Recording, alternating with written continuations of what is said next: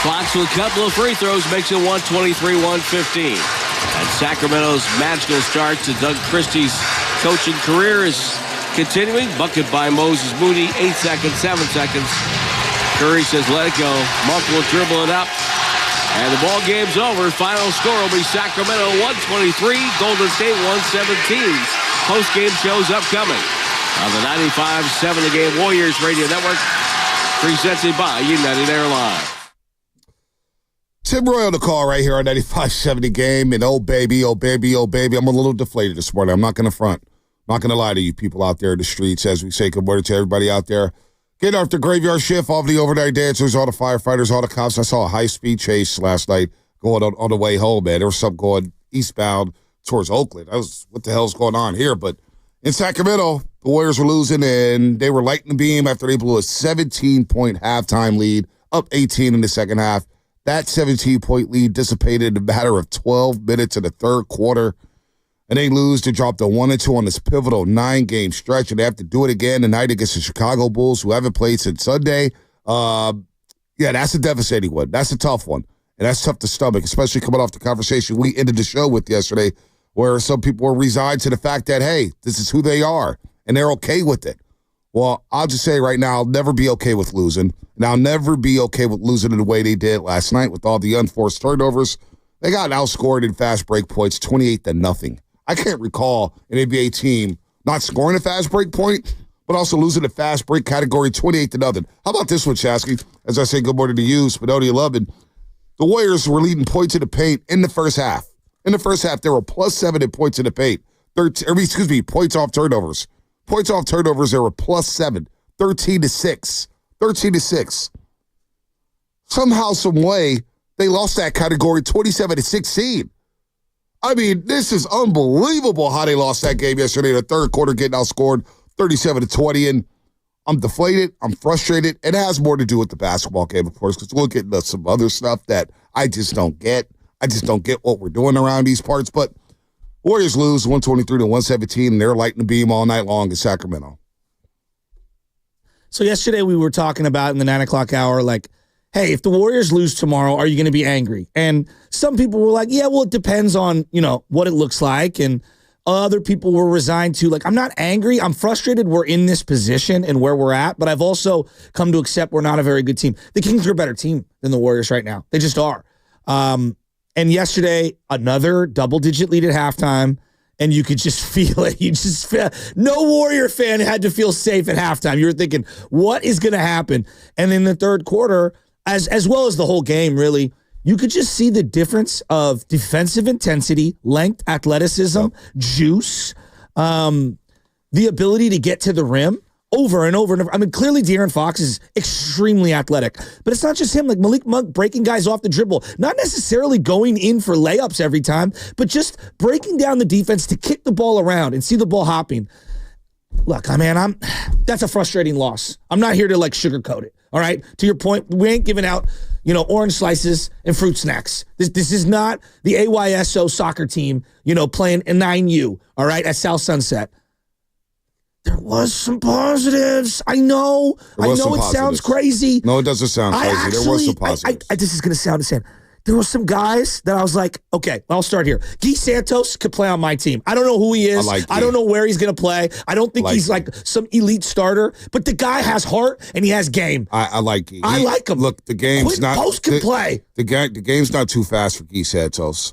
He can space the floor. He hustles. He plays his ass off. He talks that talk. He can knock down a shot. I told you, man, I got to know Guy Santos a little bit. I like the guy. I like the guy on and off the floor. He can play. I don't mind him getting minutes. The guy's he's got to learn how to, he's going to miss some shots. He's going to miss some assignments here and there, but the guy's playing his ass off. Effort's in the not game. A problem. And effort's not a problem. Confidence is not a problem. And the game doesn't seem too big for him. Quinten Post, you just mentioned. The second-round pick. I got some space in the floor, and a lot of people have been asking about Quinten Post. Well, having a stretch five, you can see the vision. You can see what he can do on the floor by bringing out the bigs here. And then defensively, he was an ACC all-defensive team member. He was second-team all-ACC at Boston College. He's 24 years old. He's from Amsterdam. He's Dutch. He had a chance to play overseas, but he decided to come over to America to play college basketball. So he starts off at Mississippi State, doesn't get a lot of playing time, transfers to Boston College. He's got some seasoning for being in college for so damn long. And you know what? He looked like he belonged yesterday. I was encouraged. I was too. Look, and I sound so crazy right now, but like I'm being real. I actually felt a little more optimistic. Now, look, the big overarching theme when it comes to the Warriors, and it's almost undeniable.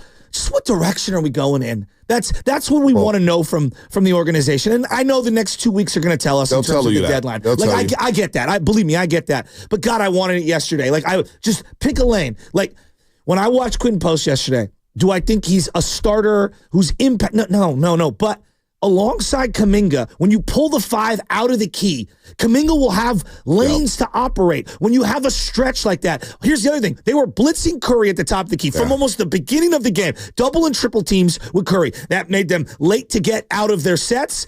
Curry almost couldn't relocate in time because actually Gee and Quinten Post were making really savvy passes at the elbow, and they were getting good looks from the three-point line, but you weren't getting the relocation shots from Steph Curry. Well, what the Warriors were doing they were aggressive out of WP for the first time in a long time. So when Curry got blitzed, it got doubled, and he was swing, and you get to swing around. These guys were ready to shoot. Yes. They were ready to let it fly. So they were being aggressive out of the double team. But you know what really befuddled the Warriors and slowed them down in the third quarter again? They've got to figure out a way to navigate his own defense. They can't beat his own defense. The Sacramento Kings went zone for a big stretch in the third quarter, and the Warriors just didn't know what to do. They started turning the ball over, and that third quarter was the game. Because in the fourth quarter, sure, it was nip and tuck, and it was a game of runs. But you know what? Who was the lineup third quarter, that third quarter frustrated you? Well, it wasn't even just the lineup. It was the overall team that frustrated. The lineup combinations is what it is. People go crazy over that. But I think part of beating a zone, I think this is important. Part of beating the zone is there's two ways.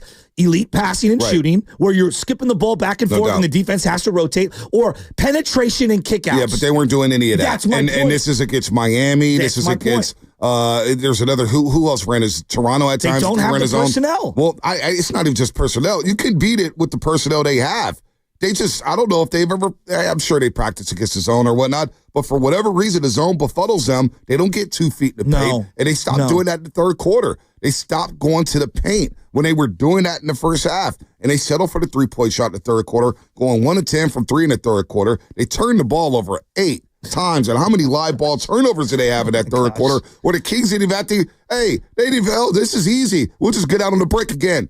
28 at the fast break points. So in that third quarter, they give up 8 fast break points. They get outscored in the paint 22-14. And then another thing that was trending in the wrong direction at the end of the first half was that the Kings started getting to the free throw line. They're 11-12 at the half. Well, in the second half alone, they go 19-20. They're the second best free throw shooting team, second best or fourth best free throw shooting team in the league. They hit their free throws. And on the flip side, the Warriors don't get to the free throw line because they don't get 2 feet in the paint. They don't drive with aggressiveness, and with the zone, they just became hesitant. It was very frustrating. Well, and I would also add to that Keon Ellis and Keegan Murray, they're elite defenders. Like I thought Keegan did a great job using his. What's that? Say Keon Ellis could play. Yeah, that's why Mike Brown got fired, because he wasn't playing Keon Ellis. No, he absolutely can. But like their length and their tenaciousness out on the perimeter and their ability to move laterally was excellent yesterday. And I thought they did a great job as a team, rotating and sending over that second and third blitzer. And even though I thought the ball hopped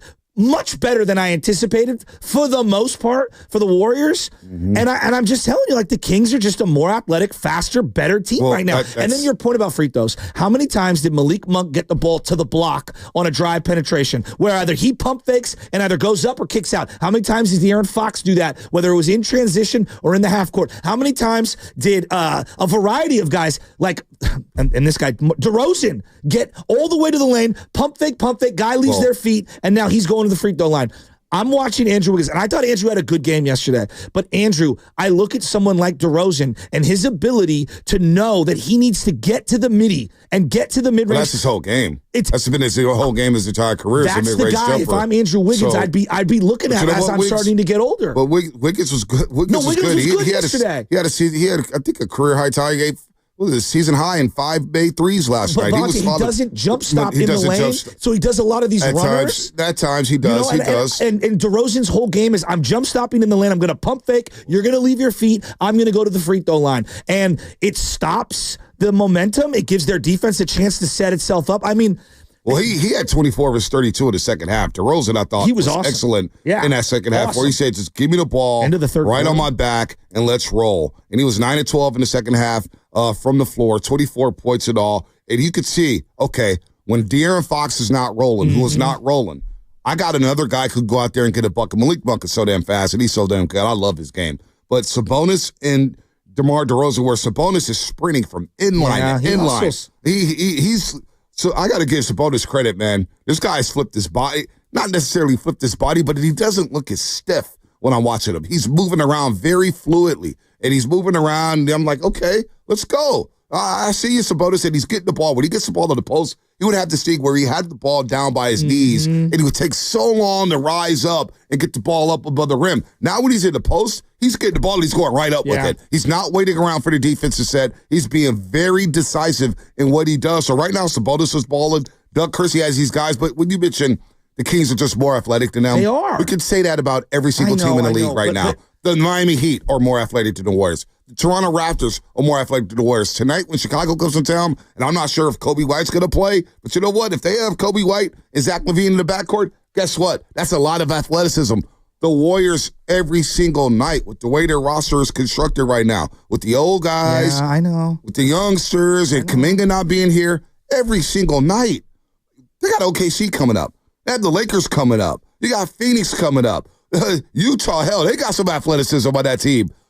The Warriors are at a disadvantage athletically on most nights, but you can still win games, but you can't make it easy for the other team when you turn the damn ball over. But it's not, look, the turnovers were horrible. 19 unforced turnovers, 19 turnovers. You had 12, you had 7 at the half. But I think what's worse than the turnovers, because the turnovers are bad. What's worse is the rebounds where a guy catches it at the free throw line on one end and just dribbles past 6 or 7 guys. Yeah, I'm looking at the ball control. I'm looking at the turnovers here. Flew by 5 different guys multiple times. No, I hear that. on just rebounds. It's all of that. It's the transition game. That's where the athleticism really. But last night though, when you have the live ball turnovers, you're turning it over at the 3-point line, and they're going in the 3-on-1 situation all night long. I thought the Kings' on-ball defense was tenacious.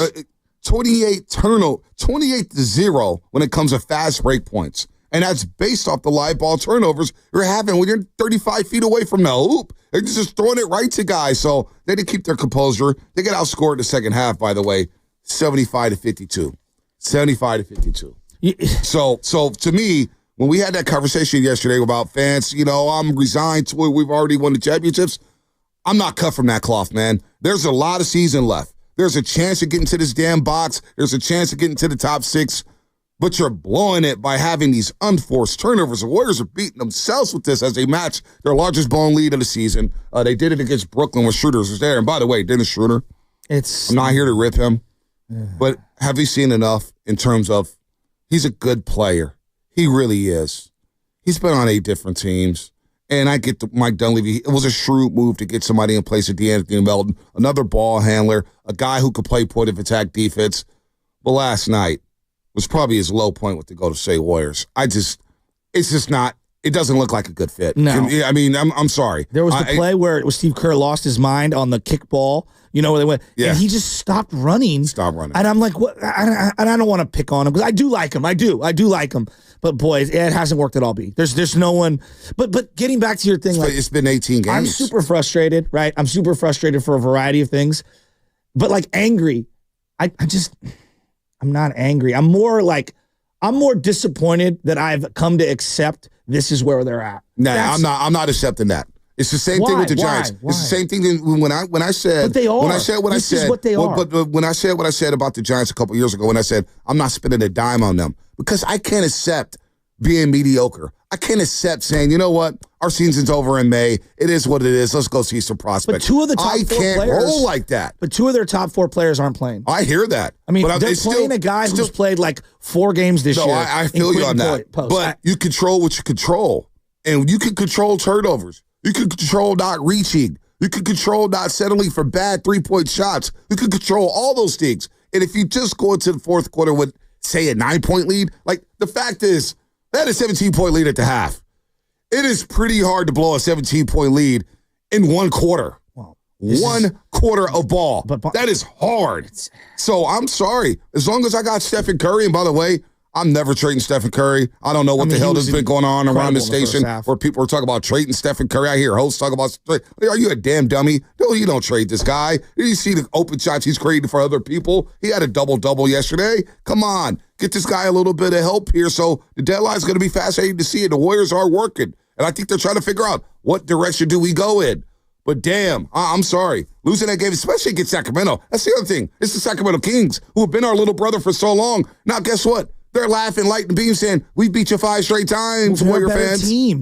They're a better team. I'm not resigning to that, man. I'm not resigning to that. They had a 17-point lead. I'm going to feel the way I feel. I'm not resigning to the fact that you have a 17-point lead. You're playing the right way. They make over 23s. They drop over 30 assists. And yet the unforced turnovers and the fouling has got to stop. So I'm going to be frustrated about a tough loss like that. I'm going to be frustrated. But like, so I'm watching the first half, and the Warriors were playing good. I thought they were playing inspired basketball. Half.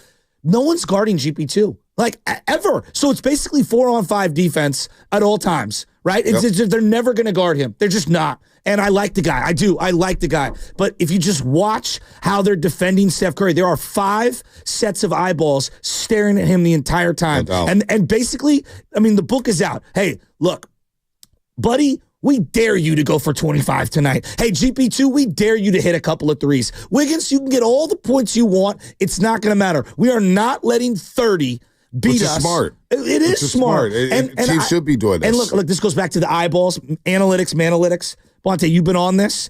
I just did a little dive, and the numbers would tell you, the numbers would say, Buddy and Claire having comparable seasons, right? Just watch the games. This is why you got to watch the games. They don't honor Buddy the way they honored Clay.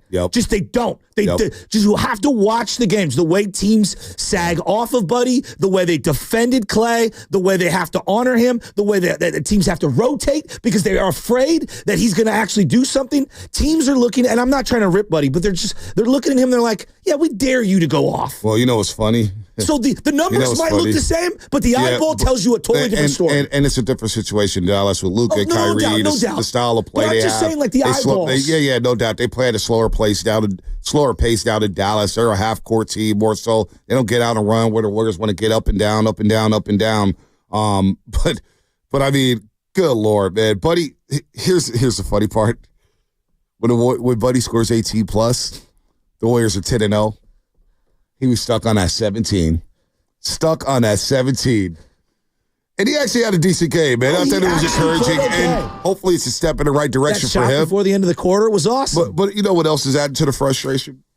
And I'll bring it up on the other side. I'll bring it up because we're going to get to the calls on the other side. Casey Johnson is going to join us from Chicago. He covers the Chicago Bulls. The Draymond Green podcasting. Do we need to continue talking about Jordan Poole? All of a sudden, you're not the victim. You can't tell somebody when to move on from what happened. And how has Jordan Poole been the more mature one since that punch? How? It leaves a sour taste in my mouth, and I want to get into that at some point. But we'll get to the calls about last night. Sebastian, Oscar, Coach, we're going to get to you all on the other side as we get this bad boy rolling. Shout out to those watching on YouTube. Brought to you by Golden State, serving the Bay Area for 3 generations. When you succeed, we succeed. Visit GoldenStateLumber.com. That's what's coming up to you. Brought to you by Honda of Vallejo. You know,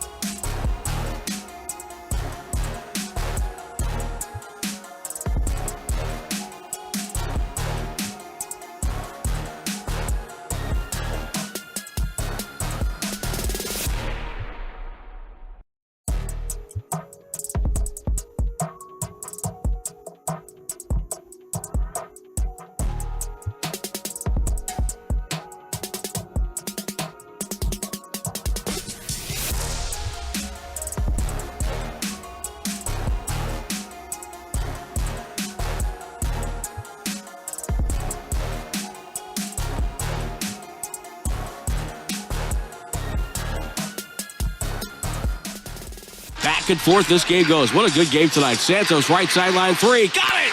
From Schroeder. 3, Santos with another bucket. Dub Nation, it's Guy Santos here. You're listening to The Morning Roast with Bonta Hill and Joe Saski on 957 The Game. Guy with a career high last night, 16 points. It was a very fun basketball game, not going to lie. Great environment. But then that fourth quarter was wild. The Warriors were going to 8-0 run. The Kings go on a 13-0 run. The Warriors go back on an 8-0 run. It was wild. Nip and tuck, back to back. Curry off the floor, too. Curry off the floor. He had some great moments for Guy Santos, great moments for Buddy Hield. But it was a tough loss. There's no doubt a tough loss here, Sassy. Let's get to the lines because we'll get to the Draymond. I honestly, I'll say this on the front end. I know we have to do it because Sports Talk Radio and people want to get into it.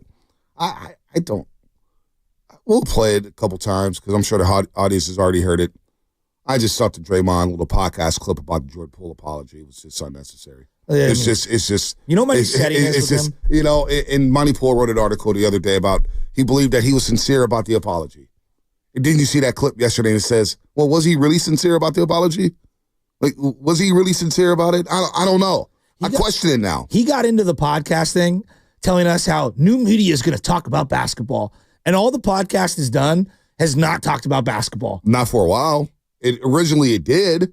It was really good, I thought. So and now it's just like, yeah, my setting now is that I think it's a distraction. And I have now he wants everyone to move on. Well, I've moved on. And here's what I'm going to say. Get on the floor and I'll start talking about you as the player. That's what I'd like to do. I like to keep it basketball. No, all the I know, time. but I'm kind of exhausted. But I'm the exhausted. Jordan Poole thing is like, you sent out the tweet, let's just leave it alone. Well, he did. And the fact that, you know, and Barron, God bless his soul, they're trying to pivot to where, Jordan Poole just wants to keep it going. Jordan Poole's never mentioned him by name. Jordan Poole's never even talked about it. He's never even discussed it.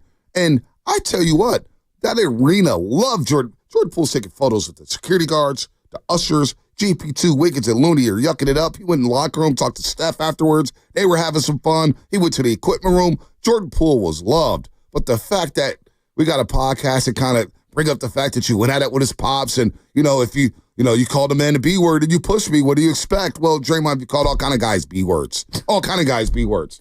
Like, it's just, it's the most, to me, it was the most, I can't believe, I'm sorry, man. This is tiring.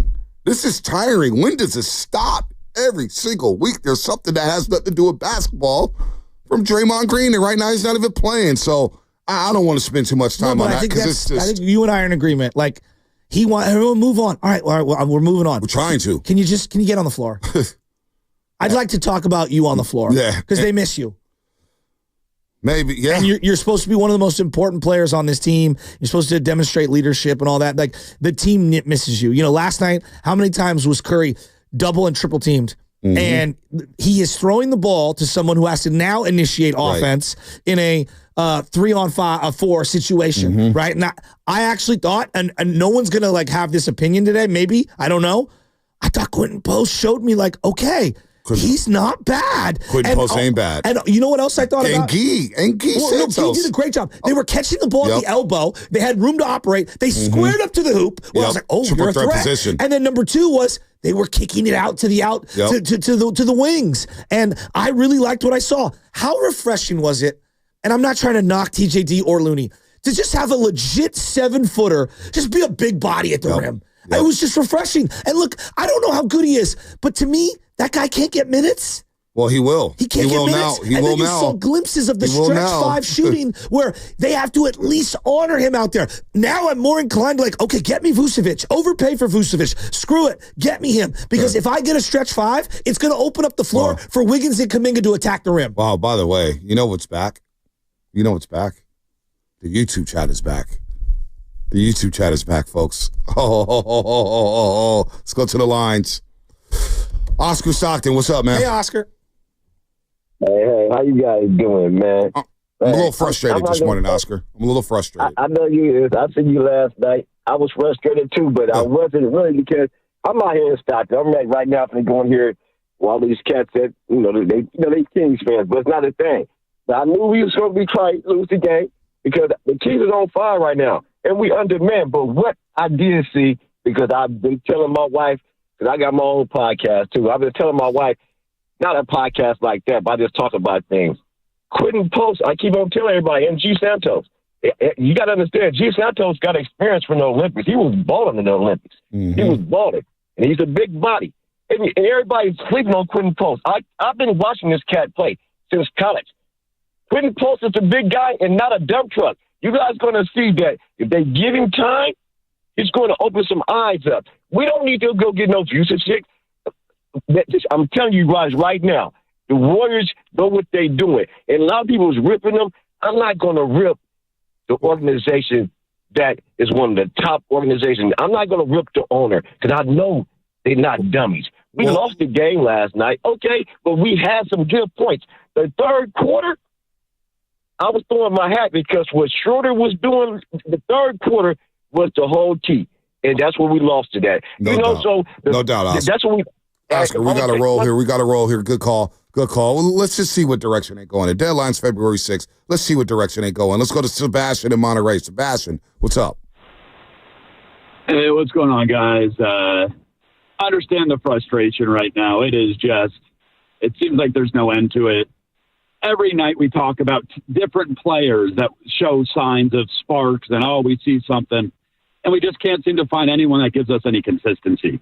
And that's where I think our frustration's coming from, on top of obviously losing. But, where do we go from here? You look at people like Wiggins. I don't want to bash the guy for taking personal time. You got to do what you got to do. That's important. But you better be like a Stephen Curry. You better be bringing like a game to have that kind of leeway. It's the NBA. All these other guys are going out there. So, I think Wiggins, even though he's playing pretty good this year, you get a lot of trade capital in him. I think that's a good place to start. But, it is just frustrating. We're going to have Bobby Marks on. We're going to have Bobby Marks on a little later in the show in the 9 o'clock hour. And this is a guy who was an analyst for ESPN, obviously, but a front office guy. And I'm going to ask him that same question about Andrew. I like Andrew. I don't want to part with him. Bonte's talked about this. Like, he does bring value. But also, if they pick a direction that is the direction of we need to kind of hollow out, I think he's got the most value in return. But I don't know what that is. And I'm going to ask Bobby that exact question. Let's go to Coach in Vallejo. Coach, what's up? Hey, good morning, guys. Last night, we saw a master class of the master of the mid-range, okay, and DeMar DeRozan. Mm-hmm.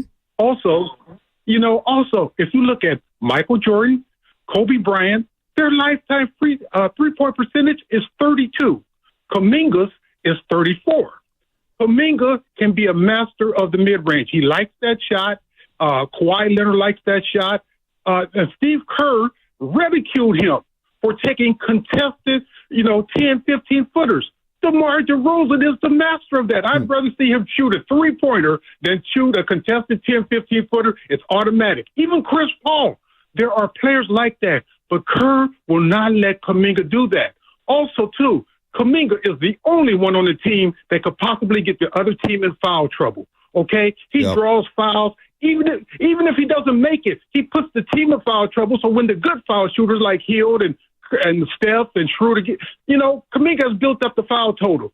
also, I wish Kerr would allow Kuminga to play his game and don't be just dunk or three-pointers. Let that guy shoot contested shots. You let him jump over guys and make the shot, because all of the great players like Kobe, LeBron, Jordan, DeRozan, these guys, that's their game. And I would just like to see Kerr take the shackles off Kuminga. What did you think of Quinten Post, Coach? I thought he was fantastic. Me too. Okay, you know what?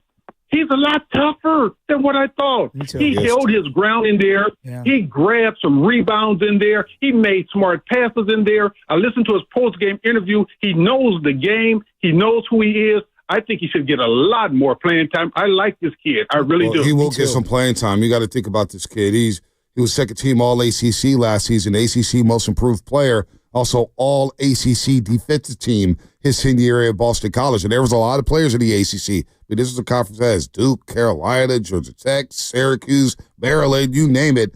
For him to make All-ACC Defensive Team tells you something as a big man. So I do like Quinten Post. I think he impressed yesterday. And his coach is right. He is tougher. He's tough, man. He holds his own. What'd you think of that late? He had the ball, and he was doing like a, Steph's kind of curling off him, and he just kind of turned a little. I didn't think it was that egregious. I get why it was called a foul. Did you like that call? Did Steve Kerr have a challenge in his pocket? I don't know. Because if he had a challenge in his pocket, I was thinking, like, challenge that. I thought it was kind of weak, but I see why they called it. In the calls, and all the physicality they were letting go yesterday, I thought it was a weak-ass call, to be honest with you. I thought the call was terrible. Well, because when you do he barely had a contact. That's what I'm saying. And it was more of a flop to me than it was, and I'm thinking to myself, wow, that's a foul? That's really a foul? Well, I think he's a way better passer than I thought. And here's the other thing. When you double Steph, to be able to throw it to a 7-footer who actually has really long arms that can jump a little, that makes it a lot easier on that high pick and roll. I thought they ran more pick and roll yesterday than I've seen in months because of all the double teams. Well, Steve Kerr said that without Draymond Green, you play a more traditional brand of basketball, and I kind of like the brand of basketball they're playing right now. The ball was hopping. The ball was hopping. 31 assists last night, and over 22 made threes, but the problem is you have the turnovers, points off turnovers. Again, they were a +7 at the half in terms of points off turnovers. In the second half, they were a -18 when it came to points off turnovers. And then the free throw. That's pretty impressive. I don't know how you do that. And then the free throw disparity. 19 to 20 in the second half. Yeah, it felt like to me the Kings got to the line over and over again. I was just doing a deep dive. They're 14th, the Warriors, in fourth quarter free throw attempts. So they're like middle of the pack. But they're the worst fourth quarter free throw shooting team in the league. It's not just the fourth quarter. They're the worst free throw shooting team in the league. No, I understand that, but how many times have we talked about clutch games? Yeah, and a make or a miss here and there really makes it a 1 or 2 possession game, or a 2 or a 3 possession game. They don't make free throws. They're the worst. They're the worst in the league. It's the worst free throw. I said it last week. He goes, well, yeah, Bonte, they don't have a lot of shooters. And I was saying they're the worst free throw shooting team in the league with Steph and Curry on the squad. And I think it's finally starting to register with people. They're the worst free throw shooting team in the league. With Stephen Curry on the team. You would think with their fourth quarter, the way they play basketball, the ball wouldn't be in the hands of some of the weaker free throw shooters as much. So I was thinking, maybe it's just the body of the game and not at the end. No. It's also at the end. Also, it's just. I mean, not only that, it's not good. They're missing threes. Also, just everything that happened yesterday, I really wanted that game because it would have diffused everything and kind of blocked the noise. But walking into that game, you got to deal with the Draymond Green clip. And I would love for Tyler Miller to call the show because I would love for people to because there's people who still think that, well, Poole is the loser. You know who turned the corner yesterday when it came to Jordan Poole? You wouldn't believe it. Mark Willard. I was driving in and Mark Willard, we're bringing up on either side. He turned a new leaf. Basically said he was bamboozled. What? Mark Willard? Oh, boy. All right. That's coming up, brought to you by Fremont Bank. Here for you. A lot of Bay Area banking customers are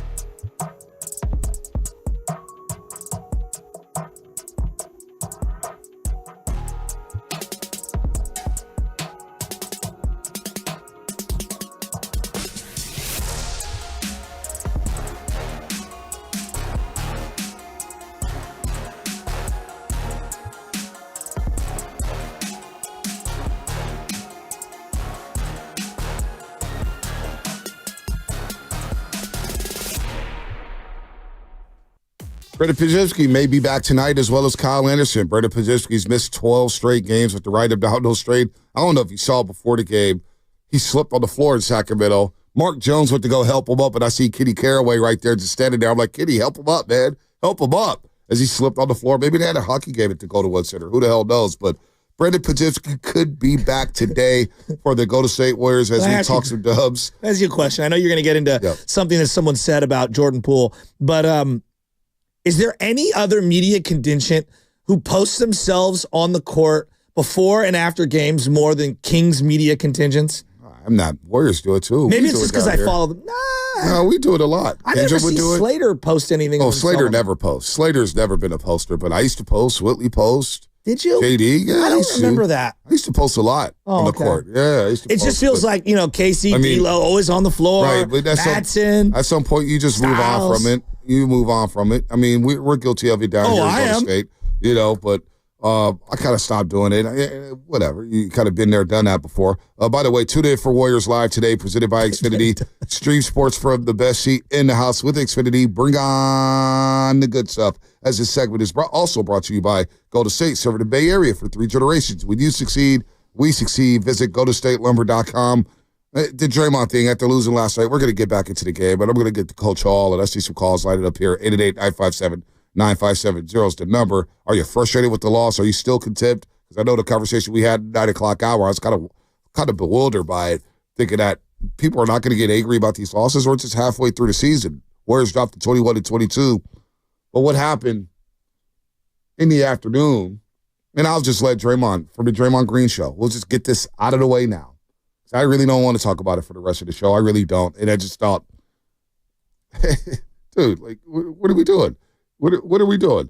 Here's Draymond Green on tweeting the apology about Poole. I responded because, it's been 3 years. Like, let's move on.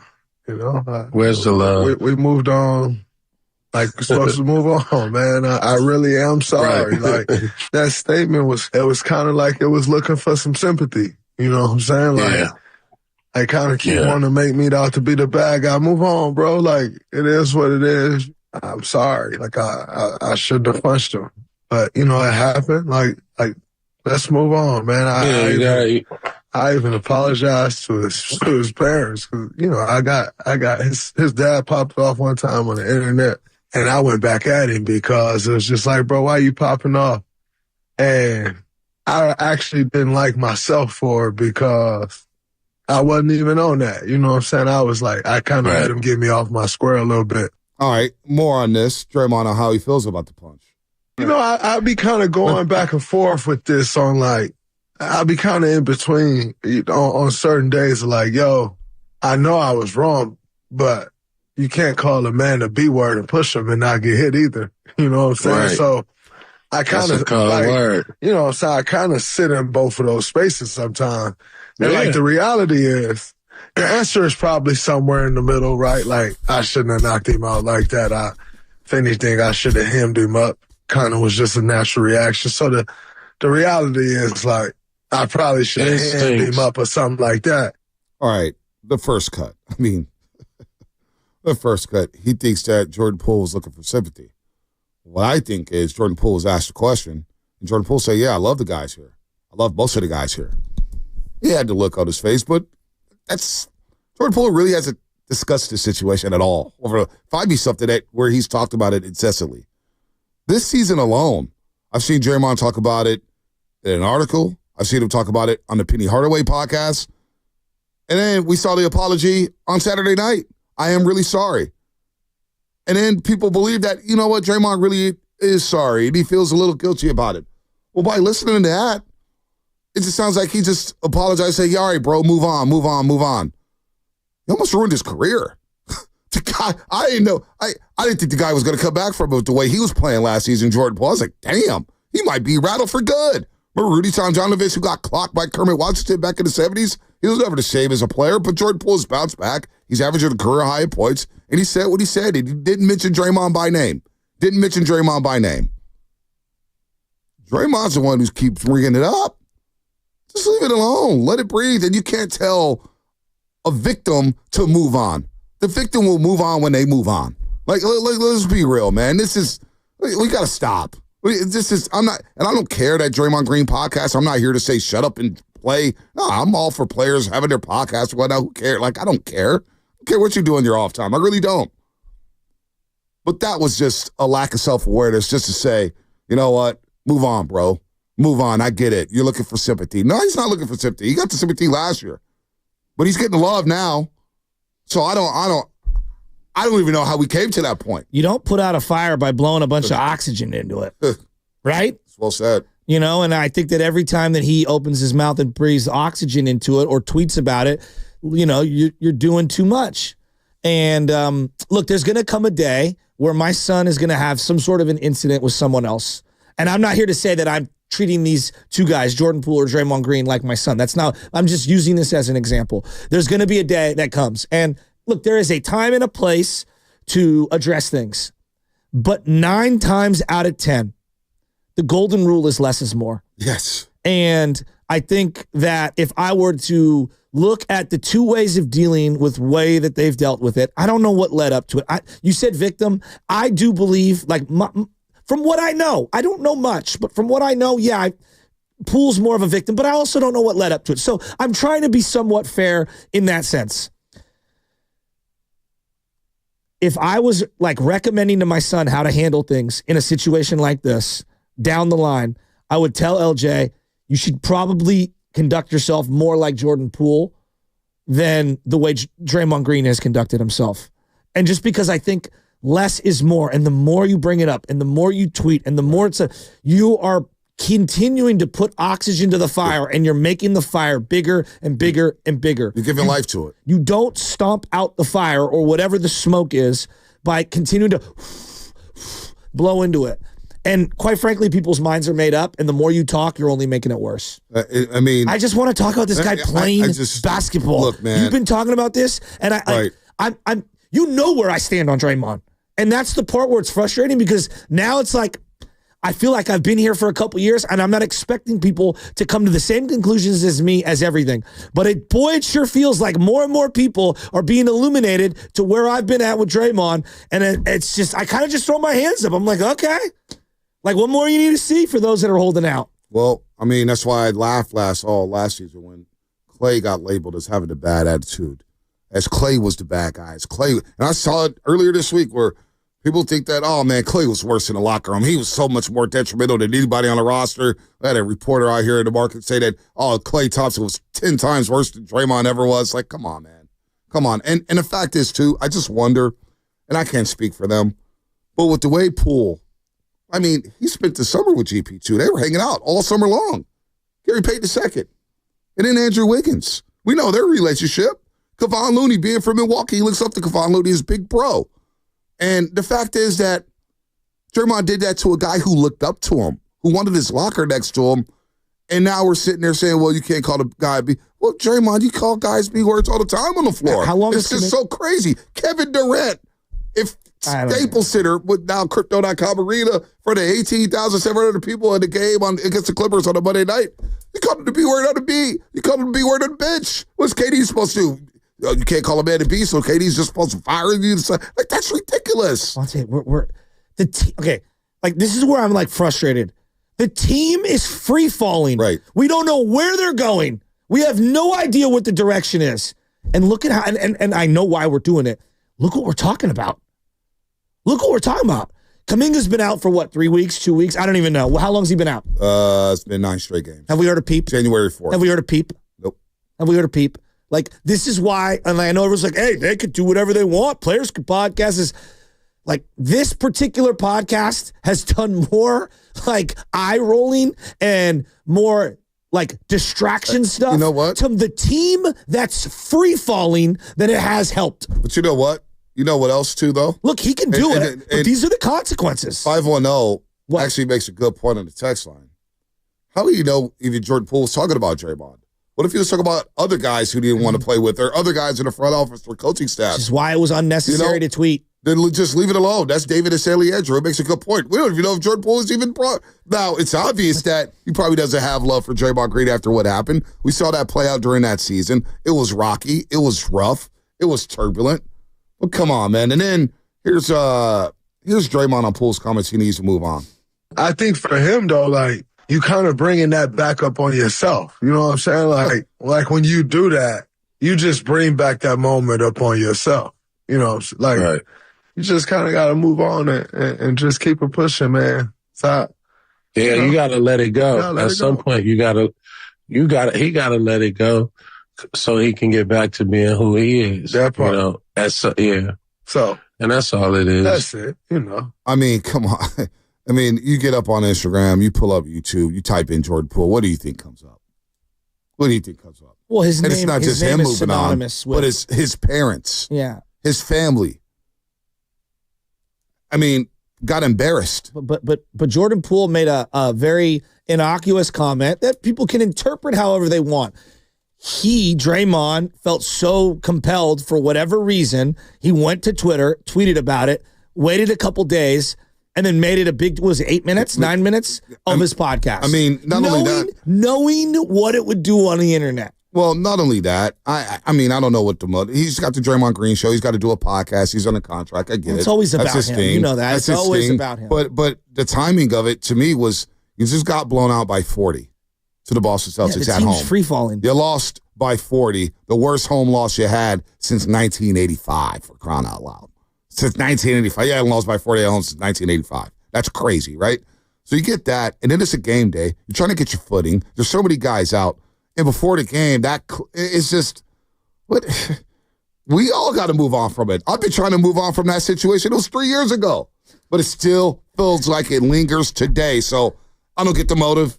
I to tell Jordan Poole to move on, I just think it's the wrong message. Last night, it's crazy because last night, I'm watching the way that they're blitzing Steph, right? And all I kept thinking was, this is just me, after the Jordan Poole comments, boy, could you imagine what JP would be able to do as a secondary ball handler opposite Steph Curry? The way this team is trying to go at Steph right now, which is the appropriate way to do it, by the way. Like, I hope you guys all realize moving forward, everyone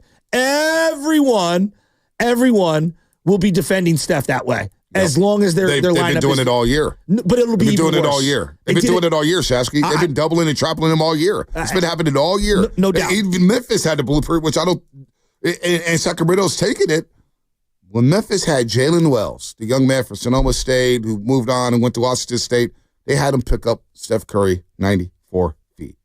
They said, we're just going to face guard you and not even let you touch the ball. Look at the Sacramento Kings yesterday. Do you understand that Stephen Curry, it was 17 minutes and 29 seconds last night, scored 2 points in the second half?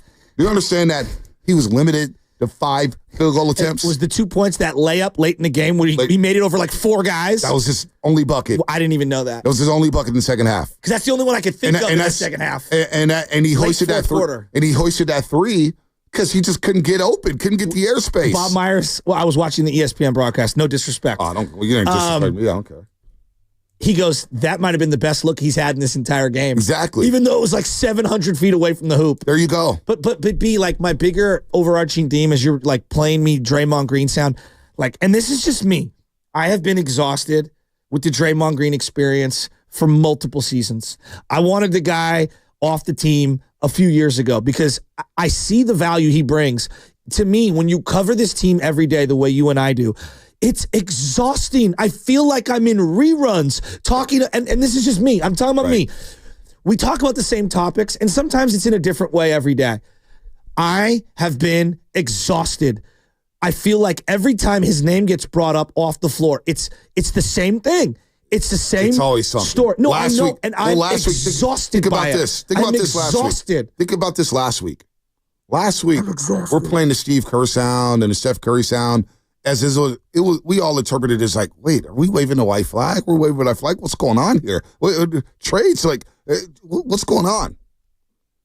They were, as Anthony Slater pointed out, they were just responding to questions because it came from an article from Draymond Green and Vincent Goodwill. All right. You know what I want to talk about today? You know, honestly, you know what I want to talk about? The joy that I watch some of the young guys play with. No, I do. But and not that they're going to save the franchise, but again, the consistent theme, and this is why I always feel like I'm in reruns, is me reverting back to crushing Dre because I'm so frustrated where I feel like, metaphorically, the organization has been held hostage by his antics. And I'm tired of it. I've been tired of it for a while. He's a good player. He brings stuff to the table, but the bad far outweighs the good, and I want to just talk about Quinten Post and Moody and Guy Santos, and what do they do at the deadline, and how can they get better? Should they go get Vucevic? What happened to Looney? Was he sick? Did he get hurt at the end? TJD was trying his hardest. Like, Buddy Hield is on a milk carton, and then he shows up yesterday, but it's still not good enough. Wiggins, how can we get more of what I saw from him yesterday on a consistent basis? How can we free up Steph Curry? I want to talk about all that stuff. And we're sitting here talking about a podcast because of a punch from 3 years ago. Well, but you know what, though? Gonna explode. It shouldn't. This is the business. I know. And we got 3 hours to go, and you got full phone lines who all want to talk about Draymond Green. That's what it is. I know. So I know. And look, when you talk about the Draymond Green experience, and remember we went up to the California Classic, and Premier Limbos, and I said, Shask, I got something for you. And then we went the next show. I said, I got a 3-team deal for you. And Draymond was involved in it. And some people think that, man, Bonte, that's why Draymond Green snapped at you because of the trade talk. No, it was something different. It had nothing to do with basketball. But from a basketball standpoint, because I can talk about Draymond Green from a basketball standpoint, and this is something that I was all over against the LA Lakers in that second-round series a couple years ago. The non-shooting lineups. The two big lineup where you have two non-shooters, where they're not going to honor him. And that's why I was adamant that, hey, Draymond has to get aggressive offensively. Yes. Steve Kerr's mentioned it. Steph Curry's mentioned it on our post-game show. We need Draymond Green aggressive. Even if he's missing, he has to take those shots because guys are camping out under the rim. Luke Walton has done this. Anthony Davis has done it, where they're just sitting under the rim, chilling, saying, go ahead, Draymond, shoot it. That's what my issue is. It's the basketball. It's the basketball aspect. So if people say, man, we want to turn the page, we want a new direction, well, guess what? A new direction is getting some of the core members. Clay walked last year. Clay walked. They couldn't come to an agreement. They walked. I think we're all good with that. I'm good with that. You're good with that. It's all good. It had to happen. But if you want more change from a basketball standpoint, look at the way the game is played today. Look at Sabonis. Look at the NBA. Look at Sabonis. Shooting 48% from three. Who do we talk about the game before? Al Horford, who is not a shooter, has evolved into a shooter. Porzingis. All these. So last night, I got a tiny glimpse. Chet. I got a tiny glimpse of what a stretch five could look like. I don't know if Quinten Post is anything special, but I saw a small glimpse. Spacing. A stretch five who's actually 7 feet tall? Get me Vucevic yesterday. Over, I don't care.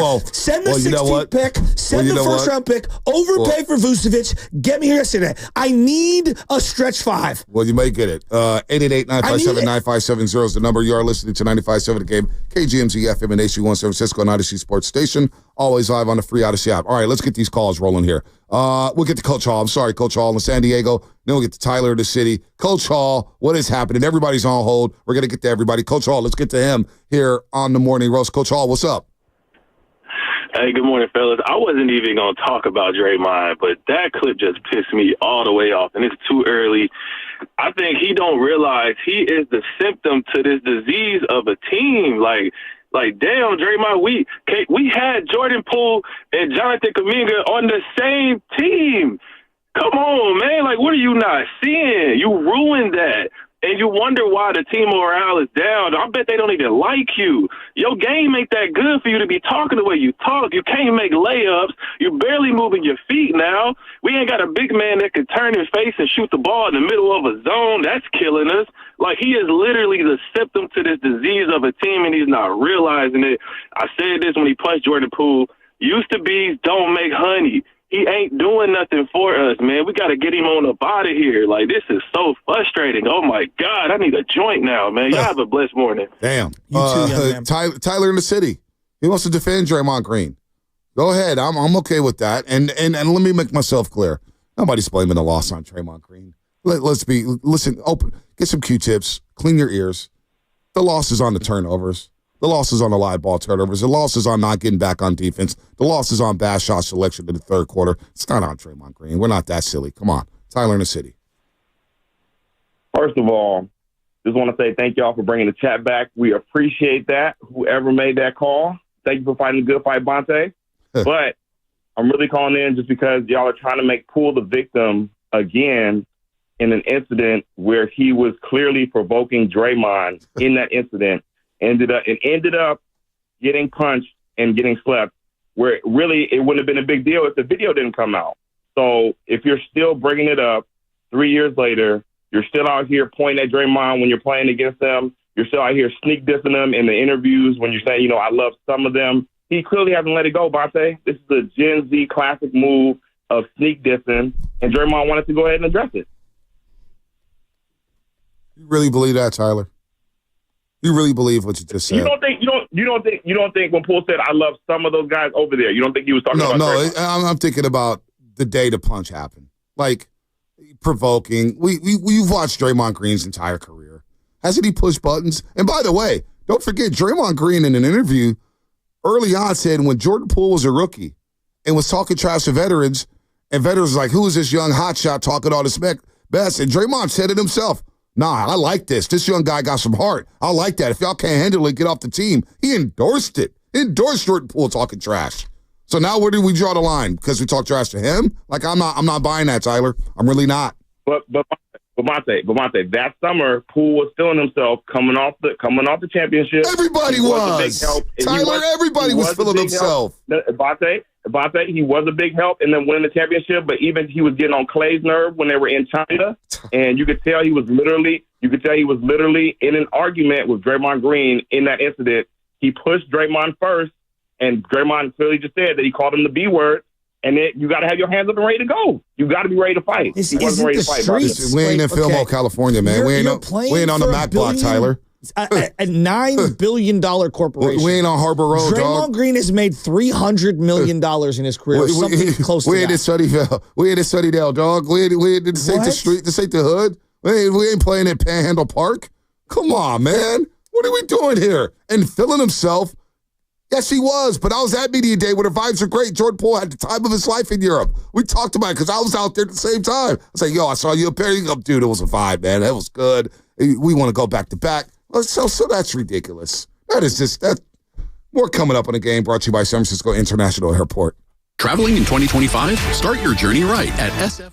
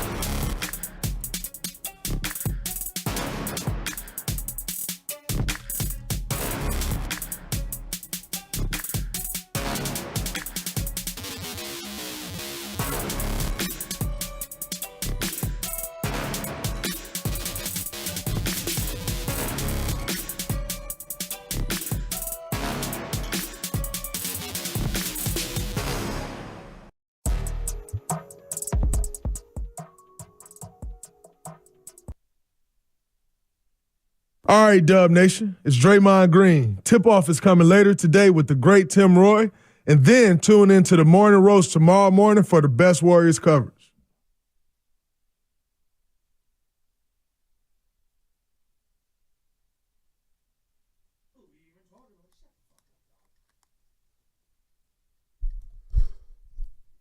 We are back. Rob in Foster City, Richie Rich in Livermore. We'll get you at 888-957-9570 is the number.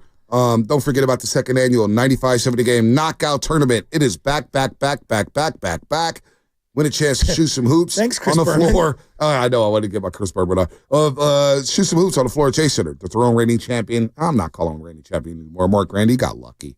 He got really lucky. Contest starts January 27th. It goes for 3 weeks, so you will have plenty of chances to win. That is this Monday. Listen in at 8 o'clock hour, 12 p.m. hour, and 4 p.m. hour starting Monday, January 27th for your chance. Each show will have a slot to give away each day for 3 weeks. Have to be 18 to win and be a California resident.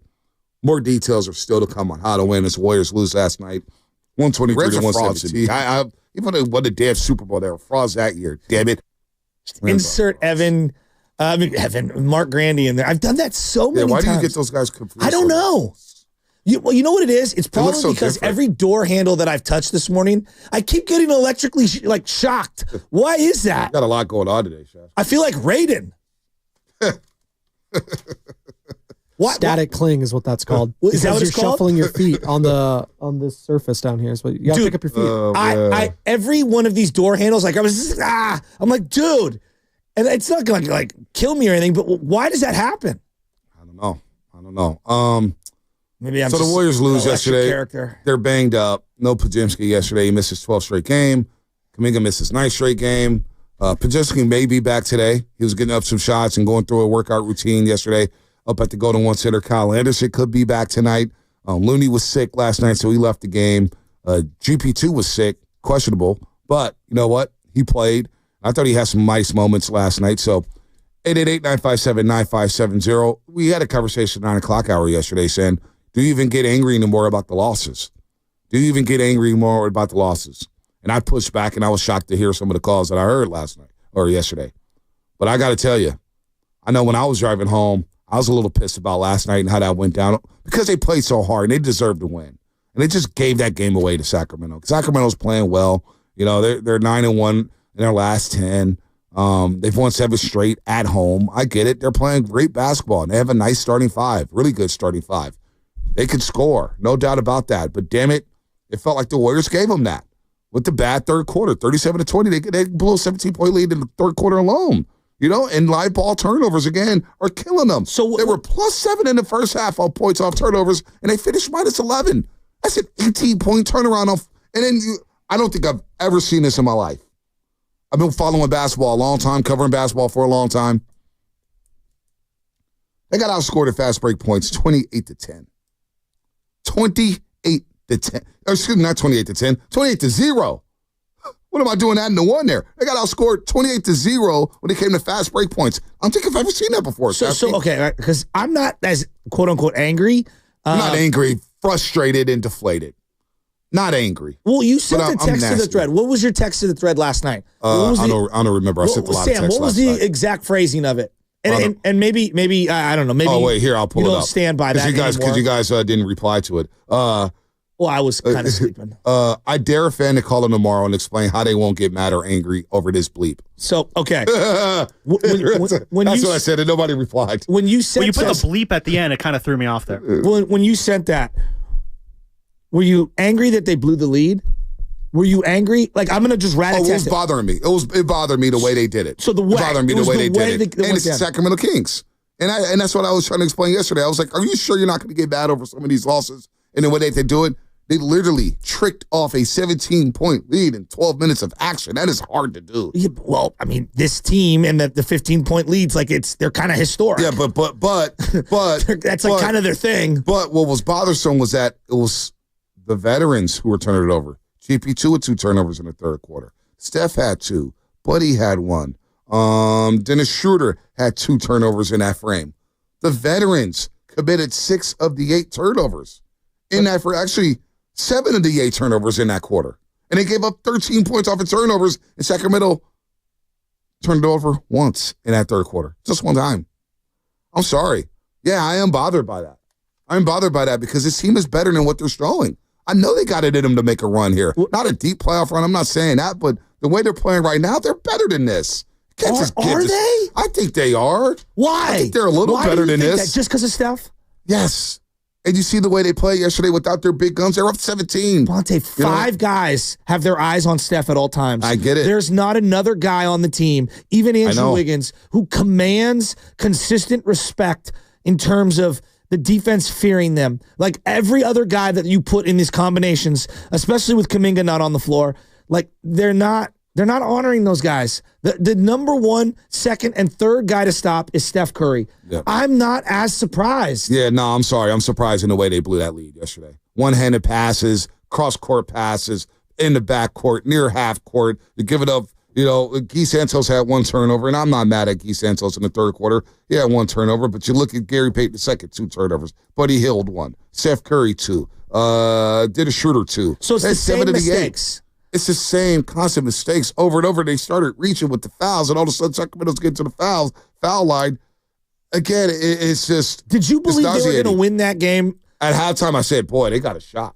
Going into it, no, I didn't think they were going to win. No, I I'm saying at halftime. Halftime, I said, at halftime, what I said was, I said the first 6 minutes is going to tell us a lot about this game. Isn't that pretty? It always does, though. But I know it's going to end up in where they're at. It's just watching NBA basketball. When you watch NBA basketball, you have a big lead at the half. It's like those first 6 minutes of a third quarter. It's just like in football. You get to halftime, Baltimore's down 21-10 or whatever. That first possession of the third quarter is always an indicator of how this game is going to go. And Baltimore is able to force Buffalo into a punt. They said, okay, Baltimore's going to get back into this thing. You got the punt. Buffalo doesn't score. You get the ball back and kick a field goal. You're down 21-13. Boom, you're in play here. Same thing in NBA basketball. You got to get off to a better start in the first quarter. It's a first quarter league. Kind of sets a tone for a game. Boom, you get out to an 18-point lead. You're up 17. You get a 3 at the buzzer for Buddy Hield. You're up 17, but I told Bully. Bully said it in the postgame. He goes, you brought it up. And he brought up the fact that Sacramento's getting to the free throw line, so you would have cut off their water. But those combinations played out differently, right? First 6 minutes of the third quarter, you could just see the energy shift. And it shifted in a major way to where going into the fourth quarter, you don't have a 5-point lead, you don't have an 8-point lead. You blew a 17-point lead in a 12-minute span, and you got to control the controllables, which is controlling the basketball, taking care of the basketball, and they gave it away. It wasn't even like, just careless passing. But I'm sorry. That frustrates me. I'm sorry. That frustrates me. And I'm sure I'm not the only one. But what you haven't said is that the Kings are better. Like right now, I don't care. They are. But I don't care. Any given day. De'Aaron Fox would be our second best player. Sabonis would be our second best player. Sure. Keegan Murray has an argument to be the second best player. Sure. I subscribe to all that. But I'm still frustrated in how that third quarter played out. Okay. And you made it easy on the Sacramento Kings to come back in a basketball game. And DeMar DeRozan went 7 for 7 at 19 points. Yeah, I'm not taking anything away from Sacramento. I'm not. They played hard. But the Warriors were careless. They handed them the damn basketball. Well, their ball pressure was outstanding. Keon Ellis, Keegan Murray at the top of the key, even Sabonis, the handful of times he came up to hedge on that. Like he did. I thought they did a great job, and their rotations were better. They were getting rebounds. They were outletting. They were faster. They hit shots. De'Aaron Fox hit a mid-range shot late in the game where he hadn't hit a couple of threes. He takes 2 dribbles in. It's like, yeah, you're going to give me this? I'll take this. I'm sorry. I'm frustrated. They attacked the rim. 650. Am I allowed to be angry after the game last night, but then be over it in the morning after, or does that make me a fake fed? If you sleep over it, sure, but I got to live in it. And right now, I'm frustrated. I'm frustrated by the way that played out. I'm sorry. Let's go to. We'll get these Draymond calls out the way. I think a lot of people feel the way you feel. Yeah, I do. I'm not trying to diminish your feelings. They show flashes. I know. They show flashes. And then you look at it, and not only the turnovers, but the bad shot selection. They're just pulled up from 3, chucking. Get your ass in the paint, get 2 feet in the paint, dribble drive, can't penetrate. God damn. God, they were just 1 of 10 from the 3-point line. Trey Lyles is going to the rim hard, B. Like watching that in real time was like a slow death. It was like watching the Super Bowl in the third quarter, like, oh my God, the 49ers are going to lose this game. Yeah, but that was Mahomes, right? So like this is not Mahomes didn't even kill him. Mahomes didn't even kill him. Yeah, but it wasn't even Mahomes in the third quarter. It was penalties. It was muff punt. it was lack of tackling. They gave the damn game to Kansas City. Don't make me relive that. All right, I brought it up. I know. Rob in Foster City, what's up? Hi, Rob. Yo, what's up, fellas? Good morning. Hey, the same thing with the game last night. You felt it early third quarter. They were going to lose that game. Mm-hmm. Even my son said, "Oh, they're just going to come back and win the game." Sacramento guys, their young guys are better than our young guys. You know what I mean? Like, Steph can't do it alone. He needs that number 2, or he needs the number 1 because he's the number 2 now. You see what he did in the Olympics, right? He can go off any given time, but he needs somebody to carry the team, you know, put that 20, 30 points up. You know, Jordan Poole, you know, he could have took that punch. He could have stayed. They didn't have to get rid of him, right? Yeah, Draymond's a bully. That's what he is. You say the B word to him how many times, he's going to react. You know, Durant couldn't do anything because he knew he would have got his butt whooped. Plain and simple. You know, Draymond's a bully. Yeah, he's going to fight you. And, yeah, it ain't the playground, but how many times do you see fights on the court at the playground? How many times do you see fights at work? This is a $9 billion corporation, the Golden State Warriors. How many fights have there been this year in the NBA? It's been some scraps on the floor. Scraps? How many blows to the jaw? Oh, yeah, nobody's like that. I mean, in practice. Can we what are we doing? what are we doing? Let's go to Richie Livermore. Richie Ritz, what up, baby? What's up, my dogs? Good morning, my fellas. Man, I want to talk some basketball this morning. Let me just get this off my chest about this dude for a quick minute before I get into it. Look, man, I'm like you, Shafty. I am so sick of Draymond Green, dude. Like, it's just annoying. Like, he became, like, he just, the perfect definition, he just sucks the energy out of whoever he's around in the room, dude. Like, it's over and done with, bro, and he's making it about himself, man. Like, Tyler, caller, bro, come on, dude. I don't give a damn who you are. You ain't in the streets no more, bro. You're in a multi-billion-dollar industry, all right, where kids are watching you. Everyone's watching you, bro. You don't put your hands on another man, dude. It's okay to turn your shoulders sometimes and walk away, bro. You don't knock another dude out like that and then keep bringing it up. You humiliated the whole guy, his family. Get over it, bro. Like, this is the sad part about this, guys, before I get on basketball, is that I love Draymond. Everyone loved him. He gave us 4 rings. Without Draymond, there is no rings, period. That was Steph Curry and Clay's dog right-hand man, dude, right? But he's became now, like, he's going to be remembered not for that, but for his drama, off-the-court tactics, his bullying. He used to be a bully on the court. You're just a bully now, bro. Like, you're not good no more. As your game faded away, you started to do this BS, bro, and I'm done with it, man. Draymond, you got to go, bro. You're whack, and I'm done with you, man. Now let's talk about some basketball. I don't know about you guys, but last night, I love seeing the youngsters, dude. It was like a whole new, like, the ball was flowing around, the assists, like, it was a jolt that I enjoyed. Yeah, it wasn't like that old. It wasn't that old rusty lineup. Like, Kerr, I love you, Loon Dog, but bro, you can't really jump. You can't dunk. Like, you're too soft. Period. You know what I'm saying? I don't think he's soft. Like, I just think athleticism. I don't think Loon Dog is soft. Richie Rich. Well, his skill set doesn't. You know, what they need right now, and I think Richie is going. I'll let you finish. Yeah. They need a guy who has got a little more pop from the outside. There's no doubt. I wish Loon Dog would shoot it more. But I'm not going to go for the soft thing. I know Looney very well. Okay. Keep going. Ain't nothing soft. He's off the line. But Richie Looney can defend. He plays hard. Ain't nothing soft about Loon Dog. I'm not going to go for that. But he's limited. We would admit that. But yeah, absolutely. I mean, sure. Quinten Post does things differently than Looney. Now, TJD had himself a game yesterday. I thought TJD over the last. You want to talk about a bright spot? Yes. TJD has been hooping, man. He has been hooping. So I don't think TJD is soft. I don't think Loon Dog. I know Loon Dog's not soft. I mean, come on, man. I don't think he meant like that. How could you sit here? I know that, but let's be careful how we use our words here. Let's be careful, because that's anybody who did what they did in that championship season, and anybody who's come back in shape the way Looney has. Some nights he's going to have it, some nights he's not. He got ill yesterday, but soft? Nah, that's a little. Wasn't it eye-opening to actually, because like Looney's not the full 7 feet, and neither is TJD. Like, they're like the 6'10". I think TJD's 6'9". Right. Maybe Looney's 6'11". I don't know, but you could see there's a size difference, and he's got really long arms. I don't even think he's that great just yet, clearly, but having a big who can actually be around the rim and just get a body into someone on a team where there's not a lot of wide bodies. Like, there's something to be said. We have been screaming for a legitimate 7-footer. You got a little taste.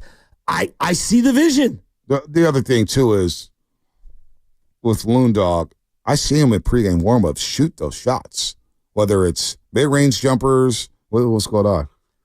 No, just watch it. Talking to yourself. It was like having a conversation. No. But look, no, Loondog, I watch him in pregame warmups. He shoots those shots.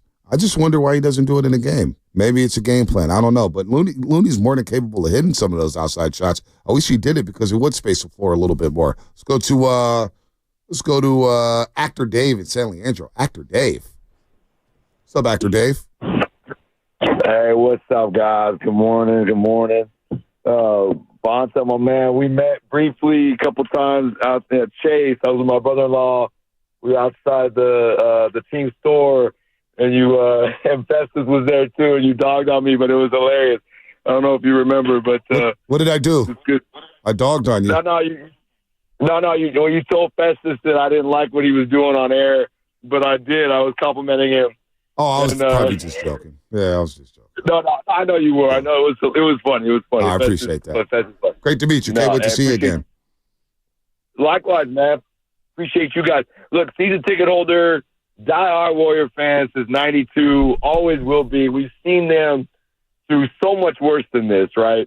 But look, my question is this: your guys' thoughts on what more could have been done, should be done from the coaches, adjustments, and so on. Because I look at it and I'm like, why not try to change some stuff up, get stuff off the ball? I mean, look, Kalena and Fitz were even saying it on air.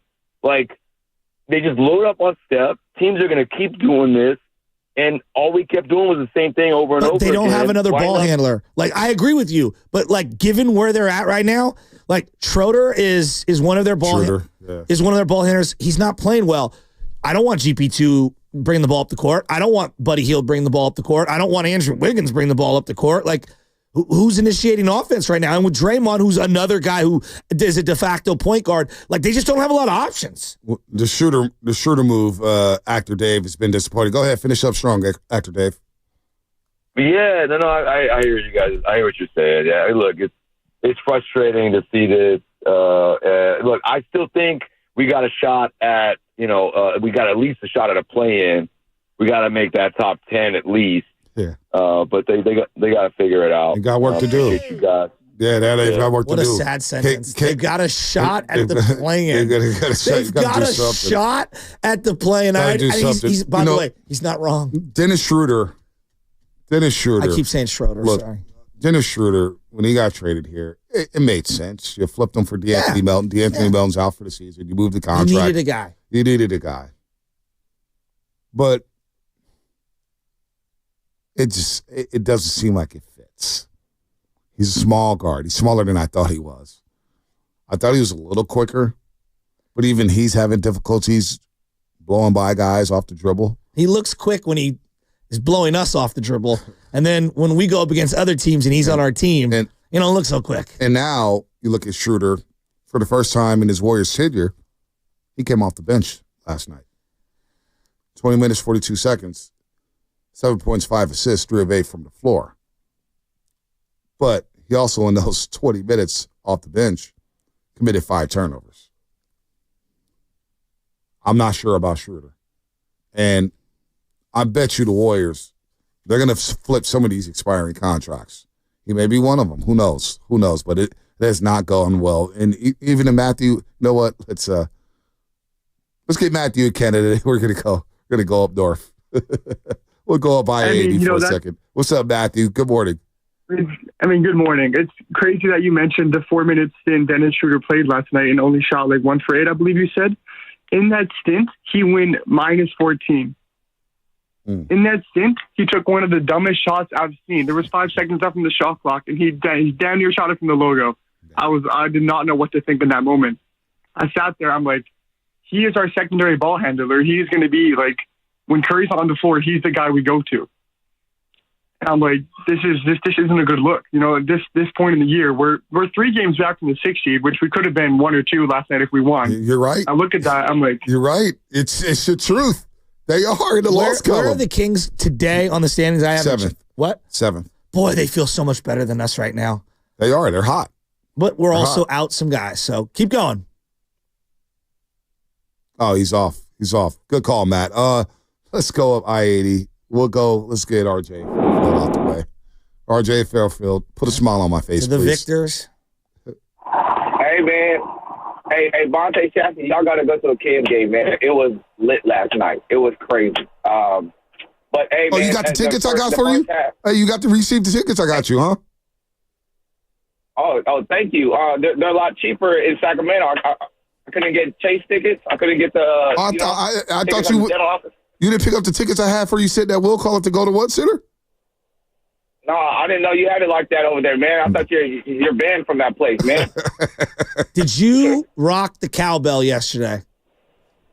I rocked the cowbell right next to a Warrior fan, man, and I'm telling you, hey, it was all love though. Warrior fans, Kings fans, it was all love, man. Everybody was cool environment, man. Y'all got to go. It was loud, man. Y'all got to go. But hey, real quick, the first half, my God, I mean, that's one of the worst first halves Sacramento has ever played. I mean, you guys were. I mean, Steph Curry was doing his thing. He wasn't doing it in points, but he was throwing dimes to TJD. I mean, Guy Santos, who the heck is this guy? He's shooting threes left and right, and Buddy want to come up strong. But, you know, I don't know if you talked about the third quarter and Keon Ellis, man. My God, he brings so much energy into that stadium. And in that third quarter, we put the clamps down on Steph, and then Steph, and in the fourth, Steph didn't come in till like 5 minutes. And after that, the guy next to me, 90 seconds left, Steph Curry hits that three and misses it. The guy next to me said, Steph Curry, why the heck are you shooting the ball? He dropped I'm telling you, he cussed, but he left the stadium after that. He knew it was wrapped after that. So I think that was the turning point for y'all. But, I mean, what a game, guys. That was fun. But I didn't – hey, this is all friendly fire, man. I'll call in to show love. I love you guys. I love you too, RJ. I love you too. Let's go to Javier Vacaville. Javier Vacaville, who's our resident Warrior and King fan. He wears a split jersey. Right, Javi? Well, you know, my first game I ever went to was my mother in Sacramento. My sister, when I was a kid, she's from Sacramento. My dad took me to the 0-1. Last game was regular season. My sister, when I was 9 years old, we got the Speedy Claxton, Jason Richardson, Nick Van Exel jerseys for $18. Got the tickets for $57 for 3 people, man. I'll never forget that at the World Cup. So, you know what I'm saying? That's just what it was, bro. Hey, you can put the sound drop, but that means something to me, you know what I mean? But like I was saying, you know, Mr. Hill, Mr. Shasky, nice talking to you. Hope you guys are doing well. I'm not that person that's going to come and talk about the inside of the game and complain. If I have a complaint, I'm going to definitely create a solution. I feel like this Draymond Green and Jordan Poole situation can be rectified, whether it's a long shot or not. You're not going to be able to trade Draymond Green for a superstar. We obviously know that. But I know this. If you would have had to right those wrongs, Jordan Poole would be here and Draymond Green would have been dealt, and or eventually you would have got rid of Draymond Green because of the contract and or because it was just, you know, it's time, long in the tooth. You know the best thing to do right now, based on where the Wizards are at? I would call them and, or you guys, oh my goodness, I would trade Andrew Wiggins, Draymond Green, 2 firsts, and throw in Kyle Anderson, and maybe throw Guy Santos and Leon Waiters to make the salaries fill, to bring back a Jordan Poole, a Kyle Kuzma, and Jonas Valanciunas. You know, Warriors the future with Podziemski, Moody. Yeah, you have to give up those picks, but who's the guy that's going to replace them? I felt so bad to watch. It was like it was 1-on-5 yesterday offensively for the Warriors. Steph Curry was out there playing me versus 10 other feet out there. And I'm out here having to just, man, I hope I can get the foul call. Yo, I'm telling you, the Wizards are the worst team in the NBA. You give them 2 first-round picks, the Draymond Green, that would not just right the wrongs. It would put the Warriors back in the pendulum going north instead of staying stagnant. All right, Javi. What do you think about that? Well, Valanciunas looks cooked. Have you watched him lately? Yeah. I mean, the one game that they played against the Warriors. He looked cooked. I mean, he looked, I mean, to say he was cooked, but you could tell he's lost a little bit. And I'm not sure how Valanciunas fits into this style of play. Well, he's a bruiser. Maybe I'm not mad at him. I'm not mad at him. I mean, maybe you could get him for the cheap. I actually, you know, given how down bad they are, I'm not that opposed to that deal. Valanciunas? No. Oh, just Kuzma that deal? and JP. Oh, my God. What? 2 NBA champions right there. We have been trotting out Buddy. Like I know, but Kyle, That's leadership right there, Bonte. We have to NBA accept champions. our reality. No, I'm not accepting anything. You can accept it. The fans can accept it. Bonte Hill's not accepting that. I'm sorry. Oh, boy. 510. Bonte, did you see the clip of Eric Pascal talk about how hard it is playing with Curry and how he didn't like the system? Yeah, I saw the clip. And I saw Rashad McCants co-signing it, which made me turn off the clip. Where's Eric Pascal been? He's in Italy. He's in Italy playing basketball. Paisan, let's go. But I don't know if you guys see the clip of Eric Pascal. Did you see saw it. Where he said, it's hard to play with Steph. There's some truth, but he goes, I'm not a screener. I'm not a mini Draymond. What did he say? I'm not a mini Draymond. I'm a scorer. So he asked to go to the bench because it was so hard to play with Steph. I mean, sure. Look, he's not a good player. Okay, so let's remove who the messenger is. The message he's trying to convey is that it is difficult for certain players, I would say a lot of players, to play alongside Steph Curry. Most guys get to the league, and they're accustomed to having the ball in their hands. Yep. And then when they get to the league, accepting a role spot and being a glue guy is a tough transition. You go from being ball dominant to being off ball, don't touch it as often type of a player. Now let's take it a whole step further. Now you're setting all these off-ball screens and trying not to occupy space as Steph's coming off screen. Yes, Eric Pascal's not a very good player, and it sounds absurd when he's saying, I'm used to being a scorer. Yeah, of course, we all agree. Like, he's not that guy. But what he's saying is actually realistic, and you're seeing it play out with a guy like Dennis Schroeder, who's not a great player either, but significantly better than Eric Pascal. He's having a tough time transitioning here. So there's some truth to what he's saying. I know we want to crush the messenger. I'm not crushing the messenger. I actually think it is a very difficult team to read and react is tough to play. But also, you could play the easiest basketball of your career, which Andrew Wiggins has done, especially when he got traded here, knowing that Steph's gravity and Clay's gravity at the time would create open looks for you because they would get so much attention off the doubles. I go back to the NBA Finals in 2017 with Kevin Durant, first championship here, where he was going down a lane for wide open dunks because there was 10 eyes on Stephen Curry. What he could create for others. So really, I look at it the other way. I'm saying you should be able to play the easiest basketball if you're in a proper spot. If you are screening correctly, you're going to get wide open looks playing off of Stephen Curry. Hell, what did we talk about this morning? Steph Curry getting double the trapped at half court and the inability to play 4-on-3 basketball last night where you're turning the ball over because you don't have that second decision maker out there on the floor, or the second decision maker you do have in Jordan Schroeder is struggling off of that. They're not taking advantage of that gravity. So I look at it the other way with Eric Pascal, what he's saying, oh, yeah, it was tough to do that. I didn't want to play with him. I asked to come off the bench because I'm a scorer. He just wants the ball in his hands. He wants to go ISO heavy. And what did we call Pascal? The black hole of basketball that year where the ball got to his hands and it just stuck? I look at it the other way, saying you can actually take advantage of having a Stephen Curry on your team because of that gravity, and you can get great looks, and you will touch the ball and get your shots. But how many guys coming into the league, whether it's 1 year of college or 3 or 4 years, like one of their key skill sets is understands how to screen off ball, right? Like there's a real. But I look at Eric Pascal and say you came from Villanova. What was Jay Wright doing?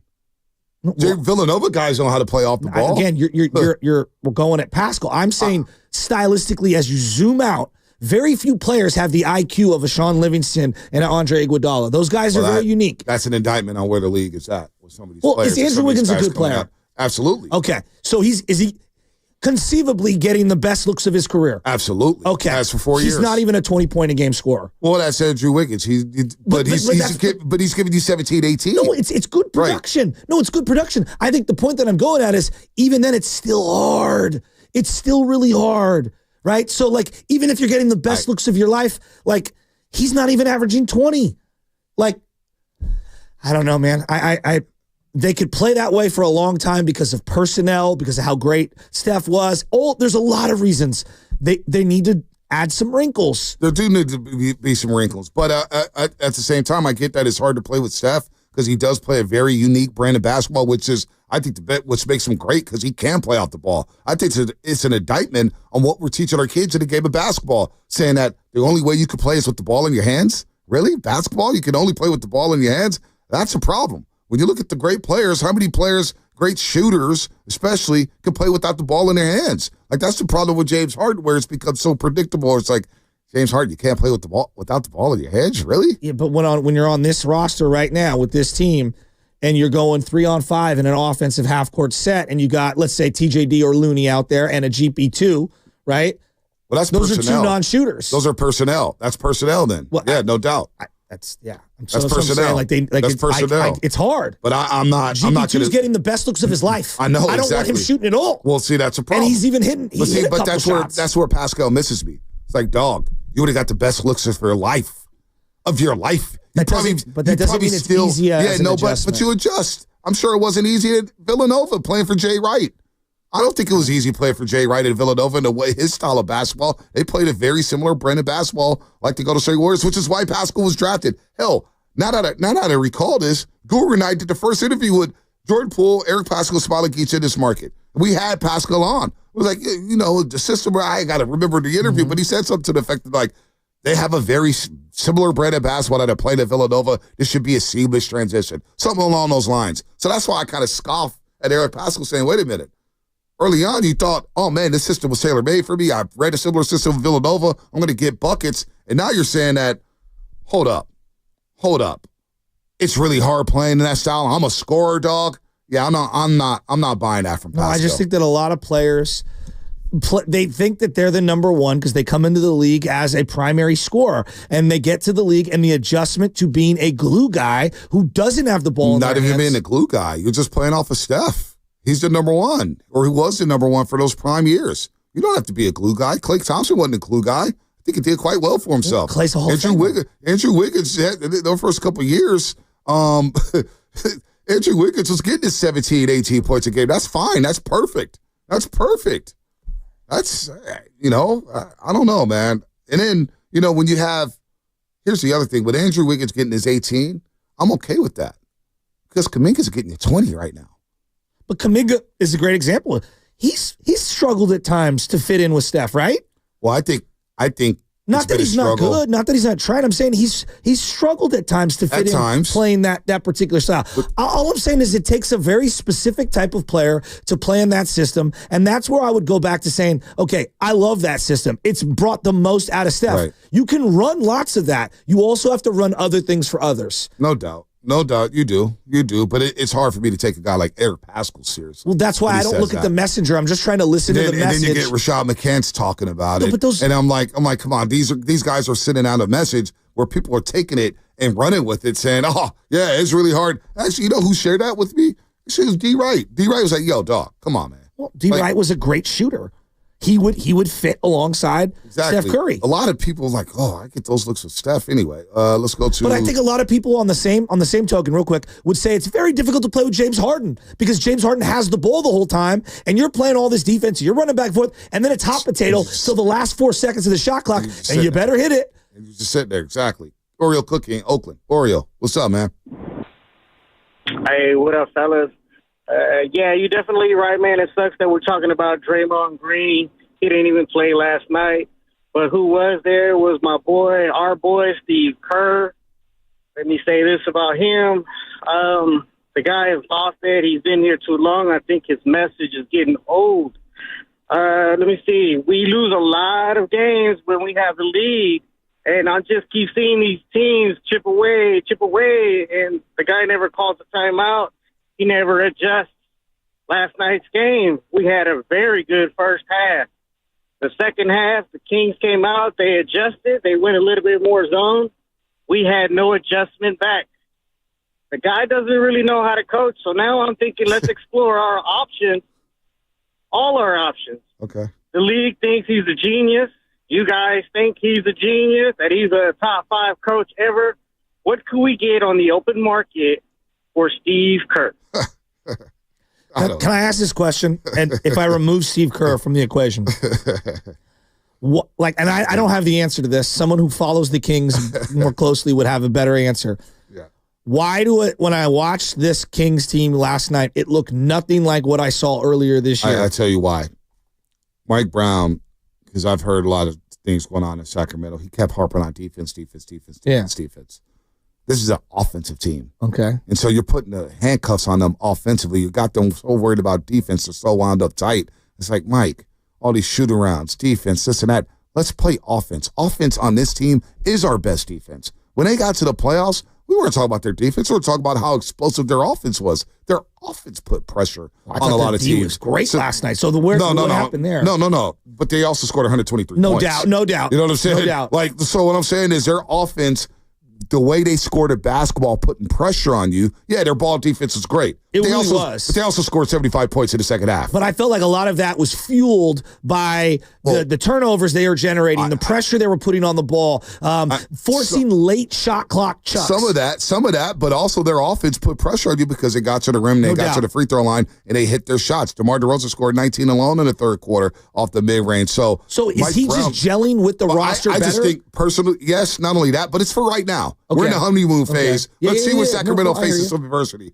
But also, this is where another classic case of Mike Brown's probably just better as an assistant coach than he is as an head coach. Oh, there's a lot of guys. Dennis Allen, I think he's a good 2. He's not a good 1. Right, exactly. NFL, we see that all the time. So, and it's a new voice. And I think that voice of just like, you're hearing the same thing over and over up at Sac when you got some young guys. It's like, dude, coach us up. And by the way, I thought just for a long time, Sacramento, whether it was Luke Walton, whether it was Mike Malone, whether it was Alvin Gentry, Barbosa's still up there. Luke Locke's assistant coach a long time with the Warriors. He's now up there in Sac. I think for a long time they were trying to do it the Warriors way. And I think Doug Christie right now is saying, the hell with that. We're the Sacramento Kings. Yeah. Let's do things like the Memphis Grizzlies where we don't like anybody. We're not, no, hell with that. We're not the Warriors. We want to beat the Warriors. So, but I feel like, okay, like, see, I think Steve Kerr's a good coach, right? I don't think he's, lost it or anything like that. But I do question, like, the way that they've wanted to play for so long, right? Does that fit what you got right now, which goes back to the Steph Curry thing. Right. Last night, and I can see it, the ball was in Steph's hands because they don't have playmakers. They ran more pick and roll than ever. But that's going to wear down Steph. Yeah. He was taking on Keegan Murray and Keon Ellis at the top of the key over and over and over and over again. And then you're left with going, why doesn't Steph have more shots in the second half? Why does he only have the 2 points? So there's got to be a balance, I guess, is what I'm saying. Yeah, no doubt. You got to tweak it. But I'm questioning like why they made a simple change, head coach, and they got this big jolt. Well, I scratch my head sometimes because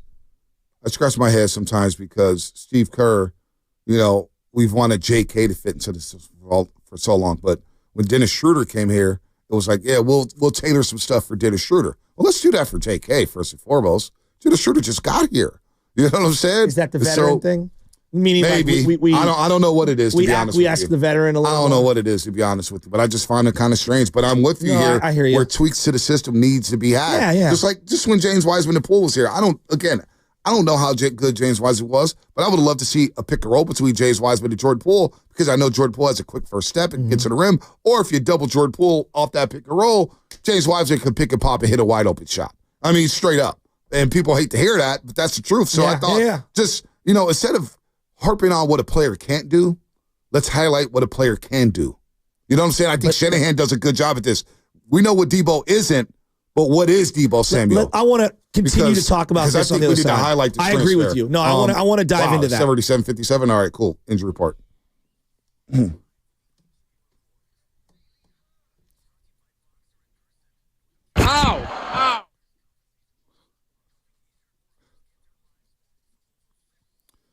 Kevon Looney had to leave in the second half last night. Good news is that it's not a physical injury. It's just ruled out due to an illness, which I guess is going around with the Warriors because GP2 was ill as well, and he was questionable. But Looney was replaced by TJD in the rotation. The TJD balled out yesterday.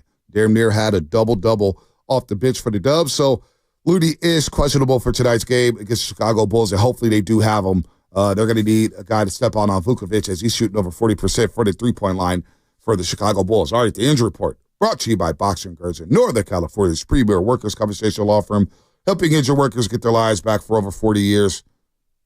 What's coming up in the game? Brought to you by Fremont Bank. Your phone calls, Jimmy in Dublin, Joe in Esco. We'll talk about Steve Kerr. Bill Simmons has an interesting trade idea for the Golden State Warriors. We'll play that sound. Plus, we'll play a sound from the Ringer as well, from Logan Murdoch on Joe Lacob. We'll get everybody's thoughts on that as we recap the Sacramento Kings loss, plus Casey Johnson, 8:30, to talk about what's going on with the Chicago Bulls. He covers the Bulls for the Chicago Sports Network. That's all coming up here on The Roast, brought to you by Fremont Bank. Here for you, here for good. Have you lost weight in the past?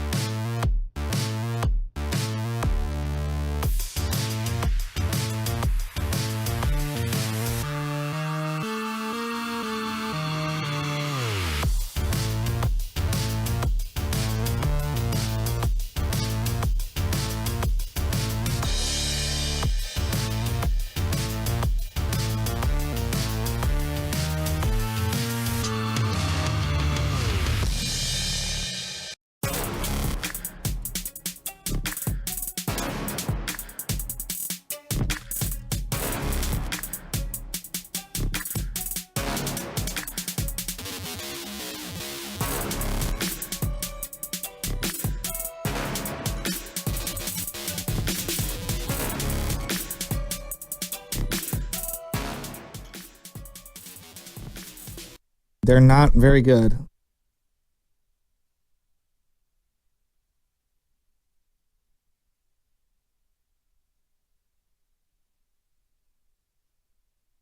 Jonathan Kamingo.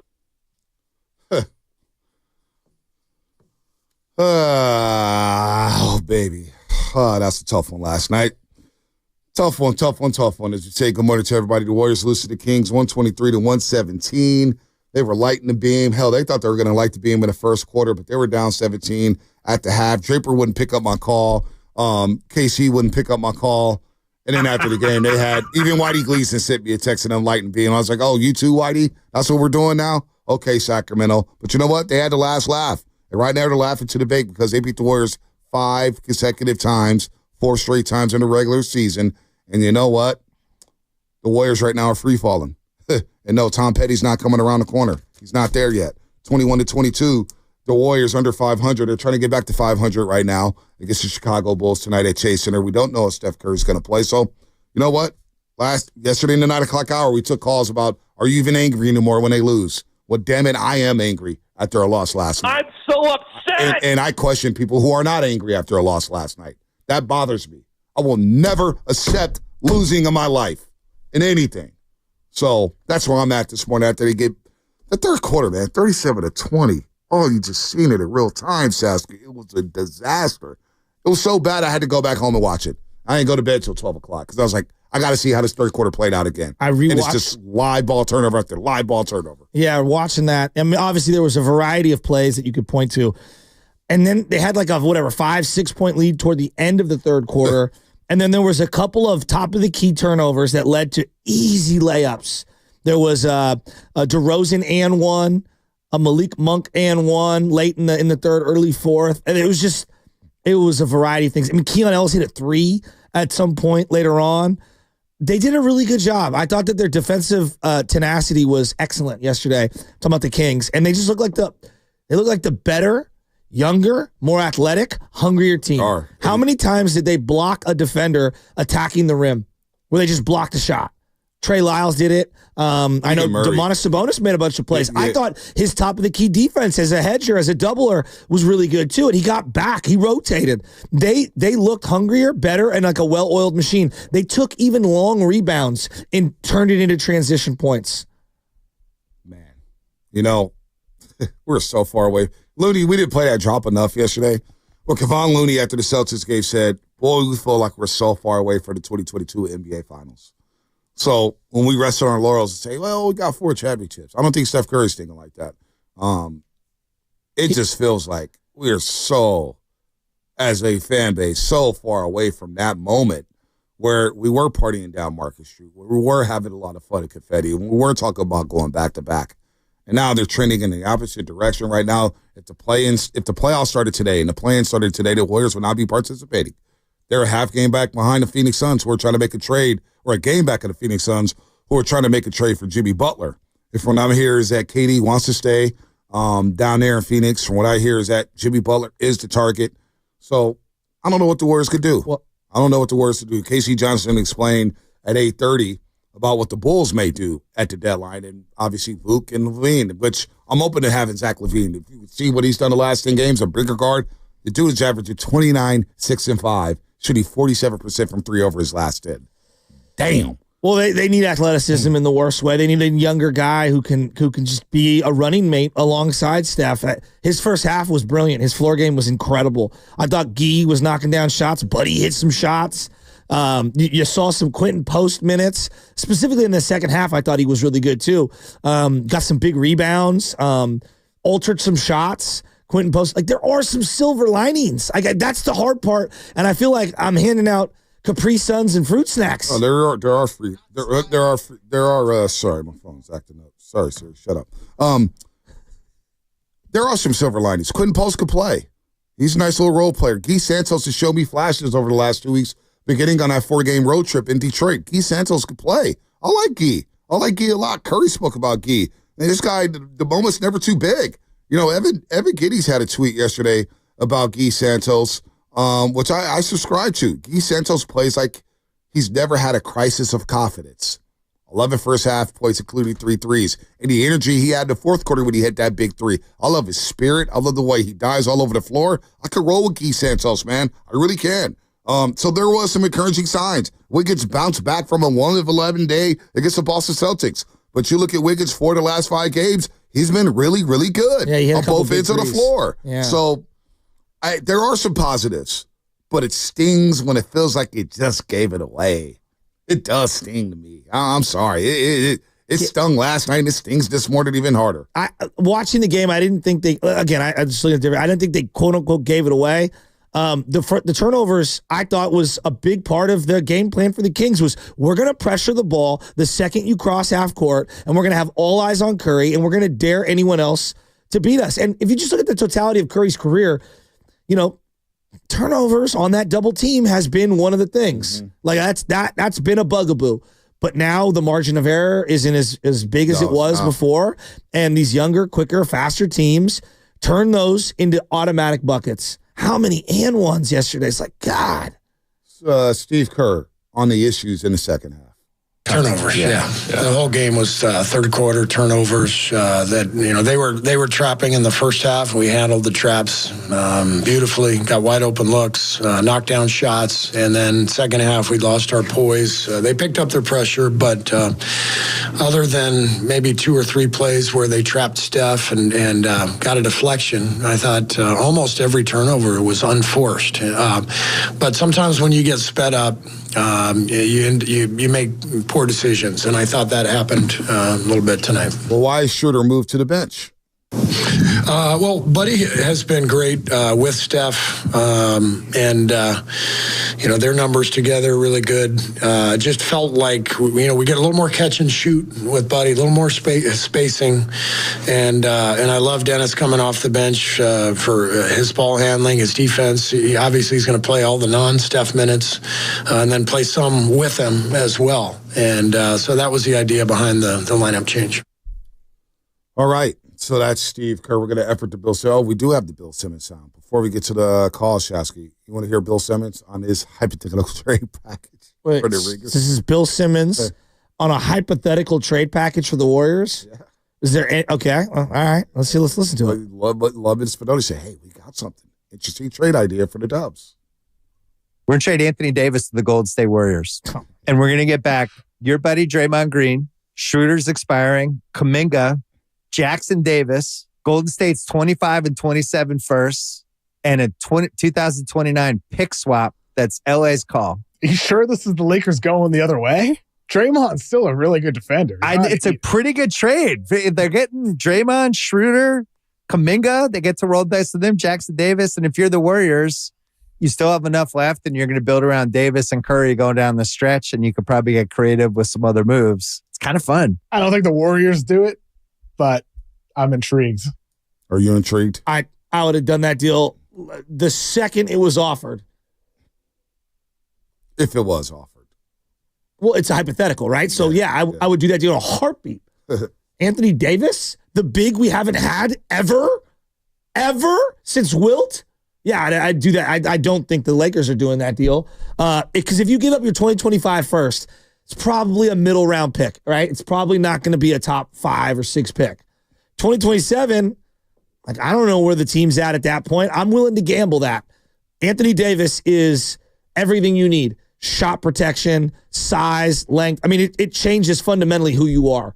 And now you build around that, and you get some spacing, and now I know, all right, I need 3-and-D guys all around him. Yep. I actually think that cleans a lot of things up. You think the Lakers would do something like that? No, I do not think the Lakers would do something like that. I mean, that feels very unlikely. But if I'm like the Warriors' perspective, I do that all day. Would you do it? How many Warrior fans like that idea? Would you do it? Anthony Davis, yes, I like Anthony Davis. Okay. Well, and here's the thing. When we talked about LeBron James being traded to the Golden State Warriors, my position. No, the guy to get from the Lakers is Anthony Davis. That's the guy to get. Not LeBron James, not anybody else. It's Anthony Davis. So would the Warriors do it? I don't know. Would the Lakers do it? I don't know. But it's intriguing because Anthony Davis does provide something that you just don't have. So now he's got to stay healthy, though. Wiggins wasn't a part of that deal? He was not in that deal. He was not. And if I'm the Lakers, I probably would want Wiggins over Draymond. But the Draymond thing's interesting because of the LeBron James aspect, right? See, I would try to throw Wiggins in the deal. Give me LeBron. I'll throw a bunch of other used parts. Oh, well. What? So you want LeBron and AD? Steph, LeBron, and AD. So you're asking the Lakers to lose all their star power, and their team is driven by star power. This is something they don't do. I know you're right, but like you're asking them if we're going to do hypotheticals. I'm going to take it a step further. Let's just go crazy. You could say no. Lakers are also the 5th seed right now. I just don't think anyone realizes it's that. a fun idea, but yeah. Yeah, they're the 5th seed. If we're going to dream, you dream big. Oh, man. But that is the guy you would want, like, in this scenario. Like, and Anthony Davis is, 32? So he's getting a little bit older. He's getting a little bit older. And him and Steph, they have played together, obviously, in Paris. And they probably played all-star games, whatever that means. What would concern me about AD, look, if I probably do the deal, but to me, why I'm so hesitant is Jonathan Kuminga.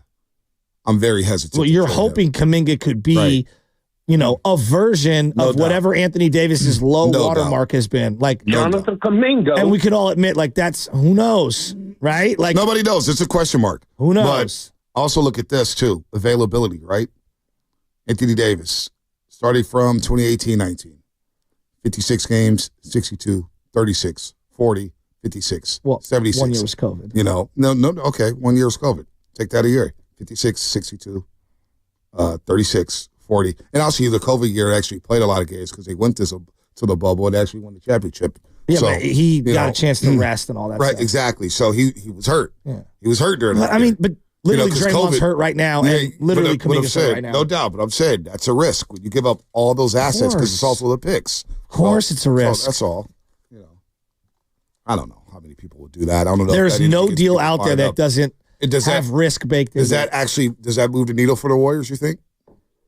Does that make them better? Yeah, I mean, they're not done, but yeah, I think that makes them way better, don't you? I don't know. Anthony Davis? I don't know. And Steph? That's the best shooter he's ever played with. I don't know.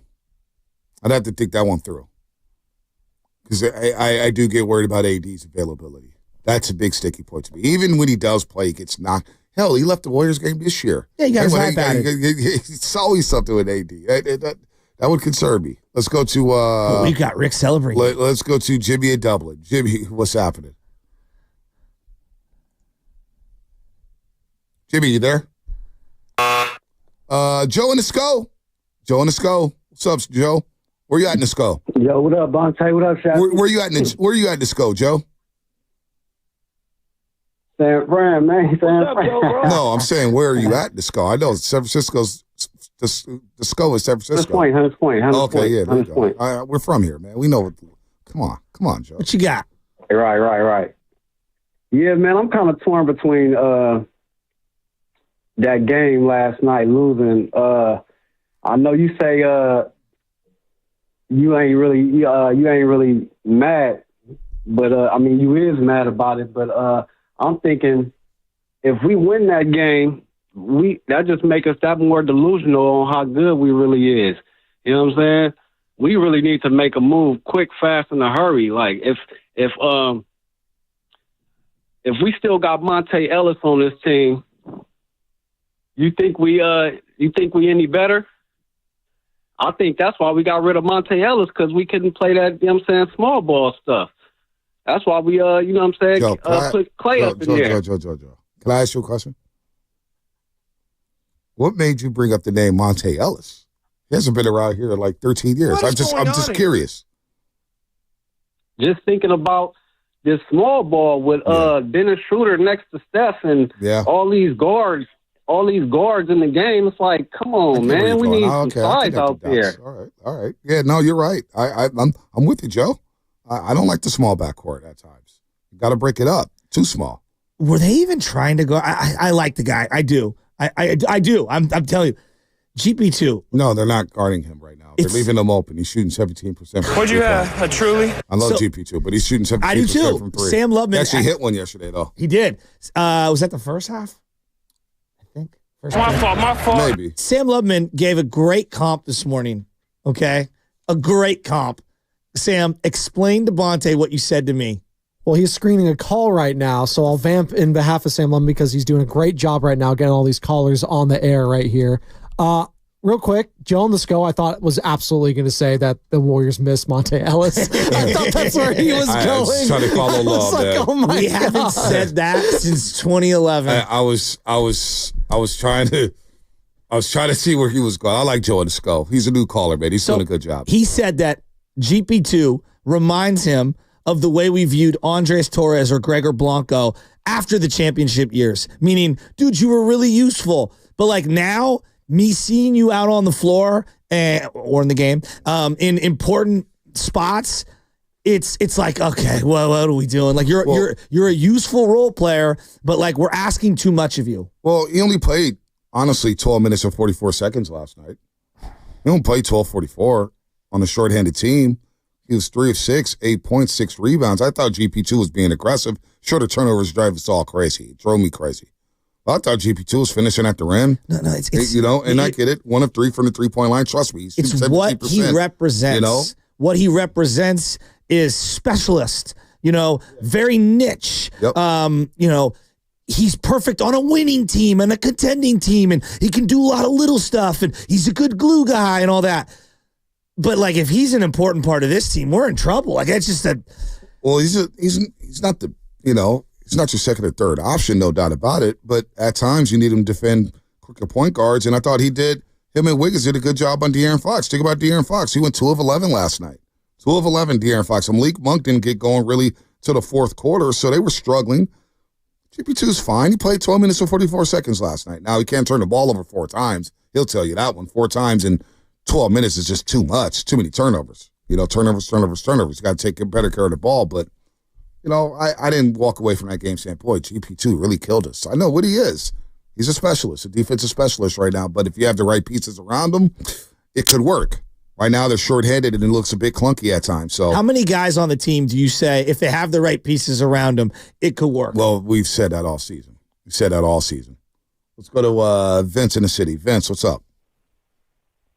Hey, what's up, guys? Bonte, you asked, are these losses, making us fans mad? And hell yeah, it's making me mad, dude. Like, we're losing to the Kings in a game that we were up. In closing time, D. Santos hit a 3 to put us up 3. Yeah. And it's like, you guys can't hold on for 4 minutes? You can't. There was no after that. We didn't score. You can't even get a shot.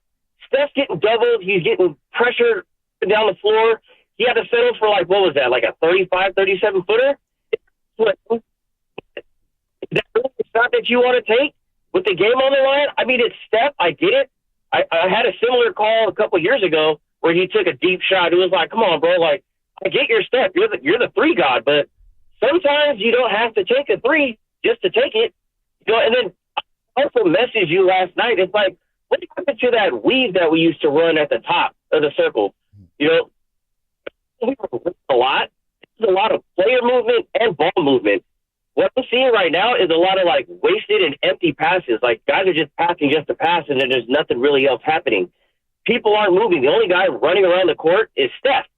Like, what happened to the elevator screen? Like, there's plays that you guys can bring back. No doubt. And like the elevators. I like the elevators.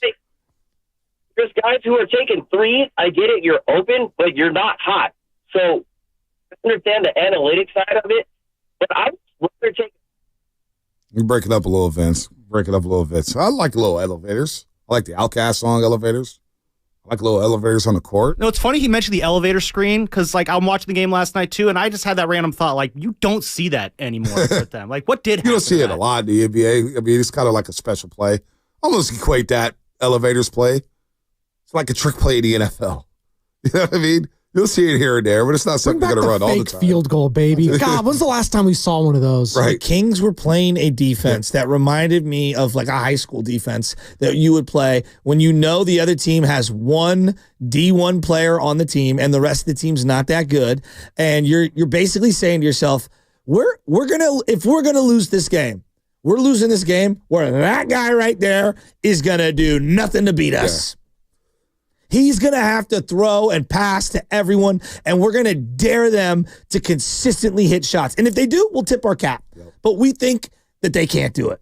And that's what it felt like yesterday. Well, that's what it feels like every Doubles, game. triples. Oh, let's throw a zone. Let's mix it up. All right, we're going to bring up the big. All right, you're going to set the screen. We're still going to blitz you. And then we're going to roll our coverage over and we're going to say to ourselves, we'll leave Andrew Wiggins open. We don't think he can hit a three consistently. We don't think Buddy Hield's going to stay hot. We don't think GP2 could touch water in a boat in the middle of the Pacific Ocean. Like, that's kind of why, like, Quinten Post, even though I'm not here pretending like he's something special, it was like nice to see him take a couple of nice looking 3-point shots. What did he take? 3, 4? He hit one. Last night he was 1 of 4, 2 of 5 from the floor, 1 of 4 from 3. Look, the fact that he even took them and it looked good, it was like it did look good. I need a stretch big, which now I'm retconning my own opinion. Like, I do think Lauri Markkanen would be a significant upgrade on this team because of his stretch shooting. That I do. And I know it would have cost a fortune, so that's a different question. But that's what it is. It's the cost. It would have cost a fortune, but he would have looked good. He would have looked good. It's the cost of Lauri Markkanen. Yes. It's the cost, which is he's not a bad player, but the cost of what you were going to give up to try to help protect. Wasn't giving up Kuminga for Lauri Markkanen. Kuminga, Pods, Moody, but it wasn't just that. It was all the picks you're going to give up.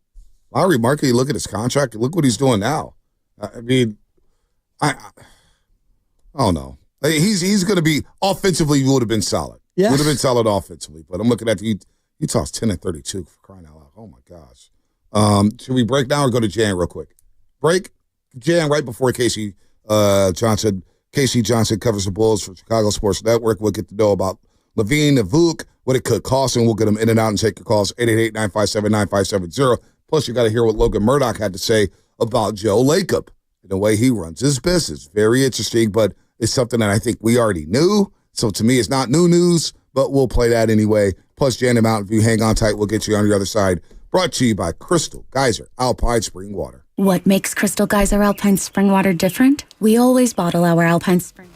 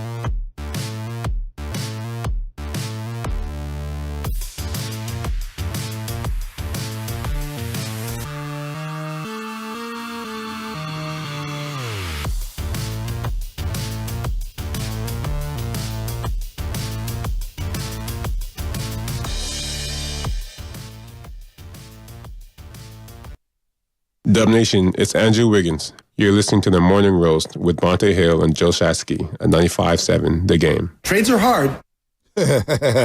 Before we get to KC Johnson, because we will talk trades with KC Johnson, been covering the Bulls for so long. Chicago Sports Network now, formerly of NBC Sports Chicago. KC Johnson in just a second on the River Islands guest line. Real quick, let's get to Jan in Mountain View. She's been on hold for a while. Love getting Jan in here because Jan always has a good take. Good morning, Jan. How are you doing? Good morning. I'm doing okay. I just wanted to bring up a topic that I've heard, and I'm bringing it up again. And that was that I think that, last night in the third quarter, the Kings went zone. Why didn't Kerr adjust to it? Why couldn't they adjust to the zone? And when they were playing Miami, I mean, Kerr needs to adjust or restyle, develop another style of play that these other players on the team can help win the game, because Curry understands all this, but do the players that are coming in, and the others that have to develop? I mean, come on now. Kerr's been on this team since Curry has, and he came onto this team when Curry was already developed. Well, he needs to, be able to tell what it looks like. These other teams are going to follow the lead of the Kings and Miami. Playing more Jan, zone. you're spot on, and you know your basketball because they have been struggling against the zone. Miami runs a lot of zone. They run maybe the most zone defense in the NBA. Nick Nurse will do it. He'll junk it up in Philadelphia, but Miami does it with Eric Spoelstra, and they ran so much zone against the Golden State Warriors. They had no clue how to navigate it. But to beat a zone, you got to have great shooting. You got to have great guys who could dribble, drive, penetrate. And right now, the Warriors don't have neither. They've been one of the worst shooting teams since the month of December, and we all know they're last in free throw shooting, and not a lot of good shooting. And not a lot of guys who could break their man off the dribble. But maybe they'll get a guy who could break their man off the dribble, like a Zach LaVine. Let's talk to KC Johnson, who covers the Bulls for the Chicago Sports Network. I'll see KC Johnson. I remember you when the Warriors signed Otto Porter Jr. You were the first guy to say, hey, if he's healthy, he is a steal. And you know what? In that June, we were celebrating the championship and the parade down Market Street here in San Francisco as KC Johnson joins us courtesy of the River Islands guest line. How you doing this morning, Casey? You got the one healthy season from Otto Porter Jr., so congratulations. Milk the hell out of that one, Casey. Exactly. Hope you're doing well as Casey Johnson again. He appears on the River Islands guest line. Isn't it time for you to discover the islands, River Islands, and Lathrop? All right, a lot of noise around Nikola Vucevic and, of course, Zach LaVine. Hopefully I'm saying that correctly. I always blow it, and I know this every single game because I look at their media guy. But these two guys, what is it going to cost to get these two guys in a trade? Because I know the Bulls are notorious for being sticklers when it comes to trades. They're one of the more weirder teams to trade with. So what's going on with LaVine and Vuk? You pronounced it correctly. It's Vucevic. Okay. The Bulls are in a weird situation because they obviously started dismantling this team last offseason with the sign and trade of DeMar DeRozan and then the trade of Alex Caruso to OKC for Josh Giddey. But they didn't go all the way, and so they're kind of still stuck in the middle. They're 10th in the East playing, and they've got to be one of the 10 worst teams to keep their first round pick, or else it goes to the Spurs. So they've been open for business pretty much all season. Brooklyn obviously already got in on the board with some trades with Schroeder to you guys and Finney Smith to the Lakers. Bulls, have been pretty active from the start of the season.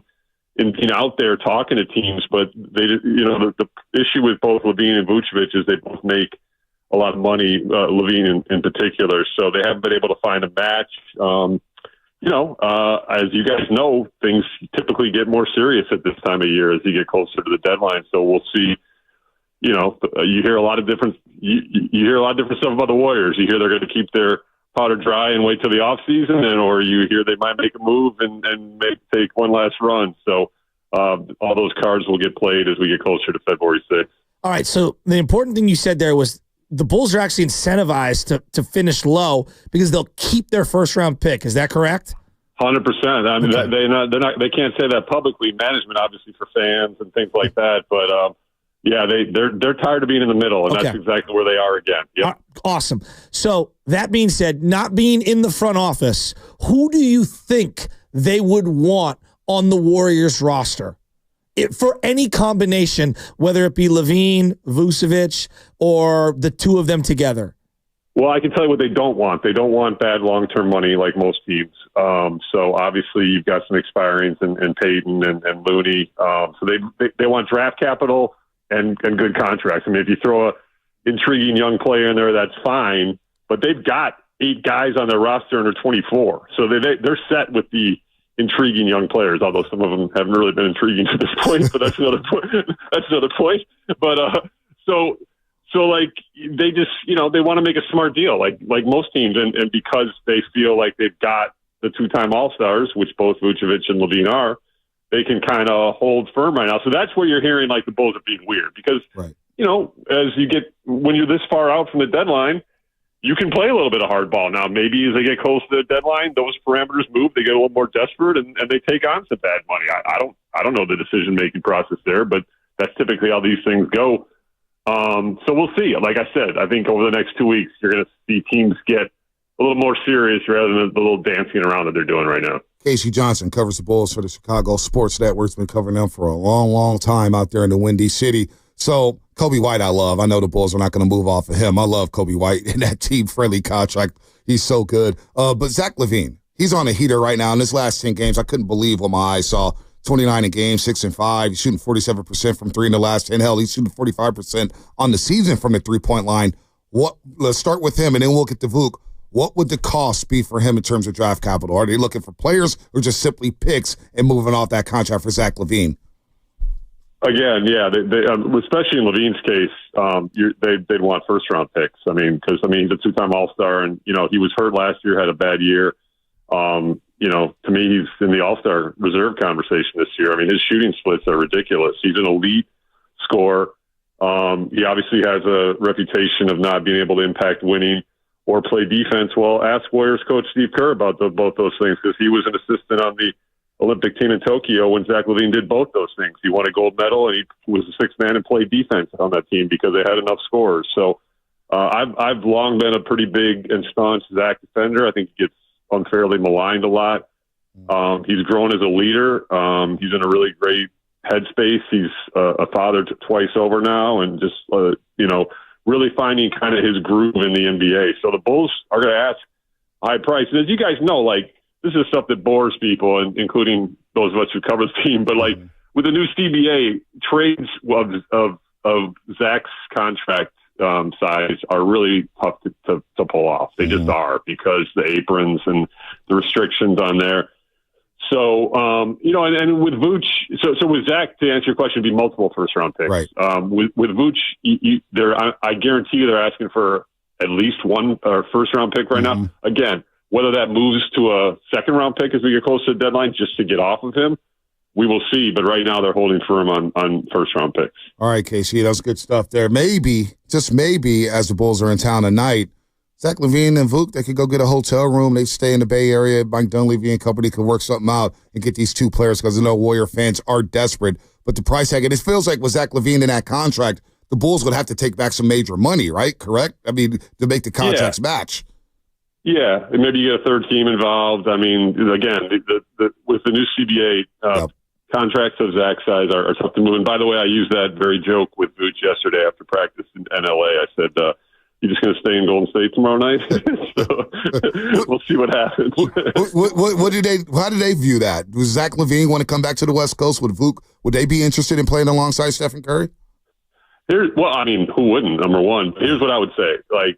These guys, they're both, Zach's been in the league 11 years, Vooch's been in the league 14 years. They've both been traded before. Vooch from Orlando, the Bulls, Zach from Minnesota, the Bulls. They understand the business of basketball.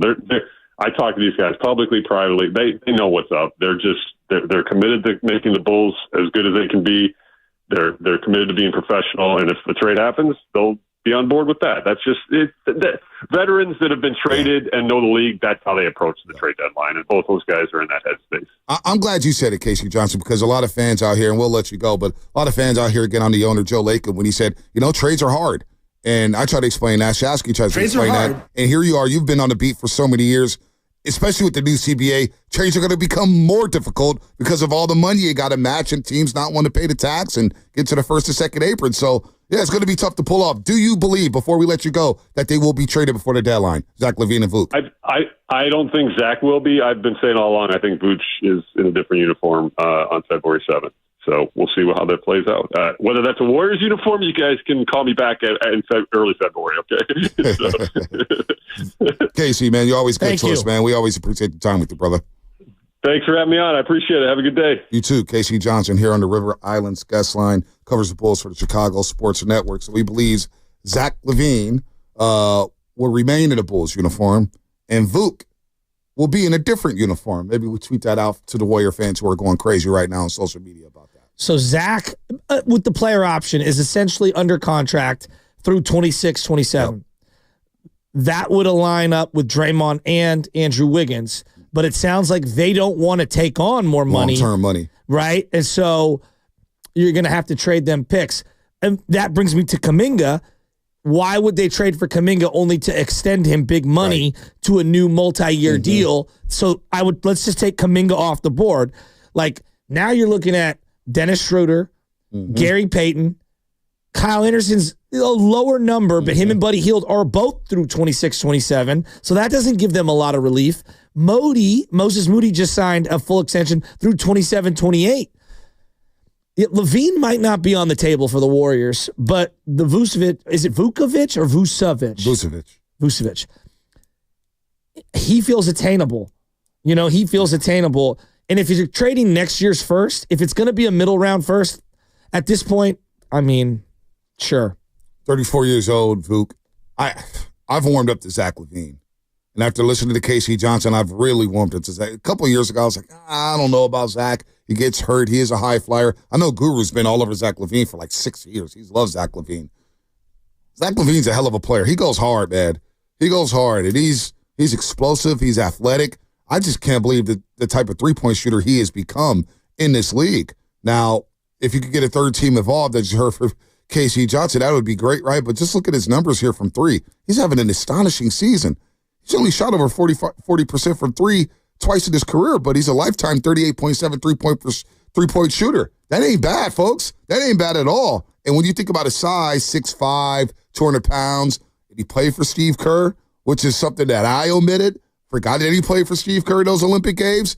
And Casey Johnson said, hey, he gets a knock that he doesn't play defense. He played for Steve Kerr. He played very good defense there.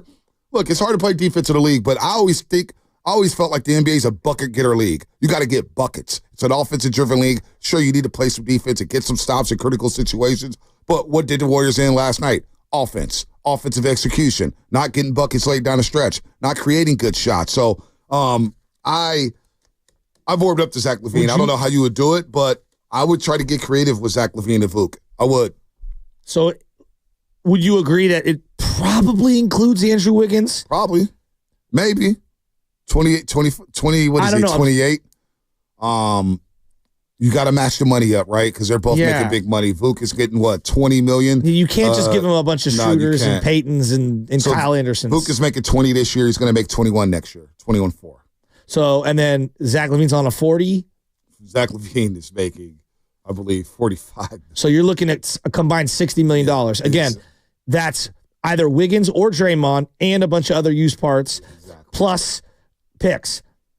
$43 million this year, 45, not to cut you off, 46 next year, 43 this year, and then he has a player option, Zach LaVine, for 48.9 in 2026-27.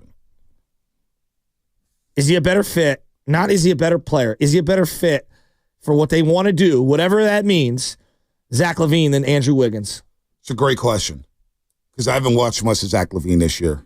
So what type of player he is, I'm going to be watching him very closely. I know he has the ball in his hands a lot, and he can go one-on-one isolation. Can he play read and react? I'm sure he can probably adjust, but would Steve Kerr adjust for that type of person, though? Would he be the defender that they've been kind of, not that he's on the level of what Clay used to be, but the kind of two-guard defender that they've been looking for just to be competent? Maybe. I mean, this Steph. guy's a high flyer, man. Like you said, like Casey said, he's going to be an all-star this year.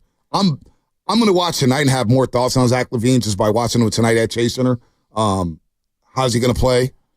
It's a great showcase game at the right time for all the Warrior fans to see with Zach LaVine. Now, if they go crazy, Zach LaVine and Vuk, and they light the Warriors up, oh, my God, could you imagine the calls tomorrow and all the fans saying, go get these guys right now, go get them. And if they don't get them, they didn't get – it's going to take a lot to get these guys.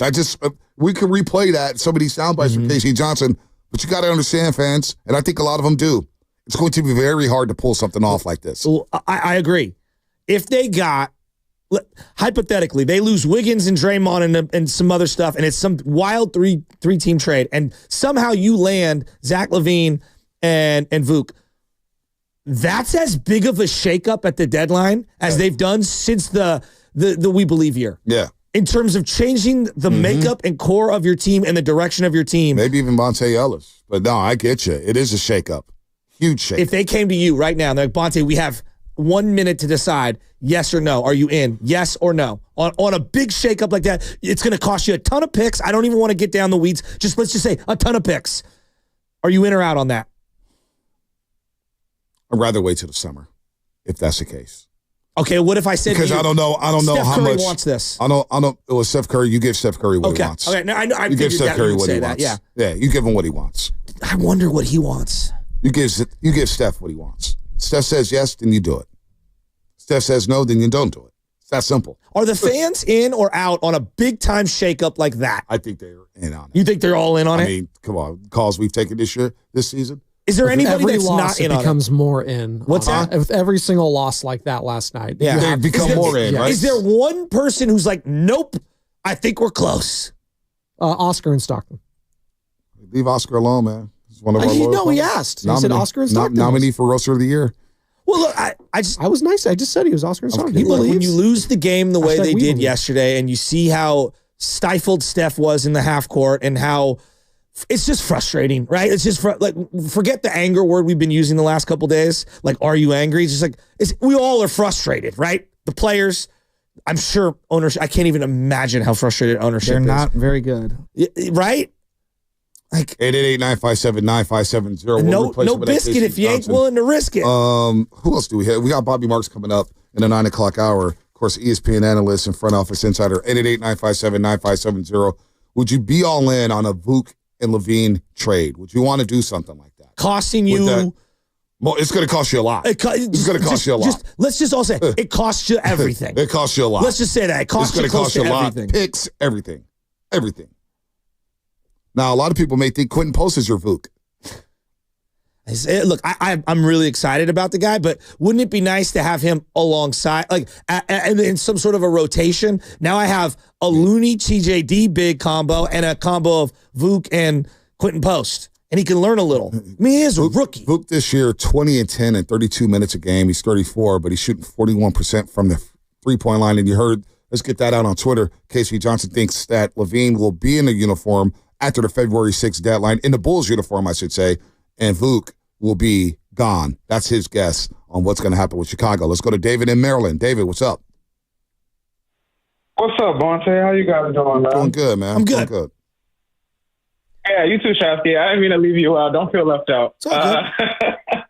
Yeah. I mean, guys, Bonte, I want to know how you could be surprised, at that performance yesterday. Not surprised. Everything. Not surprised. Really, yeah, I mean, just deflated, I don't blame you for not being deflated and disappointed right? on how it shook out. Like it was frustrating to watch that third quarter. It felt like it was 24 minutes long when it was only 12 minutes long. Yeah. And the live ball turnovers, just basic CYO stuff, drove me insane. Yeah. It did. It kind of drove me crazy yesterday. And I'm a little frustrated and deflated by it. But I'm not surprised by no means. Don't you? Yeah, right. And I get you.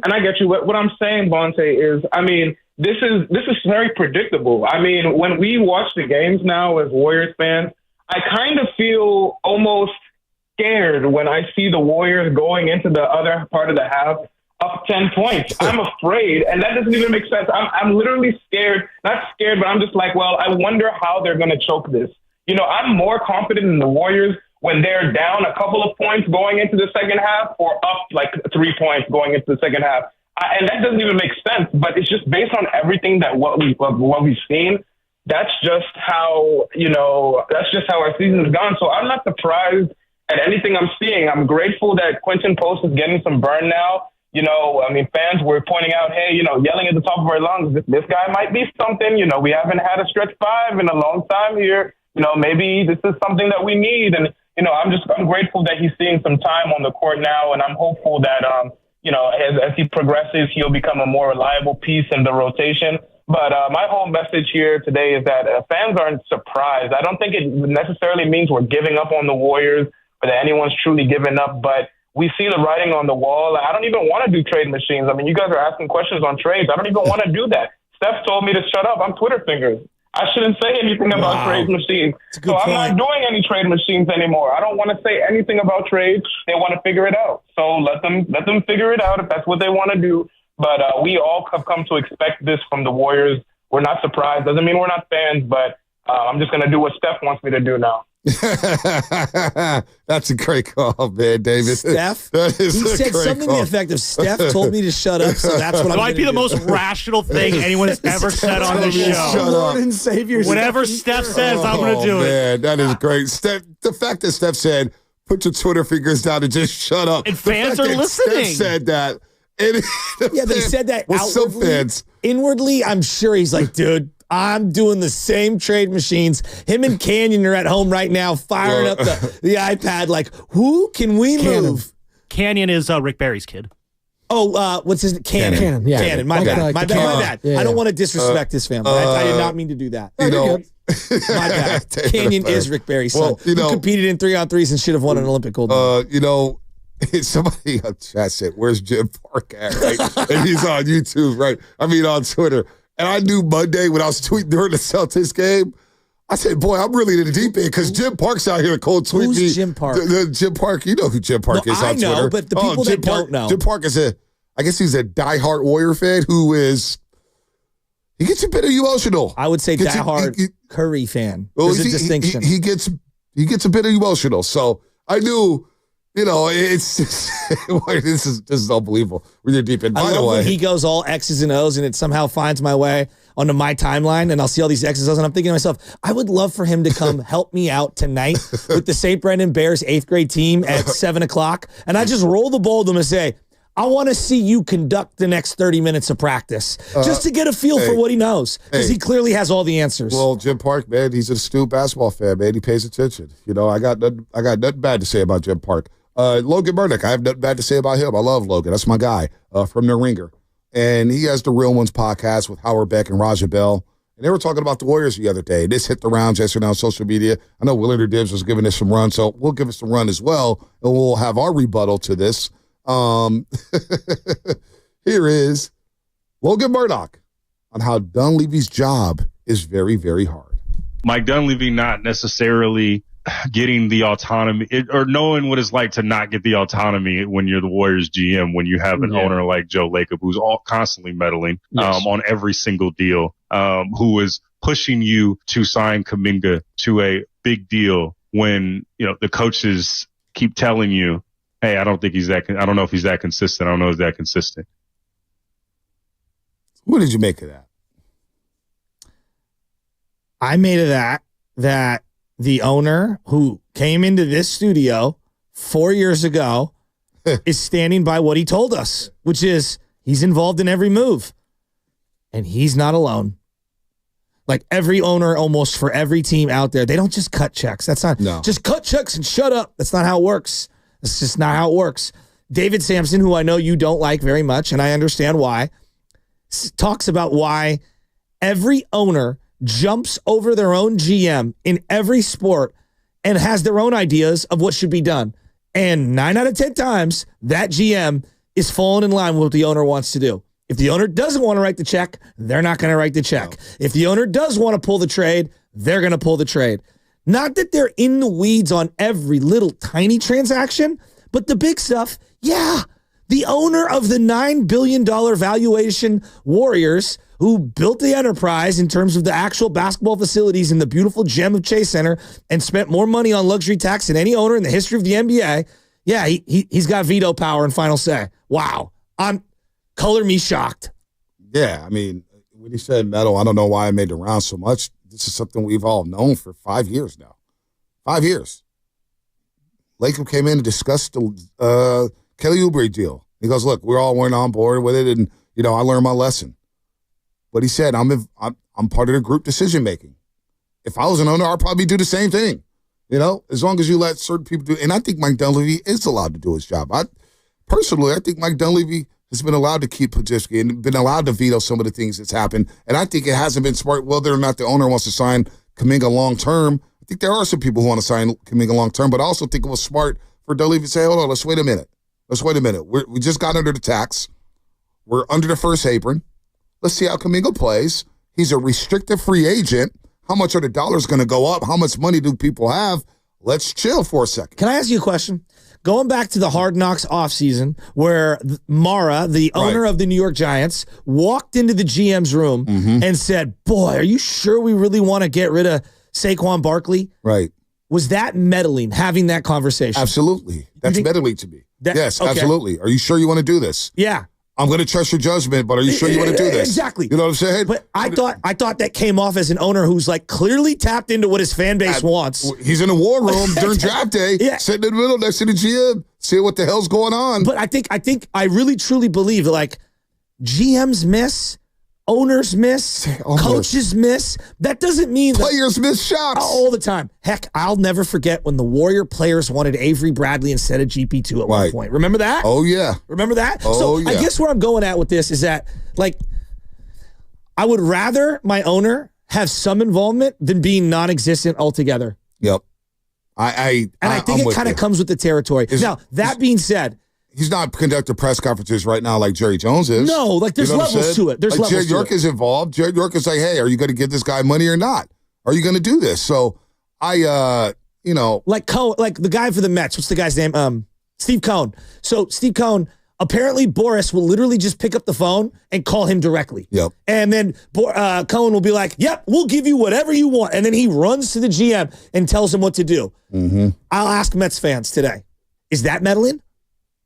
Yes. I think him going way over above and beyond. Aren't they happy they have Soto? I don't think it goes both ways. I don't he can make some horrible moves. Some people say, that Bob Myers left because of Joe Lacob. There could be some truth to that. But I also think Bob was worn out. It was obvious he was worn out. I talked to Bob about it. He was worn out. It was a lot. He looked actually very refreshed on the broadcast last night. He has been refreshed. He looked refreshed. He has been refreshed. For him. And he got out at the right time. But it can be. Some owners will be on you. And that's part of it. And I'm sure Mike Dunleavy knows that that's kind of part of the gig. Lacob's going to be involved. Well, Lacob's I would sit there sometimes in a tunnel. He's so funny.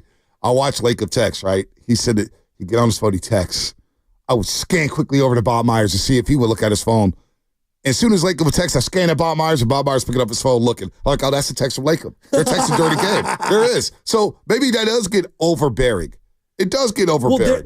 Well, like anything in life, there's a threshold. Wouldn't you agree? And there's a point of diminishing returns, of meddling too much. But if you don't think that ownership is involved for all the top teams, I think you're delusional. But I also would want to know, what deals has Lacob prevented Mike Dunleavy from doing? Well, I guess my question to you would be, when they had the expiring contract for CP3, we will never understand what was or wasn't a realistic option. Now, if you come to him, here's the hypothetical. Dunleavy comes to Joe Lacob. Hey, Joe, here's the deal. We can use this trade chip to get Zach LaVine. Right. Okay? Hypothetically. This is a hypothetical. I don't know the draft picks, but the money it's going to cost you and locking this in and being in the apron. This is a financial question, Joe. This isn't just an X's and O's basketball question. Are you willing to do that deal and freeze all the other assets the second you do that? Because that's what you would have done. That's what you would have done. And I think people don't understand that.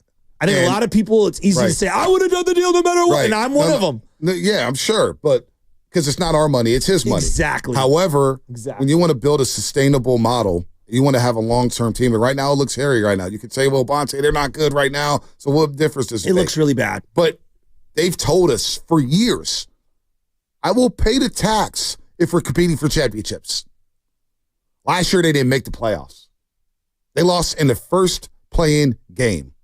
They lost. So I don't blame ownership for not wanting to get back into the tax this year. I wouldn't. And right now you're in 11th place. What would it look like if you're in 11th place with the most expensive roster of basketball? Think about that. Last year, they had the most expensive roster of basketball last season, and they were in 10th place. With all of your future firsts frozen because you can't trade them. Exactly.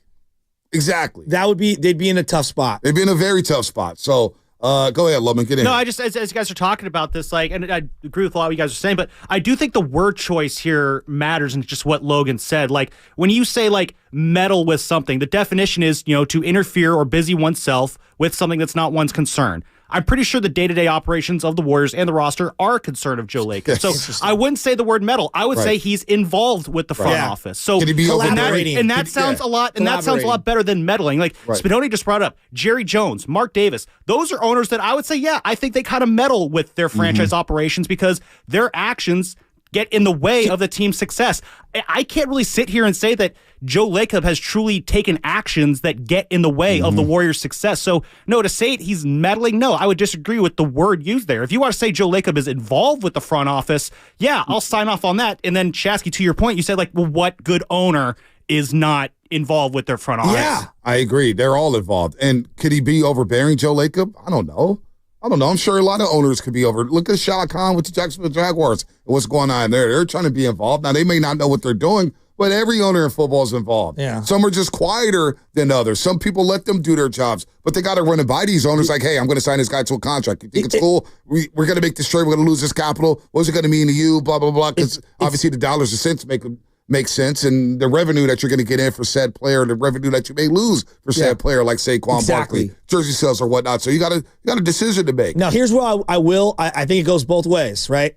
When you have the success, you're allowed more leeway in involvement. Right. If the team is in the 11th seed for 5 straight years, right? Well, then now, we do have a problem, right? No you know doubt. what I'm saying? Now we have a problem. So this goes back to the Jerry Jones thing. The body of work's pretty significant. Right. He gets in his own way a lot. So would you rather have Joe Lacob or would you rather have John Fisher? Would you rather have Joe Lacob or would you rather have Jerry Jones? Chris Cohen. Would you have Chris Cohen, who was the previous owner? I couldn't even point him out. You know what I'm saying? Would you rather have him or would you rather have Joe Lacob? Would you rather have an owner who's an absentee guy who just doesn't give a damn?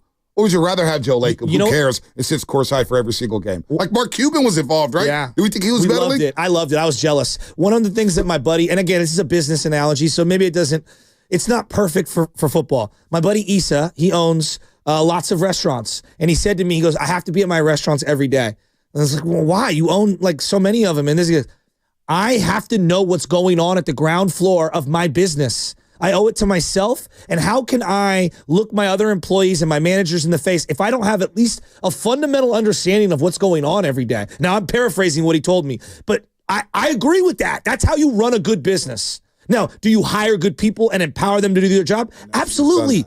But great ownership on any company is asking the right questions.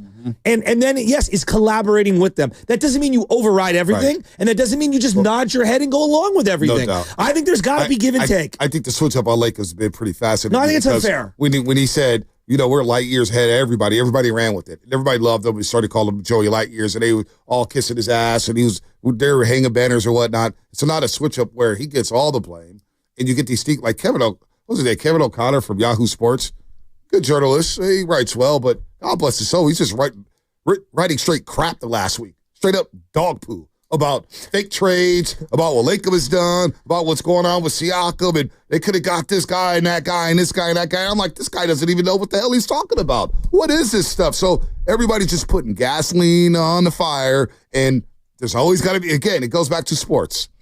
It's always got to be a scapegoat, right? 100%. So we've somehow, some way chosen that Joe Lacob receiver card is going to be the scapegoat this season. That's where we're at. And it's unfair. It is unfair because how can you say a guy hasn't been trying to win over the last 4 years when they pay the most luxury tax in basketball? What kind of owner? Wait, an owner who doesn't care about winning is going to pay luxury tax for a team? Make it make sense. And he built a new arena. And I got no dog in the fight. I'm like, some people think they hit me with the, Bonte, you work for the Warriors. So you're going to tell a couple, I don't work for the Warriors. I work for 95.7 and NBC. The Warriors don't pay me anything. We're partners with the Golden State Warriors here at 95.7 and NBC. So, we're going to be watch what I say. I'm not going to just go out there straight disrespect people, but I'm also going to keep it real. And keeping it real is, wait a minute, you got an owner paying luxury tax?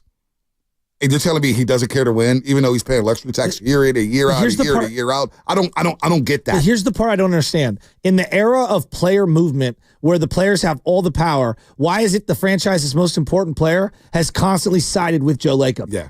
If he was frustrated, then okay, we should all listen. Right? Like, okay, we should all listen. I mean, at what point has Curry indicated that he's really mad at Joe Lacob? He hasn't.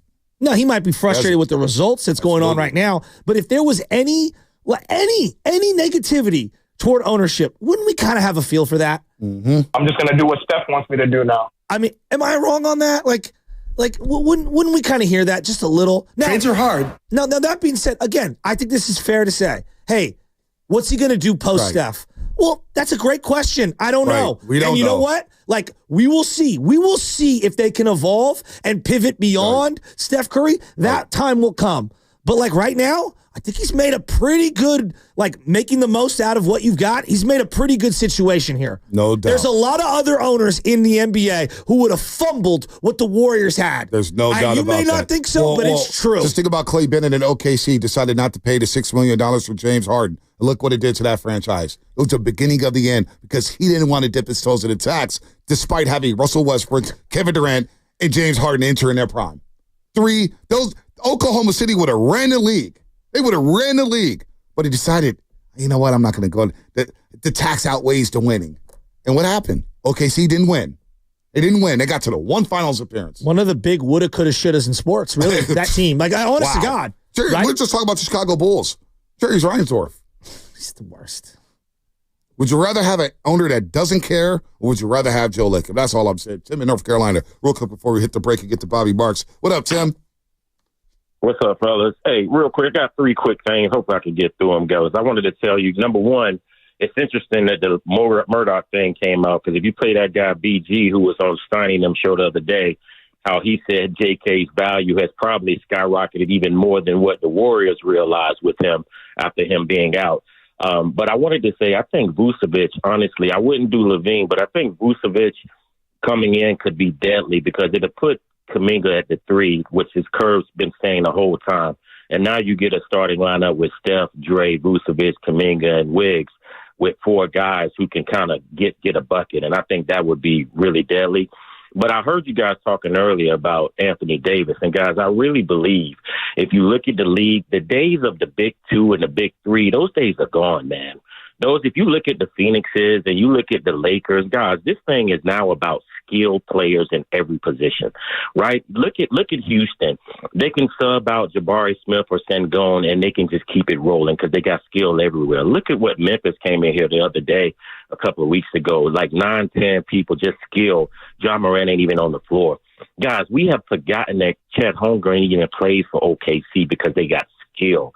The days of big 2s and big 3s, man, those days are over. So look at Phoenix. They got 3 of the best players, great players, and now they're trying to get another one, and it's not there anymore. So when I look at JK, I see skilled. I see 6'7", left hand, right hand, mid-range, get to the basket. You need skilled players, not all of the specialists, to really survive in this NBA nowadays. So I think we talking about all these big moves. Yes. Would Zach and Vucevic be better probably than Lauri Markkanen and Paul George? We avoided a disaster with those 2. But I honestly think, fellas, if you just get Vucevic in here and you get them out on the floor and now you can bring Buddy and Pods and these guys off of the bench, I think that can be a lethal combination. But I just think we got to be careful on thinking the whole days of getting Anthony Davis with Steph, because what happens, guys, is when one of those big 2 or big 3 are out, you are done. Mm-hmm.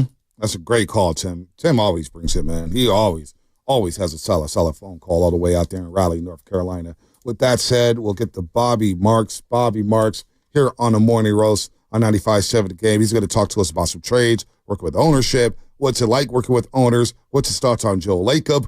That's all coming up. Brought to you by our great friends at Ceremony Ford.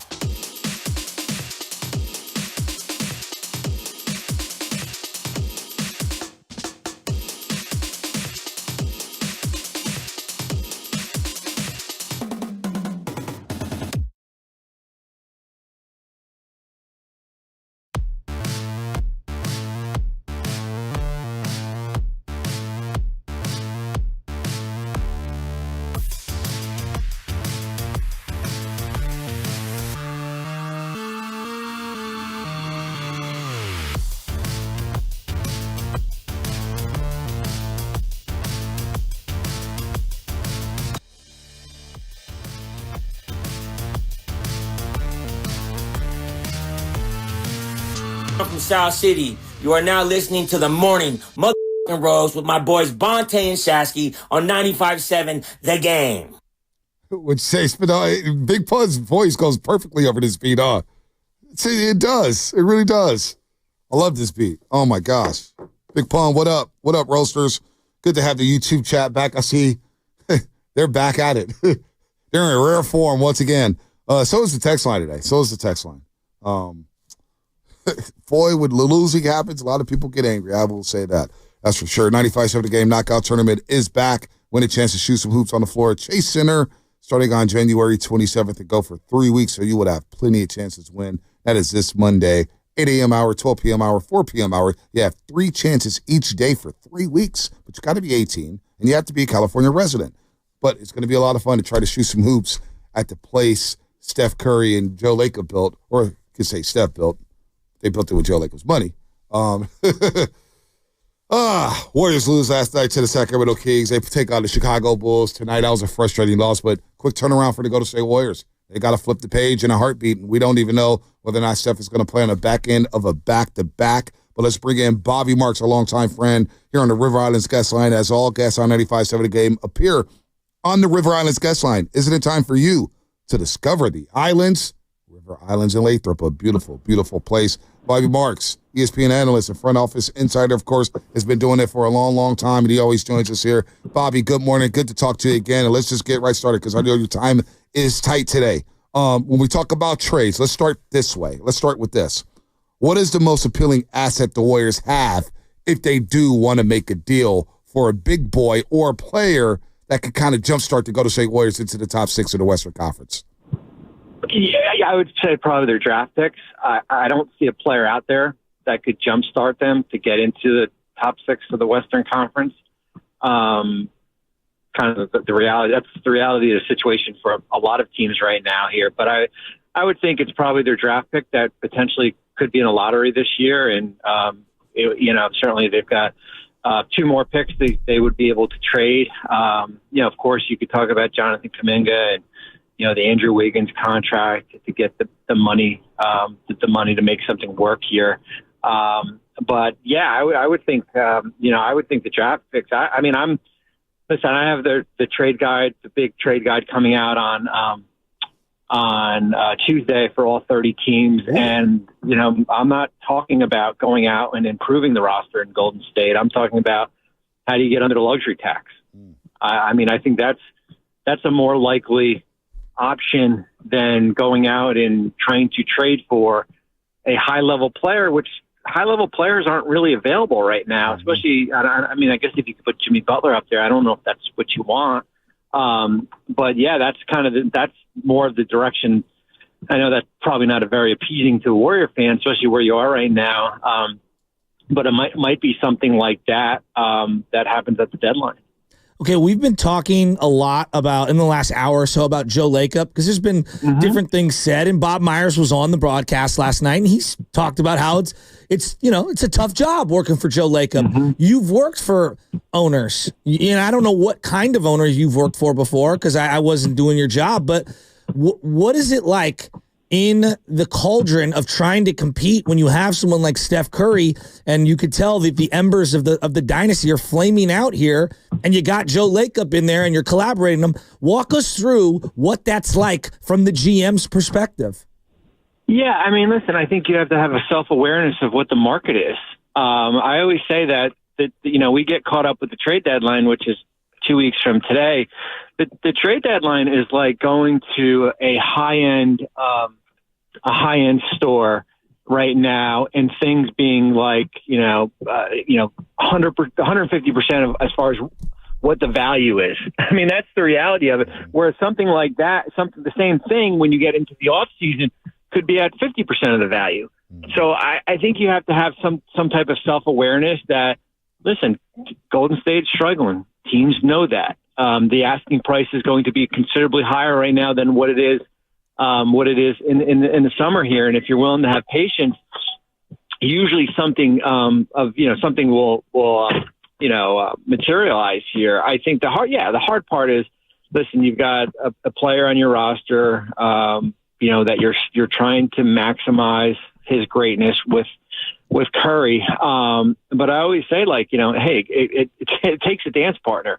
There's only 450 players in the NBA here, and I would say, I don't know, 85 or 90% of those guys are not available to go out and make a trade for here. So I get it. Like, I understand that there's certainly a frustration probably from ownership as far as where this roster is, and with Curry under contract for the next few years, and you're trying to get as good as you can. But I said this to a team, and they agreed with me, not about Golden State, but just in general. Sometimes you just got to walk away from the table. Sometimes you got to just pick up your whatever chips you have left, and you walk away from the table and you regroup for another day here. And we'll see what happens with Golden State. And that might be the reality of everything. Bobby Marks here on the River Islands guest line, ESPN analyst and front office insider, has been doing a long time, former assistant GM of the Brooklyn Nets. I've been kind of bringing that up over the last week, and, some people say, well, Bonte, you're an idiot, and, maybe you work for the team. But if nothing happens February 6th, I think, to what you just said, I think it does behoove the Warriors to wait until the offseason, because I do think there's going to be more teams. We don't know who the next disgruntled superstar is going to be. We don't know if there's some guys at the margins, like maybe a P.J. Washington and Gafford that became available for the Dallas Mavericks. I do believe that maybe you will have more optionality in the summertime to make a move, as opposed to, hey, let's try to get a quick fix. We're 11th right now. Let's try to get into the top 6, because it does look very unlikely that they could bring in a player, especially like a Zach LaVine, for example. It's going to cost you a haul, right, for Zach LaVine, Bobby? Well, not just, if a draft pick or whatever, but it's just the amount of players that would be going out when you're trading for a guy making, $43-44 million. Any of those guys out there. That's why it's so complicated right now, certainly with the Jimmy Butler situation right now. And it's, teams don't want Bradley Beal in the third year. And I think you have to have a big picture approach. I've been in a front office where we traded, I think, back then it was top 8 get in, and I think we were like 2 games out of 8.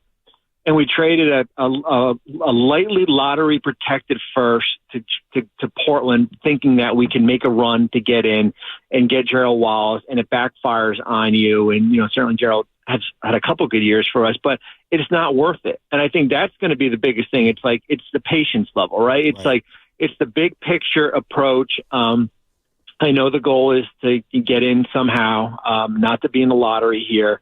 But I do think you have to have some type of kind of reality out there. And listen, we live in a day and age of this collective bargaining agreement where it's not home runs. Hitting home runs is really that's the least likely way how to go out and do trades. It's a lot of these singles and doubles. And as you said, it's what Dallas did a year ago when you get Gafford and you get P.J. Washington. I think that's what you're trying to look for right now. Unfortunately, there's not to that magnitude. I don't know if you want to go out and trade a first round pick for Jonas Valanciunas, right? Like, does that move the needle a little bit for you? Vucevic in Chicago? I don't know. Like, that's the type of, that's what you're looking at. Okay, so, we all pretend to be GMs. I got buddies I do this, and this, and but you've done this for a living. And again, removing emotion, all that. Steph Curry comes to the team and he says, you guys do whatever you want to do. I would like to stay here. That would be my preference. Do what you think you need to do to make this team good again. However long that takes, I'm here for you. They come to you, Bobby, and they say, what are the moves? What would you recommend them to do? Oh man, I wish I had a player like that when I was in the front office that could say to me, "Listen, I'll work with you as far as I'll be patient and everything like that." I think at the end of the day, it's interesting. It's almost like Phoenix has mortgaged their future for the next 5 or 6 years to be a first round team. If you want to try to do that, and I'm not saying Golden State would do that, there are deals out there. Like, listen, if they want to, as I said, I'm probably not going to do Zach LaVine, but the hard thing is that I can't pinpoint a player out there that can move the needle.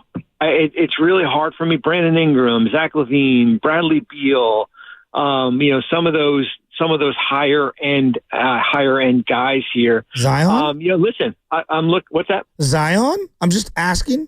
Yeah, I mean, Zion for me, and I've talked about it before, Zion for me is a low risk, I'm not mortgaging the future type move. Listen, if I can move Wiggins and something else in a first round pick, yeah, that probably would do it. And you got to take the risk as far as everything else that comes with it. But that's worth certainly that's worth a swing. I always say this too. I mean, you guys know, you go through the playoffs, there's going to be players and there's going to be teams that get eliminated in the first round that are going to be unhappy. Mm-hmm. And that's usually when things start to get getting here. Listen, I'm not saying I would go after him, but who knows if Joel Embiid will be available, right? Like that. I mean, but that's a $300 million headache that you would inherit. That's just kind of like, that's the scenarios that we're going to go through, in the next few months here. You just got to get through these next 2 weeks, and if there's no deal to be made, then you kind of regroup and you figure it out in the offseason. Bobby, have you heard anything on Zion being moved before the deadline? I know David Griffin, the GM down there in New Orleans, would he actually do that before the deadline, trade Zion Williamson? Because I know he missed a flight recently. Obviously, he hasn't been on the floor. Do you think that would happen? If I had to, hey, Bobby, your last dollar, you put your bottom dollar on it. Zion's going to be in a Pelican uniform after February 6th. What would you say to that? I would say he'll be in a New Orleans uniform. Tim McMahon and I wrote about it right before he was about to come back from his injury. Kind of it's kind of the biggest mystery and everything. And all signs pointed that he would. And I think if for New Orleans perspective, you're trying to build up his value, right? You're trying to maximize as much. Listen, the injury concerns will always be there, but you want to maximize his value. And how you do that is for him to be on the court for you for the last 35, 40 games. We've been talking about this the Kuminga, his value, how much that he would be, getting potentially at the end of this year, and the ability for the Warriors to match or go above and beyond that. How's that looking this morning? Like, what's his value league wide? How many teams are offering him big money? How should the Warriors view him? Like, I have a million Kuminga questions, and I watch him every night, and I don't have the answer. Yeah, listen, restricted free agency is tricky. Restricted free agency requires a team to come in with an offer sheet. There is literally one team this summer, which is the Brooklyn Nets, who have more than $40 million in room. There's a couple of teams in that $20 to $25 million range. So I think Jonathan Kuminga's value is probably where Jalen Johnson in Atlanta is, in that $30 million range. They signed him to an extension for, I think, 5 for $150. I think Jalen's probably more accomplished as far as what he's been able to do the last couple of years. But I think that's kind of where I think that's where I see the Kuminga, value. This is not a marketplace this upcoming summer where it's 2016 and 25 out of the 30 teams have cap space and they're going to go out and overpay on one of these players. What would you think? Because a lot of Warrior fans are getting fed up with Draymond Green, who of course has helped his team win 4 championships. I thought he got off to a great start this season. He was shooting the 3-ball well, and I think he needs to be aggressive offensively to open up the offense and create more spacing for guys like Steph and Andrew Wiggins. Yeah. But what would the market look like for Draymond Green for Warrior fans that are curious? Yeah, listen, I did a podcast with Kevin O'Connor from Yahoo, and Kevin made a really good point, and it had to do kind of with how Danny Ainge had basically kind of tore down that roster in Boston with Pierce and Garnett. And he made the point was that Danny was on those teams with Bird and McHale and Parrish, and Red Auerbach was reluctant to do anything, right? We got to see it through. These are kind of living legends here. And it kind of burnt them at the end because they were basically stuck with older players and the rebuild was a lot harder. And why I say that is, Kevin brought that up as far as Draymond. Right, like, and he also brought Steph up, and I was like, "Wait a minute, let's hold on." I was listening a little bit, Bobby. I was like, "Chill, dude. You don't want tickets last his price. Empty gym. Nobody's trading Steph unless he absolutely says I want out." I don't want Mike and Joe mad at me if I'm talking about Steph. But I did say, like, listen, if it was Draymond and he's got after this year, I think 2 more years. Listen, if you're looking at teams like Detroit, who are an up-and-coming team and have some draft picks and have some young players, I think that would be something. Probably not in the next couple weeks, but I do think that's probably a conversation as far as he doesn't fit everyone, as you guys know. But I do think if you can get something back and it makes sense, and it kind of restarts this retool a little bit quicker without doing something drastic, I think that's certainly something that you would probably have to think about. In terms of like owners and collaboration, the word meddling has been described with Joe Lacob, and you've been in it.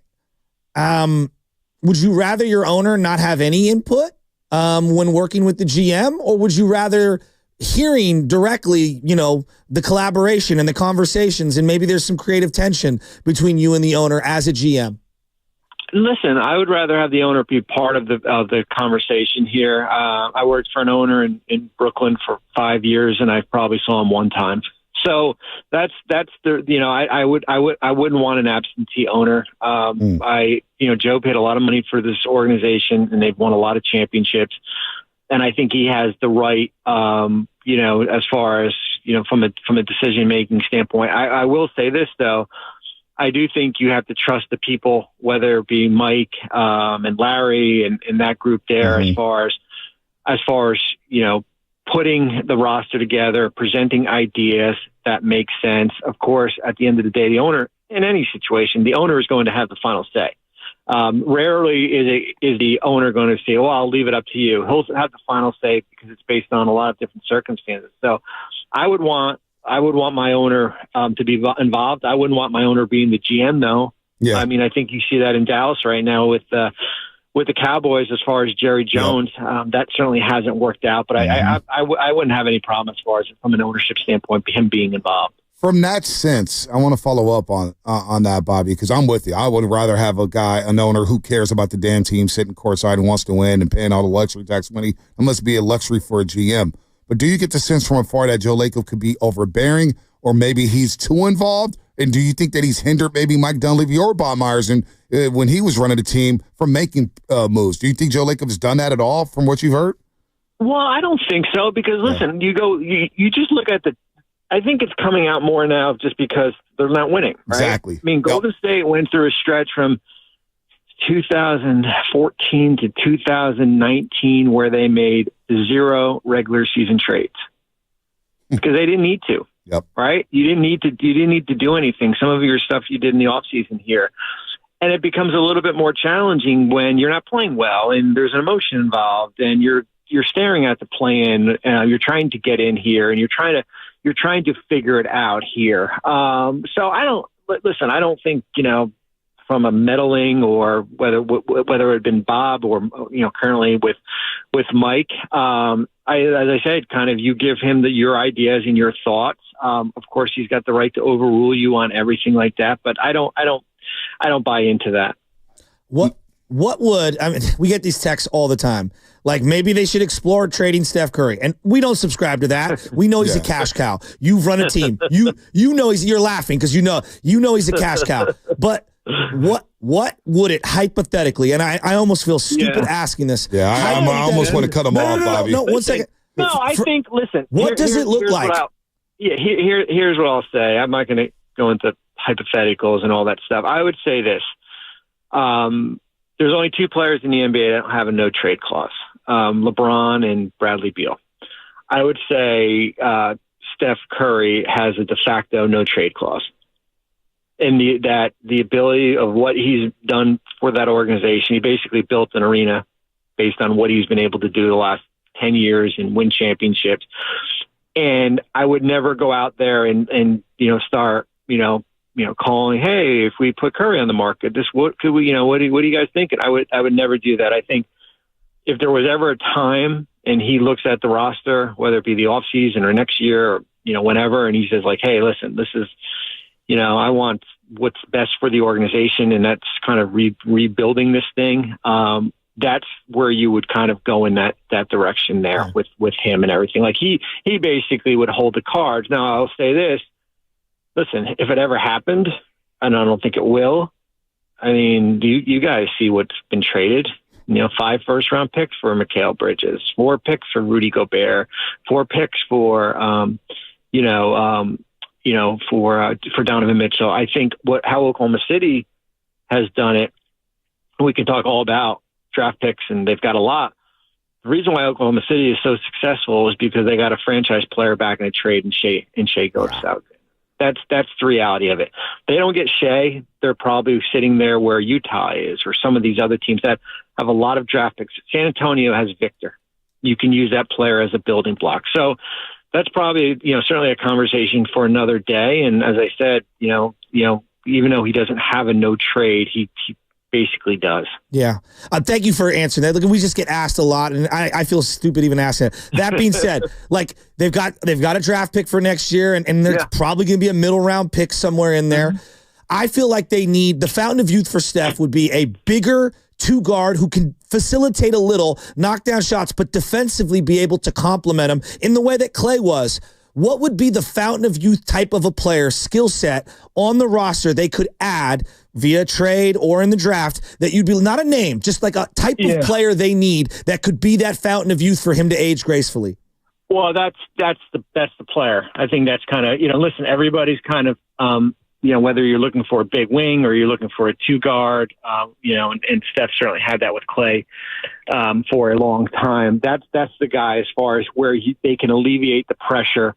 And I think that's why, listen, they had success early in the year because Buddy played really well. Mm-hmm. I mean, Buddy's not a big guard, and I said this, I think back in November, I said, listen, Buddy's the X factor as far as kind of where things go with this. And when he plays well, good things happen. And so I think that's probably your position of need as far as what you probably need to address, in the off season and in the draft and everything. Bobby, you're the man. We appreciate all the time today, man. Thanks for clearing a lot of things up. We're on the same page with a lot of things there. Bobby, take care, man. We'll be looking for your work on Tuesday.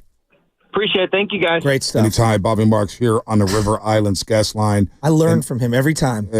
Just look, the trade stuff, when I just think it's dumb as hell. I know. No, not you. I'm not saying you, but I've been hearing it this week on the station, whether it's from Holst or anything.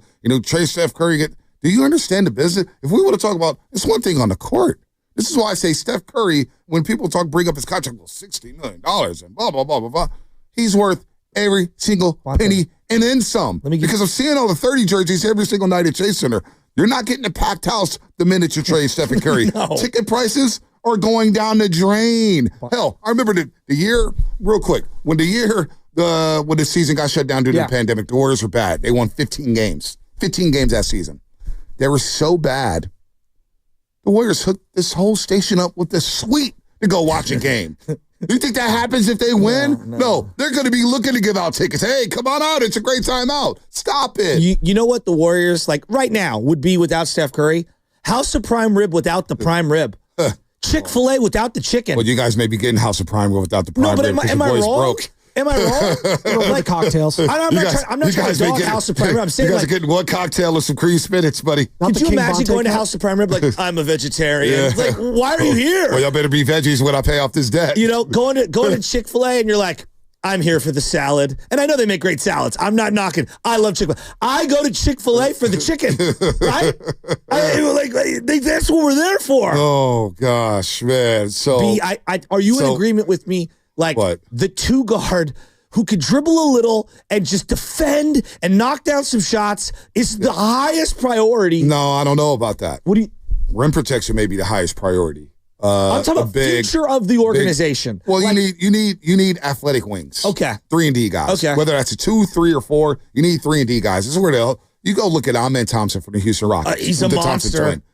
How big is he? He's 6'7", I want to say, maybe 6'8". He moves so well. So I'm going to look it up right here. But last night he had a stat line as they beat the Cleveland Cavaliers in Houston. Houston's number 2 in the Western Conference right now. And they have a back-to-back with Houston. I'm going to play them on the 25th.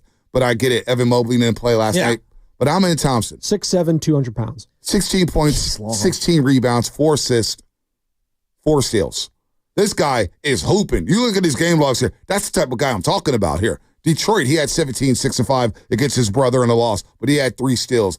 One night, against Memphis when they beat the Grizzlies, 19, 13, 4 4 assists, 5 block shots. Those are the type of guys I'm talking about. Where was he picked? Top 10. He was a lottery pick alongside his brother. Because his brother went to Detroit. Yeah, his brother's in Detroit. He's a baller. I didn't know about them as twins. Well, Mully was bringing it up from yesterday, even off air and on air, that he saw them at Steph Curry's camp. Gotcha. They're at Steph Curry's camp, and he goes, so one thing he noticed for some young players, he goes, yeah, they're super athletic, they're long. And he goes, they were willing passers, and they defended at a high level, and were very unselfish. Prerequisite. Well, when LeBron James says they ain't like us in reference to them and their athletic ability, when the most athletic player in the history of the sport is the most athletic, they're different, I listen to that. That is crazy. So the Thompson twins are balling. Those are the type of guys I'm willing. We played the Rockets earlier this year, and I came in, and I know a lot of people like the Rockets. At the time, we were like the Rockets. And I remember you and me, I was like, dude, the Rockets roster's pretty nice, dude. They are. They're pretty nice. They're not OKC nice, but they're like, they're trending that way. Well, they're number 2 in the West. Cam Whitmore's a baller. Tari Eason's a baller off the bench. The Rockets coming out to play. Well, they've come out to play. Well. They've come out to play. It's not aging well. They've come out to play. They're playing, and you're on the bench. And you know overalls. what? There's a great article in The Athletic about Ime Udoka, the culture they set there. They ain't no punks. They ain't taking nothing for crap down in Houston. So they're 29-14. They get Van Vliet and Dylan Brooks, even though Dylan a villain, he gets on my nerves. But you know what? For that culture, they have a mentality saying, you ain't going to punk us. You're going to have to go through us, and you're going to have to see us about something. So they're tough. The Grizzlies are tough. So whether it's a 2-guard, 3-guard, a 3 or a 4, give me some 6'7", 6'8" dudes who can play on both ends of the floor, who are athletic marvels, can get to the cup and hit the occasional 3-point shot. That's where the league is at right now. That's where everybody's gone with the league as this thing has evolved. So, look, man, I don't know what the priority is, but I think getting athletic is on the top of the board. Getting bigger is on the top of the board, and getting some shooting is on top of the board. He brought up 2 things that are the realities of playing the other side of the coin. Everyone thinks we'll just be OKC. We'll do all these trades and we'll be OKC. He's like, or you could be Utah, which you're in a deep frozen abyss. Okay, the other side of this is as the Warriors are right now. I think it sounds great online and in front of a microphone to be like, trade everything, trade all the next 10 first-round picks for player X, let's just say Jimmy Butler. And you're standing on the cliff of looking down, and you're like, literally nothing for the 7 years after, whatever this might be, for a shot at being like the 6th seed. That terrifies me as much as, like, trading away Steph Curry. I know that sounds crazy. Both of those options sound terrifying to me. Well, Bobby Marks made a point that I've been trying to hammer home for the last week and a half. And I think people will adjust to it, but we talk about the P word, patience. Not a lot of people have patience. PR. But, Bobby said it, and I've been saying it over the last week and a half, 2 weeks, and I've been thinking about this for a longer time. Trades are hard. Trades are hard. But waiting until the summer may create more opportunities to get a better player than what's happening at the deadline. And I know we don't want to live through it. I know this may be an average basketball team right now. Maybe they can turn around. They're 21-22. Maybe they can if they get healthy. Maybe there's a shot. But you know what? Waiting until summertime, when you let some of these contracts, there's another year left. You got some expirings now. I would like to see the expirings maybe traded. But then if you want to trade the big boys, you may be able to do so in the summer where people have a clearer view of their books. Agreed. But the sand is coming down the hourglass. It is. Right? Like I mean, look, some people think he's got 4 years, 3, 2, like who, I don't know. Like I don't even know anymore. I don't even know. Steph? Steph's got some years. Steph can still hoop. No, I know, but I'm saying like still hoop. So it's almost if Steph wants to say, hey, it's time now this summer. It's time now this summer to make some moves, and maybe I want out. And I don't think he does. I think he wants to ride this out. I'm just going to do what Steph wants me to do now.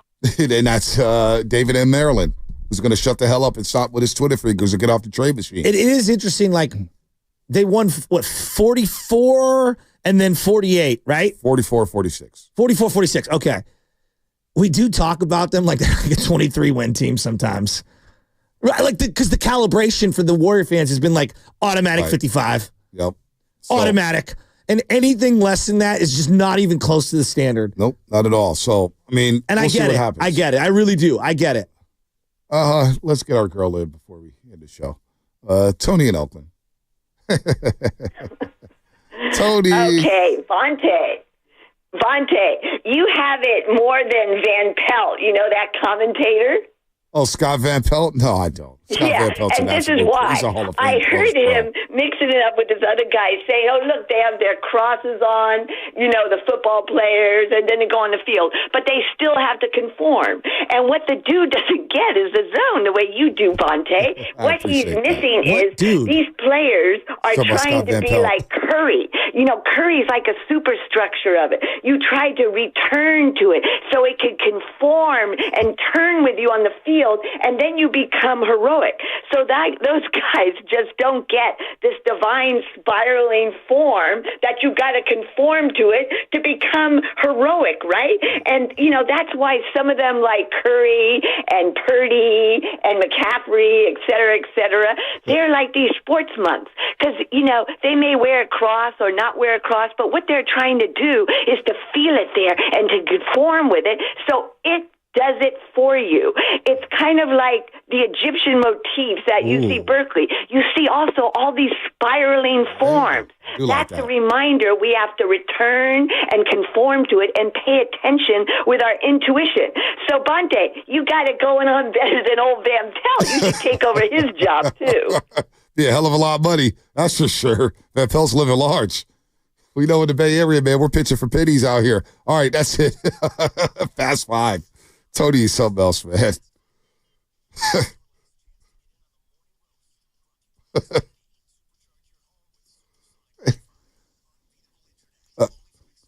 You know what, Tony? We met her at the Doobie Awards. I couldn't believe she came through to the Doobies. And I think she was completely sober. Maybe she had a little weed. Her boyfriend, what was her boyfriend's name? Steve? Was it Steve? He had the curly hair, man. He was a good dude, man. Hey, get your mic on. The greatest line ever uttered. It's a little odd when a room full of men are chanting your girlfriend's name. And she's walking up to the center stage on a red carpet. Man. I was just dying. My fast five, my final thoughts. Happy birthday to my little sister, Brittany. Oh, happy birthday. Brittany, Melissa, Alexander Hill. Brittany, I love you. Happy birthday. You're getting old up there. We'll have some fun this weekend. What you got, Shasky? They got the Bulls tonight? Got the Bulls tonight. Vuk watch, huh? And Levine watch. Avril Lavigne? Adam Levine. Adam Levine. There you go. Oh. I like it. Is that Maroon 5? Yes. What's your final thought? Just the Bulls? I don't really have one. You don't have a final thought? You usually have like 4 or 5. Right. The mushroom tea that I sipped when Tony came on has got me a little delusional. Oh, man. Talk about spiraling. I feel like Alice in Wonderland's falling down the hole. Tony comes on, and I am floating, brother. I am floating. We all go down the rabbit hole when Tony comes on. We 100%. Are all in Alice in Wonderland, absolutely. Fun movie, by the way. I like watching the old Disney movies with Benny and stuff. I haven't watched since I was a kid, so those are fun to go back on. You'll do that with LJ as he gets older. Did you hear about Miss Rachel? Yeah, she's coming to Netflix. She signed an exclusive big deal. Big news. She got the bag, Bonte. You'd be happy. Oh, you haven't seen that? She has merch at Target now. You're not. You should be happy whenever somebody gets a bag. I'm always happy when somebody gets a bag. Go get your money. She has a good story too. What she's doing with like her own son and how it forced her to be able to communicate differently. Very cool, dude. You want to talk about hitting the mushroom tea? Right. My kid, when he sees Miss Rachel on the screen, dude, he locked in. That's unfair. I don't think Tony's on mushrooms, man. Because when you're on mushrooms, you can't be cooking. Is it microdosing? Tony's chilling, man. That's just who she is, man. We got to meet her in person. She was normal. And to talk to her, she loved her. Tony, get off my girl. Love it. What's up? My final thought is just listening to everything that Casey and Bobby had to say. It does feel like if you're looking at the trade deadline expecting the great miracle that will turn the season around, you might be expecting a little bit too much. But again, we've been a lot of doom and gloom today. It's probably not as bad within the Warriors as we want to say it is, but it's just so depressing. I'm not angry, Bonte. I'm just disappointed. Yeah.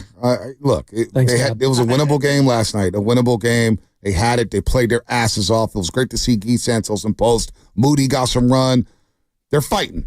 The effort is there. And that's what I can respect that. The effort is there. Just clean up the turnovers tonight against Chicago. You should be able to get back to 500. But boy, if they don't, what's tomorrow going to be like? Well, I mean, Guru and Steiny, I cannot wait to hear what they got going on. What, is Steiny going to request trading Steph for Karis LeVert, who didn't play yesterday? Darius Garland, too. Oh, Darius Garland, yeah. Yeah, how fast feel about that?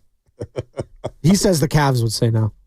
Yeah, I'm sure Kenny Atkinson, who coached Steph Curry, would say no to that. I said the same thing, Bonte. Oh, my God. No. Hey, that is asinine. I love that. I can guarantee you Kenny Atkinson wouldn't say no to that. My final thought real quick as we're moving on to the next show. I didn't have one, actually. I just was chiming in on My everyone bad. I else's. interrupted you. No, Draymond Green is telling Jordan Poole to move on. I think Draymond Green is the one that needs to move on. That's it. And we're going to move on to the next show. To the left. And that was Fast 5, brought to you by Xfinity. At home or on the go, you get the fastest internet to all of your devices. Have a good day, everybody. I'm just going to do what Steph wants me to do now. Where can you kick off the new year with big savings?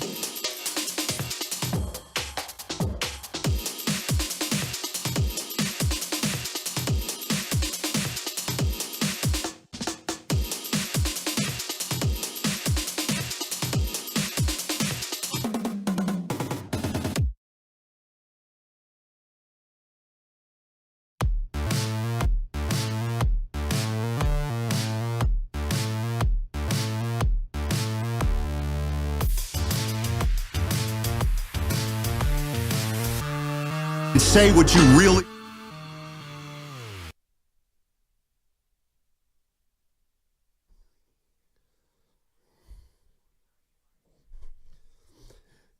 You know, one of the things that's really affecting me right now has been your negativity about the Warriors over the last 3 to 5 weeks. And so now I'm going to come in and say something, and I'm going to realize that it's going to sound like a troll job. But it's a nice effort last night by the Warriors. That's how they could make the playoffs. They keep playing that hard, that way. They get some players back. That's how they can make the playoffs. First of all, my name is Daryl L. Johnson I.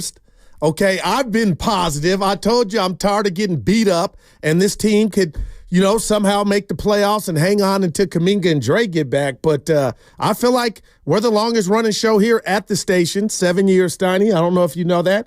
And you're my radio spouse. And I came in this morning, and I feel like you're trying to pick a fight with me. And there were some good things about last night, but Stotty, there's a game tonight, but that one when you're up 18 and the same type of kryptonite rears its head in regard to a 2-3 zone, I'm a little bitter, man, like that, because you just tell me am I wrong. That was one they got away. You were doing so well, man, and I like what I saw from Quinten Post, who I've been clamoring for. Guy Santos, a career high 16 points. But when you're up 18 and got a lead in the second half, I understand what you don't have and you're undermanned. But Steiny, if there's a little bitterness to my voice, it's because I think that was one they should have been able to bring home, man. I mean, the first step for the Warriors is to play better. Wow. And they played better last night. The question now becomes, can that be replicated? And can you continue to play that hard when Kuminga comes back, when Draymond comes back, when Podziemski comes back? Which could be tonight for Pods. Yeah, and maybe with a full squad, you can make it. But look. Will it be too late by then? That shouldn't be. All right. Look, the bottom line is this team's in 11th place, and the goal should be to make the playoffs any way you can. If you got to do it from a play-in, you got to do it from a play-in. What about a trade, Steiny? If one's there, one's there. I'm with you. But Curry needs some help, man. Yeah. No,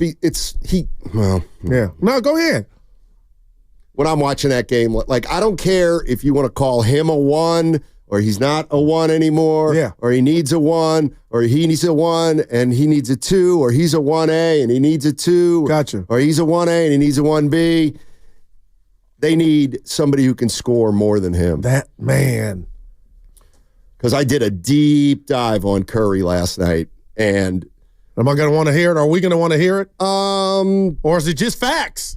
Well, it is. It's a lot of facts and a lot of things. It's a lot of facts, and it's also what we've got to come to grips with. Yeah, come to grips with moving forward.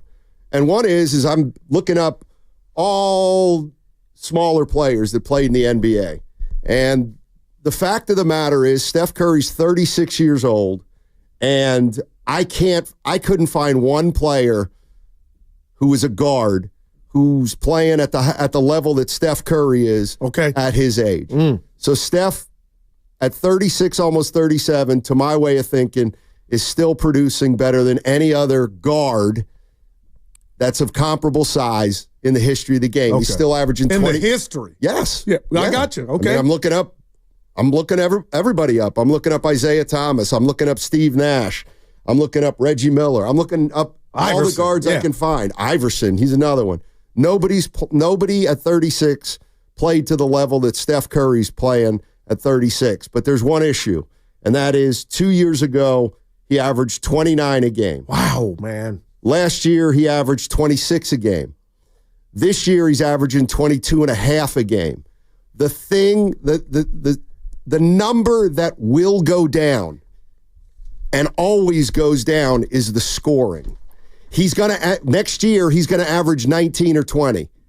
And the year after that, he's probably going to average 16 or 17. Man. So his scoring numbers are coming down. And the process has started. But to me, I look at a game like last night, he has 12 assists. That's the evolution of the Warriors. That's how it's going to have to happen. Curry's going to have to become an 18-9 guy. But in order to do that, somebody's going to have to score 25 a game. And Steiny, it's not somebody, it's somebody's. And you look at that Sacramento King team in closing time, the last 3 minutes, I felt like they took the game from the Warriors, but they had more athletes, guys that could create, and you wouldn't dare try to run a zone against guys that, can create their own shot, and that's what the Warriors are lacking. And I love the numbers, and I'm just wondering, do you think the Warriors are privy to that information? And I'm sure they are, but the bottom line, Steiny, is Steph had 12 in the first half points, and the floor game was immaculate, distributing the ball, but closing time. And I love Andrew Wiggins. He had 25 points. I don't know what more I could ask of him, but the bottom line is it's not a law where you can have more than one guy that can be a threat. And that's why I think they're lacking against the zone. We saw the Miami Heat turn the game around and run away from them. And last night, the Kings did the same thing. And I think Curry's getting so frustrated by being bottled up. That's why he hoisted up that, I'll call it a YOLO 34-footer, Steiny. I know it's Steph, but it's like, did you have to shoot it? But I think he was thinking, if I don't shoot it now, when am I ever going to shoot it? So they need scoring punch, and if you want to savor Steph with what you just said, Steiny, doesn't that make you, if you're the front office, think about, well, damn, we really got to go get – if Steiny's saying that and those are the numbers, we really got to go – we should be inspired to go get somebody that can score, a scorer. And that's how I'm looking at you today. Like, man, Zach LaVine, and I know Jimmy Butler and whatever, but Steiny, it's imperative that they get somebody that can do it. Yeah, I mean, to me, they're going to need a number. They're going to need a leading scorer either this year, next year, or the year after. I mean, the bottom line is that Steph couldn't get a shot last night. Yeah, man. He couldn't. He played 34 minutes and he took 11 shots. Yeah, you're right, man. So he can be guarded now more than ever in terms of trying to take the shot away from him. But what he showed last night is that he still knows how to deliver the ball. 12 assists. And he needs somebody who is, dare I say, a more reliable scorer than him right now. 888-957-9570 is the number. Warrior fans, you lost last night, 123-117. Gave up 75 points in the second half. That's a herder, but shout out Kevin. You get Quinten Post, play some minutes. Nice game from Guy Santos. Career high, 16. I mean, as far as losses go, that looked better than most of the losses that I've watched in the last couple weeks. So, I don't know. Is that enough for you? If they play that hard and they give that kind of effort, is that going to be enough for you? But I do think that if they play that hard and they get healthy, that's what we're left with right now. That's what we're left with. Can we climb up to 10? Can we climb up to 8? Can we climb up to 6? That's your reality, huh? That's our reality. And it was 28-0 fast break points. I don't know what that screams to you, but again, you were without your young hotshot in regard to Jonathan Kuminga from an athletic perspective. But 28, just think about that, Steiny, a 48-minute game, and the other team beat you in fast break points, 28-0. Like, that says so much. This from the text line. The chat is back. YouTube chat is back. Okay. The goal shouldn't be to make the playoffs. If you aren't good enough to compete and you're not a young team trying to develop winning habits, being 9 through 11 seed is the single worst thing an NBA franchise can chase. Well, I don't necessarily agree with that, because the reason I don't necessarily agree with it is because whether you like it or not, you got young players on this team, and they got to. The goal has to be the playoffs. I mean, the goal's got to be the playoffs. I mean, you have Pajemski. He's never played in the playoffs. You got Trace Jackson-Davis. He's never played in the playoffs. You got Kuminga. He's never really been a factor in the playoffs. Moody's been just a bit player in the playoffs. That's why I think, yes, the goal's always got to be the playoffs. To me, at the very least, I'd want to get a 7. Everybody says, let's get a 7-game series for Steph, and I get that. But I think you got to get a 7-game series for the young guys who've never even really played in those types of games. And you've been saying that for a year now, because they didn't get it last year, and I agree with you. All right, 888-957-9570 is the number.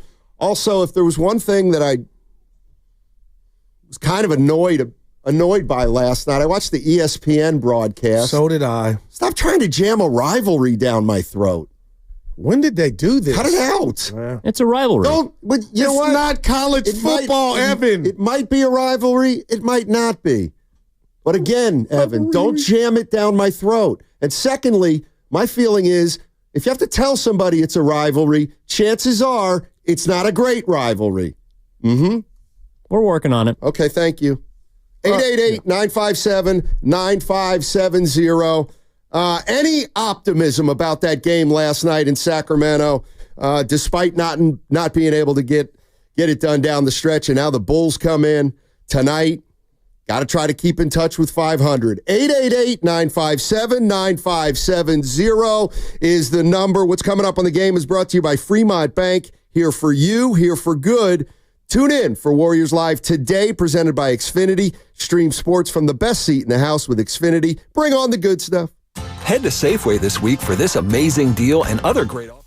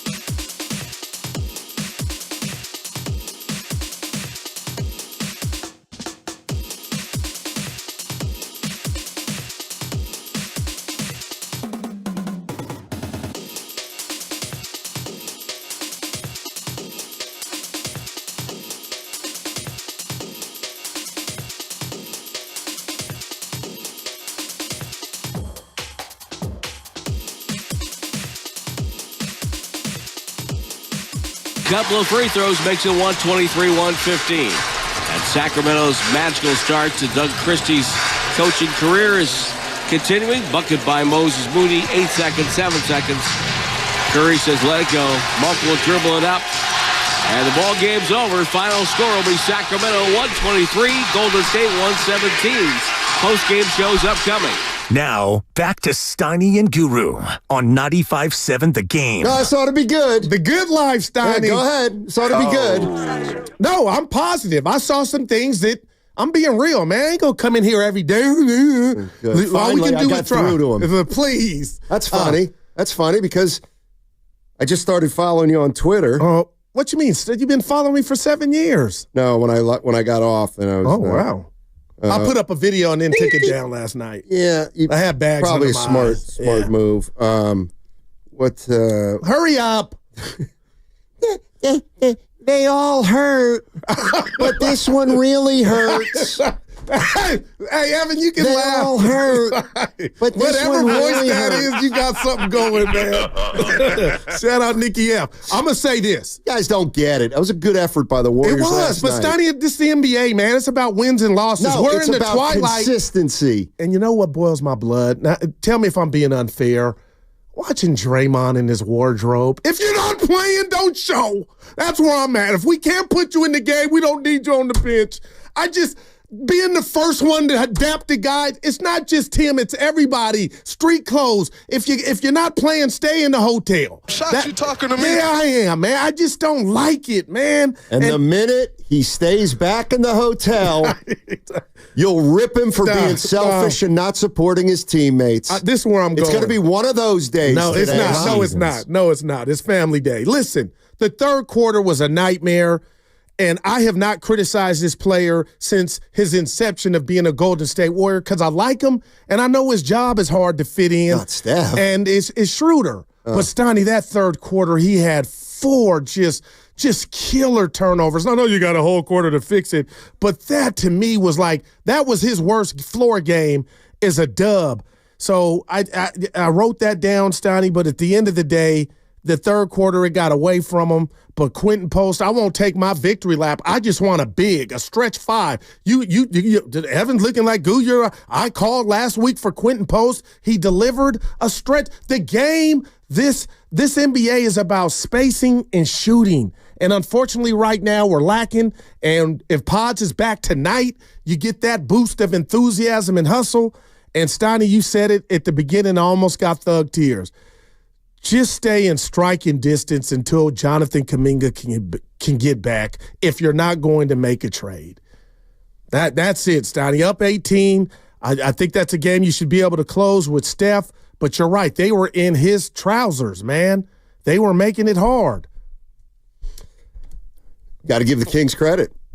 Kings are playing well. They're 10-2 since they made the coaching change. And right now they're just they're better than the Warriors. No doubt. Because the Warriors, they got more athletes. Well, they're not. The Warriors aren't healthy right now, too. But I do believe when we talk about NBA, I get it. They played well last night. They played better last night, but they didn't win. Right. Yeah, so what's it matter? Well, it does matter. Because to me, the NBA is about establishing a level of play. And if you can establish a level of play that's a pretty high level, and you come with the same energy night in and night out, you're going to win games. It's like, okay, you didn't win last night's game, but if you play as hard as you did last night, and you make a couple more shots, you should beat you can beat the Chicago Bulls tonight. But you got to figure out how to beat a zone, Steiny, because this is not the first team that implemented that and it changed the game. And I know Kevon Looney played 9 minutes and left to an illness, but I'm just throwing this to you because we saw Kerr change the lineup, Steiny. He changed the starting lineup. Shocked me. Buddy Hield got in there. Payton got in there. And Looney was in there. Tonight, if Looney, even if he's okay, would you be mad if Quinten Post got the start against the Bulls tonight? Or, I don't want to say reward because, he was out there. He didn't look overwhelmed. But just seeing a guy with size, made a good plays at the rim, altered some shots. Steiny, I'm just like, okay, Goo, you got the game. But I almost want to see the big fella. I want to see more of him and Santos. Why not? That's what you need an infusion of. I'm not saying they all star. Okay, there we go. The other thing is Post was fine, and then he commits a foul that ends up. Did you have a problem with that foul? The guys in the morning did. I thought that was textbook. He stuck his hip out. I wanted to call in like he stuck his hip out. It was a foul. But again, it's like you have to be prepared that if you want to give young guys, chances at playing time, you're not going to win all those games. You're not. You're going to have growing pains. You have to be okay with it. Let's go to Leroy. Our man. What's up, Leroy? How you doing? Hey, what's up, Steiny? What's up, Goose? What's up, baby? Man, happy Thursday. I'm doing okay, but I'm lifelong warrior, and I'm watching this thing play out. And just talking about last night, because we kind of talk about the past too much, and we talk about the future a little too much. But just talking about the game against Sac, at the end, it seems like Doug Christie just said, "Man, they ain't got nobody to protect the rim. Go to the hole." I mean, time after time, Malik Monk going to the hole. Everybody just going to the hole. And you can see that they made a concerted effort to get to the hole because we were too small. And so I'm just like, man, what do we do? What do we do, right? People say we need a shooting guard. People say we need a big. I'm just like, I'm just like, we need some youth. We need to infuse some youth around Curry, because Curry's not going anywhere. And I wanted to ask you guys a question, Steiny, Goo. You remember the guy, Keontae Johnson, from Kansas State? He had the heart condition. He had collapsed. I think OKC had drafted him, and now I think they moved him on to the Charlotte Hornets. But the Charlotte Hornets sent him down to the G League just to get some tutelage, because coming out of college, I thought he was a stud, right? 6'6", 230. He's got a man's body. He's a fifth-year senior, right? He was with Kansas State. And I just thought he needed some tutelage, right? Now he's tearing it up for the Swarm in Charlotte. He had 24 the other night, 22 the other day. So Keontae Johnson, I think he's only like 24 years old. And I want you guys to take a look at him and tell me what you guys think of him, because I think he'd be great for the Warriors. He's young. He was a fifth-year senior. He's got a man's body, and he's a two-way player. I'll check him out. Hey, Leroy, I think he hung up. I was just going to ask him, has he given up, or is he like you? Given up on what? This season. Why would you give up on this season? Well, he's talking about Deontay Johnson, and I wanted to hear, you're talking about Quinten Post. Well, he's on the team. Barely.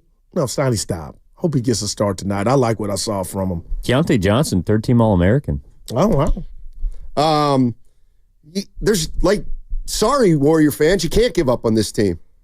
We're halfway through the year, and you got to try to climb the standings. There's no such thing as giving up. Yeah. And we'll find out if Pods gets back in there today. I thought the biggest problem last night was on the defensive end. Okay, Guy Santos has a putback. You're up 3 with 4.5 minutes to go. Talk to me. Well, then what happens? You foul Sabonis. He goes to the line. They were 30 of 32 from makes the free two free throws. So they have a possession there where they don't have to score. Yeah. Wiggins, 3-pointer. We're still fine. We're up 4 with 4 minutes to go. DeRozan, miss. Moody, miss layup. Monk, miss 3. Wiggins, miss. Okay, we're still all right. Curry, miss. We're still all right. DeRozan cuts it to 2. Wiggins misses a turnaround. We're still up 2. We're okay. We fouled De'Aaron Fox. He goes to the line, makes 2. Now it's even. Wiggins, drive, miss. We foul again. Monk makes 2. Yeah. They score 6 straight at the line. No, you're right. And they made them run offense. Yeah. You're giving them 2 points because you're fouling. Right. But you got to give them credit, Stoney. They're one of the top 6 teams making their free throws. But had that been us, I feel like we'd have made 3 of 6. Well, but the bottom line is you're right. They fouled 3 consecutive possessions and send the Kings to the line. And now you've got 3 guys shooting 2 free throws. 30 for 32 on the night. I mean, they took advantage of it. Well, but Leroy was right, Stoney. They start going to the bucket, man, because they got guys that can create. And they can create and kick. And at the end of the day, the Warriors don't have a surplus of that outside of Steph Curry. But as a fan, it's frustrating knowing kind of what the defense is doing to your best player, and you have no counter move. 888-957-9570 is the number. Warriors get beat last night. They're a game under 500 now, and play tonight. Over their last 28, they're 9-19. They play the Bulls tonight.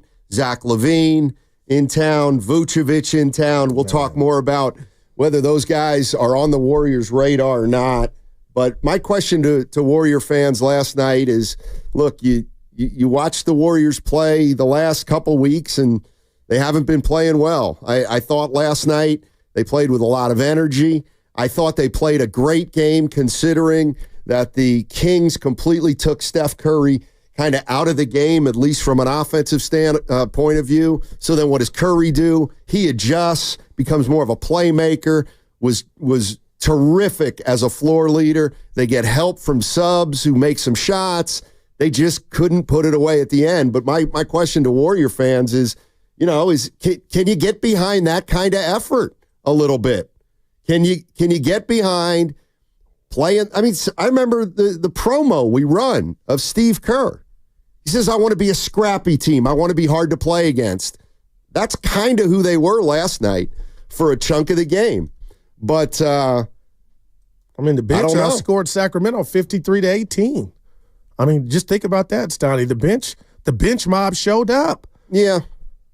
I mean, if you're going to play 8 or 9 guys, they're going to need multiple contributions, So what did Steve Kerr think about that ball game? Turnovers, yeah. The whole game was third quarter turnovers. They were trapping in the first half. We handled the traps beautifully. Got wide open looks, knocked down shots, and then second half we lost our poise. They picked up their pressure, but other than maybe 2 or 3 plays where they trapped Steph and got a deflection, I thought almost every turnover was unforced. But sometimes when you get sped up, you make poor decisions, and I thought that happened a little bit tonight. All right, that's Steve Kerr. Man. By the way, I'm thinking about Steve Kerr differently these days. Well, how'd you think about him at the beginning? I thought about him as, kind of a coach of a team that for 10 years they didn't really need to do a lot, and he had great teams, and now he's kind of. I was thinking, you know what I think's fair, and I know a lot of people out there are down on Steve Kerr, and I tend to downplay. Yeah, downplay like his importance, because I'm looking at this team, and you know what? I don't think they're a 5 seed. I just don't. I don't think anybody could get them to a 5 seed. But here's what I was thinking last night, and I'm interested to know what Warrior fans think of it. I actually do. We have half a season left. Yeah. The Warriors are 500. They're in 11th place, but they're 2 or 3. They're 3 back of 6, and they're a little bit ahead of the Spurs, and they've had a tough stretch, but they're 21-22. Half the season's left. You know what? This is about Steve Kerr. Like, what can he do with this team? Like, I think it's completely fair. Like, I think this team should be no worse than a 12. No worse than a 12. And quite frankly, I don't think they're a 5. Maybe a 6. So, you know what? I do think it's fair to look at Steve Kerr right now. They're in 11. And let's measure up with these 6 other teams that are in our boat, whether it's Phoenix, whether it's San Antonio, whether it's us, whether it's the Kings. I mean, like Steve Kerr, get him to 7. Like, get the Warriors to 7. Right. I think that's fair. And I'm not saying that if they finish 11, you fire him. I mean, hell, he's only got 1 more year. But the one thing that I'll absolutely meet Warrior fans halfway on is make this team better than they are. Yeah. Coach them to more wins than we think that they deserve. And that's get the best out of them. No doubt. And that's why I had a problem on a personal level, Stoney, hearing that he's saying his players, he's watching them, he's around them every day. And, half of being a coach, I believe, is a psychologist, being a parent. But the bottom line is when I hear players don't have their confidence, and I'm hearing it more than once. I just thought it was fair game yesterday to think, okay, Joe Lacob gave you that 2-year deal, that new deal. I'm wondering what Lacob is, how he would answer your question about Steve Kerr. So like you said, we got a lot of season left, but yeah, I'd like to see more, and I do want to know. It'll be interesting to see when the gang gets healthy how Post and Santos are utilized, Donnie. Again, they're going to be utilized less. Wow. I mean, look, they're missing 4 guys right now who are higher in the rotation than them. So, but yeah, I mean, how does Steve Kerr navigate? Pod's coming back tonight. What if Kyle Anderson comes back? Does he just jump right in over Santos? Is Quinten Post going to get 15 minutes a night? Like, I don't know what the answers are, but I do think it's fair to say, hey, Steve, we need you to coach. Well, I agree we need you to coach us this year. I agree with you. I mean, you see what we got. We got an aging star in Steph Curry. We got Wiggins, who's having a nice little year, I guess. Kuminga's shown flashes. He's going to be back in 2 weeks. Draymond Green is still, some of the player he wants. Like, put it together, Steve Kerr. Make it work. Yeah. Get the most out of this team. And if you want to know just about last night, shout out Rob Lowe, Stoney. The first half, the Warriors points off turnovers, which I think is a big deal. They won it in the first half 13-6 and end up losing it for the game 27-16. Like, what happened? What? And I know Schroeder was a part of it. He had 5 on the night, but my goodness, Stoney, just watching Sacramento be able to impose their will on a night, De'Aaron Fox, and I'll give Wiggins credit, not just for scoring. He was making it difficult, but De'Aaron Fox was 2 of 11, and still they were able to come back from an 18, 17-point deficit. 888-957-9570 from the 925. Steiny, that's like asking Kerr to make filet mignon and Lacob hands you hamburger. Not necessarily. I mean, I'm not asking him to finish second in the West. I'm asking him to get to 7. Well, I'm asking him to close some games where you're up 18. I mean, I don't think that's asking too much. I just believe that this team, if they finish 11 or 12, that's underachieving. If they finish 9 or 10, 8, 9 or 10, maybe that's where they should be. If they finish 6 or 7, then Kerr did a good job. Like, that's kind of the way I'm looking at this team. Are they directionless right now? I don't know. I don't know. They're less directionless to me after last night's game than after the Boston game.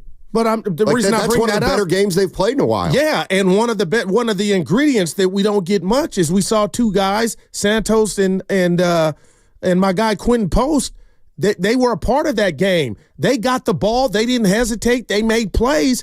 And let's be honest, the Rat on the Table brought to you by Atco Pest Control, Steiny, is our bigs, not named Post, Looney and TJD, really can't do anything with the ball outside of 5 or 10 feet, And it was a pleasure to see a Warrior with size, a 7-footer, be able to take a shot.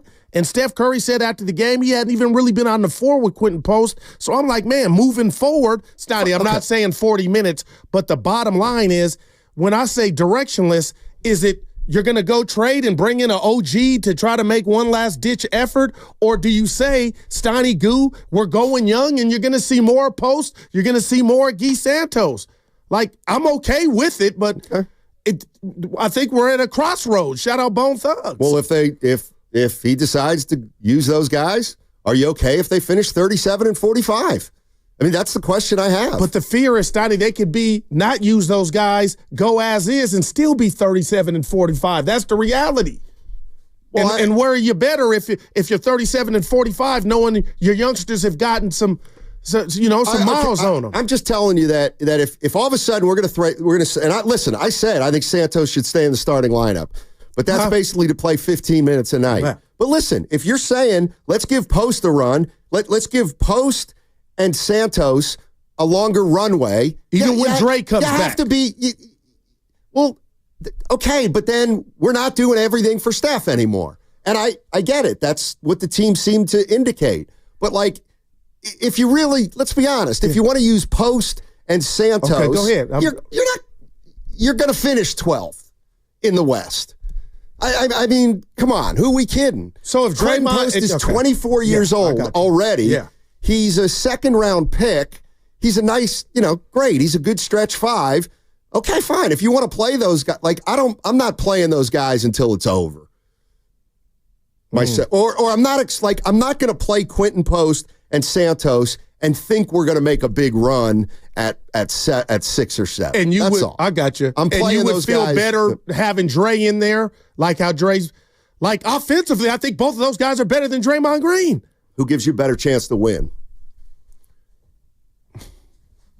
If I'm being honest, I'm not being a smart ass, Donnie. What I saw yesterday, I know it's a short sample size and it's not fair, but from what I've seen from Draymond this year and what I saw yesterday and the day before, the game before with Guy Santos, again, it's not they're better, but offensively, they're not challenged. And this team with Draymond Green is they're offensively challenged. Can I alleviate that if Guy Santos is out there and Quinten Post, if he could keep what he did last night up? And I know there'll be growing pains, Donnie, but from an offensive standpoint, we can't ignore this team is impotent offensively. They gave up 75 points in the second half. That they did. 75. So, 21 from the free throw line. I agree that they need scoring. I also don't think they're a great defensive team.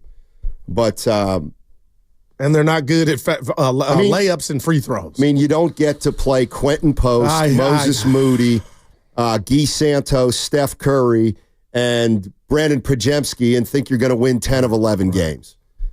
So I'm not against giving Quinten Post playing time, but you're going to give Quinten Post playing time and Santos more, you better be ready for some growing pains. And, that's the other thing. I think Steve Kerr, if this team gets healthy, the goal should be to, get to 7. Get into a play-in situation. Evan said it, and I think I'm going to agree with it. The goal is to get one home play-in game. That's the goal. That is Give not me for one me. home play-in game. They're in 11th place right now. Right, I got it. And there's extenuating circumstances as to why they are, but that's not a goal. Well, okay. Okay, tell me what your goal in dream world is then. I told you, to make a playoff, to make the playoffs. Okay. And if we look at the Warriors' track record, you can say it doesn't mean anything. We're one they game suck different. in the play-in. They lost to Memphis years ago. We saw that. Steph didn't score in OT. You lost to Sac last year, and then you lost to the Lakers the year you were in it. I guess what I'm asking, Steiny, is what goal is that? What box would that check to give yourself a home play-in game? How about let's think bigger? Let's think bigger and get to the playoffs. Well, then tell that to Steve Kerr. He's the one talking about getting one swing at it. You're in 11th place. What do you think? They can get up to 4? No, I'm not saying that. Okay, well, I'm saying let's get to 7, see if we can get a home play-in game and squeak into the tournament. What do you mean that's not, what team do you think you're watching that the goal should be greater than that at this point? And if you get a home playoff game, that means that if you win, you would be the 7th seed and you avoid OKC. If you just scrape in as a play-in team, you get the 8, you get the right to get manhandled by the Thunder in the first round. I mean, I know it's, as Elton John would say, I know it's not much, but that sounds very logical and possibly doable to get a home play-in game. Win a home play-in game and you're in. Well, right now they're 3 behind the Clippers for the 6th seed.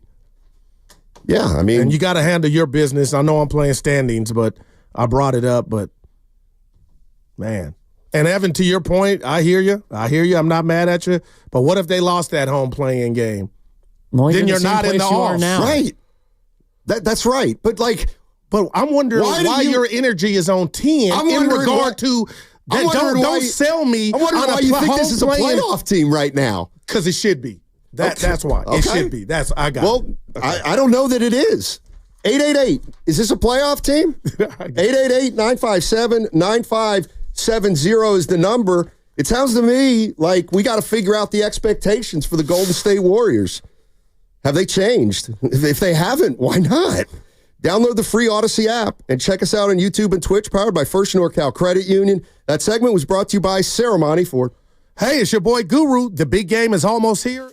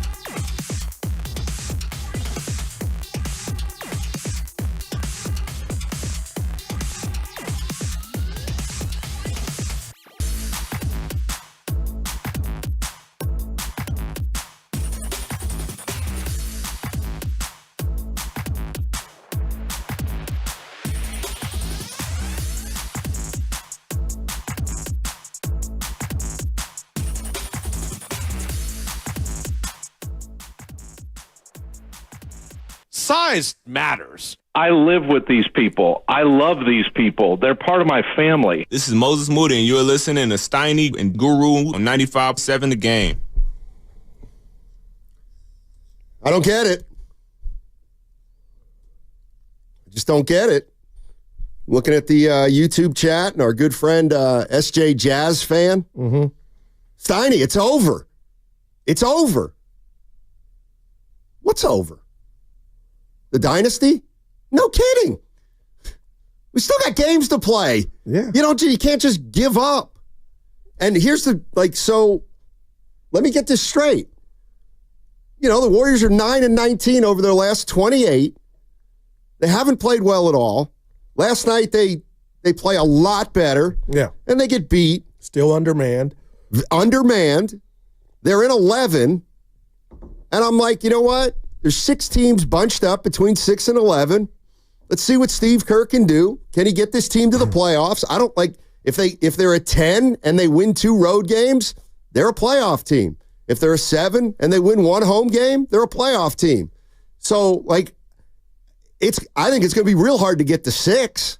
Well, so my feeling, what's the goal? It's to make the playoffs. Yeah, no doubt. Plain and simple. No, and we said that from training camp, but Steiny, we're arguing. That's we're not good even enough anymore. I believe it is, and the reason I say that is, to Evan's point, if it's about just getting that home playing game, which I don't like saying that's the goal, but they're 2 games back of that right now.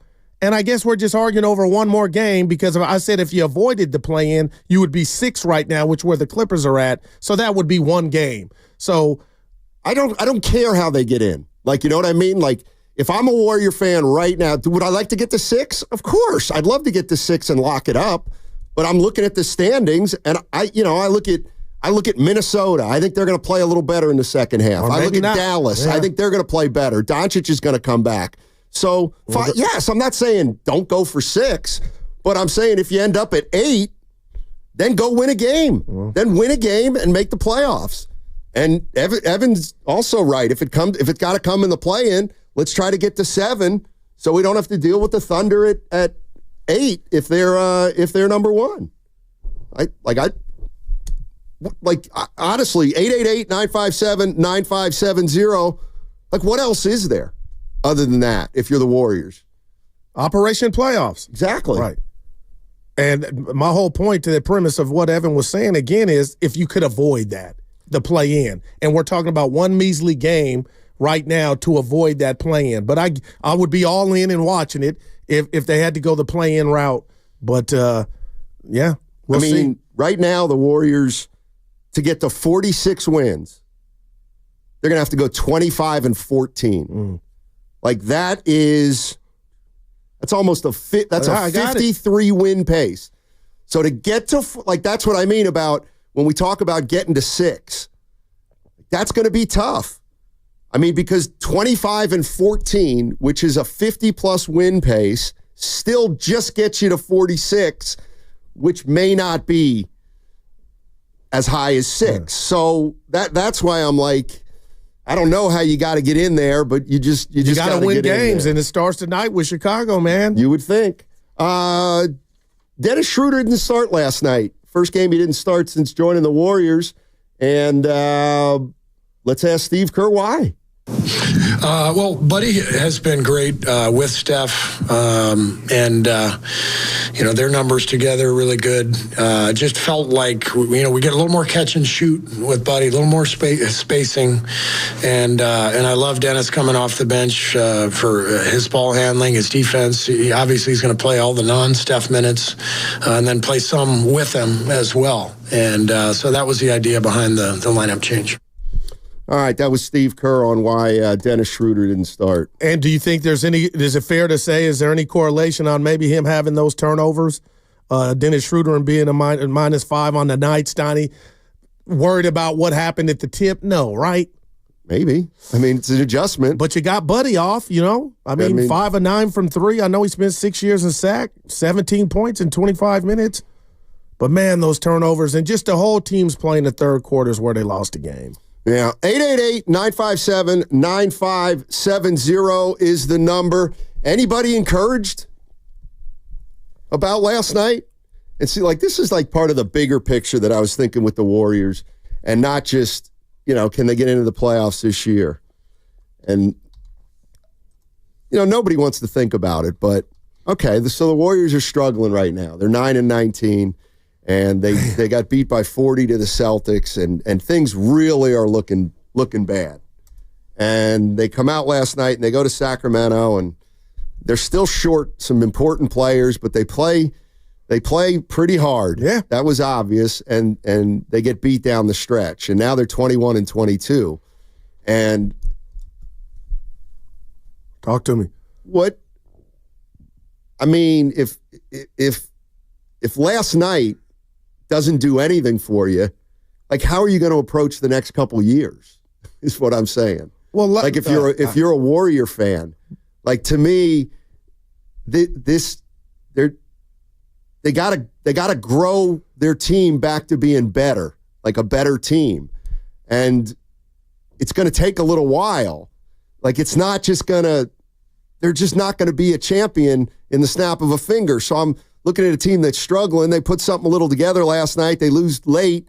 They pissed away some things, but boy, there was more encouraging signs last night. It just feels like if this isn't enough, then nobody's going to be interested in the Warriors during this next, I don't know, period of time. Well, I'll tell you what, Stoney, to that point, and I'm not saying you're being unfair on purpose, but the bottom line to me was when I turned the game off with the remote, tell me if I'm wrong or is it unfair, but I'm going to still do it. I thought about Draymond. I thought about Kuminga. I thought about Pods. You mentioned 4 guys were unavailable last night. So when they get those guys back, a performance like that, maybe Dre and I know Kuminga would be the difference down the stretch. So that's how I'm looking at the team, and the disappointment comes in, okay, again, I keep going to Evan, and I ain't mad. I want to get to the playoffs, but Steiny, if you keep losing or tricking off games, and I put that under the tricking off games, Kings did what they had to do, but we allowed them.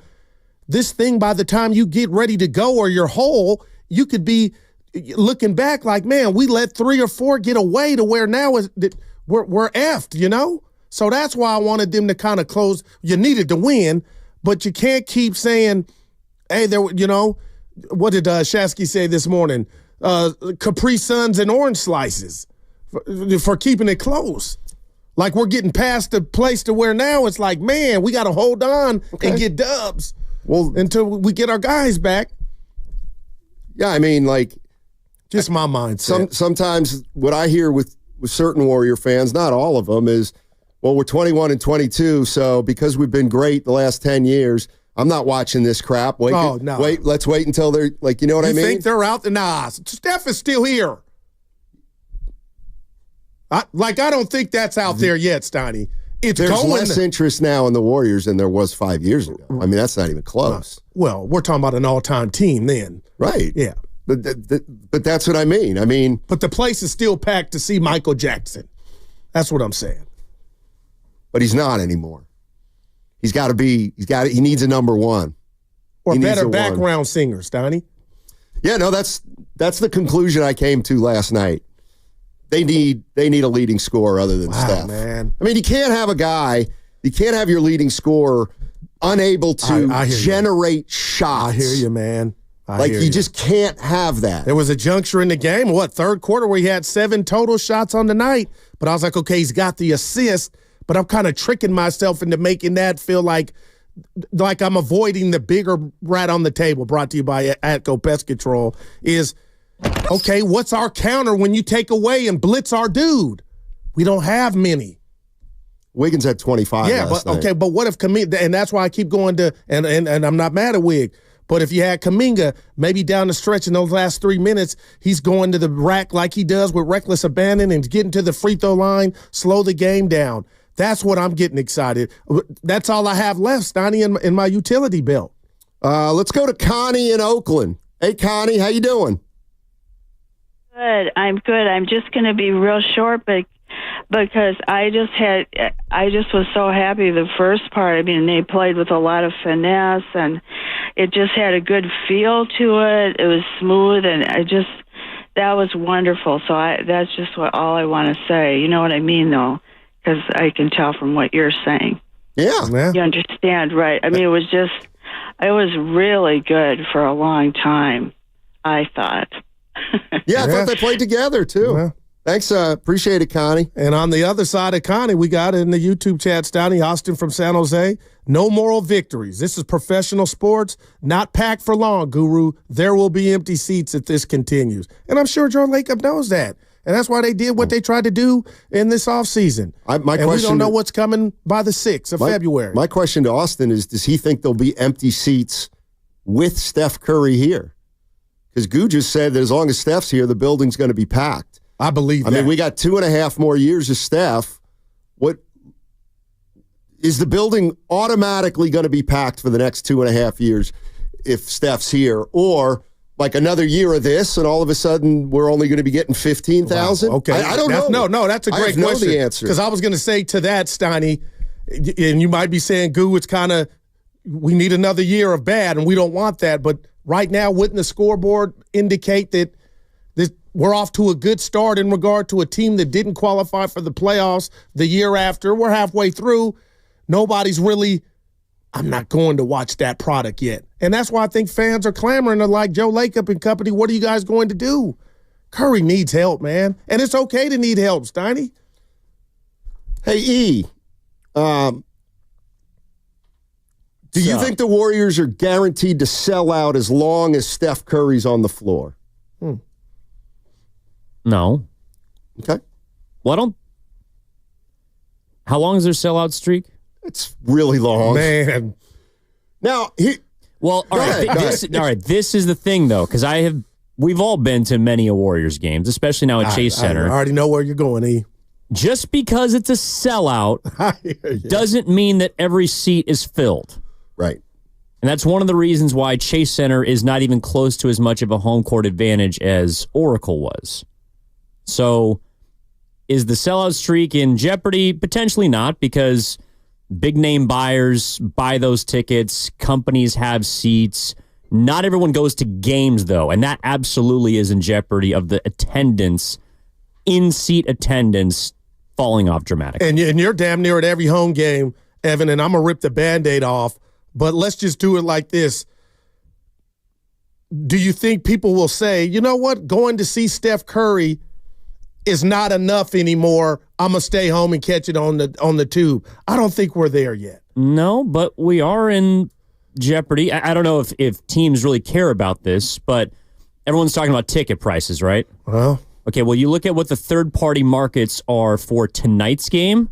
I'm not going to read the number because I'm not sure if it's appropriate, but it's pretty damn low. Like, that's also something you have to consider, too, is the ticket on MLK Day is $150.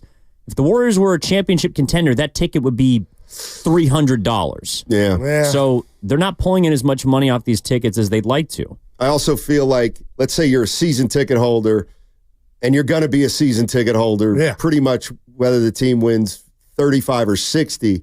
Problem is, if they're winning 35, you just may not go to as many games. Right. Or you're right. Like You'll those prices sell aren't those going tickets. down. The season ticket prices aren't going down. Right. All right, Steiny, I'll throw it at you real quick here. You can't bunch it up. Your best positive from last night, just one, because I got mine. I love that they almost won a game on the road shorthanded and Steph Curry didn't score. Okay. And that's the way they have to proceed through this. Okay. They like and like it you can say it any way you want. Like you say, oh, Steph needs help. No shame in that. Dude was 6 for 11. Okay? He was 6 for 11 from the field. 2 points in the second half. Exactly. So like to me, what hit me last night is he can't be the leading scorer on a great team because he's got to have another guy that he can rely on. You're listening to 95.7 The Game, KGMZ FM and HD1 San Francisco. Always live on the free Odyssey app, Twitch and YouTube, powered by First NorCal Credit But Steiny, Union. you're a basketball connoisseur. That's the price of admission. De'Aaron Fox, if he didn't have Monk and all those other outlets with DeRozan, teams would be able to take Fox him out could still easier. generate 20 shots in a game right now. Steph cannot generate shots at times. He can't. Yeah. That's why I only took 11. And like this, I know there's going to be. I get it. You're all going to come down my road for what about that. But the bottom line is that's his scoring is dropping, and it's going to continue to drop. So you need to start thinking about a team with Steph Curry scoring 18 a game, not 28, not 26, not 22, but like 18 a game. Yeah, that's what we got to work with. Can he go 18-9 in 30 minutes, in 28 minutes? Because there's going to be games where he's not going to be able to generate 30 points on 18 shots. Keon Ellis, man, I mean, he does a great job on him, and so did that King team. The reason I asked you that question, mine is, Donnie, you didn't ask, but I'm a sucker for big men. I'm not giving up on this season. We talk a lot of this and that. Fans do about Mike Dunleavy or whatnot. But, Steiny, I'm a sucker for the bigs. And Quinten Post, it was one game. I get it. But, Steiny, I got to be honest. I'm excited for the second-round pick from Boston College last night. Just the fact that his skill set, what he can do when it's working, is what the NBA is about. And just seeing his size out there, I thought he hit a couple shots to where I was like, we're going to remember that shot. And that's my problem. I do it every game. Okay, he hit that. It's over. Lindy Waters III hit a 3. That's going to be the staple shot. But I'm excited to see how much run he gets tonight and moving forward. And I guess, and you're not saying it, but I feel like, Steiny, the fact that I'm there and I'm focused and honed in on him, you feel like I'm giving up on the season because we really don't know. They haven't been playing the youngsters, and they still been losing. So my thing is, can we lose in season some guys like we didn't do with Moody and Kuminga? Yeah, just don't expect to play post Moody. I ain't saying 30 minutes, man. Pajemski a lot, and you climb the standings. Like, I'm not. Of course, they're not going to. It's not a white flag, but Quinten Post. The other thing I don't like about Post is he's already 24. He's 24. Dude, I was celebrating that yesterday. But which one is it? Sure, play him. Give him 10, 12 minutes a game. Right. But just don't ask me to get excited like we got Jokic. That's going to take a year or two for me to figure out. I got you. But it is weird, Evan, seeing a big man in the Warrior uniform. I just was like, wow. He even altered a couple of shots without even trying. Well, he's an NBA player, but you didn't just sign whatever. I get it, Jack Sigma. I get it, right? Hey, I want to see more of the young fella and Santos, Donnie. I think Santos asked. Oh, now you want Santos. Santos. Remember, you bucked me. What did I say? I said Santos should start even when Draymond comes back. But Draymond might be mad, though, Steiny. But now you want more Santos. Hold on. Let's see where this goes. No, you're making it go there. Goes. I was talking CNN politics about Draymond not taking that new assignment if they asked him to. I never had a problem with Santos. How can you not? But Johnny, again, the dude was letting him fly. Here's the other thing. Guru fuming yesterday, as always, because Draymond's talking about the punch, and this guy won't let it go, and read the room, and I can't believe it, and Steiny, I can't believe it, but then he'll be like, but Steiny, we do have to start him or he'll get mad. It's like, no, you just tore him a new one. All right, but for 2 hours yesterday. But the team has never torn him a new one. You're still afraid to say, Draymond, we might need you to come off the bench. He runs the asylum, Steiny. He runs it. That's all. I'm geared up for. And you're still afraid of him, though. Please. No, because if you're advocating. They are, not me. No, but you are advocating. You advocated to put him back in the starting lineup. And I'm not going to hold the players because you don't want to deal with him if he doesn't want to come off the bench. I'll deal with whatever. I don't think they want to deal with it. Well, then why didn't you say, Steiny, I think you're right, Santos should start, even when Draymond comes back? Because it was a pipe dream. Right, you fought me on it. Yeah, but not because of Santos's play. That's all. Yeah. I'm a fan.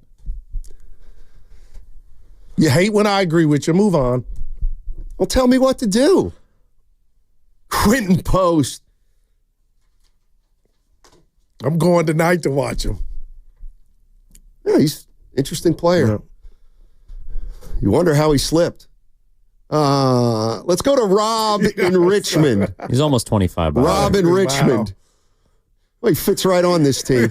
What's up, guys? Hey, How you doing today?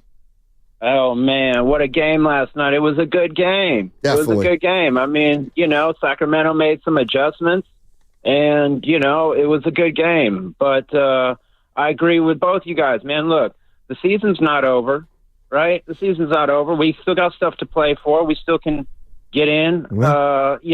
It may not – we ain't going for the finals. But at least, give ourselves a chance to see how deep we can go. Right. And then, maybe, just maybe, we can make ourselves look good enough. Not we, but the team can make themselves look good enough to allure some players that might want to come here because, man, I'm telling you guys, this is my biggest worry right now. This is my biggest fear. Players do not want to come here because of Draymond Green. And that, I'd love to see Vucevic come here. I don't think he wants to come here, man. He might be comfortable in Chicago. He might like what he's got in Chicago. I don't know, man. Look, the whole Jordan Poole thing the other night, that was not a good look for Draymond. No. Jordan Poole can say whatever he wants to say. He can, and the thing is this, man, like Draymond makes it me. Jordan can say, oh, I love most of those guys over there. Some of those guys I don't even know. You know what I'm saying? Like, when he left here, this is a different team. Yeah. He might not have even been talking about Draymond Green. He could have been talking about the guys he hasn't even played with. Preaching. Like, it might not have even been about Draymond Green, but Draymond Green just made it about himself. I am ready to see that guy go, and I'm going to leave it there. I love listening to you guys. Hey, Rob. But man. Hey, Rob, is this your first call? His debut. No, it's not my first call. I called you guys maybe a couple years ago. Gotcha. I love listening to you guys, and I have a lot of opinions and whatnot. And I could get into a day-long conversation about this stuff, but here's the thing, man. The Warriors need to get rid of Draymond Green. That guy is a stain on the team. He is the reason why we don't have more rings. Our team doesn't have more rings because of that guy. Kevin Durant leaving the team. Come on, man. Right? I mean, yeah.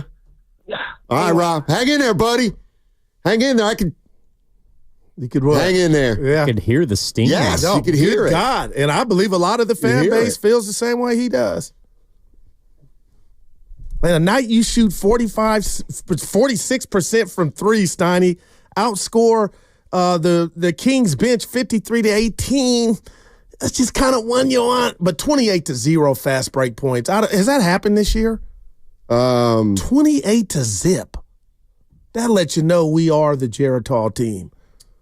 We ain't running open gyms, Steiny. We are not the old UNLV running Rebels with LJ and the rest of the gang, man. It's methodical. 888-957-9570 is the number. I see Nick, Dennis, D, Donna. I see Big Al. We'll get to you on the other side. Anybody out there feeling a little bit uplifted because the Warriors played hard last night? Seemed to play more together than they have. Absolutely incredible. 888-957-9570. Download the free Odyssey app and check us out on YouTube and Twitch, powered by First NorCal Credit Union. Also, Knockout Tournament back. Your chance to shoot hoops on the Chase Center court. It starts Monday, January 27th, and it goes for 3 weeks. Listen at 8, 12, and 4 during those hours. Starting this Monday for your chance. We're going to give away a slot each show for 3 weeks. Got to be 18. Got to be a California resident. More details coming up as the week ensues. Might not have even been talking about Draymond Green. I'm Brian Tedesco, CEO of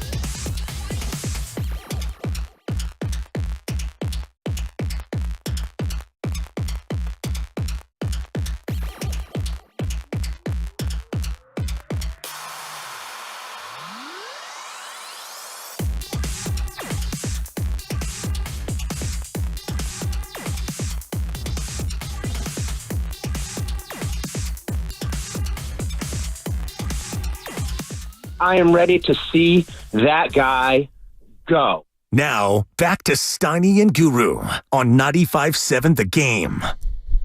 Who's that guy talking about? QP? It's always fun. Day. See, let me get my updated stats. He's an Italian. Spadoni.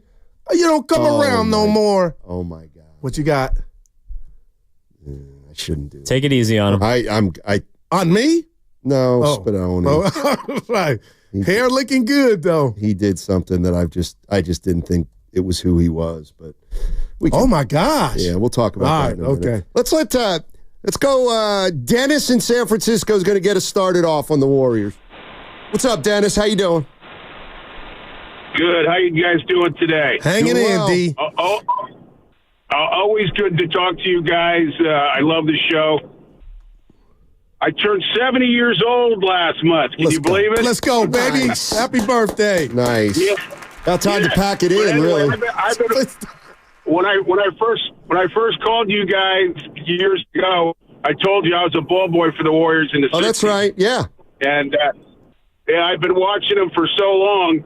And like I said before with you guys, I mean, I don't know if they're going to be able to do it now, but I was hoping last year that they might trade Steph. As much as I love him and as great a player he is, he's just, he's not the same player. And they need to rebuild. They have to bite the bullet and rebuild. And I think they'll get a little better when Kuminga comes back. And if you can get Vucevic, I think that would help them out, but I think it would make them competitive enough to make the playoffs, but that's about it. I don't think they'll go real far. So no matter what they do, maybe it's not a good thing to get Vucevic because he's 34, right? It's just they've got to bite the bullet and rebuild. There's just no way around it. I don't understand why when that max contract was coming up for Steph, I didn't think that they were going to do it because here we are paying this aging superstar almost $60 million a year, and we got 2 more years of it. So how's Warrior basketball going to get better having Steph around for their 2 more years, eating up all that salary cap, and we can't build the roster the way it needs to be built? That's my take on it anyway. No, Dennis, I appreciate the call, and that's one way to go about this, but it's certainly not popular. But Steph Curry, Stoney, to that point, has been everything that any organization wants when you make that draft selection. And he's gone above and beyond that. 4 championships. And I say all that to say is what owner ever, Red Auerbach, Jerry West, what owner would say, Steph, we got to part ways, or, push has come to shove, we got to think about it's almost a blessing to have a Steph Curry kind of ride it out. But I didn't think we were going to be on hard times this soon with them. Well, okay, this is why. Why not? And I've just told you I got that there's never been a 36-year-old guard. Gotcha, Steiny. Who's played at this level, at this age. So it's wouldn't this be the real time to acknowledge it can't go on forever? Well, if you had this, is where I'm going. It's not so much of what Steph's not. And I hate to do this, I feel like we do it every show, Stotty, but it's real and it's history. This is why the handling of Moody not being up to par or further along, and Kuminga and the Wiseman picks. Just imagine had everything we just talked about gone right, Steph would be in a position to where Stoney and Goo couldn't say, oh, he's just a one-man gang. They can triple team him, because he would have options around him. And the Warriors front office butchered what we're watching now, and it's easy to hone in and say a guy that's about to be 37, and it's true, Stoney, ain't as quick, or you know what I mean? But it's bigger than Steph. They messed up many places, man. Look, forget if his name were Steph Curry. Okay, gotcha. His name is Joe Schmo. Yeah. Okay? And he's averaging 22 a game and 6 assists, and he's a subpar defender. Gotcha. He's making $60 million in a year or two. Yeah, no. So, again, his name's not Steph Curry. Gotcha. His name's Joe Schmo. I know, gotcha. Somebody out there, please tell me, and this is what Dennis is talking about. Somebody out there, please tell me how Joe Schmo is going to make $60 million but average 18 and 5 and not be a great defensive player, and we're going to win. Like, how does that work as in terms of team building? Like, there's nothing to do. Try to make the playoffs this year. But it's their reality, Steiny. Exactly. And it's their choice. And you all should have known it was coming. Right. And everything you said, I don't disagree with. I'm just asking you, can you just step back and everything anything I said have any merit in regard to the mishaps or the fumbling of getting guys up to par or going through their puberty? They would be further along. And Steph would have more help within. You stop there. I don't stop there. I go, why don't they have more experience? They don't have more experience because after you won in 2022, you had to go for another one, and you can't develop and try to win a championship. Yeah. That's what they'll tell you. So when people say, well, they should be along further, well, then you shouldn't have put all your chips in the middle in 2023. Or shipped off a guy, again, I'm saying it because it's real, and he was just here, shipped off. This team could not afford to ship off a 20-point scorer. And they did that for other reasons, I believe, than basketball. I get it. I understand it. I didn't agree with it. But, Sonny, that's what's – those chickens are all coming home to roost, man. And the part that I push back? No, I mean, like, okay, they meant, like – there was no getting around that one of the greatest. Forget Poole. Okay. Forget. We talking about stuff. I got you. Post. Forget. Yeah. The biggest problem you have is that you have a top 10 all-time player who's now 37, and they don't get replaced like that. They just don't. He's a top 10 player, 10, 15 of all time. He was the single biggest reason that you have 4 titles. Transcended the game. And he's 37. So it's like that's where I'm like, spare me with, well, man, if Kerr had better rotations and if Draymond, got into the lab and made it's like we had an opportunity to watch one of the greatest of all time. Now we got to move on. And I know he's we got 37 almost. What did you say? And you recited it earlier. What did he average last year, Steiny? 26. Mm-hmm. So I'm being real here. Okay, so the offseason happened and he went to the Olympics. Do you think the acceleration, if that's what you're saying, it's all birth certificate on why his scoring is down, has happened so fast and we're in the diamond lane of it? Or could it be last year's team that won as many games, what was it, 44, 46, that didn't qualify for the playoffs? If I were to ask you now, what Warrior team is better, last year's team or this team right now? This team might not win as many as they won last year. And I bring that up because that is proof to maybe that's why his scoring is down, Well, he's playing with Draymond this year. Well, I mean, but where's that? His shots are down, and he's played with Draymond more than he has last year. I thought Draymond got him shots. It's the other thing is, like, I don't think it's actually happening, to my way of thinking, it's not really happening fast. He's 2 years ago, he's at 29 and a half. That's a lot. Now he's at 22 and a half. But he's playing the same amount. And let's go to Nick in Clayton. What's up, Nick? How you doing, man? Hey, fellas. So you guys were bringing up the point about whether or not people have lost interest with the sellouts. Well, my mom and my sister have season tickets, and I can tell you that they got less than face value for the Celtics game, which is usually kind of the big game that, they share the season tickets with someone else. So, when they draft it, that's kind of the game one of the games that people want that's supposed to help make your money back. And right. That didn't get it this year. Huh. That did not get it. So there is a lack of interest. And,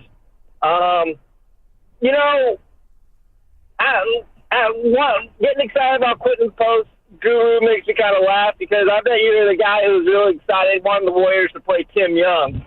Well, no, I wasn't. That's pretty good, but no, I wasn't. I didn't like Nick, he liked Todd Fuller. Hey, stop. The lefty.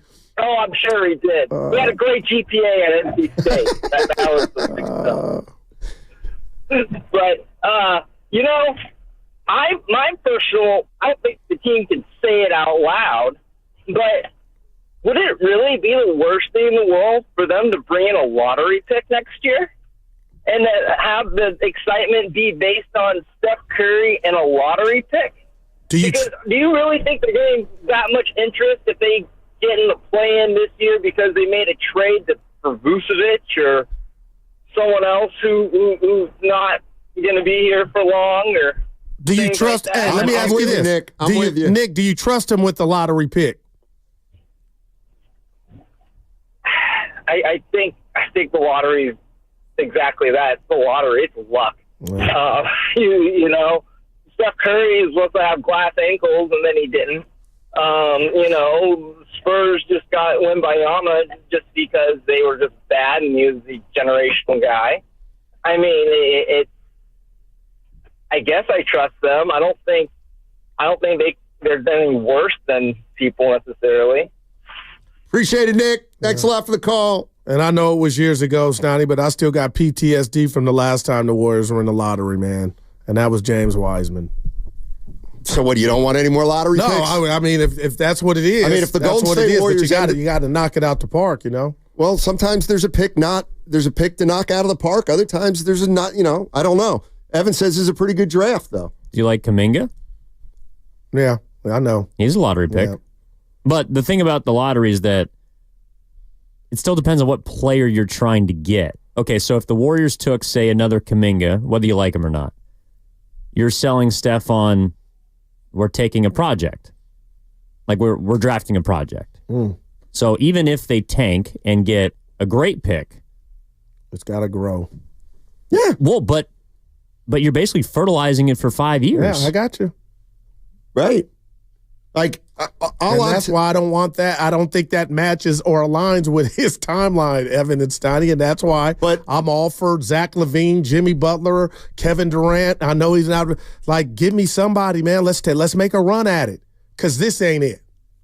That's what I can look you in the face and tell you with confidence. This ain't it. Let me tell you what I think would be. Evan, I'd be more than willing to. Let's see if we can make a move by the deadline. There's not a good move there. Let's try to get to the playoffs. We finish 9th. We lose in the play-in, and now we have the number 10 pick in the draft. Let's go get the 10th best player in the draft. Or let's go get a guy that has a chance to, like, I'm just looking right now. Well, there also might be a team that likes that. Cason Wallace. There might be a... Would you take him? You on the damn Thunder? right. Yeah. I'm just looking. He was the 10th pick 2 years ago. You're gonna laugh, but how would Curry feel about that? Like why wouldn't you try to pack? But I thought this offseason was gonna be just like last year, to where guys might come available. We talked about it yesterday, and you package that pick with whomever, and you get some ready-made guy to go right back at it next year. Yeah, I mean the Warriors might not like Cason Wallace, but another team might like Cason Wallace. I'm just saying the name. So. No. But I'm saying this summer that pick is still valuable. You could use it in a trade if someone says, I really like who's at 9. Exactly. Or yes, exactly. Or so Cason Wallace is a guy who started more than half the time for the Oklahoma City Thunder. I mean, he's 21 years old. Like, why is that? What's so hard about drafting a guy and maybe in 3 years he's pretty good? Like, you know what I mean? I don't like. Well, but Cason Wallace is good because you also have Shai Gilgeous, Chet Holmgren, Jalen Williams. My point is what is wrong with going into a draft, liking the guy you scout, you do your homework, you have the 9th, 10th, or 11th pick, and you get a player who is part of your team for the next 10 years, like Klay Thompson. But he's not going to guarantee that player is going to be on your team for 10 years. I understand that. But if he's good, why wouldn't he be? Because he could be Moses Moody. Or he could be Jonathan Kuminga, to where we see flashes, but you don't know if you want to pay him yet.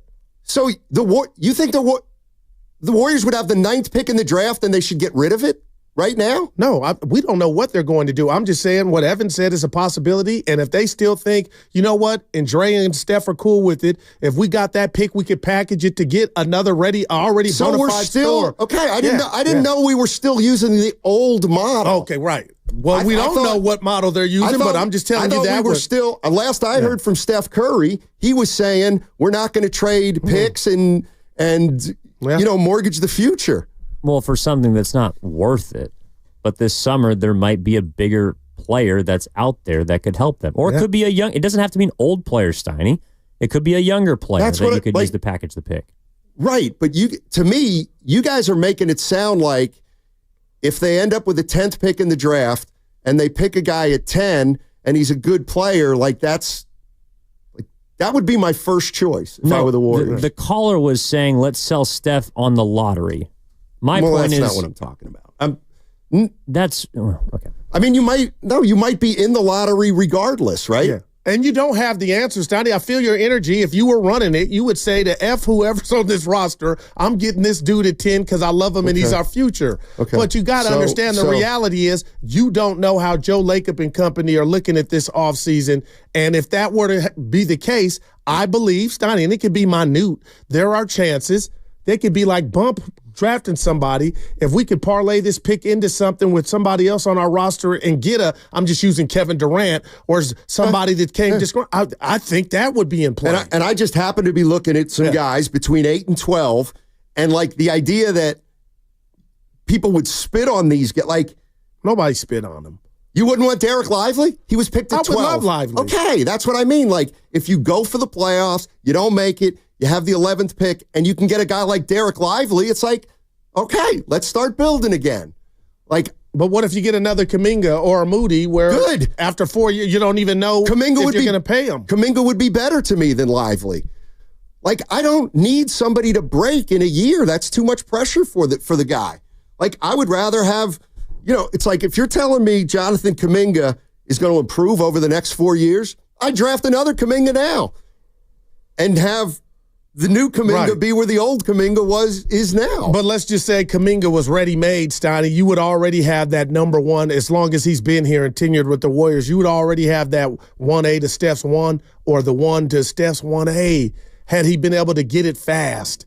And I know you're going to talk about his history and background, but what if they would have knocked that out the park and Kuminga was Scotty Barnes or Wagner? You would feel oh, my God, we would be excited. You would have the next per se. And I don't know if the Warriors look at Kuminga as the next. Obviously, they didn't before the season started because he would have got paid. I don't look like Scotty Barnes. I think he's a nice player. I love him. I don't look at him as twice as good as Kuminga. I don't. He's good. I'd rather have He's Barnes. further along. Exactly. Okay, that's and so is Wagner. And they both should be. And Beck Harrell, yeah. And we had to expect that because Kuminga didn't have the experience that those guys But I had. guess my question to that would be, Steiny, could you afford that? What do you what do you mean if Kuminga was further along, where would this Warrior team be? If the Golden State Warriors have the 9th pick in the draft and Amari Stoudemire's there, but he's not going to be Amari Stoudemire for 4 years, I'm taking Amari Stoudemire and I'm waiting 4 years. And over the course of that 4 years, he's going to get better and better and better. And then he's going to emerge into a star power forward. It feels to me like nobody wants to even wait 2 or 3 years for a guy to develop. And I thought we were done seeing a guy who's going to come in here and dramatically change the fortunes of the Warriors. And my question to you is, why would you think that? What have you seen to say, I think we're done? Because there's no, unless there's a name I haven't heard, I don't think Levine's going to do anything. I don't think Vucevic is going to do anything. I wouldn't do Jimmy Butler. But even this offseason, you hit the reset and things get... Okay, so just so we're clear. I'm just throwing it out there. So we're clear, we're going to have missed the playoffs 2 straight years with Steph Curry. Yeah. But now we're going to mortgage 2 or 3 more years of the future. Just hearing that You're not even a playoff team. You might not even be a playoff team 2 years in a row, but now you're going to bring in another vet. Come on. I don't know. Maybe I'm in the minority. Let's go to Donna in Richmond. Hey, Donna, how you doing? Hey, Donna, what's going on? Oh, look, I went to the game last night, Okay. And it was fantastic. I knew we were going to win that game. But when we got in the fourth quarter and we committed those fouls and they hit those free throws, I'm like, it's over with. We can't keep doing this. We have to find a way to not commit these fouls and go ahead and finish a game strong because we had them. We had the Kings last night. And I don't get. And the other thing, Steve Kerr needs to hold a practice where all they do is shoot free throws. Because we are so bad with free throws. And it's like, we're better than that. And I'm not going to stop watching the Warriors. I've been a Warrior fan for many, many years. And I love the Warriors. So I'm just hoping we don't take Jimmy Butler because I think he's too much. You know, he'll bring too much to the team. But it was a great game. I had a really good time watching the Warriors and was just hoping that they would win. But when they committed those fouls in the fourth quarter, I knew it was a done deal. What jersey did you have? Did you wear a jersey? Of course I wore. Which one? Which one? It wasn't a jersey. I'm sorry. It's just a shirt that had the Golden Gate Bridge on it. Yeah, you were repping. There you go. Thanks, Don. I appreciate the call. Stoney, on any level, when one team, if you didn't tell me who we're playing, one team went to the free throw line 13 times and the other team went 32 times, I think 9 out of 10 I can tell you who won that game. I mean, 30 for 32 the Kings were. And it just speaks to how the Warriors are right now. They don't got guys that could create their shot, and that's why Kuminga's absence is just glaring. But Stoney, 13 trips to 32 for the other team. Body punches, they work. Steve Kerr said it. I mean, they don't get to the free throw line. Why would they? They don't have anybody. Well, I shouldn't say anybody, but they don't drive to the basket as much as other teams. Yeah. You know, I mean, they just don't. And Steph's doing it less than he ever has, and they don't have Kuminga now, so they lose that. He got there one time yesterday. It might have been a technical. And look, what you got? I don't necessarily buy the Warriors are a bad free throw shooting team. Steph, Trace Jackson Davis can't make a free throw. Right. So he goes 3 for 6 last night, and then they're 9 for 13, and they stink at the line, but it's really Trace Jackson Davis can't make a free throw. But you understand and Kuminga couldn't make a free throw. And Wiggins what's Wiggins shooting this year? He's been better. But your Wiggins is shooting 75. Well, you might be on so Wiggins, Curry. But it's as a collective, Steiny. It's as a collective. You can't weed them out. There's no such thing as a bad free throw shooting team. They're bad free throw shooting players on a team. If Steph Curry gets to the line 13 times tonight, I'll bet you the Warriors are a good free throw shooting team. But that's not tonight. how the game works. Well, and at this juncture, he's not getting to the line that much. But Steve Kerr said, Stoney, they're last in free throws and layups. Right, because Trace Jackson Davis can't make a free throw. But he's not Shaq. He's not going there 20 times a game, partner. Exactly. Nobody is. So that's the other thing. If you're shooting fewer free throws, it's tough you're 9 for 13, you're going to go 9 for 13. 888-957-9570 is the number. Yeah, I'll come back on the other side because I think I know the strategy I would employ if I'm the Golden State Warriors. And so somebody's got Mike Dunleavy's phone number. Tell him to tune in on the other side. I'll give him a little advice on where we go from here because it's not necessarily all negative. What's coming up on the game is brought to you by Fremont Bank. Here for you, here for good. That segment was brought to you by Chilton Auto Body. Have you been in a car accident? Chilton Auto Body is...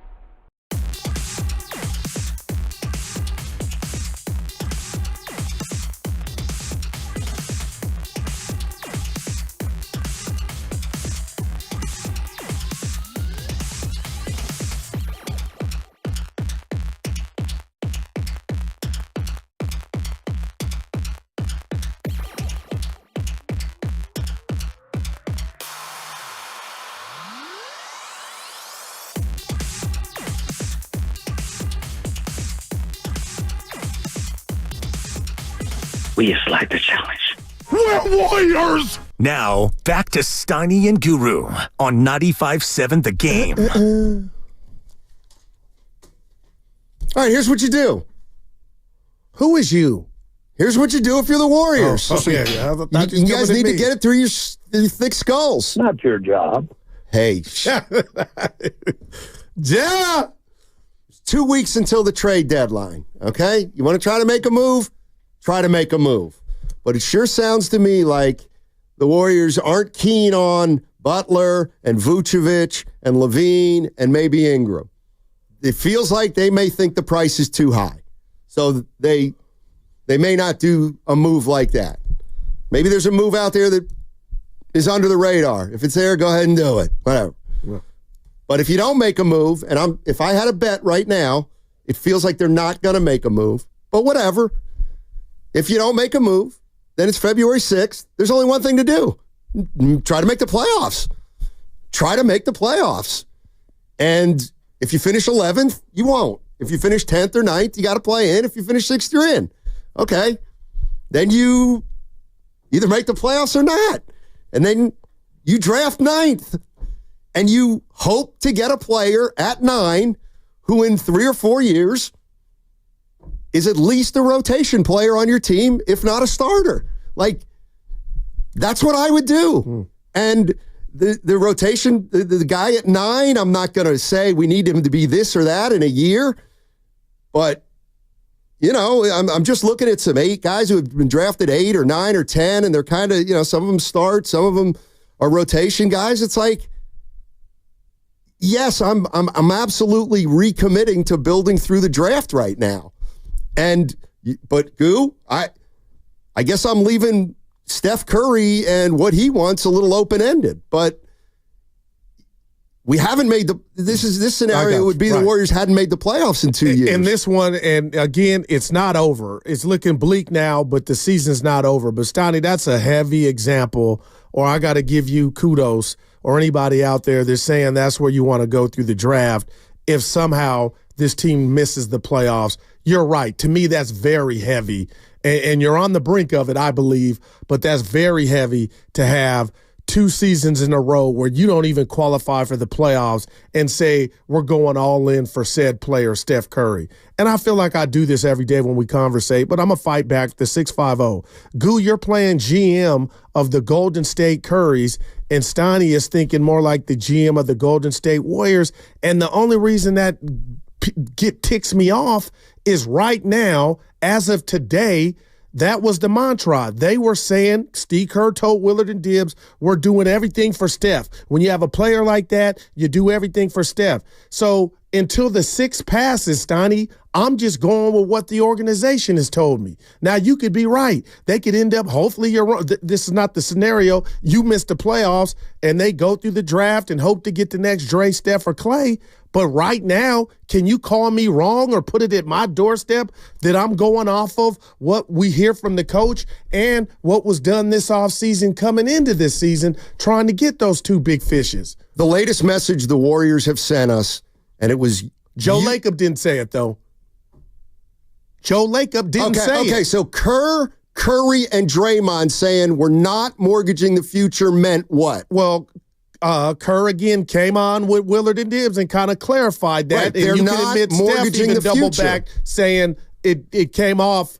They didn't mean it like that.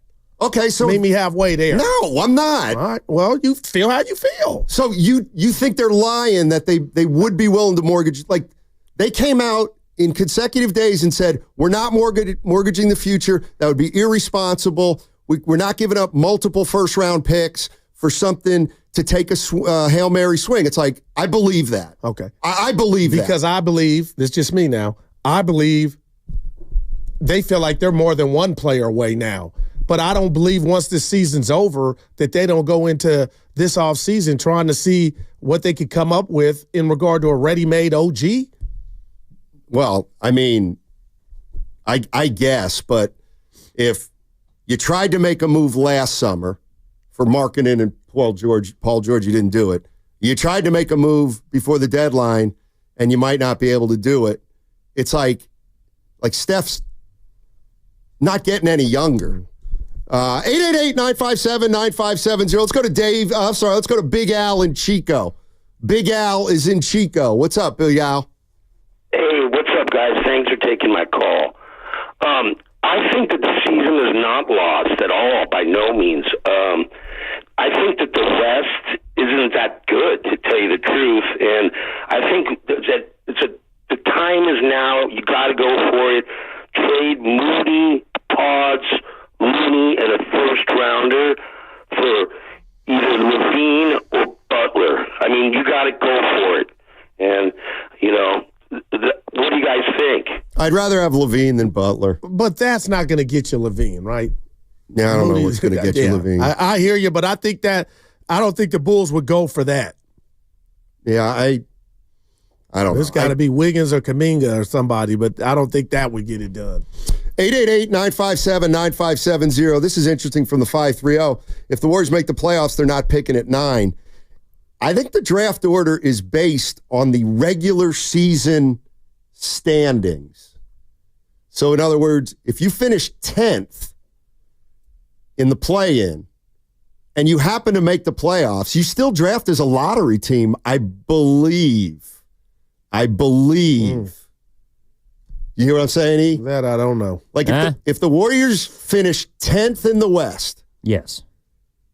And they win 2 play-in games to make the playoffs, I still think they draft from their original 10th place spot in the standings at the end of the year. I'll double check, but I think that's true too. It's not like the NFL where you reseed based on where you finish. Yeah. And so I think it's possible the Warriors could finish 10th, make the playoffs, and still be in the lottery. Yeah, so the best case scenario, get the 10 seed, win the championship, and then win the lottery. And then win the lottery. There you go. And we got Cooper Flag coming in here. Man.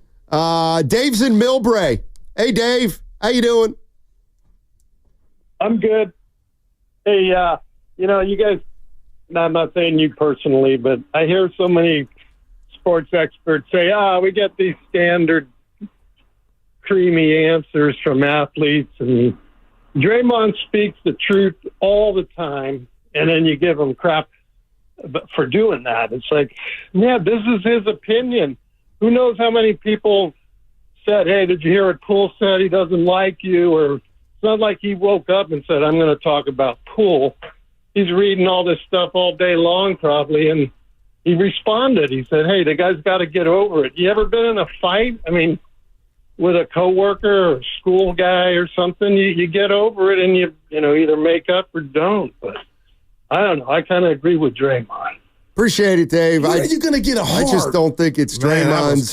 Man. I just don't think it's within Draymond's purview to tell Jordan Poole when Jordan Poole should get over it. And then if you really want to go there, and I heard the guys in the morning, I agreed, Stoney, they were having a conversation about Jordan Poole didn't name drop Draymond Green.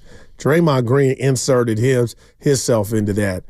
But and I'll leave it there. That was cold to tell somebody, the victim per se, you need to hurry up and get over it. It's been 3 years. The Bulls are in town tonight. Vucevic, Levine, and Bobby Marks was on with the morning show talking about Warriors options. I got to ask Warrior fans what you thought about this, because this one got me a little bit on what's the most appealing asset that the Warriors have. Probably their draft pick. I don't see a player out there that could jumpstart them to get into the top 6 of the Western Conference. Kind of the reality. That's the reality of the situation for a lot of teams right now here. But I would think it's probably their draft pick that potentially could be in a lottery this year. And certainly they've got 2 more picks they would be able to trade. Of course, you could talk about Jonathan Kuminga and, the Andrew Wiggins contract to get the money to make something work here. Wow, not Kuminga, Stoney. He said draft picks, or no other player for that matter. But I just knew JK was coming out of his mouth. And that goes back to Logan Murdoch yesterday when he was saying that, there were whispers that Joe Lacob was meddling, but some scouts, the Warrior scouts, were kind of telling Joe, hey, we don't know how consistent this guy can be, talking about Jonathan Kuminga. And then here's, our guy ready to – I was thinking Jonathan Kuminga's, man, can't get it out his mouth fast enough, and he's talking about the draft picks are the most attractive asset that the Warriors sit with. Well, I mean, I'm sure the reason he doesn't think it's Kuminga is because Kuminga's a free agent. So somebody's going to have to pay Kuminga. And that lessens the fact that Kuminga's got to be paid at the end of the season lessens his value. But I was a little surprised. I actually thought he was going to say Steph Curry. But that's kind of what I'm talking about is, and yeah, what I would do if I have the 10th pick in the draft, I'd probably use the 10th pick in the draft to draft a player that I thought would be the best player at that spot. But I'm not against trading it. But the reality of the situation is Bobby Marks of ESPN is saying that the Warriors' biggest asset is something that's going to look like the 10th pick in this year's draft. That's it's not a great best asset at this point. You're listening to 95.7 The Game, KGMZ FM and HD1 San Francisco. Always live on the free Odyssey app, Twitch and YouTube, powered by First NorCal Credit Union. Let's jump into Ray's in Watsonville. Hey, Ray. How you doing, Ray? What's up, man? Hey, guys. How you been? Doing well, thank you. Thank you. Hey, you know what? I think it's time to let Curry go. I think that you think about it, if you go back to 2009 and you predicted where we would be today, I think that we would all put our chips in and say, yeah, I'm in for that. 4 championships, 5 times going to the NBA championship in a row has never happened.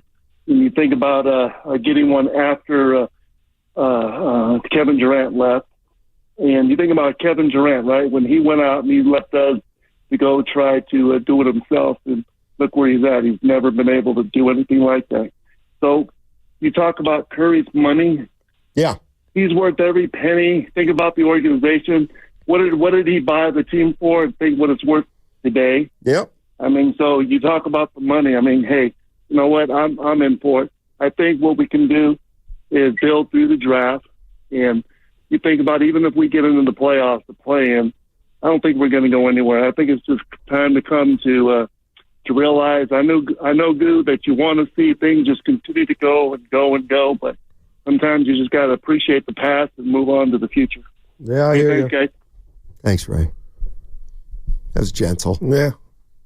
No, but come on, Stoney. I'm rooting for the team. I'm a fan, and whatever they decide to do, I'm gonna back them. But I'm just reading the chessboard, what I deem the Warrior chessboard, and if I could get one more real run at it, and somehow I could get a guy that's been on a 30-point bender, and even before he went on that bender, I'm talking about the Bulls, Zach LaVine.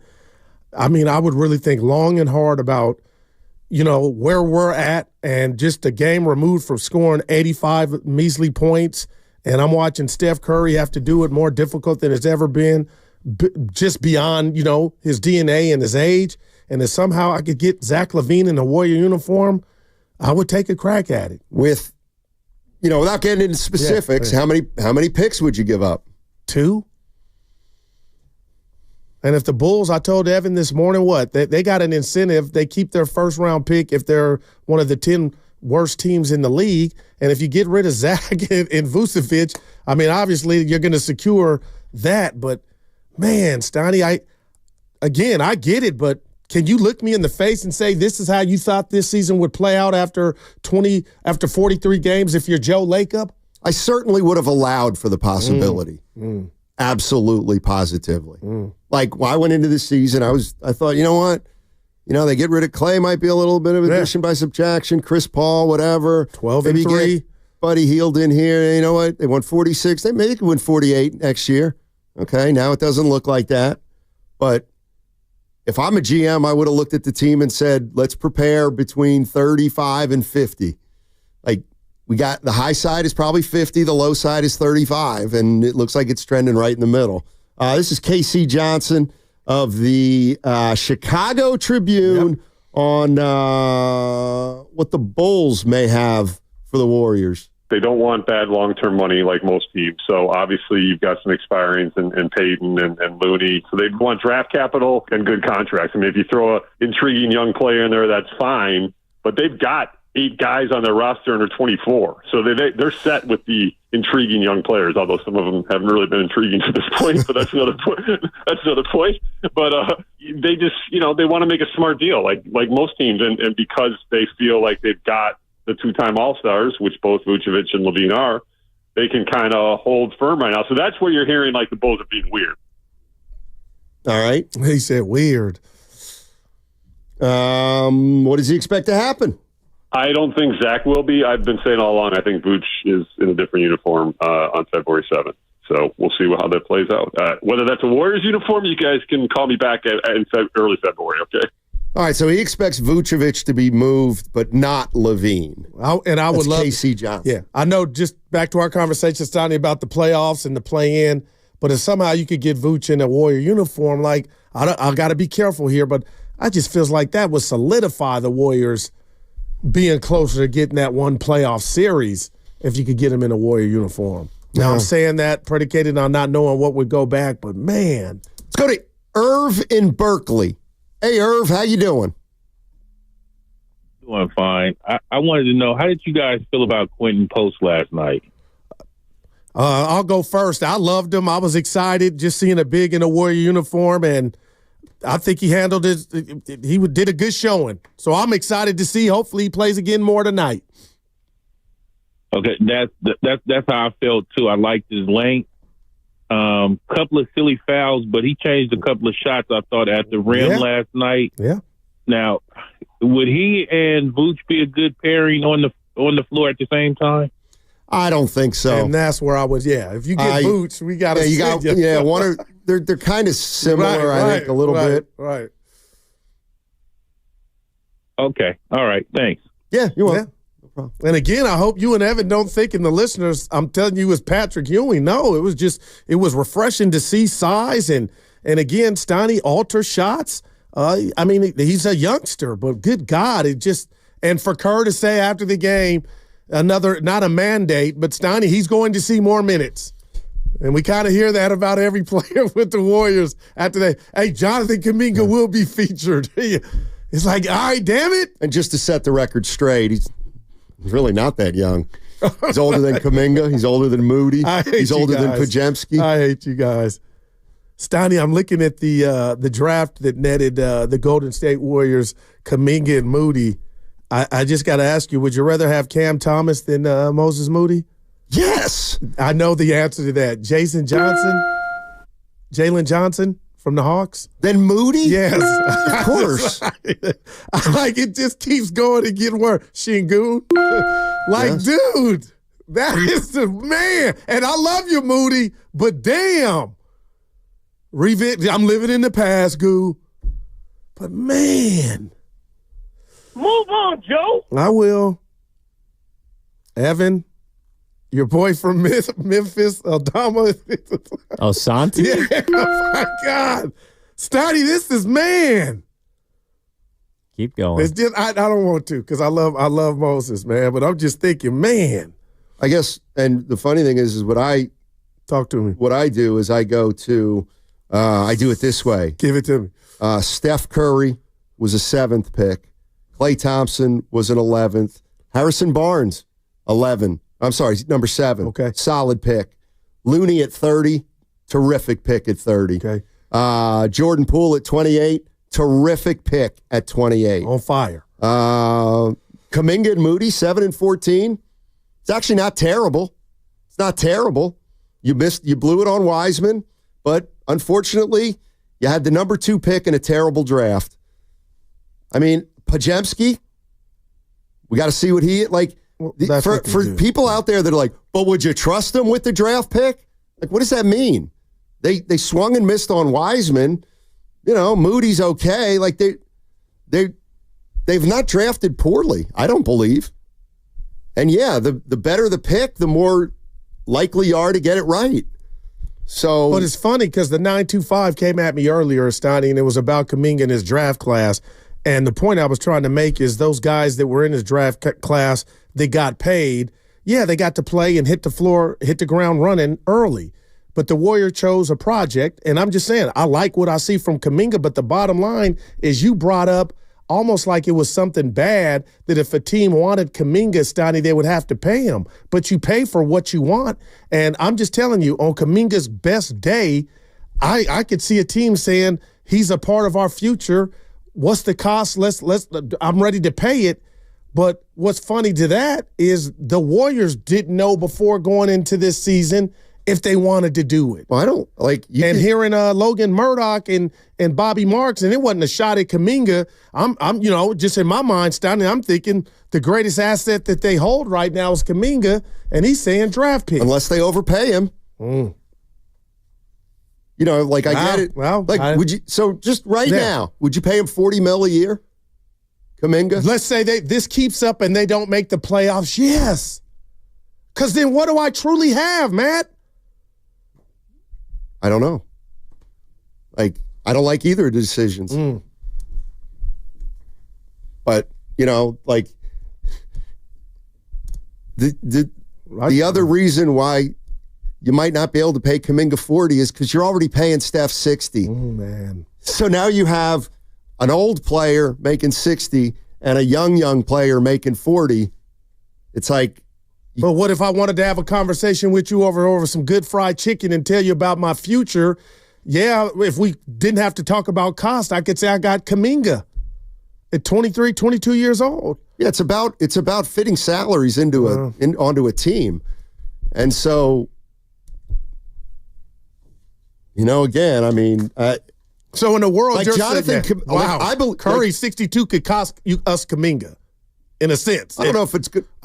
I don't know if it's going to I don't know if it's going to cost us Kuminga or not. The bigger issue is that we've got the highest paid player in basketball 2 years from now, and he's just going to be like a kind of a role player. That's like, and again, I'm talking about Joe Schmo. I'm not talking about Steph Curry.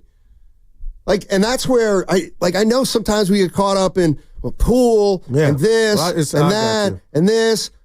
But the reality of the situation is the biggest challenge this team has right now is its iconic player is going to be 37 in 2 weeks, and his skills are diminishing pretty quickly. Well, Stoney, I think he's frustrated more than his skills are diminishing. I think he's frustrated about what's not around him as opposed to him feeling like his powers are lesser than they ever been. And a night like last night proves to me that he's not a number one. But also that he needs help too. Well, you know what I mean? You can't get him enough help reasonably to think you're going to be able to get him enough help and get back into contention. I mean, that's fascinating. Like, he can't. I think they can't. Like in the right situation, Stoney, he can still pop. Which is what? With Giannis and Jokic? No, I was going. Like, seriously, that's what we're talking. But I was going Cleveland because you brought up if he just had 2/3 of what they have, that would open it up for him to be able to do what he's done. And like I said, I mean, you drop Steph Curry on Cleveland, they're already 35-6. Wow. Like, they're already 35-6. This is a hell of a... And they get worse defensively, by the way, Cleveland. What's coming up on the game? I see City Boy Von, Russell Anthony. I'll get you all on the other side. We'll get back into last night's game. Anything encouraging from that one? What's coming up on the game is brought to you by Fremont Bank. Here for you, here for good. Prescriptions require an online consultation with a healthcare provider who will determine if appropriate. Restrictions apply. See website for details and important safety information.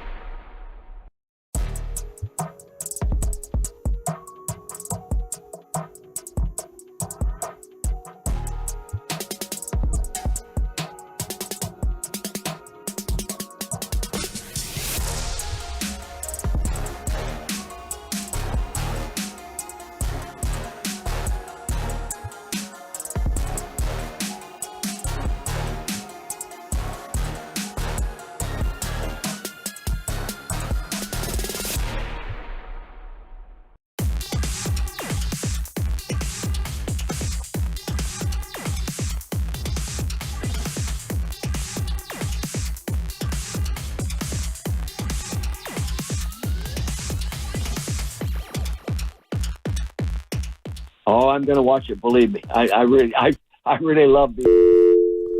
Now, back to Steiny and Guru on 95.7 The Game. Call him back.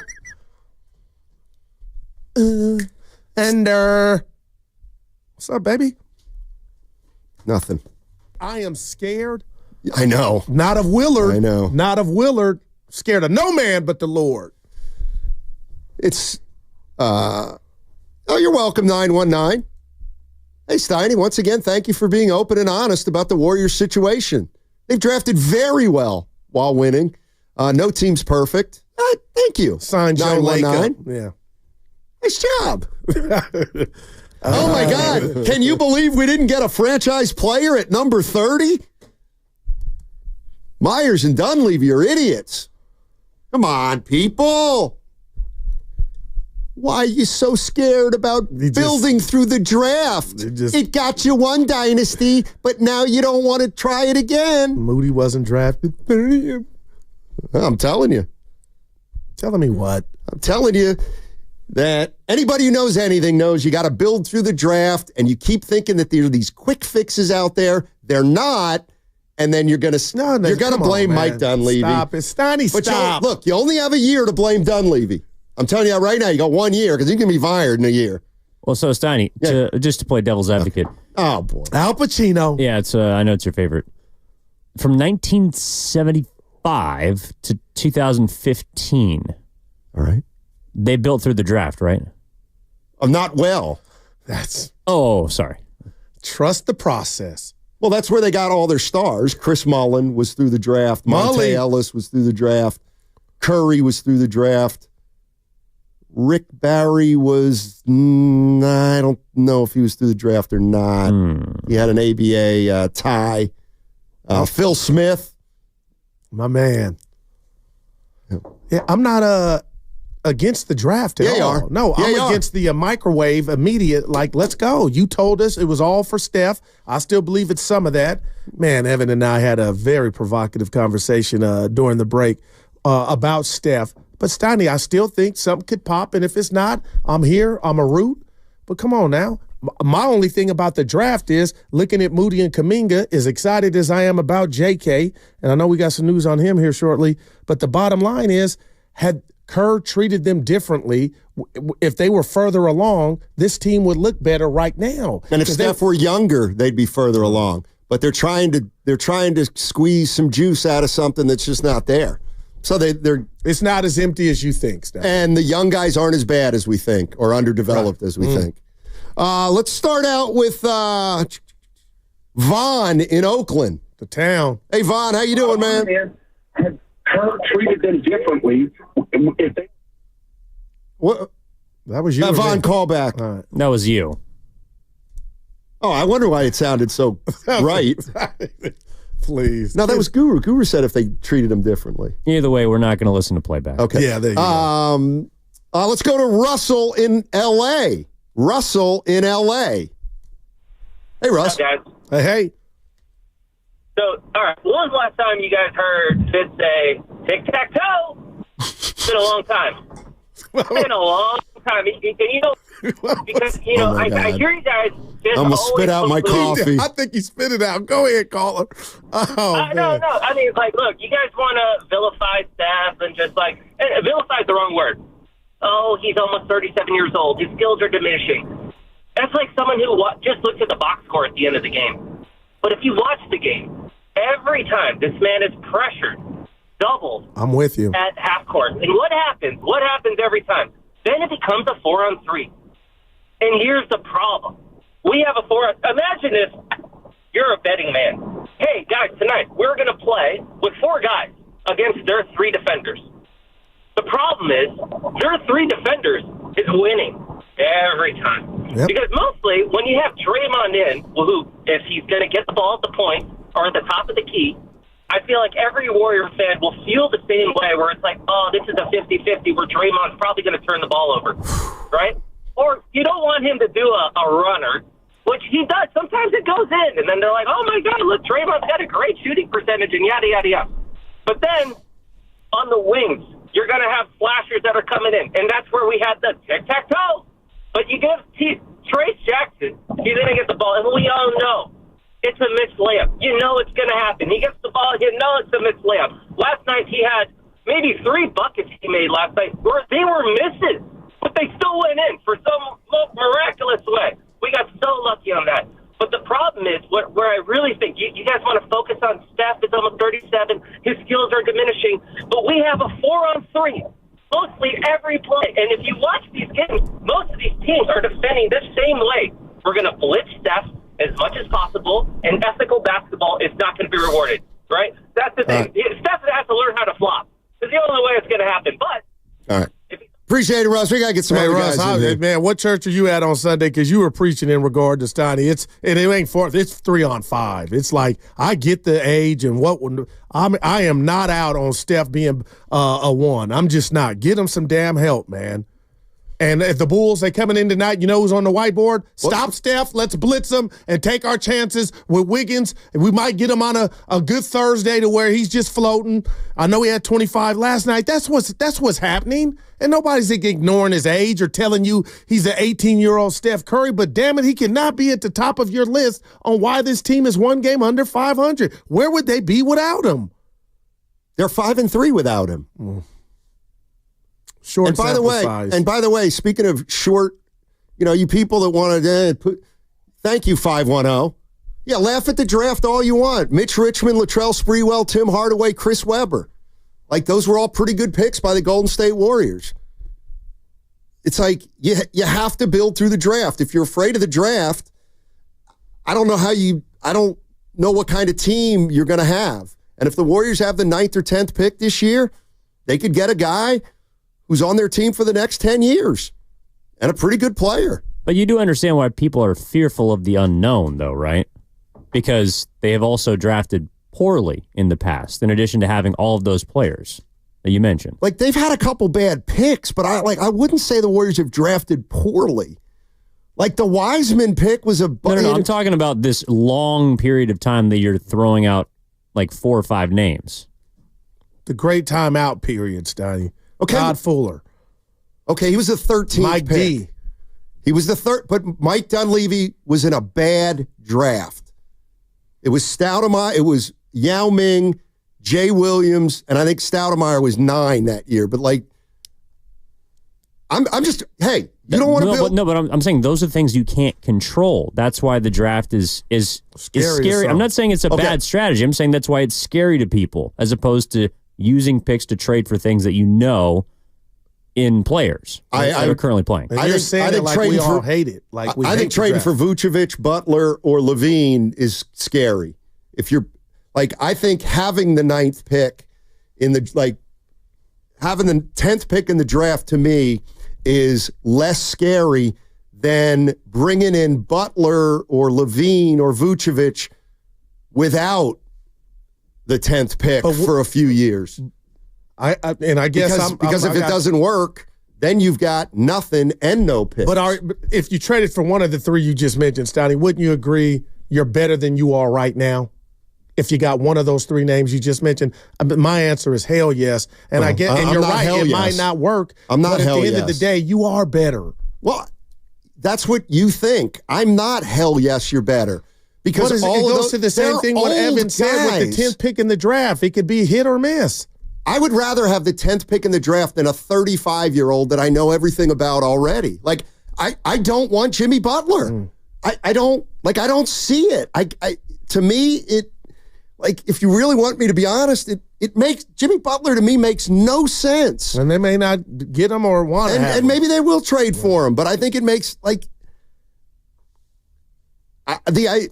So the bottom line is that you believe they're not just a Jimmy Butler away. I believe a guy like that in playoff form, even at his age, they have to make the playoffs first go. But if you got a guy like that to alleviate the stress on Steph with Dre when healthy, I mean, man, Stoney, I would take that all day to feel better when I got in bed, even if they lost, like you did everything under the sun to give this man a chance.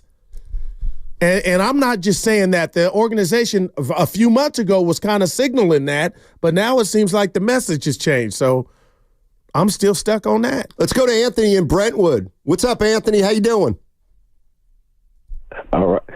I'm doing fine. So I want to address what you guys were just talking about, and then I got maybe 2 or 3 more points. One, out of the 3 guys that Guru just said, LaVine is the better pick because LaVine is a bona fide scorer, and he can get a bucket on any given night. He can go for 32 and 5. So we want to alleviate the stress on Steph. We need a scorer. I don't think that's the end-all, be-all, but just to tie up this conversation when it comes to that, I understand Steiny's point because Jimmy has been a malcontent everywhere he's went. And if he doesn't get his way, he acts like a female dog. Boom.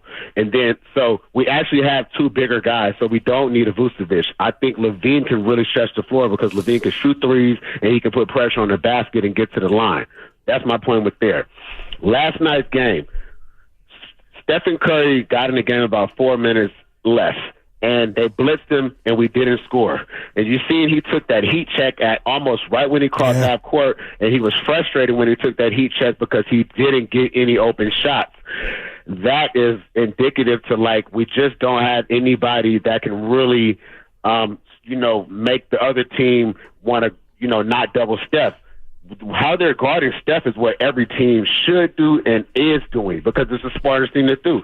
So at the end of the day, I have nothing wrong with that. But you've seen before Steph got in the game, the guys actually got the score close again, and we were in the running to probably win that game. When Steph got back in the game, that's when things changed, if we want to be honest, because everybody deferred to Steph. That's the issue with playing with Steph. He's a great player, but when he gets in the game, nobody really can play their game because everything has to go through Steph. So, but being honest, that's something that nobody's talking about. I was watching a clip from Gil's Arenas podcast, and Eric Pascal was on there, and he said it was very difficult and very hard to adjust playing with Steph because everything had to go through Steph. And when you're a scorer and you've been a scorer your whole career, coming over to play with Steph, it's hard to adjust there, and everybody doesn't do it. That's why there's gifts and curses when it comes to doing everything for Steph. We find ourselves in the situation we're in now. I appreciate it, Anthony. Good stuff. Yeah. Appreciate it. And I hadn't brought that up, Stoney. I swear I have it written down, but I was like, why is Curry not in the game? But they erased the lead while he was out and came back. Here's one thing where I agree with Anthony. Like, if you're talking about Butler, Vucevic, LaVine, if of those 3, sure, give me LaVine. Okay, all right. Give me LaVine. That's my number 1. Because the other 2 guys are old. And you know what? The other 2 guys, I actually, and you can say it any way you want. Right. What the Warriors need is they need a number 1 scorer. And LaVine would be that. And it's not Steph. That's why I would want LaVine. Yeah. Because he's averaging 24 a game, and he would become the Warriors' leading scorer. Or that's the role that I would try to push him head first into. Like, I don't believe, he can be the number 1 scorer, but to me, if Steph had a guy who scored more than him, then that would be beneficial. And Stoney, I'm in 28-0 fast. But I'm not giving up 2 firsts for LaVine either. Yeah. And Joe Lacob may not either, and they may want more than that. But I love them in the open court, Stoney. That's what the Warriors don't have. Just a gazelle just leading the break, lanky, tall, could flush on you, pull up for 3, make his foul. I don't got to sell you Zach LaVine. I get it. It comes with some stuff and the miles, but good God, what you're talking about Steph needs, I think he's the only one that meets that criteria. But let's not pretend the Bulls have been good. Like, the Bulls have been sitting with Vucevic, LaVine, Kobe White. They stink. Yeah. Like, they've stunk for 4 or 5 years. So it's like, I'm open to whatever, but let's not pretend that, Chicago's sitting on 2 guys who can change the fortunes of the Western Conference standings. I mean, well, you kind of said it this morning when I came in. It's not even fair to look at a basketball game and say, when we're watching one player put up numbers, he's the reason that they're not winning as a collective. And you, Evan, and I talked about it. You always make fun of me about Jordan early on pre-Pippen when he had Dave Corzine and Granville Waiters and Quinten Daly. He was doing everything under the sun, but he didn't have help. Right, so are we going to say that he guy's and Vucevic a loser? have played together now, and Kobe no, you're White. right. I don't know what's going on. It's not just LaVine. Yeah. And they've made the playoffs, though, Stoney. I don't know. I'm just telling you, the history doesn't matter to me. His individual gifts and his play match and merit what the Warriors are lacking. I do wonder if he's a number one scorer, like a bona fide scorer. Give it to me. Why do they want to trade him? Like, if he is the guy that can come in and alleviate pressure off of another big name superstar, why do they want to move him? Probably because they think he's overpaid, but I'm just guessing. Well, I'm not sure. I'm just like, if he really is the answer, I don't know.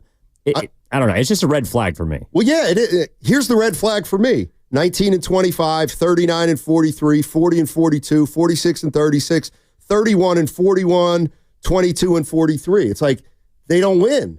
Well, where do we draw the line? I'm not blaming just Levine, but they have two guys on the block, Levine and Vucevic. Yeah. They're both supposed to be good. Yeah. Well, why do the Bulls stink? They're the Bulls' two best players. And Kobe White. Hey, look, I like Kobe White. I was just why do they stink? Like, somebody's got to stink for them to be 19 and 25. I don't know who it is. But, yeah, I guess but I'm not giving up. Right. I'm not giving up picks for Levine. Well, if we just change, just to Evan's point, if we just change the name to Jimmy Butler, why is he in the situation he is? I think we all know it, right? It's relationship-based, but still, at the end of the day, outside of the bubble run, and against Denver, I mean, Evan, how would you answer that? Well, that makes a lot more sense why they want to trade him. Right. I mean, it's out in the public. He doesn't want to be there and is kind of just a toxic guy at this point. So, like, that makes sense. But if he wasn't an emotional malcontent, Miami wouldn't want to trade Jimmy Butler. No. He's their best player. Man. Let's go to City Boy. Our man. What's up, City Boy? How you doing? Y'all? Help us out, baby. I'm hanging in there. So I'll say this, speaking just strictly as a fan, right? I'm not the GM, obviously, but, we want to win now as fans. We want to be entertained when we turn on the TV. We don't want to watch a game like last night where you're up 18 and you already know you're going to lose. Man. I'll tell you what, I knew. Did y'all know? Damn. I knew. You knew the avalanche was coming, okay? And the disrespect of all of the players on the Warriors team shown by the way that they defend. It was like the 2019 finals against Toronto when Clay and KD were out, Nick Nurse was just throwing everything at Steph, and he didn't care what the other dudes did. He didn't care. And that's how... City, real quick, remember that last game the Warriors played against Minnesota? Yeah. You think they were going to lose that one? They were up 18. Yeah, I probably did, but they pulled it out. And who won it for us? I just know we won. The guy who's not a number one anymore, Matt. Yeah, Matt's saying that. City Boy. Yeah. It was an offensive rebound. No, but my point is, but Steph can be a number one on a given night. I think Matt would agree, right? He can't be a number one he can't be number one every night. Well, listen, and that's the thing. The way here's the way I look at it now with Steph. And thanks, City Boy, appreciate it. We're probably gonna be out tomorrow. In by out. Steph, if you get Zach LaVine, Steph Curry's still going to be the best player on the Golden State Warriors. I need a guy who scores more than Steph. I don't care if Steph's still the best player in the team. And that's what Zach represents. Well, but give it to me. Like, yeah, that's fine. Like, I'm not hating on Zach LaVine, okay, right. But I'm also not sitting over there like Steiny. They get LaVine and a game like last night, Zach could bring home. You don't know that. But hold on, just real quick. This is how basketball works. The threat of Zach going to the rack or doing whatever, Steiny, is going to help. Okay, that's what you think. Take attention off, so it's equal. You're helping the whole team for that matter. I mean, that sounds great in theory, but like, if you think that I'm going to buy into, man, if they get Zach LaVine, Steph's going to average 25 a game, and like, I don't. Right. You're rolling the dice. Though it's a number. It happens all the time. Right. 12-point behind. Right. 12-point leads, gone. 15-point leads, gone. The Warriors are probably losing more 18-point leads than they did 15 years ago. So's the whole league. But will you understand, and you've said it, I just want to hear it right now, Steiny. You understand scoring the basketball is a problem for this team. Will you give me that? Regardless of you're right equal on the problems on both sides of the ball. That's the way I believe. Well, I didn't bring up. I'm just okay. They gave up 75 points in the second half, and they scored 85 just a game ago. Okay, like and they need an influx of a guy that can get you some buckets or guys. I'm not saying they don't. Right. I'm not saying they don't need scoring. And your exercise on the leads, I get that. It's all day, every day. But it hurts that this team seems to be more susceptible to having that happen to them. And Sac ran him down in the third quarter. The game was tied going into the fourth. I'd love to find a stat, blown leads. Well, what I do think, because Curry told us that they are not built to come back. I do think that it's more jarring when you watch the Warriors as opposed to other teams, because for every 18-point blown lead, there's like... I can't recall one where they've come back from down 12. I think that stands out when it happens to them. I agree. I don't think the issue is the Warriors give up way too many 18-point leads. Right. I'm not going to fight you on that one. Because he is right. Steph said it. 888-957-9570 is the number. I still see a lot of people calling. And 415 wants to know what salary we're sending out for Zach LaVine. Obviously, probably be Wiggins. He makes 25. You throw Peyton in there, he makes 10. That's 35. How about Looney? You throw Looney in there, that's 45. You got there. That's how you get there. Looney or Kyle Anderson or probably Looney because they'd want to come off his money at the end of the year. But do you expect we're up against fireworks at the trade deadline just for the NBA in a whole? No, not really. I think Butler's going to go, but I don't know about anybody else. All right, more calls on the other side. Download the free Odyssey app and check us out on YouTube and Twitch. Powered by First NorCal Credit Union. That segment also brought to you by MB Jesse Painting. I said what I said. Hi, this is Matt Jesse with MB Jesse Painting.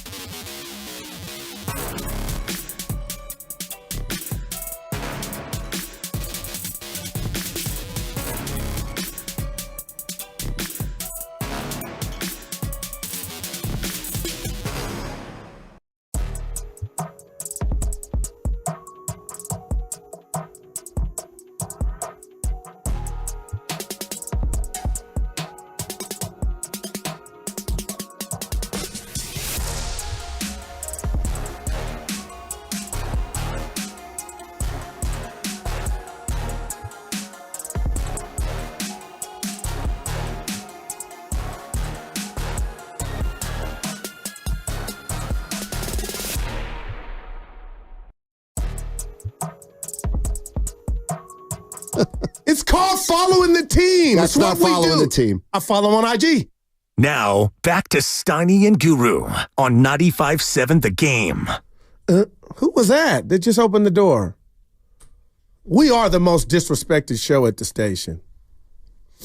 Well, it's because we're in the least important time slot. Yeah. This is usually this is like where they put we're batting eighth. Usually like you go to a playground, there's two courts there, they're playing pickup. One's like the good guys and one's like the Scribinis. No doubt. We play on that court. We play on the court with no net. And it's about 9.5 feet. Oh, my man. And you still can't dunk. He came in and apologized. Who did? Luke, director of sports. I told him, apology not accepted. Way to go. Way to go. Stoney rubbing off on my man. Way to go. And don't forget, before we get out of here and the guys come in and you change, you wanted to rip Spadoni. And I'm not gonna now. What happened? I don't feel like it. Because I want it. Yep. He's got to be here. Exactly. Well, you're right. He might be on Odyssey after the gym. Anthony Slater comes on 95.7 The Game and does a great job. But let me tell you something. When he's on FanDuel Radio, that's when he brings it. TV. TV, I mean. Slater was on FanDuel TV. Slates, what's up with Kuminga and the Warriors? We know they stink. What are they going to do? Hey, what's going on? The big question is how much money does he command this summer, and then how much does that kind of handcuff them moving forward? Yeah, I mean, they couldn't come to an agreement, in extension talks because there was such a gap. There's not that much money out there. You got to wonder, what's the league's belief in him? You really only need one suitor, but who might offer sheet him? I think this might go to an offer sheet type situation. And you guys know how restricted free agency, Chandler, restricted free agency kind of comes with its own challenges on the player side. It's very team controlled because they can really call bluffs and just match if they want to. Brooklyn is a name I've heard, obviously, like they're a team with space. They're a team that could use kind of a young on the rise potential, wing star. If Brooklyn believes he is, going to turn into that. Part of his upbringing was in Brooklyn. Oh, everything but the number. Yeah. Slates. I wonder what the number is, though. And it's funny because I keep going to CNN, Stein. That's the only channel in regard to politics I go to. But let's put a rat on the table. Brought to you by Atco Pest Control. The one that you speak of, the one that they don't have, is Jonathan Kuminga. And it's kind of funny and head-scratching that they left training camp and didn't have him in the starting lineup from the sense of, Steiny, if he is your future. And we heard Kerr at the podium. We're going to feature Kuminga. We heard Draymond go on and spill about Kuminga. We heard Curry speak glowingly of him. But I understand there's better versions and more proven versions of Kuminga out there, like the guys that I'm hoping they would pull the trigger on. But let's be honest. He is your most athletic guy to get to the free throw line that you have. And it's kind of funny that we've been kind of going back and forth, but playing double dutch when reality, this dude should have been doing. It's not consistent enough. But you got to live with that, though, Steiny. But that you have been living with it, and this is what it gets you. And that's why, do I like Levine? No. But the idea of a guy who can get you 24 a night, like night in, night out, that's not Kuminga. Kuminga gets you 25, and then he gets you 13. Well, and that's then he Wiggins. gets you 28. Well, that's Wiggins, Steiny. Well, that's Kuminga, too. So Kuminga's not consistent enough. Yeah. That's what I think they need. They need a consistent. You know why? People are going to hate this. You know why? To me, they need a consistent number one scorer. Yeah. Because Steph's not it right now. Go ahead, E. Let's play. He's going to play more of Slater from FanDuel TV. Yes, his price tag goes way up if a team like Brooklyn's willing to go in. But if the Warriors play hardball, maybe we're talking in the 25 to 35 million per year range, which, might sound like a lot, but in this day and age, that's kind of like middle tier. And this doesn't sound like too much. I would think 30. Man. It sounds like it's what the number was this summer. 25-ish?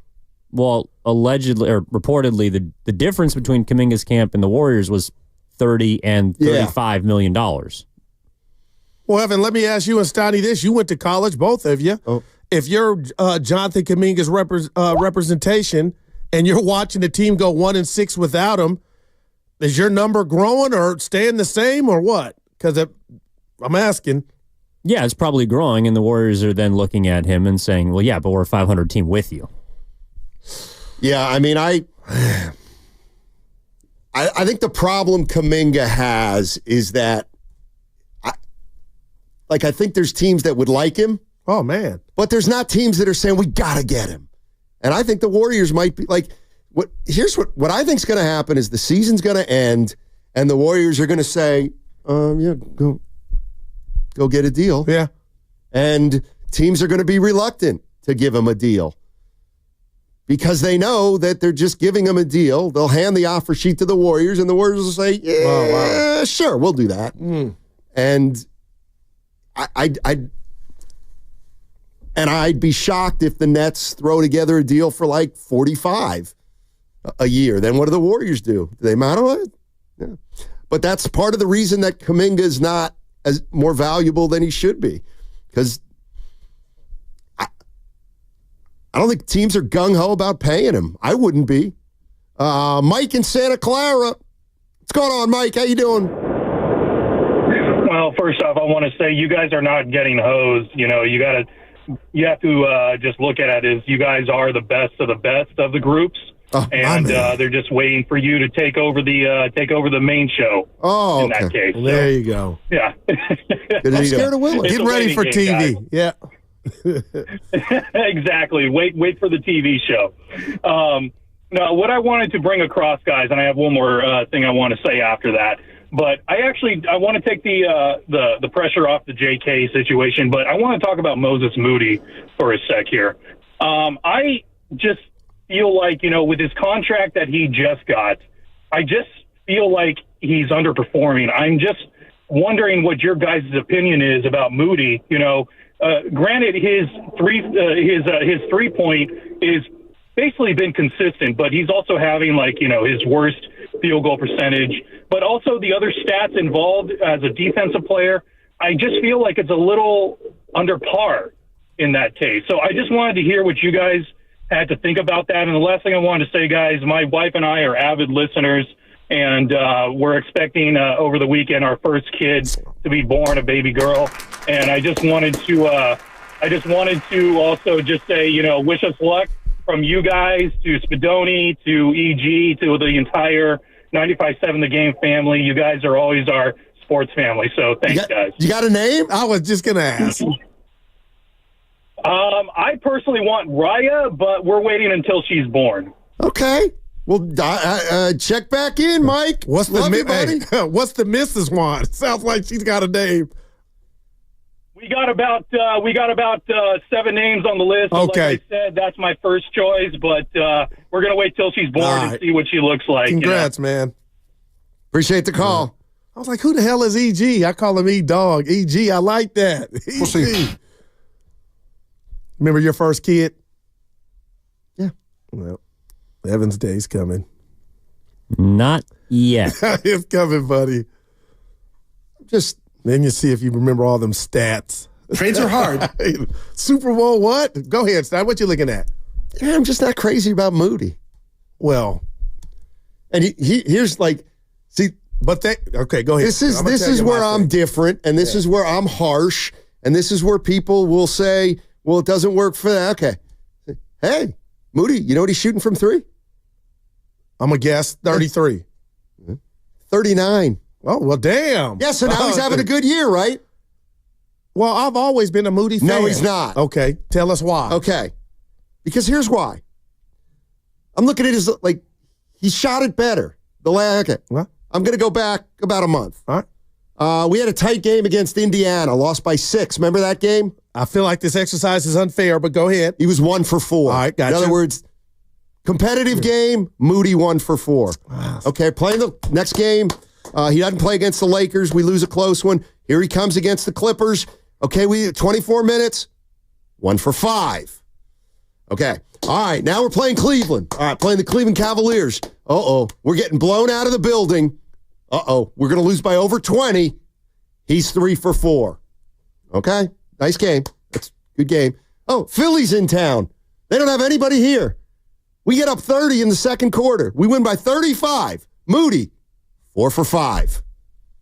Okay. I do want to know That's great. What prompted you to do this, but go ahead. I get where you're going. I'm just saying, like, I need, Toronto. We're in a nail-biter up in Toronto. It's a game we can win. Moody, 0 for 3. But it happens. That's the point. I'm sorry. When you go 4 for 5 against Philly in a 40-point win, I need you to make some shots in our competitive games. I'm not mad at you. Sorry. I'm actually just mesmerized that you did that exercise. But Stoney, Steph Curry, the great Steph Curry, had 2 points in the second half of a game. My thing is Moses Moody could play on my team any day. Why? He's giving you 17 to 20 minutes, and more times than not, I'm just being real, Stoney. How many games do we turn away and say Moses Moody blew the game? How many times do we say Moses Moody did anything? I say Never. it a lot, Stoney, because what I appreciate, and this is why we're programmed different, and there is no stat for what my eyes tell me. He can't defend. Okay, but listen, Stoney, he got a new contract from the team, so they are higher on him than obviously you, because they wanted to bring him back, and he is not going to make or break you. But what I love about Moses Moody is his mindset. What is it? And the reason his mindset, he could be pissed off. He could be like, you know what? Steve Kerr's doing this and that to me. He never did it. But let me tell you why. Do you think he's a starter in the NBA? Oh, no. Now you're going to tell me a winning team? I wouldn't put that, that's not too far. That's not a height that I think is too far for him to try to reach. Bottom line What does he do? does not give. What does he do well? Get the ball and go. And that's what I love. He is I won't look at Evan anymore. Okay, yeah. What do you mean get the ball and go? What are you talking about? He can't lead a break. No, but I'm not talking about that. Well, what are you talking about? I've felt so sorry for this dude for so long about how, the Sacramento game a couple years ago where Kerr sat him down before the game and said, you're out the rotation, and then he came in and saved the game. My point is, he has mastered, I don't give a, and I can't say the word. He gets the ball, he lets it fly, and if he's 1 of 8, he gets the ball and lets it fly. He don't care. And I think he showed you athletically, Stoney. He has no athleticism. Okay. I'm not telling you he's Sean Kemp, and I'm not saying he's Scottie Pippen on the perimeter, but he is by far not your worst, and there's a reason they re-upped him. Why is he playing 4? That's ridiculous. I have no. It's not. That was offensive to me because he's only got that position left. Okay, let's. This is where I should win the argument because we don't have the answer. Why did they bring him back? I don't know, and I don't care. But you got to understand. I'm talking to him. The pluses outweigh the minuses, though, right? I'll tell you what. In the last 2 years, I don't know that I've seen a player impact winning and losing less than Moses Moody.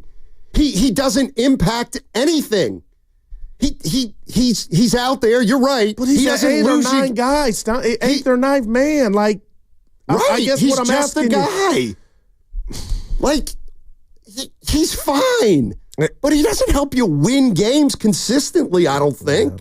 Stoney, if he's open, he'll take a shot regardless. And if you say he's 1 for 4 in clutch, I don't see him run from the moment, and I appreciate that. And now when he gets in the game, I love that he just has the courage of a cat burglar in regard to I'm letting it fly. I'm getting mine, and I ain't saying he's selfish, but he's had his chain yoked so many times he's gotten over it. It's funny. Sometimes when you say, "Well, he just keeps fighting." I need him to make shots. I don't care how many he can take. Stoney, look at his 3-point percentage. Right, and I just explained to you why he gets to 39, because he hits 4 out of 5 against Philly when they win by 40. Congratulations. Real that's quick, great. Yeah, but Stoney, that's unfair. No, it's not unfair. It's the a percentage fact. is what now the Draymond thing I get. Shoot him in the 4. But the percentage, get the kid his credit from his 39's 39. Right, but when you really need him, he's not as good as it. See, that's the problem that too many fans have. Moses Moody this, Moses Moody that. He's completely mediocre. Like, and he may be, like, he could start playing great tonight, but he's just a guy. He's just a guy. Like, and maybe he's part of the reason that, like when people say, playing with Curry's kind of tricky. Maybe that's Moses Moody's issue. That when he's out there with Curry, he just floats. But I think, I don't think he should be playing 20, 25 minutes a game. Wow. That's just me. Well, he's averaging 17 on the season. 17 what? Minutes. Yeah. Hold on. Let me get to... Oh, you're listening to 95.7 The Game, KGMZ FM and HD1 San Francisco. Always live on the free Odyssey app. Twitch and YouTube powered by First NorCal Credit Union. Let me throw it to Evan real quick on Moses Moody. Where are you at on him? I hope I'm not sounding like I'm telling you he's Steph Curry, but I feel like Steiny's using the Steph Curry checklist on a guy that's your 8th or 9th man. Well, he's not. He's lower in the totem pole. What I would ask you is, do you like Kuminga? Yes? Yeah. Okay. Do you like Wiggins? Some nights. I love Wiggins. Do you like GP2? Yeah.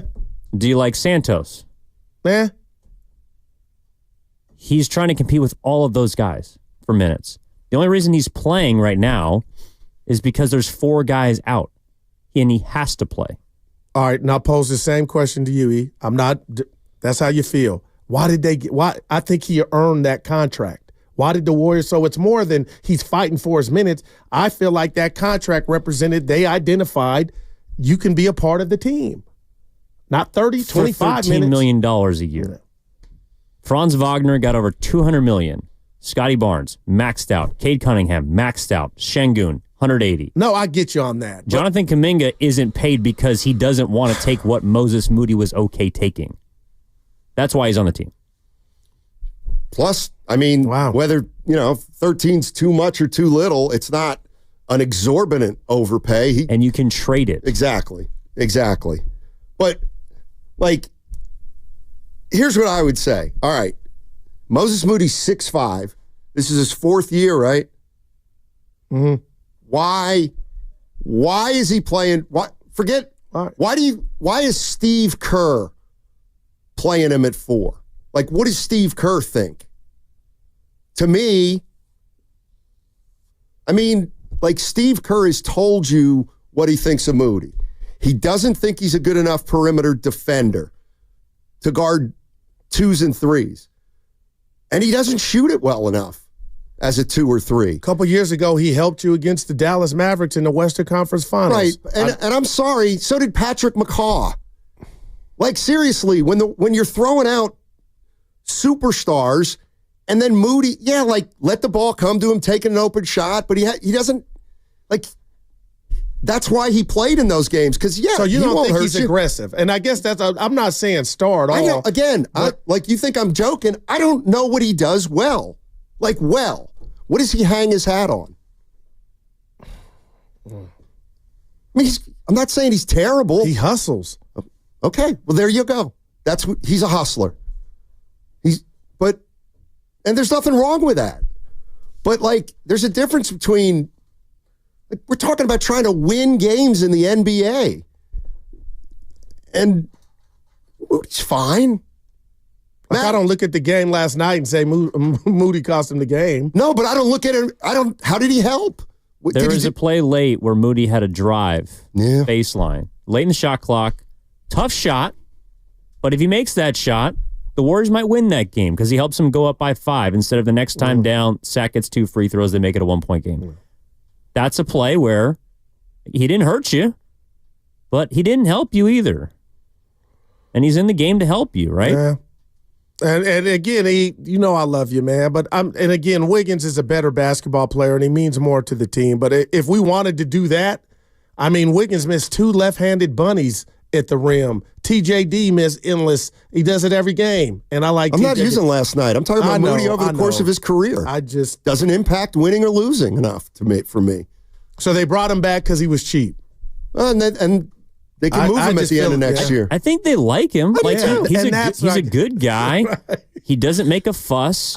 He's getting better progressively.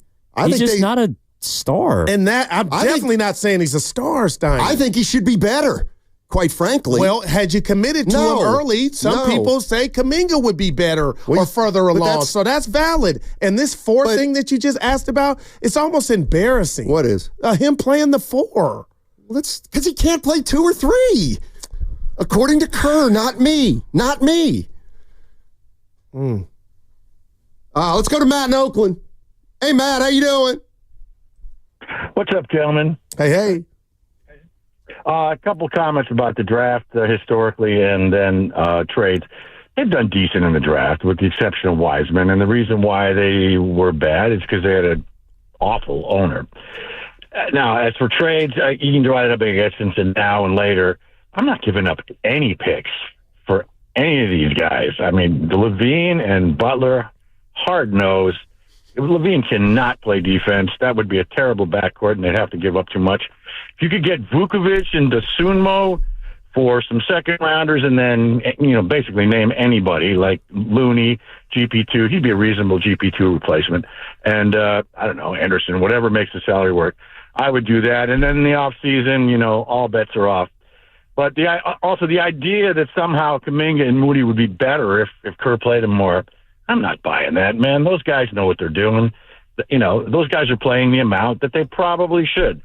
So I would say, a small trade now maybe, and then, see what happens in the off season. And if Curry wants to go, that's fine with me, but he gets to do what he wants. Draymond, I would get rid of, absolutely. Maybe you get some picks for him. That's about all I got, fellas. Beautiful day. Thanks for the time, and I like your show best. So there. Thanks, Matty. Oh, wow. Draymond, go bye-bye. Appreciate it. Evan said he's a nice guy. You know what? And come on, man. He's a nice guy. They brought him back. I just like I said, I'm not telling you he's a superstar. He can play on my teams, Donnie. How many minutes? 17. Well, guess what? You're a 500 team. Congrats. Well, you give me 6 Moses Moody's. You know what? We stink. Like, come on. That's not why they're 1 game under. No, but it's maybe why they're not 2 games over. See, this is what happens. I kind of like Moses Moody. He's freaking harmless. But what made you go down that rabbit hole? Because you think he's great. No, I didn't say anything about him at all today. But you did that assignment about when he's making his threes. Exactly, and you don't think that's fair. You don't think it's fair to judge if a guy scores. It's like a guy. Yeah, no, I just wanted to know what prompted it for you to say, you know what, I want to see it. Let me go take a little deep dive. Because I looked at his 3-point percentage. Okay. It was at 38, and I was like, how the hell is he shooting 38? He hasn't made a big shot all year. Then I went and looked at the numbers, and sure enough, for the most part, in blowout wins and blowout losses, he makes shots. But in games that are a little bit more competitive, he's not automatic. Making me out to hate the guy. I don't hate the guy. But it's like, please.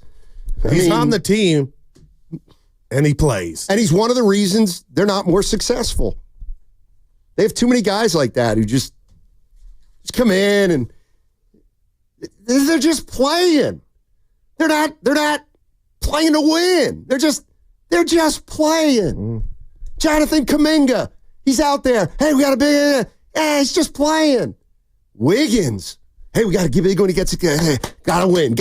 Nah, we'll just go out and play. We'll just see what happens. We're just playing. We're just playing, the Warriors. And we'll figure it out.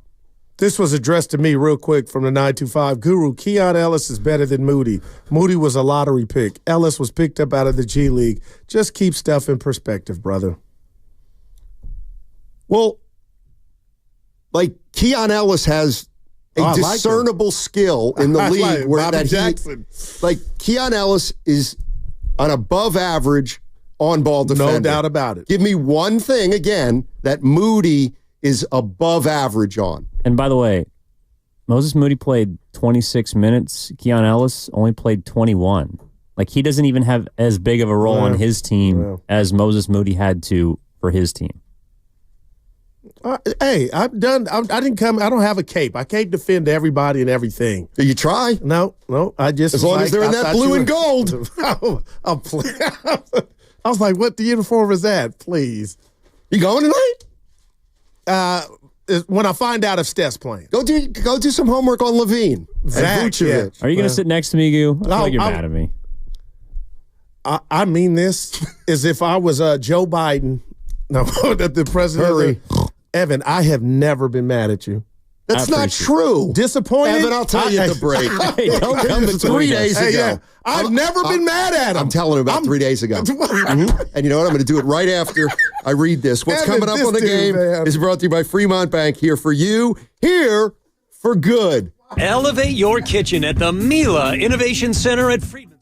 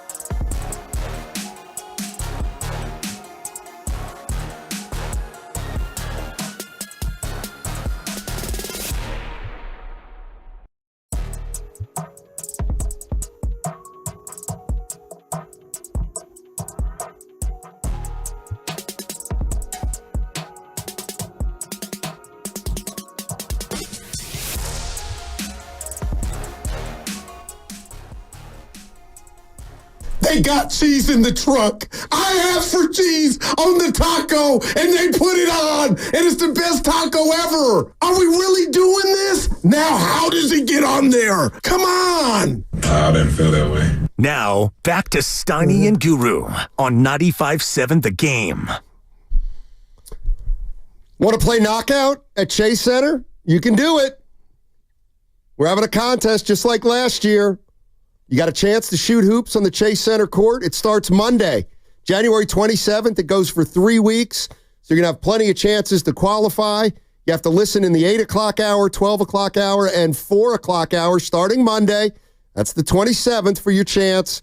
Every show is going to have a slot to give away each day for 3 weeks. Got to be 18. You got to be California resident. Keep it locked. We'll give you more details. I lost. I'm out. What about the other knockout? I would never touch you. You're my man. You're a big fighter. I could hurt you. Oh, yeah, you're a big fighter. I didn't say that. I'm a lover. You must be really proud of that as a middle-aged man. Hey, congratulations. No, I'm a strong man. Yeah, you're a good fighter. You see me throw a bowling ball. No, you're a great fighter. Let's talk about me. And I just couldn't get it up. Hey, let's see. Let's take a look at Evan thought I was mad at him. That hurt me, man. Damn. Let's take a look at Goo's favorite player and break it down last night. We got Zachy. Moses Moody. If I were Kamudi. 26 minutes. Oh, hey, Moses. Since we're playing you at 4, you may want to rebound a little bit. Steiny, stop, man. 2 rebounds in 26 minutes. I'm getting uncomfortable. That's all right. Why are you picking on the kid? Moody. Hey, Moody. That's my dude, Well, man. you're hitting the open man. You're finding open guys for layups. Backdoor. Moody. 2 assists in 26 minutes. How many shots? Field goal attempts? 10. My man lets him go, man. What's the game again, then? Hey, my man lets him Easy go, toots. Evan. He's not shy at all. Easy toots. When Moody gets it, Steiny, it's more or less going up, man. You know, yeah. You know who I was? I'm serious here. You know who I was most disappointed in last night. For the Warriors. Give me 4 seconds. In fact, he was the number 2 thing I wrote down on my list. In a crazy way, I'm saying TJD. No, although I don't like him either. Evan, take a guess. He knows. I think I might have told him. No, I don't think you did. Who you didn't like on the Warriors. And you wrote him down. He's actually number 3. I have Kings beat Warriors. They give up 75 in the second half. Warriors were up 18 with less than a minute left in the first half. And then so-and-so. Oh, I know who Let it me is. look at my notes. And it's not Steph Curry. No, it's not. No, we know that. I'm getting ready to declare this guy I got it. stinks. GP2. No, it's the squirt gun. Lindy Waters. Oh. What it See, this is wow, you are, man. I want you to look for something tonight, Goo. All right. Because one of the things that you are tough, man. Our listeners, here's what I want you to look for tonight with Lindy Waters. Because last night I'm like, you got to be kidding me. I can't believe this guy. I don't like him. 14 minutes. Every time he gets the ball,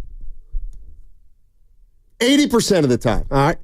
80% of the time he gets the ball, he's got a freaking advantage. He catches the ball beyond the 3-point line.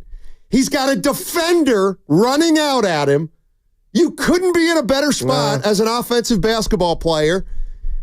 And he just doesn't make enough good plays from that situation.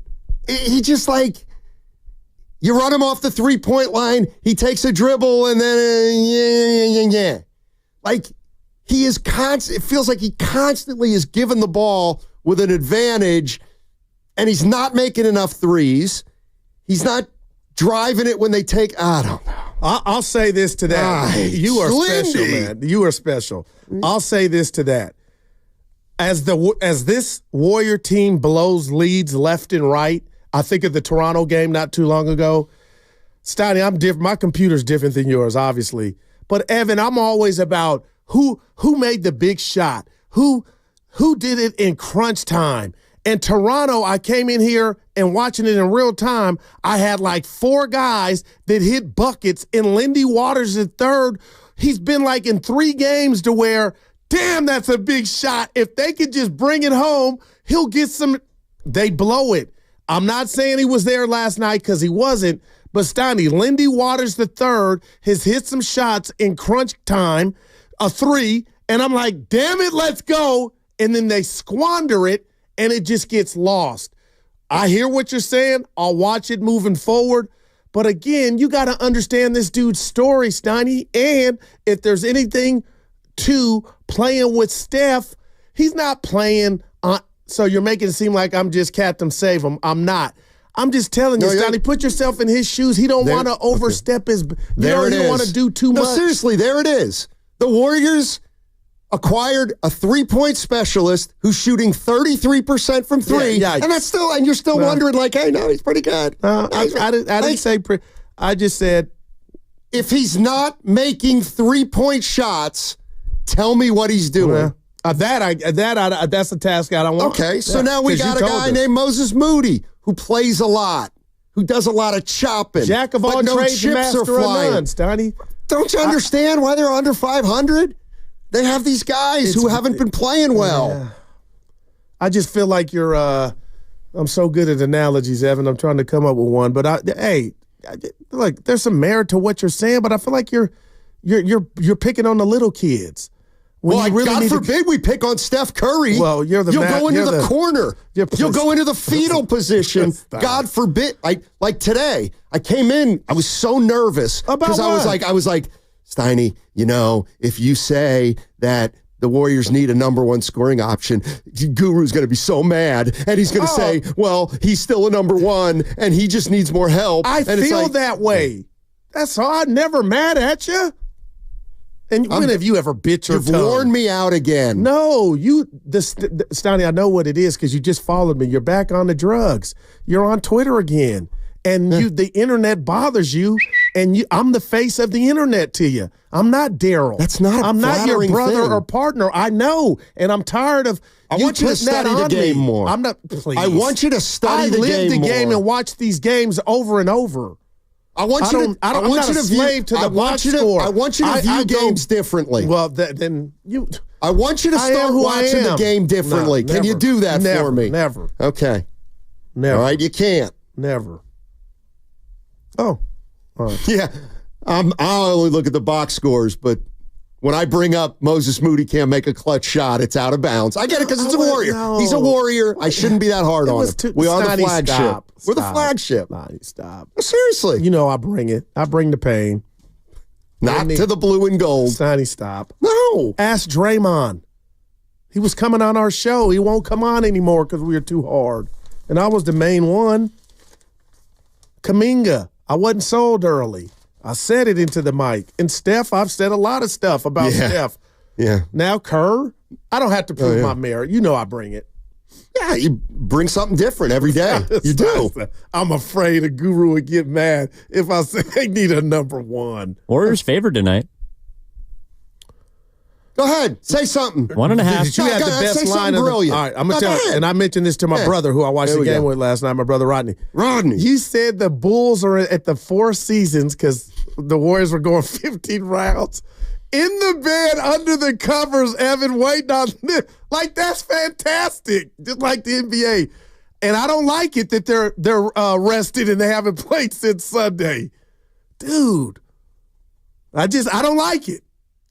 They were out last night partying. Evan, you did right there. Where? Nobody goes out in San Francisco anymore. See, now you got to watch your mouth. I'm not going to wash my mouth. No, you can do both. Wash it. Yeah, no, do that. Guru, how about this? Shut up. No. You shut up. I don't like what you're doing to Moody. It's Thursday. I've been here all week. You haven't. It was Martin Luther King Day. Nevertheless. Why don't you try to observe it, buddy? I honored. Hit him with the uppercut. The way I honored the man was by punching the clock. Right, That's the way I honor the good doctor. Okay. Reparations. And let me tell you something else. The city has been dead this week. Now, this week they're getting ready for the All-Star. Willard got his shindig tomorrow. We're ready. I thought it's out there. Come on, but what do you want from the city, man? It's just like. You come in here some days, and you do a good job. Let me tell you something. And I'm like, what is it? The city's back. What happened to that? That was a year ago. The city has been dead this week. And listen, but you're so scared. Like, Oh my God. We have to be careful. If we say the city's dead, there may be some San Francisco residents, Steiny, that then get mad at me for saying the truth. It's like you've got to break through. This is shtick, and it's good shtick, but come on, man. It's okay. You don't need to be liked by everybody in the region. And that's why we have a segment called Guru's Gripes. Toledo. Quit painting me out to be God. Mr. Rogers. I know. Steph's playing the best basketball of his career. You're right. No, you're right. My man said this week, relax. Let the city Let me guess, breathe. you love Bill Simmons. I've been down on him for a while, but I heard. Go ahead. No. I didn't hear what he said. All right, go ahead. We're going to trade Anthony Davis to the Golden State Warriors. And we're going to get back your buddy Draymond Green, Schroeder's expiring, Kuminga, Jackson Davis, Golden State's 20. What are we doing? Why not even played that for the guys this morning. You know what? Fonte and Shatsky were like, but Shatsky said he'd do it. Hit me over the head with a frying pan. That's my fault. Get the frying pan. That's just my They don't fault. make those anymore. Or the waffle iron. It doesn't matter. That's my fault. What a stupid mistake I just made playing that crap. Go on Twitter and add him. You can. I don't. See, you get timid. I don't. You stick your chest out with your voice on me, and I'm here for you. You're so annoying today. It's unbelievable. And I feel the same way. I want to knock you out. I swear to God today. You can't. I can if you turn your back. I'll cold cock you. I'll Draymond you. It's really that simple. No, Steiny, I'm serious. There is something, like if we had a radio counseling session. Yeah. There is. I'd go for your legs. There is. No, it's not about that. There is something about the internet and me. My face is not my face. My face to you represents the internet and all the vitriol and stuff that you see. You think I'm it. And I don't know what I did to do that to you. Well, and that's why you were irritated with me before I even came in. It's your horse bleep takes night after night after night. That's just what it is. And you combine your bad takes on Twitter with your bad takes on the radio, and quite frankly, I get sick of it. I was emotional I did a video and took it down. And it was a great video. I said, I'm getting ready to listen to my man Evan Giddings on the post. Check out Bonte, Shasky, Willard, and Dibbs. You're like Willie Loman. It's unbelievable. Who is that? Death of a salesman. Arthur Miller. Steiny. Speaking of bad takes. Yeah, read the novel. You'll figure it out. Speaking of bad takes. How about your boy Garland last night? You didn't want to talk about that, Evan. You were special. You guys were so off base yesterday. 91% from the free throw line, huh? Lemon Booty. Choke artist. Yeah, no, that was Lemon. That was Lemon. Oh yeah, Booty. choke artist. He'll tell you it was Oh Lemon yeah, Booty. yeah. Hey, He's a choke doctor, artist. what do you got for Lemon Booty? You guys are so funny. What was that, Stoddy? It was a gift from the basketball gods. And he goes, yeah. What do you want us to say? Go ahead. Come here, Garland. No, go ahead, Goo. You didn't blow the game. Keep trying to convince Bay Area fans you know basketball. Go ahead. Well, that's a 4. Go ahead. I still play it. You guys. And that's why you're mad at me. I tell you what, I'll take my flowers when the Warriors end up moving Steph Curry and they don't get a player half as good as Darius Garland. Yeah, they're wilted. Hey! By the way, Goo, you listened to Dylan yesterday? Yeah. This is so you are special, man. Thanks for reminding him. There we Dylan, go. Hold on. Oh, don't tell me it's to hold more on. than I'm annoyed right now. No, but it don't matter because you can't do nothing. Yeah, I'm annoyed. Hey. Yeah. Look at you pointing. Put your glasses on. It is funny. Dylan can't be talked about in one day. I've gone down the rabbit hole. Dude, my review coming on video. I have, some good tunes you guys recommended, but my mentions blew up with, go listen to this. But I'm going album to album to. Okay, I'll see you in 7 years. Well, no, I do it fast. He's got 90 albums. I condense. You won't even get through one song because they're 9 minutes. Man, you'd be proud of me. I watched that game. Okay, what song did you hear? What song did you listen to? What Bob Dylan song did you listen to? And it's songs with an S, but the one that stood out to me the most, Heaven, come on. It's the popular one. Help me out, Evan. Well, there's a lot of them. Knock on the heaven. Yeah, okay, that's where I started. But then I said I got to go deep down because I'm doing it, man. I can't wait for my review. You don't have to. I'm going to do it on IG. You don't have to. Yep. Well, in fact, just let it go. No, I already picked out the shirt I'm going to wear when I do the review. Because you got to coordinate your fit when you go on social media. Come on now, Steiny. I'm going to the game tonight. Chicago, Shy. We'll see. I didn't ask if you want to go. We'll see if you go. You remember the last Bulls game at Chase Center you went to, Steiny? I do. I interviewed Pods. He said he's coming back tonight. But he said me. Possibly. No, Last year was when I said Wiggins, I saw something in his eye. Against the Bulls, Curry limped off and got hurt. So it's the year anniversary. That was the game Pods missed the reverse. Yeah, no, you're right. I don't There's think you were something there. about Chicago. I don't think you were at that game. No, that's the you're game thinking of a Curry got different- hurt. No, you're thinking of a different game. Curry got hurt against the Bulls and limped off. It was no, I the don't game he think missed so. a putback. Yeah, I don't think so. Yeah, I was Who there. missed the putback? Pods. It was a driving layup. Well, whatever. He missed it. And then you it talked was to his not dad. Putback usually is when a guy misses a shot. Goo. A guy misses a shot. Do we have a Bible at the station? Because I need it, man. I really need it. I need prayer, Evan. We got Bottom too many line, sinners in that's this place. what's, man, you are right. But I'll say this. Sure. That was the game I said I saw something in Wiggins' eye. It was shot Chicago, baby. Like, and did you ever get? And No, how I did was that? wrong. How'd Yeah. that one turn out? It's like it's turning now. Sometimey. And came in and I was mad at you. Oh, my God. The stuff I do for you, man. What do you do for me? I need hazard pay.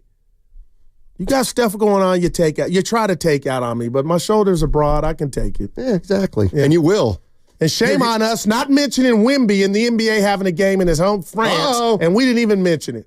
Warriors lost the game to the Spurs. Half game. Yeah. Wow. Bird's mustache was just here we hideous. go. Here we go. I'm trying to come at you. I don't care. Yeah, we got a show meeting. You know what? My favorite singer and my favorite basketball player are both kind of not great looking. Bob Dylan and Larry Bird. Nobody ever said they were Brad Pitt, either of them. Speaking of which, go ahead, Goo. Take us home. See how you can do. You got coming back. We got Willard and Dibbs. We got 5 minutes yet. Oh boy, we got a lot of time. All right. Well, relax. Take a deep breath. Jimmy Butler suspended 2 more games. He missed the flight. I was going to do a Google gripe on that, but we got what's bugging you tomorrow. But the bottom line's down.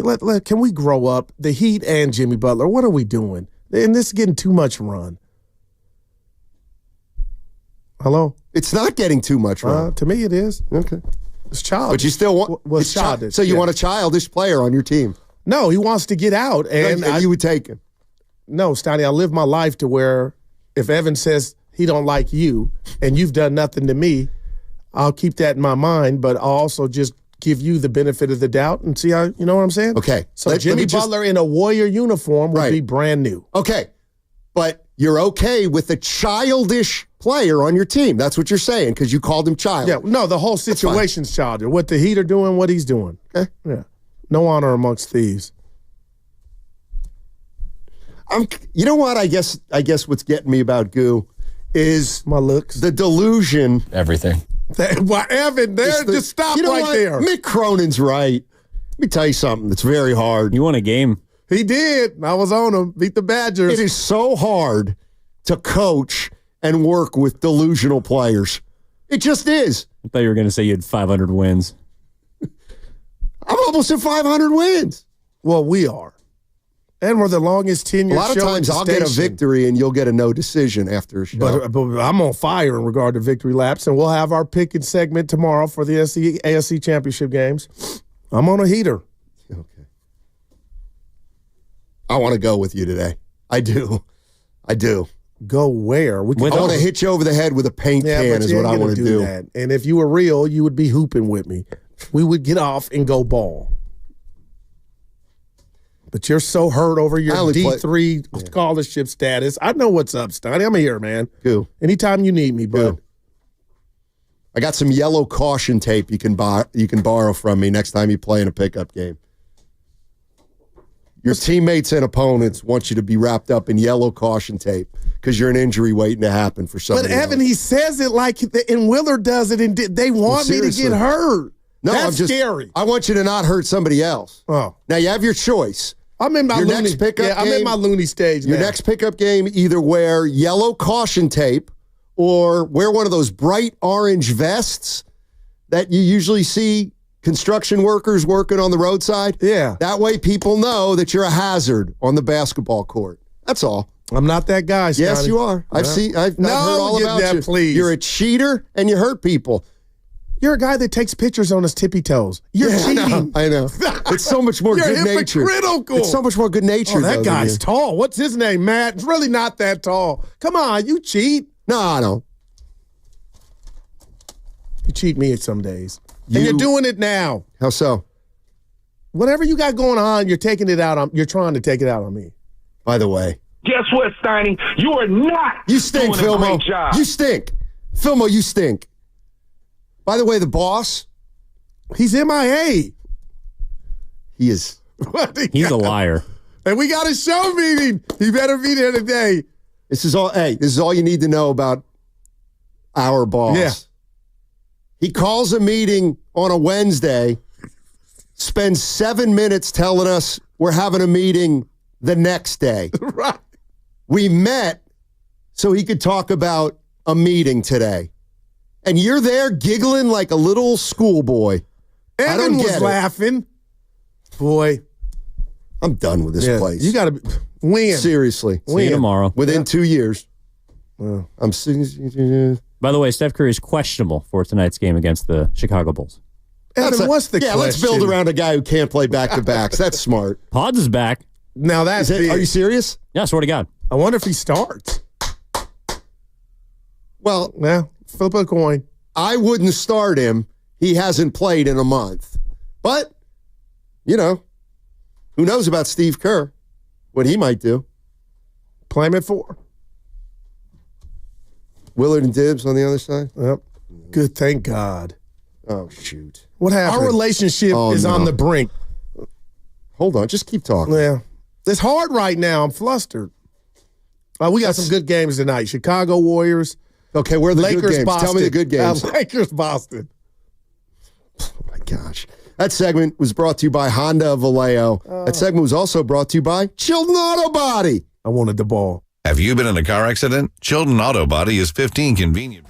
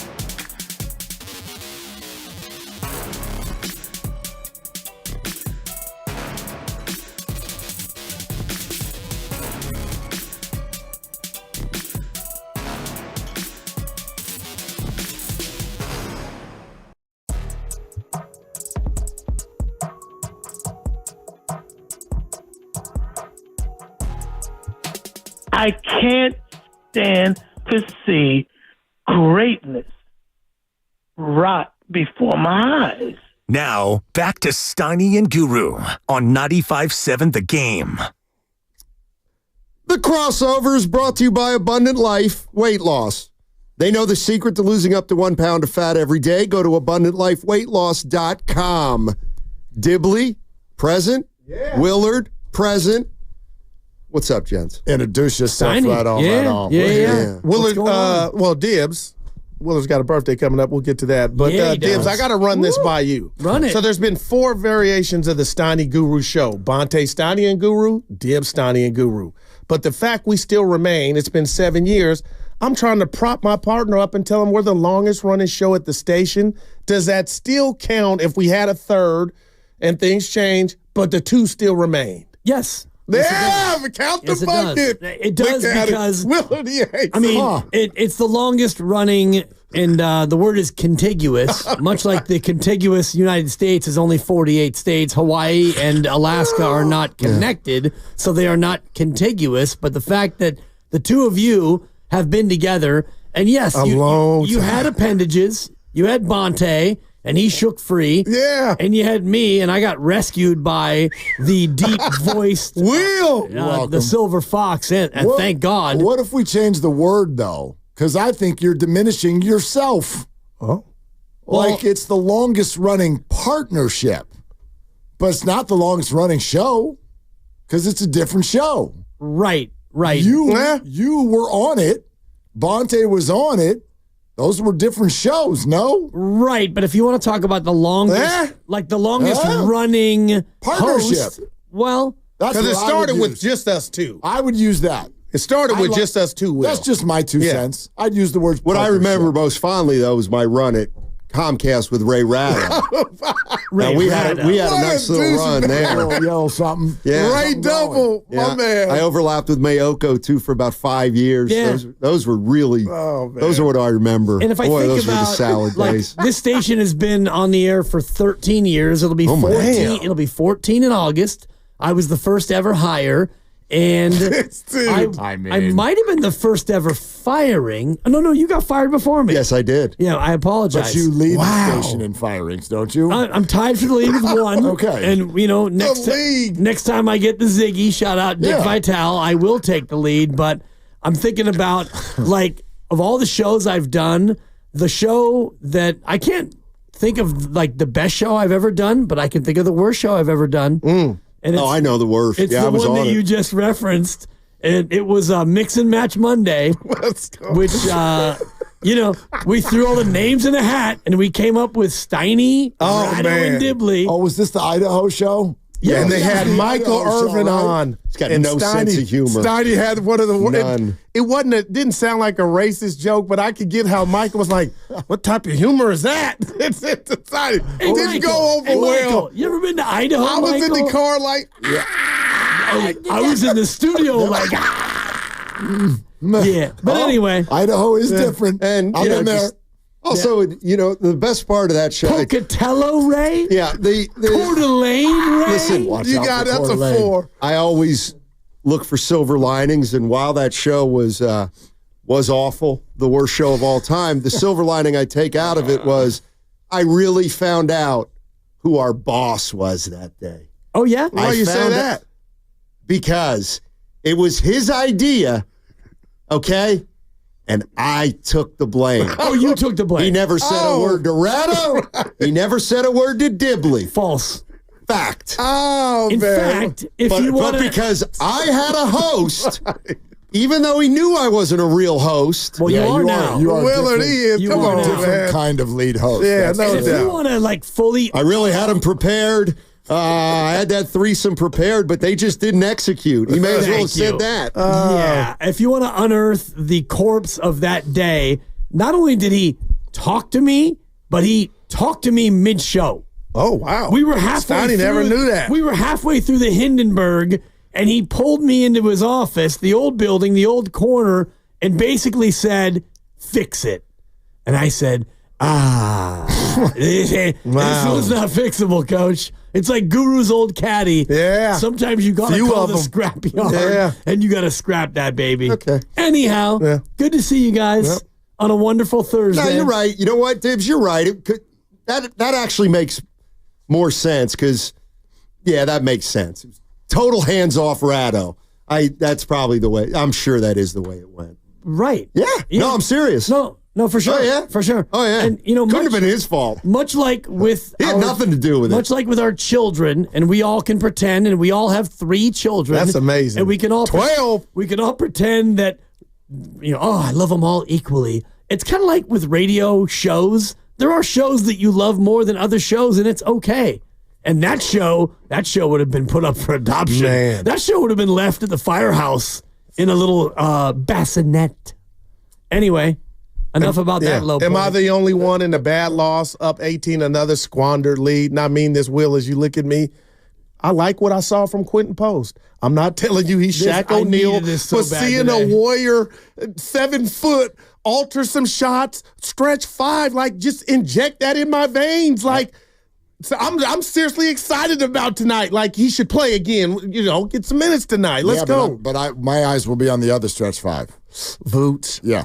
Like, Quinten Post made me want Nikola Vucevic even more because Quinten Post is a second-round rookie.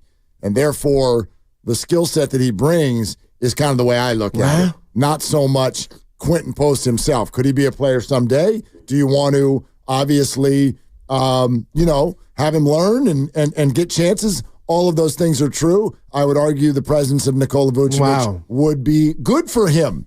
I would like Quinten Post to have a mentor. I would like Quinten Post to be the person who spells Nikola Vucevic this year and next year with the Golden State Warriors in the hopes that he's ready to be Nikola Vucevic in 2027. I would love for them to get him. That was my take on the beginning of the Quinten Post era. I think you play them together, and then you pick up one, if not both, of the Lopez's, and you just go all big. And you tell the Warrior fan base, you want a center? We got 5 centers. Right. We got 5 centers now. You play Kavan at the point, and you got TJD, and you got Quinten and the Vooch, and one of the various Lopez's. Heck, maybe you get both of the Collins twins, too. Get all bigs. But it was weird seeing a big. It was kind of fun. It was fun. I loved it. Though. I loved it. What he brings to the table is clearly something that would benefit the Warriors. And 98% of the other NBA teams have a guy that can do that. It would space the floor. Man. It is another shooting option. They still don't have enough, clearly. Clearly. He needs to change his name, though, to Quinten Wing. Because he doesn't play in the post. I did think of that last night, too. I give you a 2. Or Quinten Arc, or whatever you want to call him. Quinten Stretch, I don't know, something.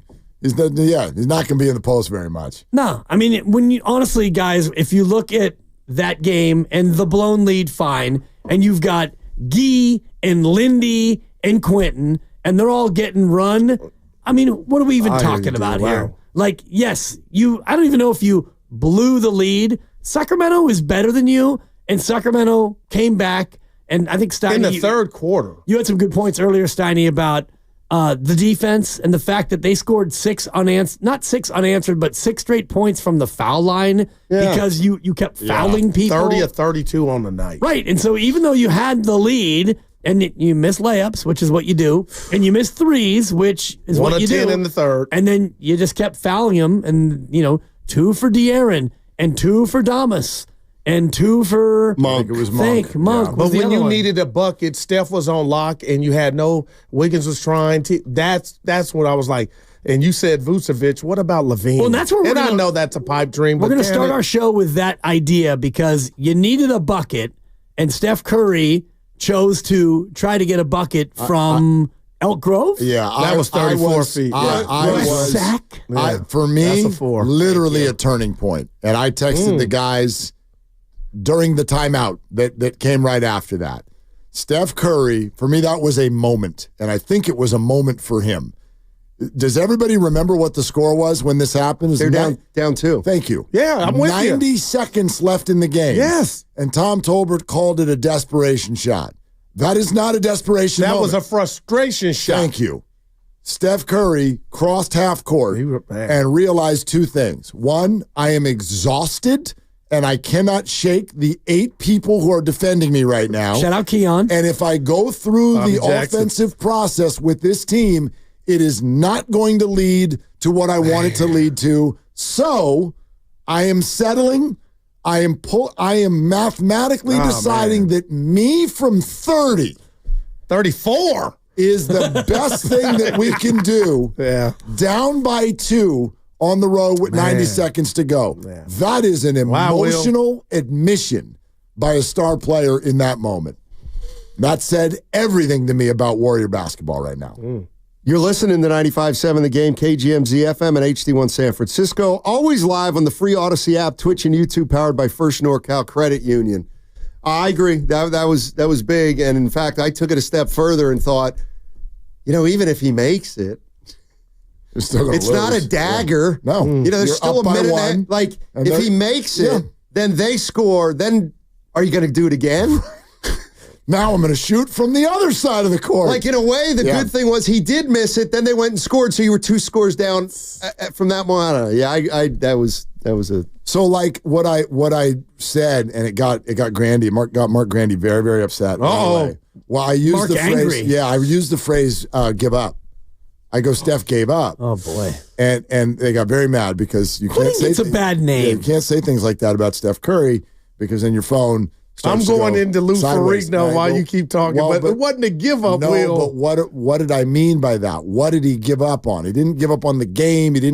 He gave up on the idea of running the offense and having it lead to a good shot. So he's telling you what he thinks. He gave up on the idea that his teammates can help him. So he fired from 34 down by 2 with a minute and a half to go on the road of a game you led the whole way. That's wild to me. That's a good look. Almost went in. Honestly, it actually did. It was almost right went there. In. Yeah, he's Steph Curry. He's a good shooter. And if you're Steph and you're thinking about what has already happened, which is you've seen a couple of missed layups, you've seen Andrew with a step back post up from 14 miss, you've seen Buddy miss, you've seen Schroeder miss, TJD, you've seen TJD miss a bunny. Well, you also had a few possessions where you couldn't even get the shot off. Wow, man. People just fumbling the ball. Well, including Steph. Steph had a couple in the fourth quarter. Some bad passes. Yeah. Andrew Wiggins got butterfingers. He went to the rack. And they took it from him. I thought he got fouled on that drive where he missed the layup, but he still should have made the layup even if the foul, he should have made it. Yeah. And I think that's why Steph looked around and he's like, all right, screw it. Man. Well, firing. And for everybody who talks about the missed shots, so Moody drives with his right hand, then he's got to put one high off the glass. It's not his game. No. Missed it. And they made Wiggins go left, and he's got to make a left-handed layup on the move. They're not great finishers. No doubt, man. It hurt. You're right. Hello. And that's I don't think that's something Steph has a knack for being able to finish, and he's had it over the course of his career. 2 points in the second half. I don't know if they wore him out. I just don't know if you get that kind of finishing. And who's that on, Stoney? Again, I know I sound like a broken record. It's on Moody. And that's on Wiggins. But you got too many guys that can't do that. What we're talking about. For Andrew Wiggins to work on his left hand. No, I'm just talking about having finishers and score. 28-0 in fast break points. What's that signal to you, Willard? 28-0, Dibs. That means where's the Ben Gay? Nobody's running or athletic. I don't think it's a signal of anything anymore. It's what we all know. Oh man, when they take the court, the other team's more athletic every time. They're younger and they're more athletic every time. And I'm stuck. I said this for a while on our show yesterday. I'll bring it up again. Steve Kerr said something this week that should have been the biggest alarm that's ever happened in the history of this era. Now, I said this, Goo. You probably don't remember, let's see. But he'll remind you. When a head coach says to the fan base, we don't do layups and free throws. I'm laughing, but I'm not. Then you lose. Every time. It's a miracle they've won half their games. If you're telling me the other team, they get to do layups and free throws, and you don't, and last night was absolutely that. 32-13. They get layups and free throws, and you don't. It's a miracle you were even in the game. Man. It just means that you have to be blazing hot from three, or you can't compete. And tell me I'm wrong. Is that not what we see? They're blazing hot from three. Get yourself a 15-point lead. But you all damn well knew they were going to lose the game. I knew they were going to lose the game at halftime, didn't you? Did you not feel like they were going to lose the game? Yeah. No. You didn't? No, I thought that it was going to be close. Yes. And then it got close, and Sacramento comes all the way back, and then the Warriors built it up again to like 4 or 5, and you thought, okay, this might be one that they survive. Yeah, maybe, but I never thought that they were going to go from 17 to up 30. Well, Sac went up 6, and then they erased that. And I'm like, here we go. Yeah. I guess my point is normally and formerly, if I'm sitting there with what was halftime, 17? Yeah. Okay, you're sitting there with a halftime lead at 17. I'm thinking not over, but highly probable the Golden State Warriors are winning that game. Man. I did not feel that way at halftime last night. 65-48. Up 17, and I'm like, maybe they hang on. Well, let me ask you this. How did you feel against the T-Wolves 10 days ago? Same. When they were down. So you were shocked they hung on. At half. Not shocked, but I'm like, if you're up 17 at half, that means to me the likelihood is they got a chance. They've got a chance. It's going to get tight. You know, every single time the Suns sit down, they'll take it, right? Because I send Jude to the showers in the third quarter. Right. This is our process. Jude, right? If you want to see the end of this game, you got to go shower now because we're not that's too late. So he goes to shower in the third quarter, and he'll come up every time and be like, they lost the lead? And I'm like, yes, son, they're going to lose the lead. Yeah, that's the way. You can't shoot from three like that for 4 quarters. Right. And that's all they can do. Yeah. And when they don't do it, then you get Sac Boston. had like 4 guys, Dibs, that could drive, penetrate, get to the free throw line. The Warriors got 1.5. Yeah, without Kuminga, certainly. And, you know, and that's where we talk about, oh, you miss Kuminga, and how do you miss Kuminga? Oh, you do. That's where you miss him, where he gets to the foul line, and I know that he's not making as many free throws as we would like. His percentage is down from last year, but he at least can get you there.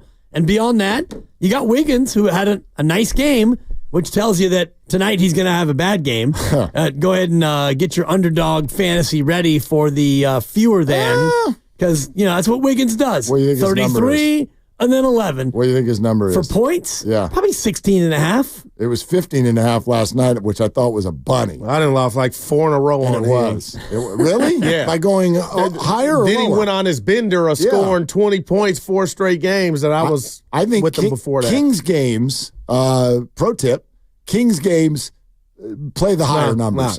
And I did, and almost every player went higher. Maybe not Steph. Here, I'll scroll. You guys talk. I'll find what Andrew's number is tonight. Warriors are up 65-48, and according to ESPN, 92% win probability. No way. And yet, in this room, we're all thinking 65-48. It's a 50-50 ball game, you know? But that's just the stats of it, the math. The eye test tells you differently, obviously. Yeah. The one thing that, to me, crystallized last night was, and you've been talking about it, and I've been thinking about it, but I don't know exactly how to say it, but now I feel like I've finally figured it out. The Warriors, they what to me, what they need specifically is a number one scorer, like a scorer.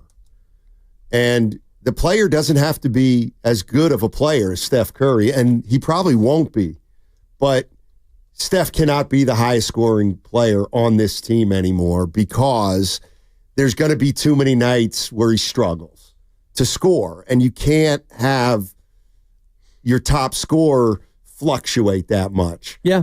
So of all the guys that I've heard, and I don't want any of them, and I wouldn't give up picks for any of them, but you want to drop Levine onto the team and not give up any future first, go ahead. That's go big ahead. coming from him. He gets 24 a game. Yeah, exactly. So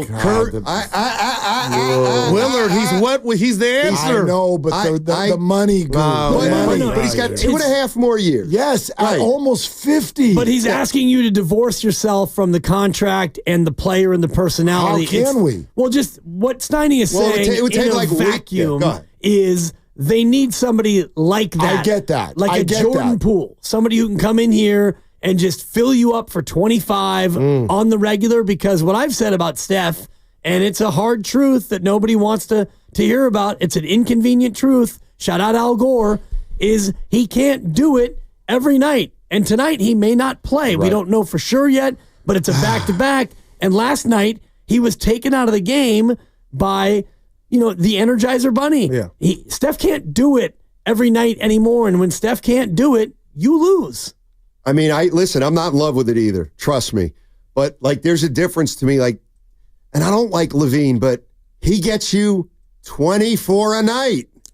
24 a night. And when he doesn't get you 24, he still gets you 19. And when he doesn't get you 24, he might get you 30. But, you also, you can't have your leading scorer who's actually struggling to generate shots because there's so much attention on him. Unfortunately, one of the hindrances with Steph at this point is it's going to be harder for him to get off a shot than the other 35-year-olds like Kevin Durant, LeBron James. 36, yeah. It's all valid, but you know what I look at? When I look at these teams they're playing, look at Boston and Sacramento. And I would argue that while they do, they all have, obviously, from Tatum and Brown to DeRozan and De'Aaron Fox and all of that. But watch the way they play. And the ball flies around the circle and seemingly finds the open man for a three-point shot. And it may be their star and it may not be their star. And that's the way the Warriors used to play. Yes, and that's what I don't understand. I don't understand how an NBA roster, and part of this may be injury, but how can you get to the point this year where you can dedicate that amount of defensive capital to one guy and the rest of the roster can't make you pay? That's crazy. Yeah. 1 of 10 in the third quarter. Now, in fairness, on a night I brought this guy up today because I think he's been pretty lousy. Lindy Waters, the third. I could have sworn I counted 3 or 4 plays where he's the guy. He's the end result guy that catches it, and now a guy's running at him. And he's not making anything happen. He's not making enough threes, and he doesn't have a drive game. In fairness, they're missing Kuminga, Green, and Podziemski. Those are 3 in their top 8. So you'd like to think on another night that ball goes to somebody else, Wiggins maybe, Kuminga maybe even Pods, and they can actually turn it into a positive play rather than Waters, who I feel like if he's not making a 3, okay, fine, I'll take a dribble in there, but nothing's really happening. He's like Foghorn Leghorn, doing a lot of chopping, but no chips are flying. That's not a bad call. And shout out 84-year-old references. But for me, the bigger issue and the target of all this is Dennis Schroeder. You brought him in. He's averaging 18 a night with Brooklyn. Yeah. And last night, he was a complete non-factor. And I understand he's not comfortable with this system, but he's been here now almost 20 games. And if you look at their roster, guys, you've got Guy Santos, unproven, not a reliable scorer. You mentioned Lindy. TJD, not a scorer. Kavan, not a scorer. Draymond, not a scorer. So when you look at guys who actually can score, Steph and Wiggins, Buddy Hield, who had a pretty good game, good little stretch. He had a stretch of where he hit 3 in a row. And start, 16. And Dennis Schroeder. So 4 terrible turnovers in the third. Right. And you look at your team is not deep with scores. So, and look at Sacramento. You had 4 guys averaging more than 20 a night. Well, and basically, and Sabonis ain't a stiff. To me, that's the word. That's the word. If you look at the roster right now, especially with Kuminga not on it, Andrew Wiggins is the only player not named Steph Curry who sometimes can create a shot. And I don't even just mean for himself, but you can penetrate and kick. You can do something offensively that creates a shot. They just have a line of people that are all I always use the reference of PJ Tucker, somebody who's just standing in the corner waiting for an open shot to come to them, but nobody can create anything. All right, gents, we got that big Thursday meeting. We'll be listening. Yeah, we just had ours. Yeah. It was fun. Coming off back-to-back meetings. Is he on one? No. Well, he might be with you guys. Yeah. All right. Yeah. Well, have a great show on 95.7 The Game. Okay. Are they the smartest show in the Bay Area? You guys are an intellectual feast for the smart sports fan in the Bay Area. Wow. You're pretty much the smartest guys on the radio. I agree. Good Lord, how big is your ego? Are they the funniest show in the Bay Area? Give it a laugh. Come on. You're a funny guy. Come on. Give me a laugh. You are funny, dude. Hit that S again. Are they the coolest show in the Bay Area? And no white boys. They cool. That's what people are saying. You guys are phenomenal. This is one of the most perfect ways that I could end my day, getting the chance to talk to Mr. Mark and Dan, you know? We'll let you be the judge. Oh. All I know is it's a couple of Bay Area boys talking sports. I know nothing. Thanks. It's Willard and Dibs on 95.7 The Game. Hey, what's going on? How's everybody doing? 888-957-9570. We are here. Let's do this. Willard and Dibs, thank you for being with us. Let's interact. Let's have some fun. Let's listen to this. Listen to this right out of the gate. 115-113 Sacramento. Curry on the far wing. Takes a deep three off the dribble. Spins away. Ball deflected. Loose ball Fox. Fox on the go. Takes it in. Goes up. Foul by Post. I think that was a frustration. I'm not able to get a shot when I call for a screen and roll by Steph. And not that he couldn't make it. He almost did. But he hadn't got a shot off in a long time. It's just tough because I think for him to get off shots, it's almost better not to bring in the screener. Then they just double him. Then they just bring an extra defender. Yeah, exactly. Yeah. Thank you, Tommy. That's exactly the way I felt. That was with a minute and a half to go of a 2-point basketball game featuring rivalry week in the NBA. Stop. Against the little adorables who you'd been pounding all night long, but here they come. They've got the lead. It's late fourth of a 2-point basketball game, and Stephen Curry walked across half court, surveyed the court the way he masterfully does for the last decade and a half. He looked at everything. He thought about what was going on, and he decided in that moment, the best thing that I can do is launch from 34 feet. And to me, whether you want to call it frustration, giving up on the process, whatever it is, it was Steph Curry saying, I can't do this anymore. It's not working. The rest of you are not doing what you're supposed to do. Our process is not working. So even the greatest shooter of all time is putting up a shot that in that moment is what? At best, a 30% proposition? Yeah, probably 25% from more than 30 feet.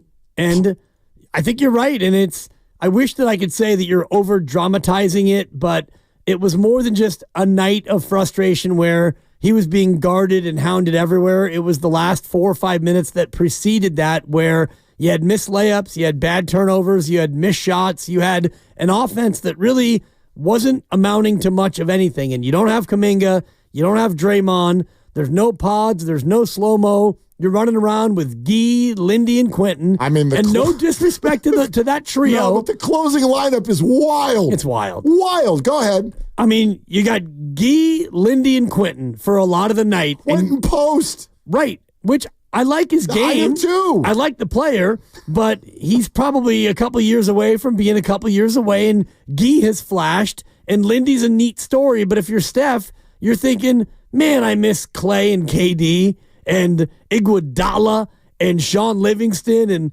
like the other guys that I made my bones with. So you're Steph, and in the moment, you're thinking, I'm open. I'm 34 feet away, but this is probably our best chance at a bucket right now. Me hoisting from 34. He walked across half court and he said, I've got 1.5 seconds of space left, and I will not find it again if I don't fire. And if I don't fire and I decide to run the offense, what is that going to lead to? What's it going to lead to? A turnover. Or a missed shot. Or both. A block shot. Right. Something that will not equal points. So I'll shoot. Yeah. Honestly, a Curry 34-footer that's open is it's not like once upon a time there were bench players in OKC who covered their face when he did that. Right. Because they knew that bang was about to happen. Yeah, double bang. Yeah. So it's not a terrible shot, I'm totally with you in your analysis. Like, and when I'm you not coming down Steph's road at all. No. What I'm saying is, for me, that was the moment of the year. Everybody who wants to go, you know what Steph was saying at that press conference? It's a white flag. Do you know what Steph was saying over here? He's telling the organization, go get me. No. That was a message. That was the moment where he sent a message. And it's not passive aggressive. It's literally somebody going, I can't do this anymore. We can't. We can't do it. We cannot run offense in the National Basketball Association with 2 minutes to go of a close game and get a good look. And you don't need to just use last night as an example. We have examples in almost every clutch game. Sometimes they grind it out, but the bottom line is if you've watched Warrior Hoops at all this year, you know that in the final 5 minutes of games, coming up with a clean look is a hell of a fight. It is a hell of a fight. And Steph, on a given night where he was actually out there with G Leaguers in many cases, he just said, I don't have the fight in me on this possession. So, uncle. Right. That's what that moment said to me.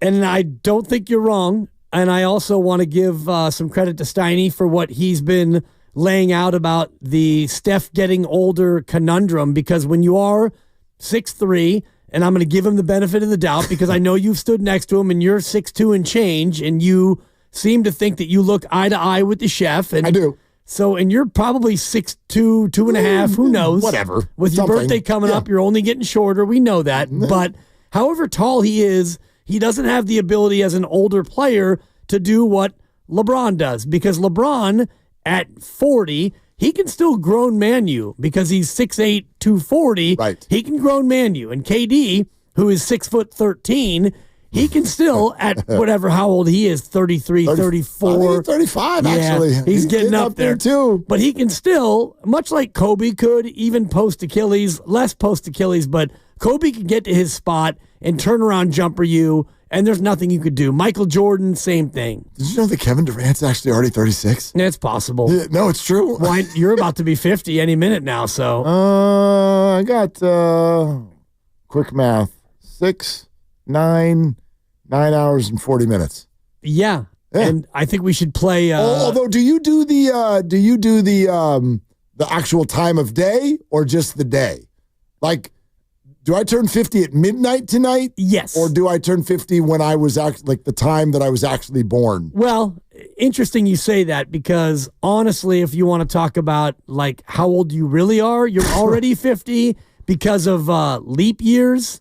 You've already had 12 leap years in your life. That's less fun. Exactly. That's less fun. I don't want to look at it that way. And honestly, I can't even tell you what time I was born. I don't remember it. Oh, you don't? It's written down It is. on my It's on your birth certificate. Yeah, you should pull it out and check it out. But I don't really remember. Maybe you're only 52. Who knows? You should go look. Yeah. You should turn look. back the clock on that thing. 9:20 tomorrow morning. Yeah. 9:20 All right. tomorrow morning. I'll make sure to text you. Please do. Yeah. Please do. Happy birth minute. Freaking AARP thing showed up in the mail yesterday. Dude, they are relentless. I was like, they will what? find you. I'm like, get off my lawn. What are you doing? Yep. Like, give me my last 2 days. No. Jerks. No. AARP is like the IRS. They're going to find you now. They're going to find you now. And then they got that trunk organizer that they offer you. Everything. I'm like, yeah, not bad. Not bad. Let's go to Bill in San Jose. I'd hold out for the walker. Sorry. Bill in San Jose. Hi, Bill. What are you doing? I'm driving over to the gym, but I thought exactly what you thought. I thought, Steph, but here's what I thought. Steph, just take that shot, because otherwise we're going to lose anyway. You know, I thought exactly that. Yep. And I think the problem is like, Kerr doesn't have an answer for the double teams. Steph is bringing up the ball, getting pressed full court the whole game because he's the only ball handler they got. And I just don't see an answer. You know, I think of any team in the league that gets a player gets double teamed like that, the rest of the team should take over and do it. And the Warriors can't do it, and at least not right now. Bill, you're dead spot on. I agree with you. Thanks for calling, and have a good workout, Bill. Let me just say this. This is, God, I hate these words that I'm about to utter. But check this out. How many phone calls, and tweets, and texts, and hey, the YouTube chat is back, y'all. You can do that too. Whatever way you interact with us. How many times have we either had a Warrior fan try to explain who to blame, or how many times has one of the radio shows on 95.7 The Game basically turned into that, right? I'm even having Guru, like I can hear him in my head right now. So who's it on? It isn't on anyone. There isn't an answer. I'm really sorry to tell you that. It's kind of like picking up the Rubik's Cube. At least if my brain works the way it does. Christy and I were looking at the place where I think is going to be our wedding site earlier today. Okay. No joke. We're out there. Okay. And we thank you. It went fantastic. And we went out there and met with some people, and everything was going fantastic, right? And we meet with a gentleman whose son, he is an expert on the Rubik's Cube. And I was fascinated by this. I was totally fascinated by this because I'm like, my brain doesn't work that way. If you gave me a year with a Rubik's Cube, I would end up just taking all of the stickers off and replacing them, because that's the only way that I'd be able to do it. That's the only way that I'd be able to do it. Yeah. For me, I look at the Rubik's Cube and I go, there is no answer. By the way, shout out Sonny Garcia. That's who we were meeting with out there. He's an awesome guy. And he's explaining this all. And I'm like, yeah, there is no answer. And that's how I feel right now, unfortunately, about Warrior basketball. Now, you're allowed to make moves. You're allowed to improve this. But right now, dude, stop blaming people. There's no answer. Wiggins, Santos, TJD, Moody, and Curry. That was your finishing five. Say it again. Wiggins, Santos, TJD, Moody, and Curry. Now, that was not the finishing five, because eventually Buddy came in and whatnot. Post came in. So you're running down the stretch with Post and TJD and Gee, and Steph is supposed to, like, you know what? We're gonna go to Quinten here because we need a bucket with 2 minutes to go in the ball game. That's where we're at. And no disrespect to these guys, but everyone wants to maximize the Steph era, and Steve Kerr in a tight game in Sacramento with 2 minutes to go is like, let's go to Quinten Post. Here comes his fourth NBA game. Let's go to Gee. Let's go to, all right, 888-957-9570. That's the number. We're going to get into all of this, okay? And Tim Roy's going to be on the show. Adam Amin, who is the voice of the Bulls, is going to be on the show. We're going to acquire Nikola Vucevic by the end of the show, hopefully. There's a lot to get to. But stop blaming people. There's no freaking answer. And that's what Steph told you with that shot yesterday. Let's take some calls, okay? That's what's coming up on Willard and Dibs. This game day traffic report is brought to you by Crystal Geyser Alpine Spring Water. Northbound 101.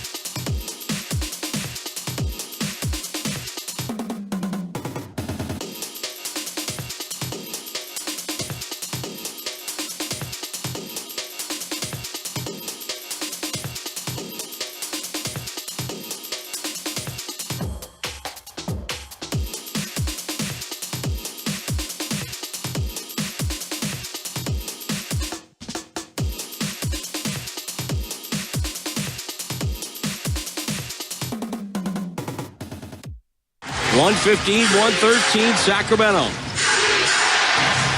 Curry on the far wing. Takes a deep three off the dribble. Spins away. Ball deflected. Loose ball Fox. Fox on the go. Takes it in. Goes up. Foul by Post. I think that was a frustration. I'm not able to get a shot when I call for a screen and roll by Steph. And not that he couldn't make it. He almost did.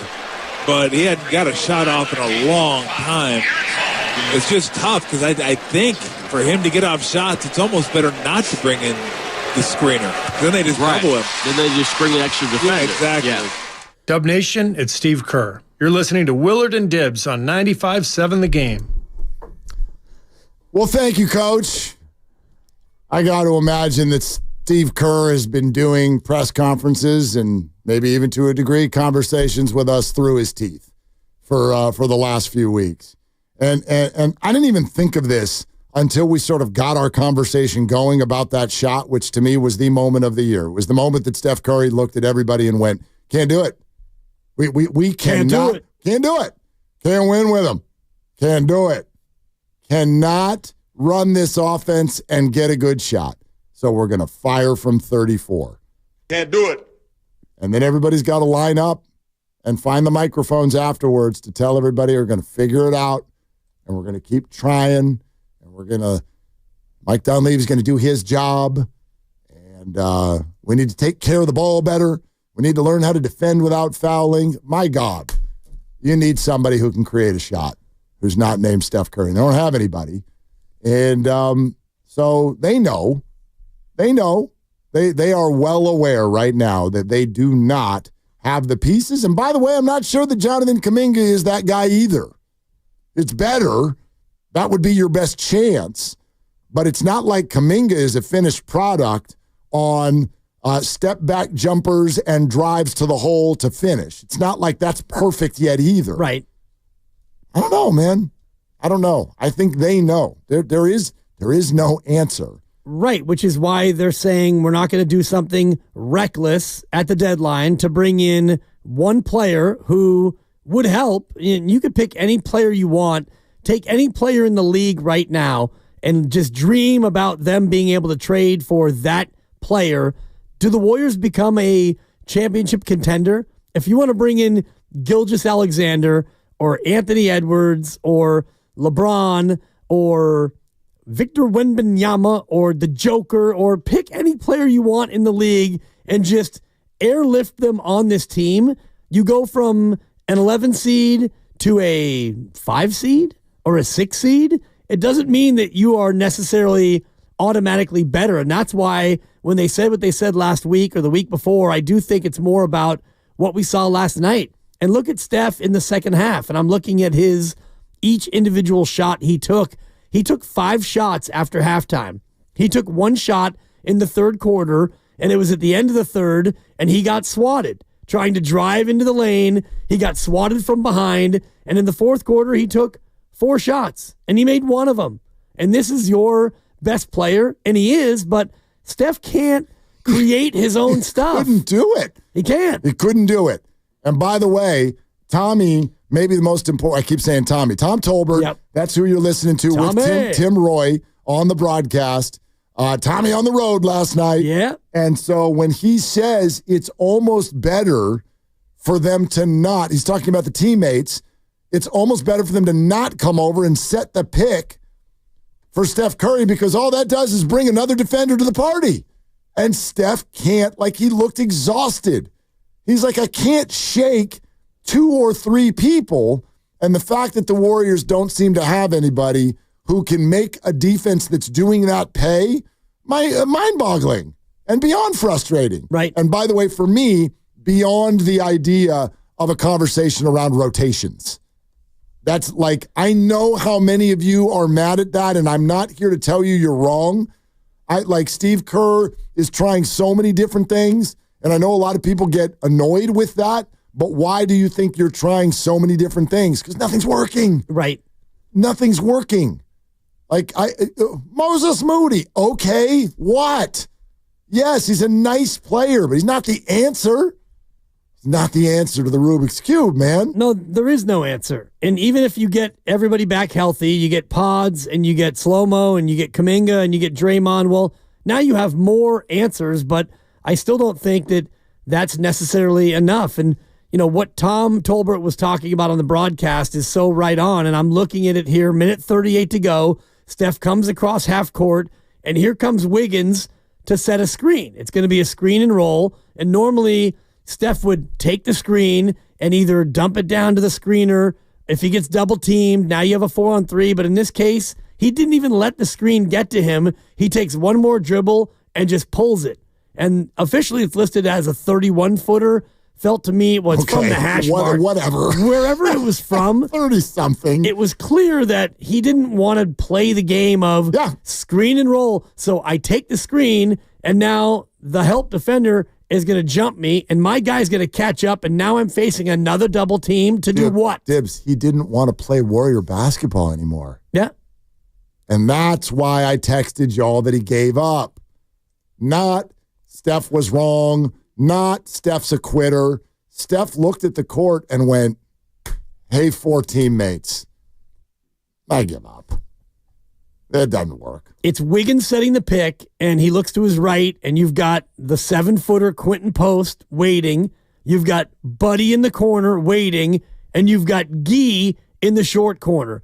Gee, Buddy, and Quinten. And by the way, I'm not trying to disrespect any of these guys. Gee is fantastic. Fun to watch. I'm yelling Gee for 3 all night last night in the living room. He looks great. Doing all the things that he does, but again, what's the answer? Yeah. The question isn't, hey, I wonder if the Warriors could find someone who can do a couple things out there that you didn't know was there. That's not the question we're asking. What's the answer? What's the answer to the Rubik's Cube? How do you look at a court and go, we need to fool the defense. We need to outsmart the defense. We need to have more athleticism than the defense. We need to impress upon the defense something that they can't stop. No answer. There's no answer. There's just nice stories all over the place. Yeah. Well, the answer early in the year was Buddy Hield. He's hot. Yep. Buddy's electric. And DeAnthony Melton, who was looking like a nice two-way threat. Yeah, he might have been one of the answers. Draymond Green and his elite IQ, and Andrew Wiggins off to a terrific start to his season. So the answers were there. But now you've got streaky Buddy. You've got Dennis, who can't even really finish games. Dennis has been so disappointing, right? No doubt. And Dennis Schroeder. Last week, you were still reluctant to use those labels, but now I'm there because he doesn't do well what the Warriors do. He just doesn't do it. It's not. He's a ball stopper. He is, and I get it. He is a ball in the hand, pick and roll, solid two-way NBA guard. That's what he is. But the Warriors don't do that. They don't do ball stoppers. They never have. You can be a ball stopper if you're getting 18 a night. Yes. But when you're 3 of 8 and you only played 20 minutes, 21 minutes, and the coach didn't have you in the finishing lineup because you're just not doing enough on either end of the floor, then you can't be a ball stopper unless you get the ball, it stops, and you score. And then you score. Then you can stop the ball. Like there were moments last night where DeMar DeRozan was a ball stopper. And I think he finished with 30. What? What 32, did he finish with? 32. Dude, he was tremendous last night. Right. On so many levels. And you look at that team from DeRozan to Murray to Monk to Fox and, oh, by the way, Sabonis, who can do some things. And you no longer can just simply let him shoot from the outside because he's gotten better at that. But they've got 4 legit bucket getters on the floor. So not only defensively are you in trouble, but you got to find a way to get your own buckets on the other end. Like Warrior fans, maybe you just take a huge step to the right and watch this through a different window and think to yourself, yo, pretty freaking amazing they were even in this game. Honestly, I know that's frustrating, but if you just lay it out like you just did, man to man, give me the 5 who are on the floor there at the end. They got De'Aaron Fox. Yep. They got Malik Monk. They got DeMar DeRozan. Yep. You got Sabonis. And then what else do you got? Either Keegan Murray or Keon Ellis. All right, you have that, and the Warriors are hucking at the opposition. Guy Santos. Yep, G-Leaguer. Trace Jackson Davis or Quinten Post, whichever one you wanted to throw in there. Quinten out there who's playing in, I think, his 4th NBA game. Okay. Roughly. You said Buddy Hield was out there. In the corner. Right. And then Andrew Wiggins. Correct. Now, athletically, Andrew Wiggins fits into this sentence. But, what on earth are you, it's incredible that the Warriors, and it only speaks to they're killing it from 3 in the first half. Right. If you do that, like we've said it for a few weeks now, knock down those threes, Warriors are going to be hard to beat. But in the absence of that, and you're never going to get 4 straight quarters of that, they shot over 50% from 3 in the first half. 54%. I'm looking at it right now. Yeah. They were 14 of 26 from 3. Sacramento was 7 of 18. So that right there is a 21-point difference. And they were up by 17. There you go. And, the Kings had shot only 12 free throws. They shot 20 more in the second half, but the Warriors didn't turn over a lot. They had 7 turns. Sacramento had 5. You made your threes. You built the lead. And then you get to the second half. The 3 dries up. Sacramento wakes up. And it's ball game. But we've been conditioned for 12 years, and so we wake up the next day and we go, that third quarter, you idiots. You didn't play well in the third quarter. No, they just regressed to the mean for a second, which is inevitable. You're not going to shoot 54% from 3 for an entire night. It's not possible. And then in the fourth quarter, they even had a couple flurries where you're like, ooh, maybe they will pull this out. But it's a house of cards, man, when you're going against a good, young, athletic team. It's a house of cards. 1 of 10 in the third quarter. The Warriors were from 3. Sacramento was only 1 of 6, but they were 14 of 20 from 2. DeRozan. 6 of those were DeRozan. And Sabonis. And Keegan. And Sabonis. They were taking the ball to the bucket. And Monk, yeah. And they got only 7 free throws in the third, but they were scoring their 2s at an alarming rate. 16 of 20 from 2, which my math tells me is pretty good. That's pretty good. All right, let's hear from the people, okay? 888-957-9570. Tim Roy next hour. Adam Amin, the voice of the Bulls, is in the hour after that. But we want to hear a lot from you today. As always, Wayne in Alameda. Hi, Wayne. Thanks for calling. What's up, fellas? Hey, one thing I wanted to do is maybe move the conversation a little differently. I mean, I agree with you guys. Is the only way out to trade Steph and Draymond and Wiggins and start accumulating first-round picks? The answer isn't in a trade. I guess the question for you guys is, the franchise is $8 billion and Steph is the face of it.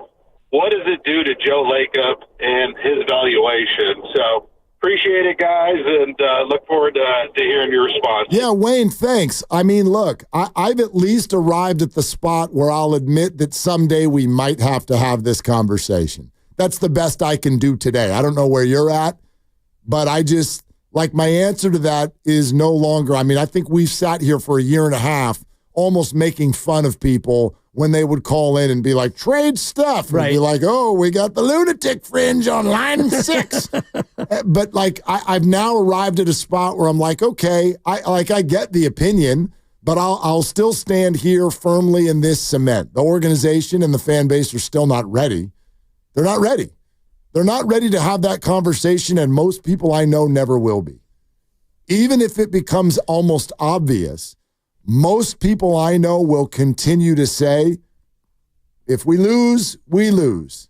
If we lose with Steph, we lose with Steph. I'm fine with that. I want him to finish as a Warrior more than us accelerating the reboot by a year or two. I think that's how most people feel. Agreed. And it really comes down to, I guess, the idea of diminishing returns for Steph Curry. And I can't help but think always about the Boston trade when they dealt Kevin Garnett and Paul Pierce. And I'm looking at his numbers right now. Kevin Garnett, when they traded him, he was 12th in the MVP. He averaged 14.8 and 8 rebounds, which was below what his career was. He was a declining asset at 36, almost 37. Same thing with Paul Pierce. And he went on to Brooklyn, and he did nothing. And then he went back to Minnesota and did even less. So if you can find a sucker like the Nets were, sure, they were Brooklyn at that point. That was the worst trade maybe in the history of professional sports because Brooklyn got a clearly washed Kevin Garnett and a soon-to-be washed Paul Pierce and a Jason Terry who was not really that good anymore either. Yeah. They gave up 3 firsts and a pick swap. So if you can take Steph and Draymond and get that kind of a haul back, well, then you have to think about it. I believe we're at a point now where Steph is going to be 37, Draymond's going to be 35, both in March. I don't think that you're going to get that kind of a haul. And even if you do, it took Boston some years to, get the assets and turn the thing around. I'll tell you what, I guess you could Danny Ainge it for a while, is I think what you're saying. And for those who don't understand what I mean by that, it's you can almost hold every other GM hostage, if you will, and wait for those moments where they're desperate, where they're going for a championship. And yeah, if somebody overwhelms you with an offer, maybe. But I don't know. I'm still in a moment where I'm like, this is not real. This is not real. I don't think the organization is feeling this way. I don't think they're thinking this way. I doubt they would ever do it. Do you understand the cojones that it would take to trade Steph Curry? This is the last thing I'll say on it for this particular conversation. I still believe until the end, it would have to come from Steph. He would have to say, I want out. Not like in a Jimmy Butler way. Right. But maybe in an Anthony Davis sort of a way. Like, he would have to do that.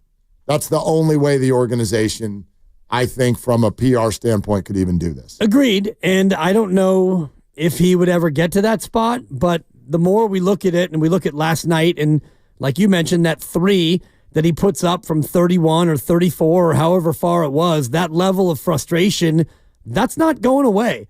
So if you stand pat at the deadline, and it looks like that could be the course of action, so he's got, 39 more games this year where he's going to be doubled. He's going to be hounded. Yep. He's going to be just tracked and bumped and harassed and all the rest of it, playing alongside Lindy, Gee, and Quinten.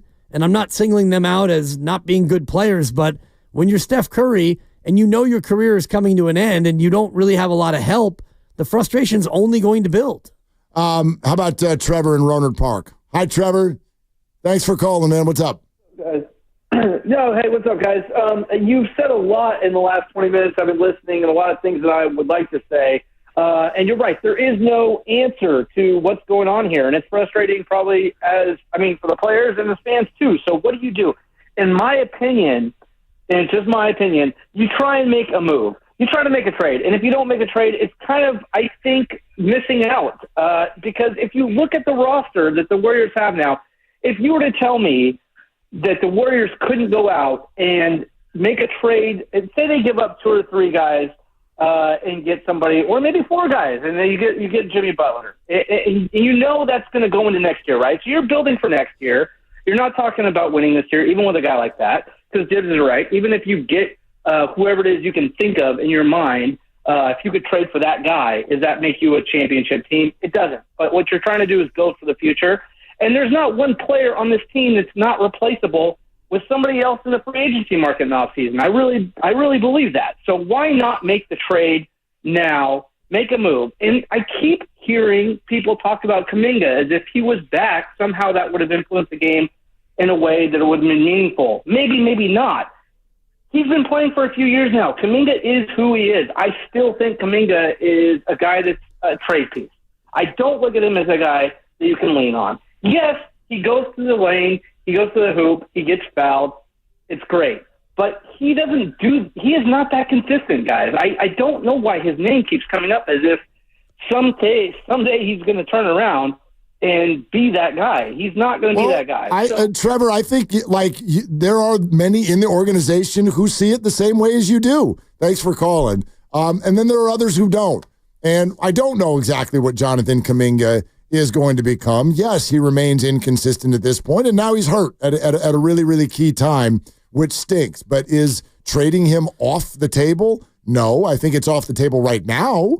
It's not off the table after they sign him to an extension and he's making more money and something could happen later down the road in the offseason or even later.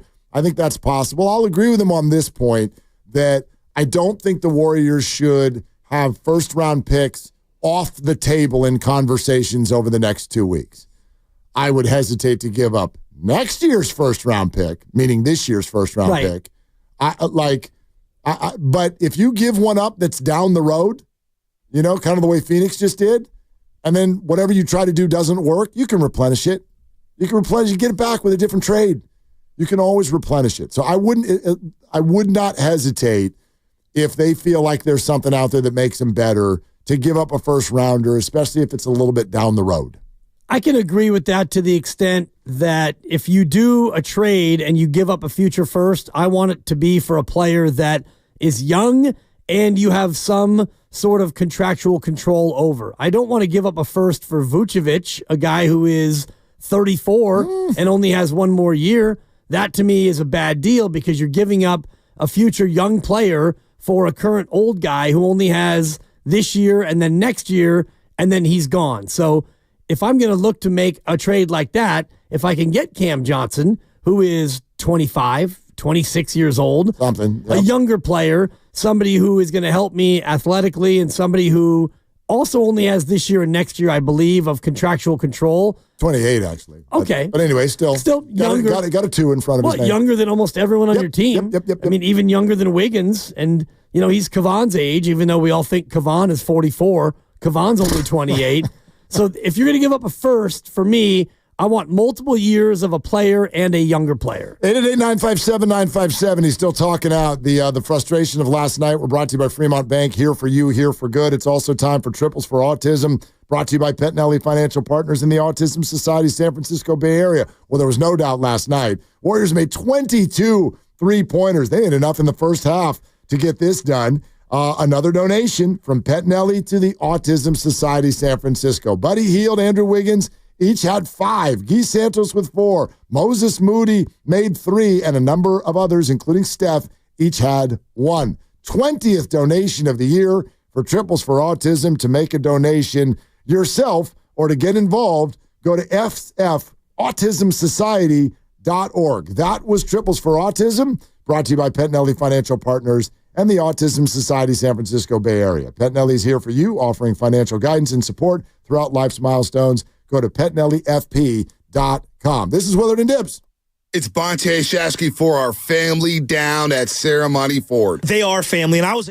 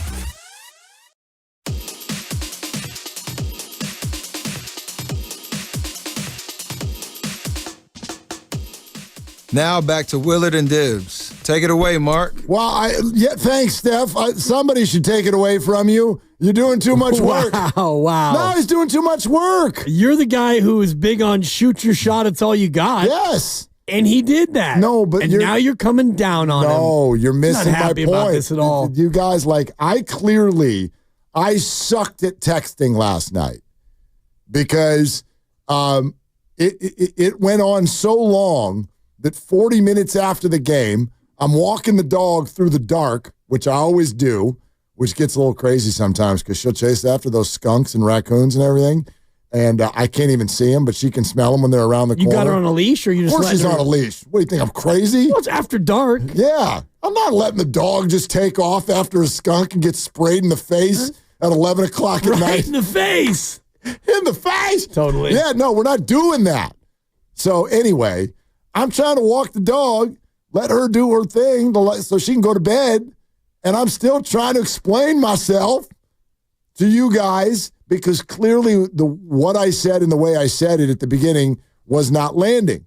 There is nothing about Steph gave up that was coming down Steph's road. There's nothing blaming Steph. It is a new way, in my opinion, of saying what we've all been saying for so long, which is that Steph needs help. And I don't mean help in he needs a dog who can be the second scorer or maybe even the first scorer.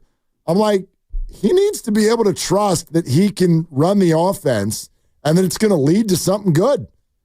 That's it. He needs teammates who are not going to fumble the ball or throw the thing out of bounds. And yes, sometimes he does too. But he needs to trust the process. Yeah. And I mean that within possessions. And that shot last night said to me that he doesn't. Well, the problem with your text, and I'm looking at it now. Yeah, what'd I say? It was a 3-word sequence. And you got to scroll back, man. We texted a lot. We do. Yesterday at 9:30, what'd I say? You wrote the words, he gave up. He did. When you say he gave up, that is code for, in some people's eyes, he quit. And Grandy fired back, he gave up? 3 question marks. Question mark, question mark, question mark.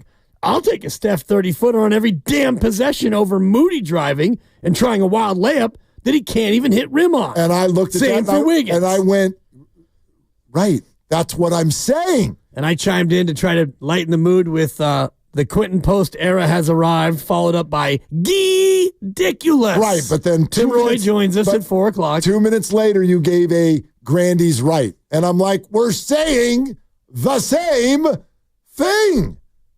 He gave up means he gave up on the idea that if I pass out of this double team, that Moses Moody will be able to meet the ball at the rim, or that Andrew Wiggins will be able to drive and get a layup, or that the ball will spin around the perimeter and someone will be able to knock down a 3. He gave up on that idea. So as he should. Fine. Nowhere in the text did I say, stupid idiot. Right. It's a 4 for your Abe Willard. I didn't do that. He gave up on the idea that this was going to lead to a shot, so he took it himself. Totally get it. Yeah. Totally get it, but it's not going to be winning basketball. Well, then the follow-up to that would be the question about what is going to be winning basketball, because you've got Buddy and Quinten and Guy and Andrew and Steph on the floor, and Steph has a screen coming from Andrew, and I'm sure he's thinking, if I take the screen and dribble to the right, it's just going to lead to me being double-teamed, so why not just pull it here? I'm open. Yep, totally I can reach the basket from here, and I'm pretty good from 30+, and so I don't know if it's him giving up as much as it is the realization, sensation of the fact that their offense is non-existent without him. You know what's crazy, though? Cha-ching. It's also a little window into kind of how the NBA works. Because you're like, you really notice how different defenses are in the final 5 minutes of basketball games. Because they have no problem finding open threes for 3.5 quarters. None. And it's just a matter of whether they knock them down or not. But you all see it. You get to the final 5 of basketball games, and suddenly the Warriors turtle up. Why is that? Well, defenses are now, obviously the best players are on the floor, and they are realizing we don't have to conserve energy. There's 5 minutes left. We go for broke. We send everything we have. I mean, absolutely unload everything we have at defending Steph Curry. And what happens when they do that? Can't find a shot. He can't find a shot. No one can find a shot. Well, they can find a shot. They took shots in the final 5 minutes, but it's a shot that the defense wants. So if you're guarding a team of Buddy, Quinten, Guy, Andrew, and Steph, you're worried about Steph. And then if you can stop Steph and you're thinking about the rest, am I going to give up a Quinten post three-pointer from above the break? Sure. I'll take my chances. Sure. Buddy Hield in the corner? I'll take my chances. Andrew Wiggins driving to the rim? That's a shot I'd rather not give up because he's a good finisher. Am I going to give up a Guy Santos corner three? Absolutely. But not. He's going to hit that thing. He might hit that for thing. three. He might hit that thing. But as a defense, you're looking at that five-man lineup and you're thinking, we stopped Steph and I like our chances. Steph took 5 shots after halftime and he made 1 of them. He was 1 for 5 after halftime and it was a layup. So if you're Sacramento and you think we can hold Steph Curry to 2 points, not including free throws, after halftime, I like our chances. Do you know what Guy Santos is shooting from three-point range this year? It's got to be around 40%. That's a good guess. It's 39.4%. 39.4. But in the month of January, which is when, by the way, almost all of his three-point shots have come, like, you know, there was garbage time stuff a couple months ago, whatever, 43%. 43%. And that's pretty good. And that's over a stretch of the whole month of January. And he's probably attempted on the year 43s, I would guess. Total threes taken. Total threes taken for the year. Yeah, I just looked at it. It's 33. Oh, okay. He's 13 for 33. Can't beat me to it and then ask the question yourself. I was just ballparking it at 40, but yeah, and that's fine. And 13 for 33. I mean, 4 for 5 last night. Yeah, 4 for 5.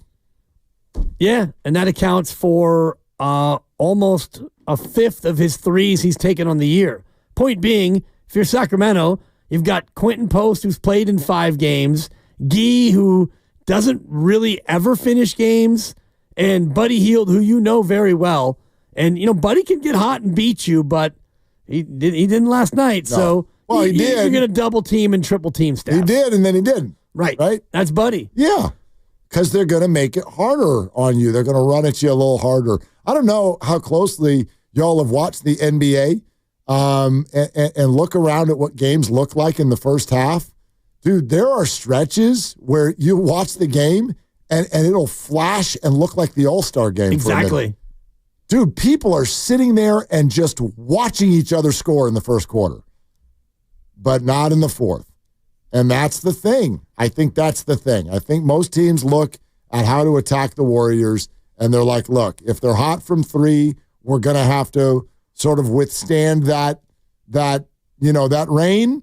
But over the long haul, we think we can get, and they know this, there's data, we think we can get to a clutch game with 5 minutes to go. And if we do, we're going to totally clamp down. We're going to run everything at Steph, and this team is going to have a hard time finding a shot, and we'll come out on top.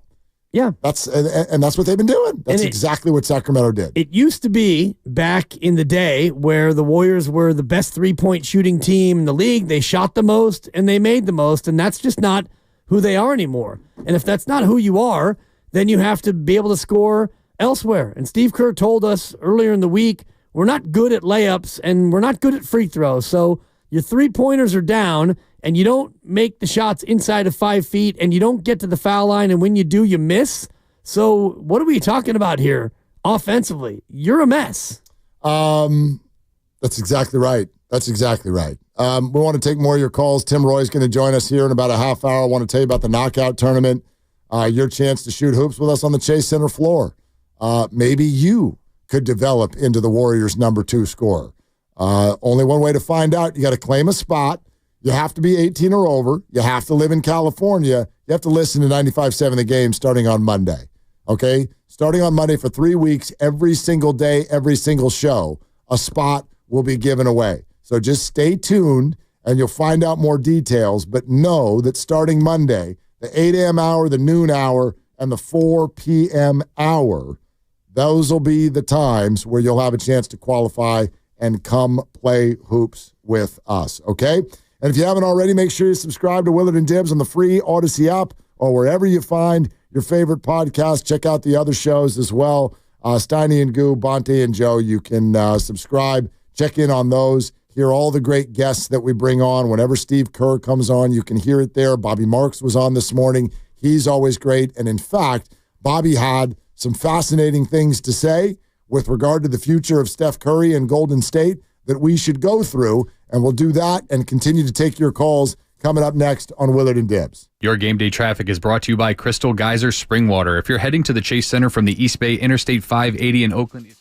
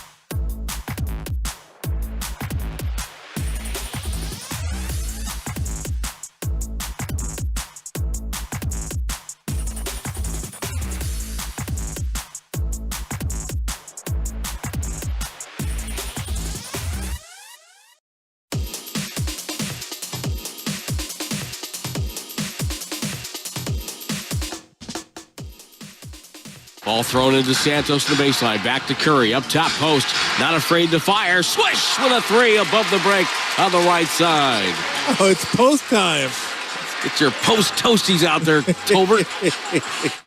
Dub Nation, it's Quinten Post. You're listening to Willard and Dibs on 95.7 The Game.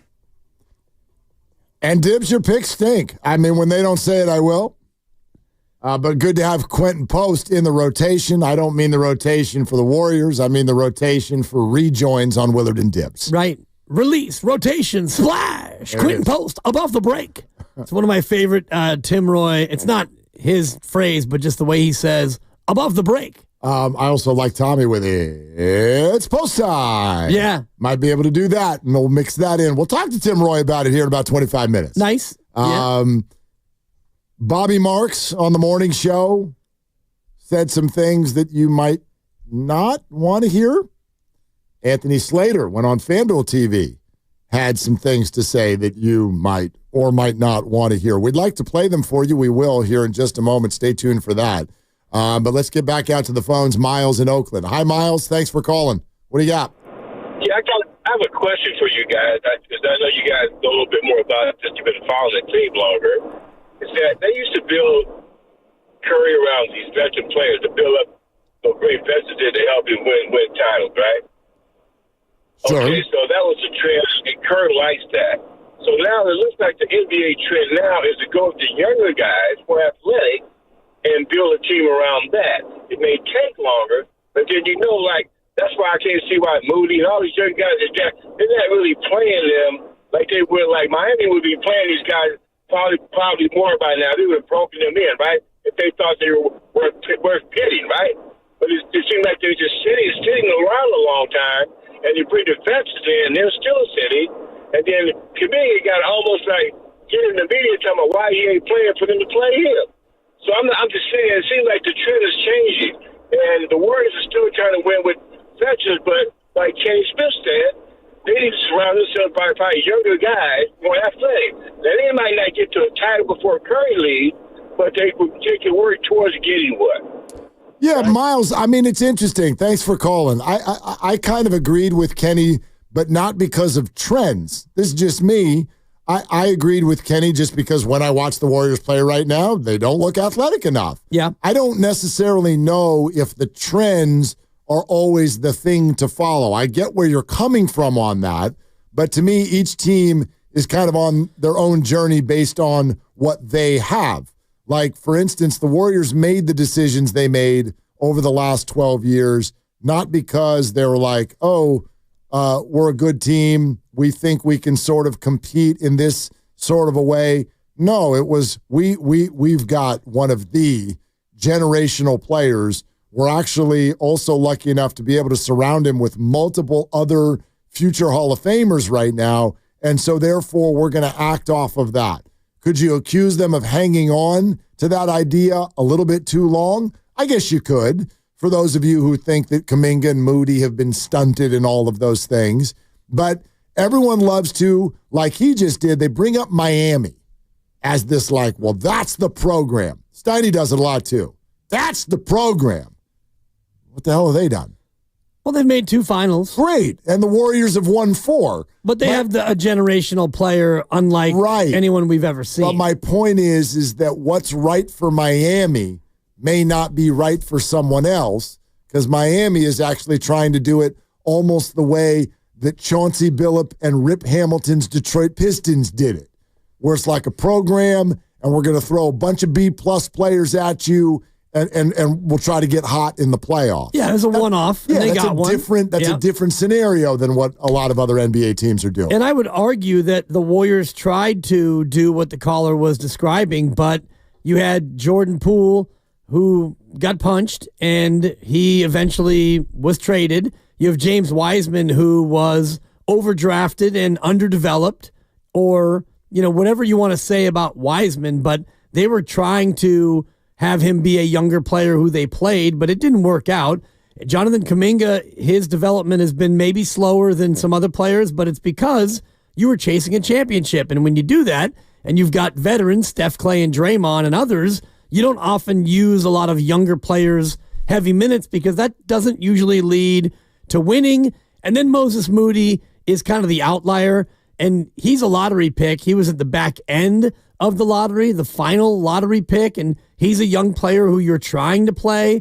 So I do think that it becomes a difficult conversation because if you want to look at every championship team going backward, show me the team that really leans on and plays a lot of young players. Yeah, that doesn't usually happen at all. Right. I mean, you can have a younger player in a rotation. Yes. But it's you like Boston, for example. And yeah, your core can be young-ish.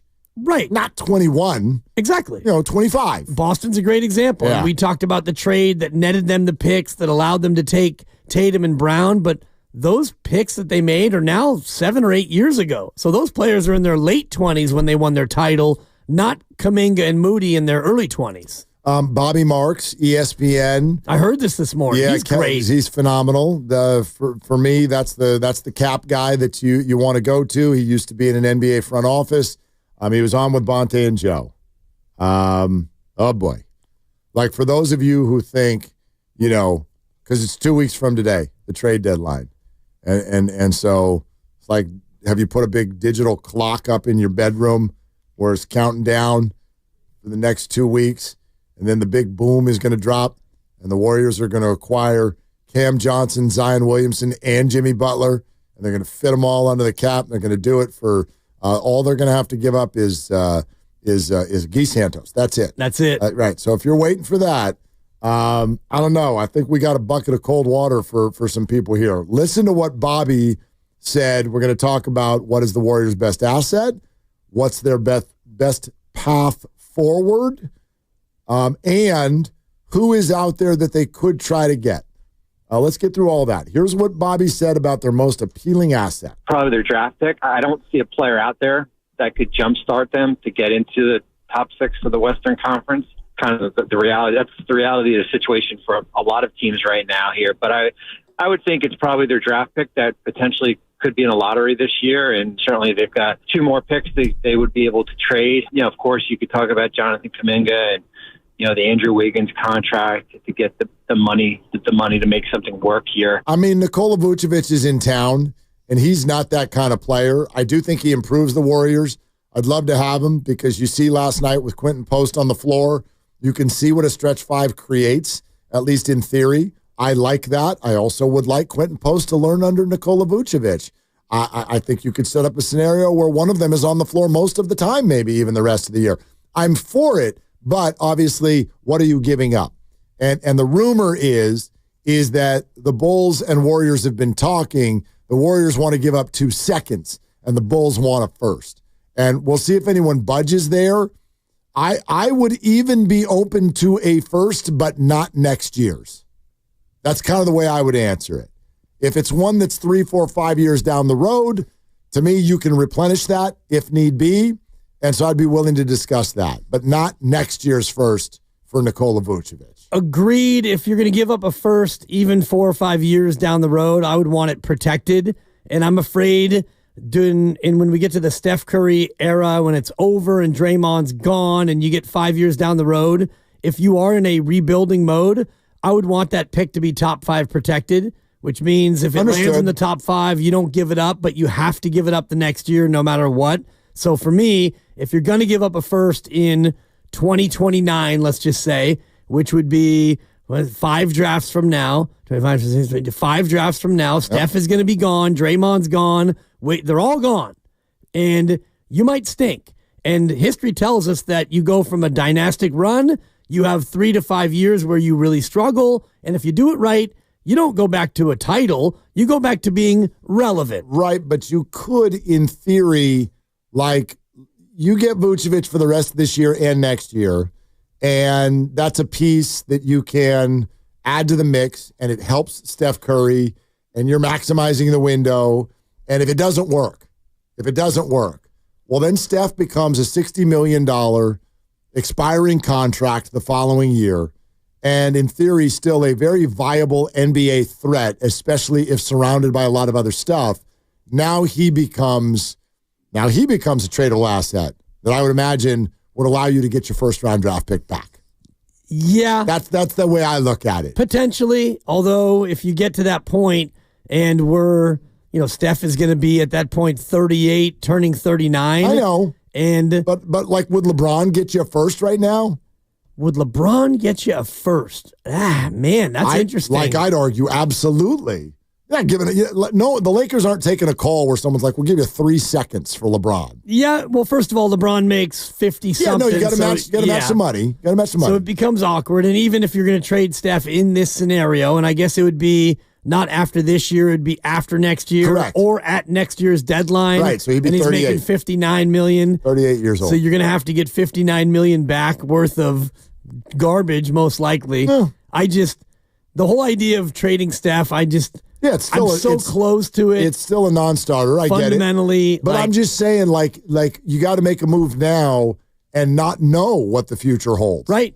I agree. Right. But that flexibility, that ability to replenish a first rounder if you lose one, I'd be open to that. I'd be very hesitant to give up next year's, especially with the way this season is tracking. Right. I'd be as reluctant to give up the one in 2029 because as this franchise is tracking, I think you're tracking toward being a lottery team unless you can go out there and land a Giannis as a free agent and really start to turn this thing around. History tells us that short of you getting a Kawhi Leonard maneuver, which the Spurs didn't draft Kawhi, they traded for him, which was brilliant. And they knew, I guess, that he was going to be really good. And so they were able to bridge eras by getting that player. I hear you, but that's so many moons from now.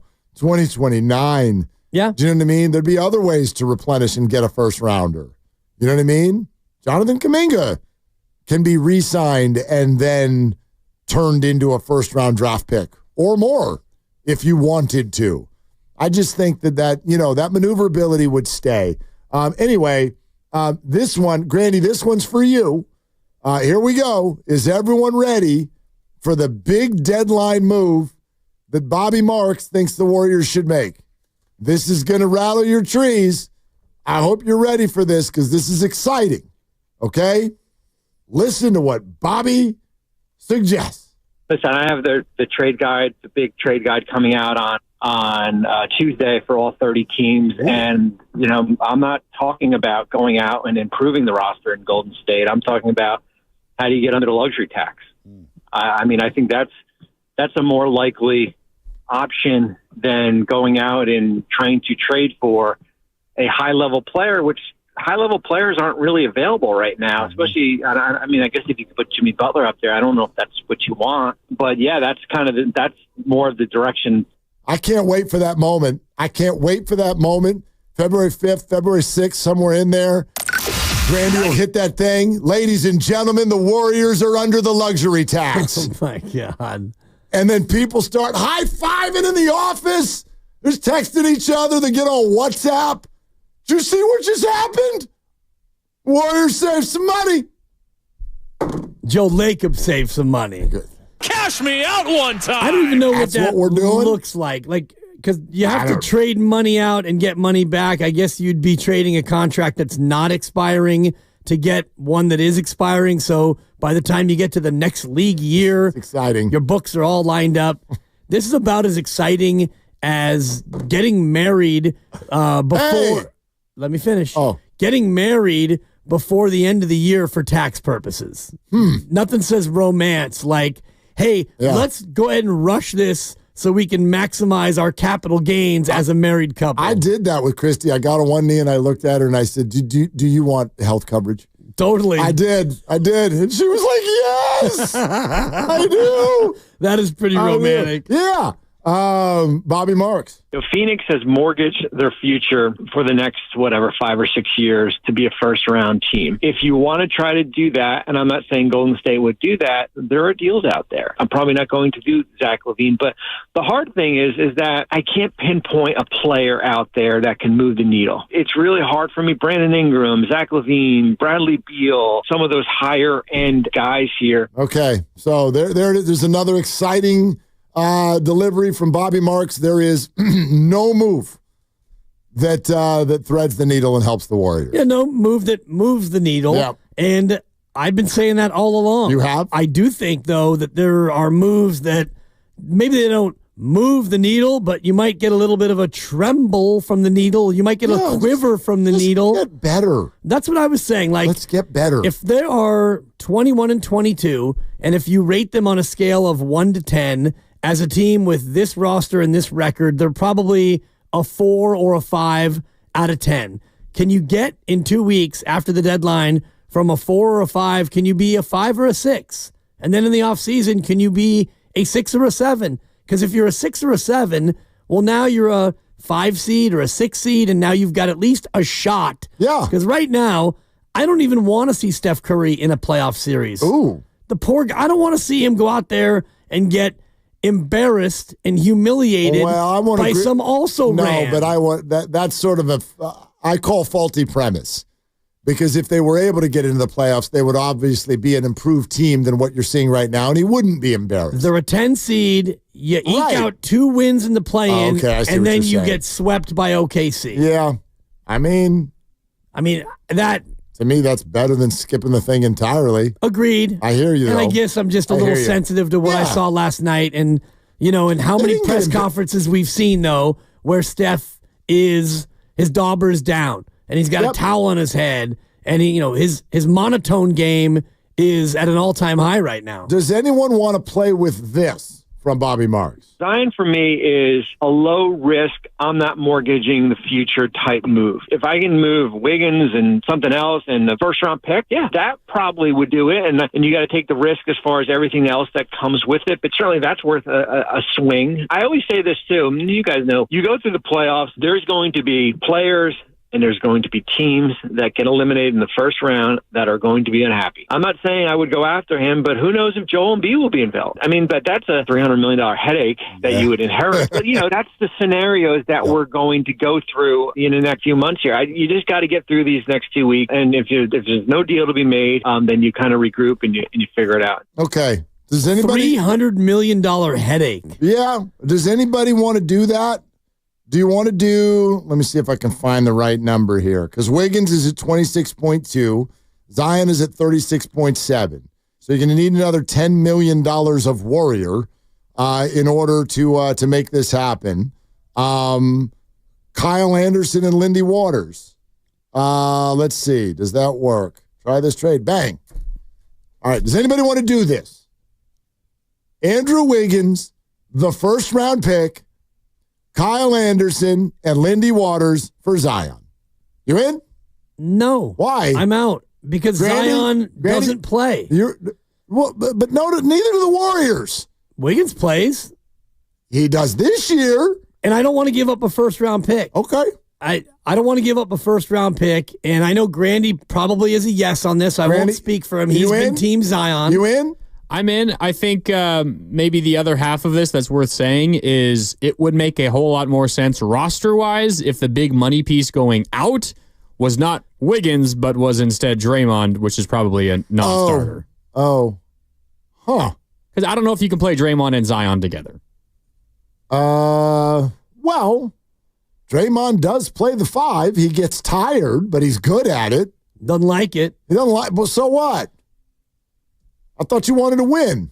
Well, I don't think you can win with him at the 5, and right now he can't even play. In doses, you can. I know right now he can't play. I get that, but it's an interesting concept. I don't know if Steph is there. I don't know if the organization is there. I don't think they are, which is why it's probably a non-starter. But I would still do it the other way. Yeah, with Wiggins. Yep, Wiggins, Anderson, Lindy Waters, and next year's first-round pick for Zion Williamson. 888-957-9570. Y'all in?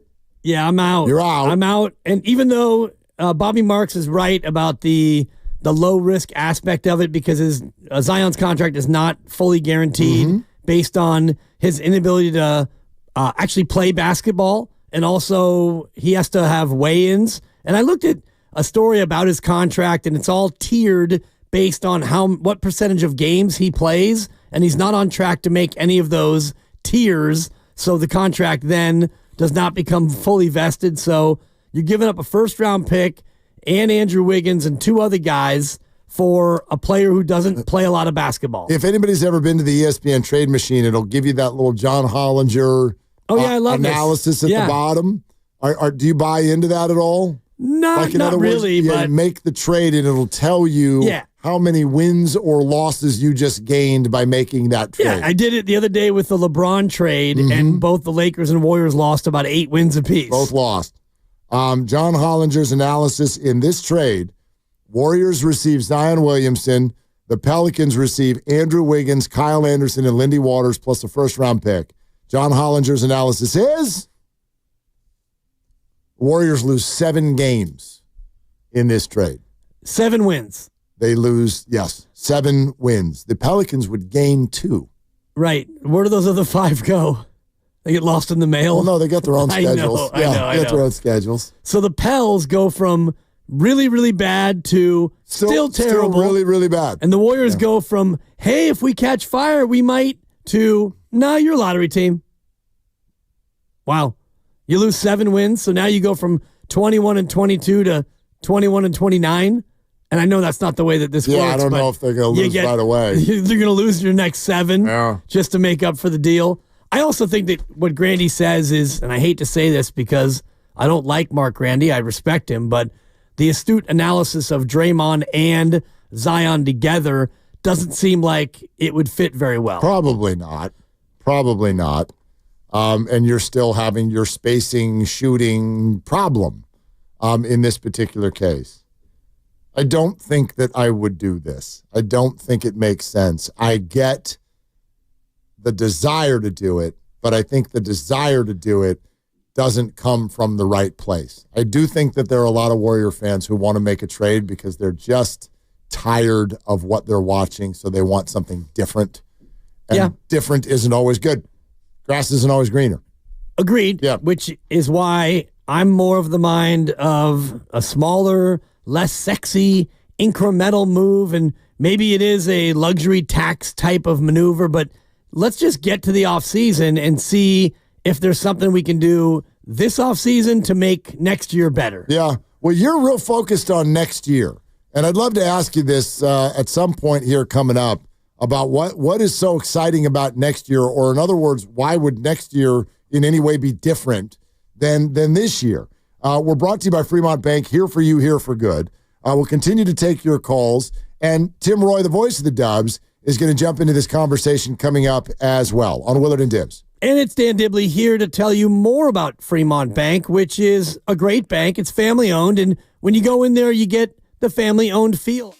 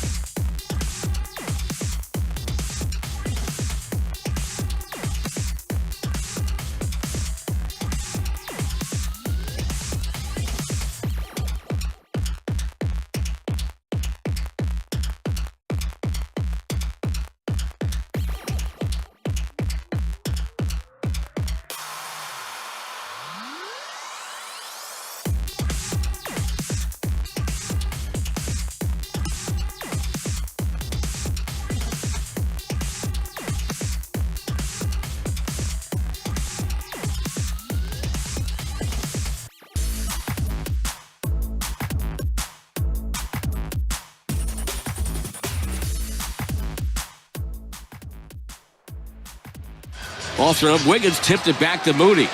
Here's Curry. Curry takes a handoff. Screen by Post.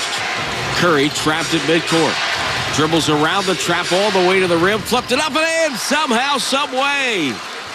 119 to 115. Warriors down 4. Dub Nation, it's the voice of the Warriors, Tim Roy. You're listening to Willard and Dibbs on 95.7 The Game. I wonder, you know how people do the do, re, mi, fa, sol, la, ti thing when they're like warming up to sing? Yeah. I wonder if Tim Roy, as he gets ready for this game tonight, is like Vucevic. Maybe. Vucevic. Vucevic.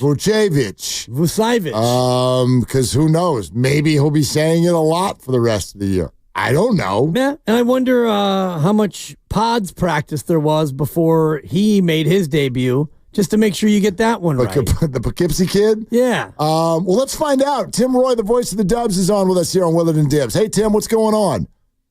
What's going on, guys? How are we doing today? We are good. Tim joining us on the River Islands guest line. Are you practicing Nikola Vucevic's name just a little bit extra?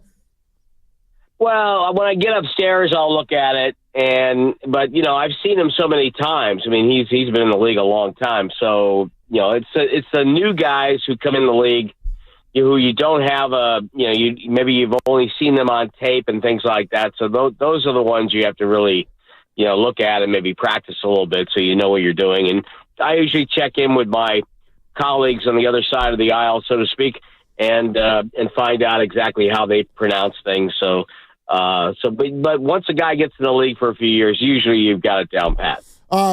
Tim, I got to tell you, watching Quinten Post a little bit last night, it made me even more interested in the idea of the Warriors acquiring a stretch five, not because Quinten can't do some things going forward, but just that look on the floor looked like something the Warriors could really use. What did you think? Yeah, especially this year because, offensively they're challenged right now, and they don't have the shooting they've had in the past, where in the past it didn't matter if the five wasn't a pick and pop guy. He could dive to the rim, he could get a dunk, he could get a lob. And so, with this year's team, it looks a little different. It stands out when you see a big do that.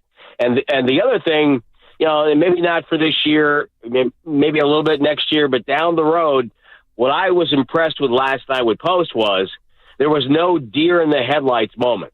He was out there, he was just playing ball and got into the flow of things. And yeah, he had a couple of things he'd like to do a little bit better, but to me, that the things he could do better are things he can work on. And I really liked his poise for the most part last night. When you watch that, Tim, and it's a little bit of a different experience, obviously, than the championship years, but you look out there and it's closing with Guy and Quinten, and you've got Lindy at times and, Buddy in the corner and whatnot. Is it tough to really watch? I know you enjoy it and you love the team and all the rest of it, but you're watching Steph Curry trying to go out there and do it with a lot of players who are wildly inexperienced. Is it frustrating to see as a fan and as a broadcaster? Well, you don't want to give in to the temptation of thinking, what if? Injuries are injuries. And when you're without, Draymond, Kuminga, Podziemski, Kyle Anderson, that's, 3 of your top 8 probably, right?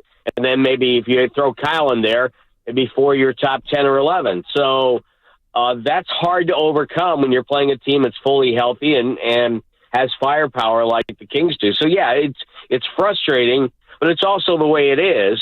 So, and every team, it goes through this at some point, and every championship team goes through what the Warriors are going through right now. And so, it's a very, tough position to be in. But on the other hand, the glass half full of me will say, well, yeah, but I do get to watch, Steph Curry try to figure it out, and how many people get a chance to do that? Yeah, I think everybody gets that as far as just the Steph Curry experience and where it is in this given moment. I wonder what the vibe is. What do you feel in this moment, for example? Here's a statement I made earlier. When the Warriors are up 17 at half, that's not like what I used to know to be a Warrior 17-point lead at half. In other words, that would normally mean I think they are highly likely to win. Now, with the way this team scores in the final 5 minutes of games, I look at a 17-point half lead and I go, well, they'll have a chance to win this game. In the end, it'll be close. Like, do you sort of have that same feeling as you're coming into the second half of games that those Warrior warts are going to come out at some point? Well, what you worried about and what you're talking about is an offensive lull, and they went through that, and the Kings got back into the game. There's two things going on here. One is the Warrior offense isn't where you want it to be, where it should be, so on and so forth. And then B, everybody in the league is shooting threes now. And so what that does is that a 17-point lead is probably, maybe during the championship run, was probably like a 12-point lead or a 10-point lead. And, where it wasn't totally safe. And so now teams can come back a lot quicker. I mean, look at the runs that happened last night in almost in succession, like a 9-0 run for the Warriors, a 10-0 run for the Kings, 8-0 push by the Warriors. And it happens in like a minute, okay? And that's because of the three-point shot, because you can add points very quickly. And so I think any kind of a lead, unless you got a 30-point lead, I don't even think a 20-point lead is safe in this league anymore. And so, but and especially with a team that is struggling on the offensive end, because that's where you need, the things you need to win games are things like that, are things the Warriors aren't getting. Easy buckets and free throws. They don't get to the rim enough, and they don't have a guy that can break down the defense and penetrate to the rim, and they don't get fast break points, and they don't get, free throws. And so those are the things that stave off runs. When you get a fast break, get a bucket, you get a pump fake, get a guy to the free throw line. Those are the things that can kill a run. And right now the Warriors don't have that in their arsenal. And when you watch the offense and it gets a little bit stagnant, I can't help but think about Dennis Schroeder and how he's struggling to adapt to the Warrior way offensively. When you watch Dennis now through a 12.5 games or so, what do you see that he's doing well and other areas where maybe they need to integrate him more? Well, I think what he's doing well right now is he's taking ball handling pressure off Steph. And you know that when Steph's off the floor, you have an NBA class point guard on the floor. And, he can get guys shots by just his penetration. I think, for Dennis, I think he's almost trying too hard to fit in at times. I'd almost like say, just go play, go do what you do. And I think he's trying to fit in, and let's face it, he just hasn't shot the ball well. And I think once, he can get a couple of games back to back where he's shooting the ball well, I think we'll start to see the guy, we saw in Brooklyn earlier this year. And I hope that happens for him because, he's really giving them a good effort on defense. He's probably, right now, especially with Draymond out, he's one of their best defenders on the ball, and no question of the guard line, he's their best defender on the ball. So he's doing a lot of other things. I just think at times I think he's trying to fit in too much. I think he just needs to go and do his thing. Tim Roy, voice of the Dubs, with us. Willard and Dibs, 95.7 The Game. Tim, Brandon Pajemski should be returning for this game, at least we think. What would you sort of say about A, what that will add to the team, and B, what has been, in your words, the Brandon Pajemski experience this year? I think that there's I think with any second-year player, I think there's a little bit of an adjustment because, teams study tape in the off-season. They look at different, especially if you're in the division or in the West, you're going to play the Warriors a few times. You're going to have somebody break down that tape, and they probably are countering some of the things that he likes to do. And so I think that now he has to make that adjustment. I think a lot of second-year players have to do that. And I think the other part about it is, I think, again, I think at times he might have been trying a little too hard to do things. And if he just goes out and relaxes, he has very good basketball instincts. We know he has good footwork. And so I think when he goes out and makes the right decision and just, plays within the game, that's where he's really effective because he makes the right play. He makes the right pass. And that's where he stands out for Golden State. So I'm hoping that, especially with this time off it's given him some time to watch and to think and to kind of imagine himself back into the meat of the offense and on the defensive side. And so hopefully this time off will be a good little mental break for him, and he'll come back and be the kind of player, we know he can be. I mean, we saw it last year. He can be a very, very effective player. And without Draymond Green, they need his grit a little bit in there. And one guy I've been impressed by, Tim, just the way he comes in and makes things happen is Guy Santos. What has been your impression of the way his game has kind of blossomed here out of necessity? Well, if he hit a couple more threes last night, he's going to be 3 Santos. Thank you. And I'm still waiting for a ridiculous when he hits a big 3. Well, we'll wait on that one. Okay. That may have to be a game winner. Okay, appreciate that. But he, I think he's got a real chance. I had him on a post game, I think in Detroit, and he gave me this great answer. I asked him about where he sees, his role with the team. He goes, "Look, I just want to be in the NBA. I'll do whatever it takes to stay in the NBA." He goes, "The ball's on the ground. I'm going to go on the ground and get the ball. If you need me to rebound, I'm going to rebound. Shoot, I'll shoot. Whatever it takes." And that's a great answer because you can tell he really wants it. And what's cool about him is he's got size, he's got a little toughness, and his confidence is growing with each, appearance on the floor. And I thought last night he was really good for a while in that game. And, everybody kind of melted down a little bit in the third quarter, but I thought he is pretty good. And I think he's a player now that Steve can go to with confidence, knowing he's going to get something out of Guy. You're listening to 95.7 The Game, KGMZ FM and HD1 San Francisco and Odyssey Sports Station. Always live on the free Odyssey app, Twitch, and YouTube. Powered by First NorCal Credit Union. For a low-rate auto loan, apply online or just ask for First NorCal financing at the dealer. We're hanging with the voice of the Dubs, none other than Tim Roy, as he arrives at Chase Center to go against the Bulls later on tonight. You'll hear it all right here on 95.7 The Game. Tim, we've been playing one of your calls along with Tommy on the road last night when Steph pulled Tommy off. on the road. Yeah. What an upset. How about that? What an upset. Well, come on, man. Yeah. Like out of nowhere.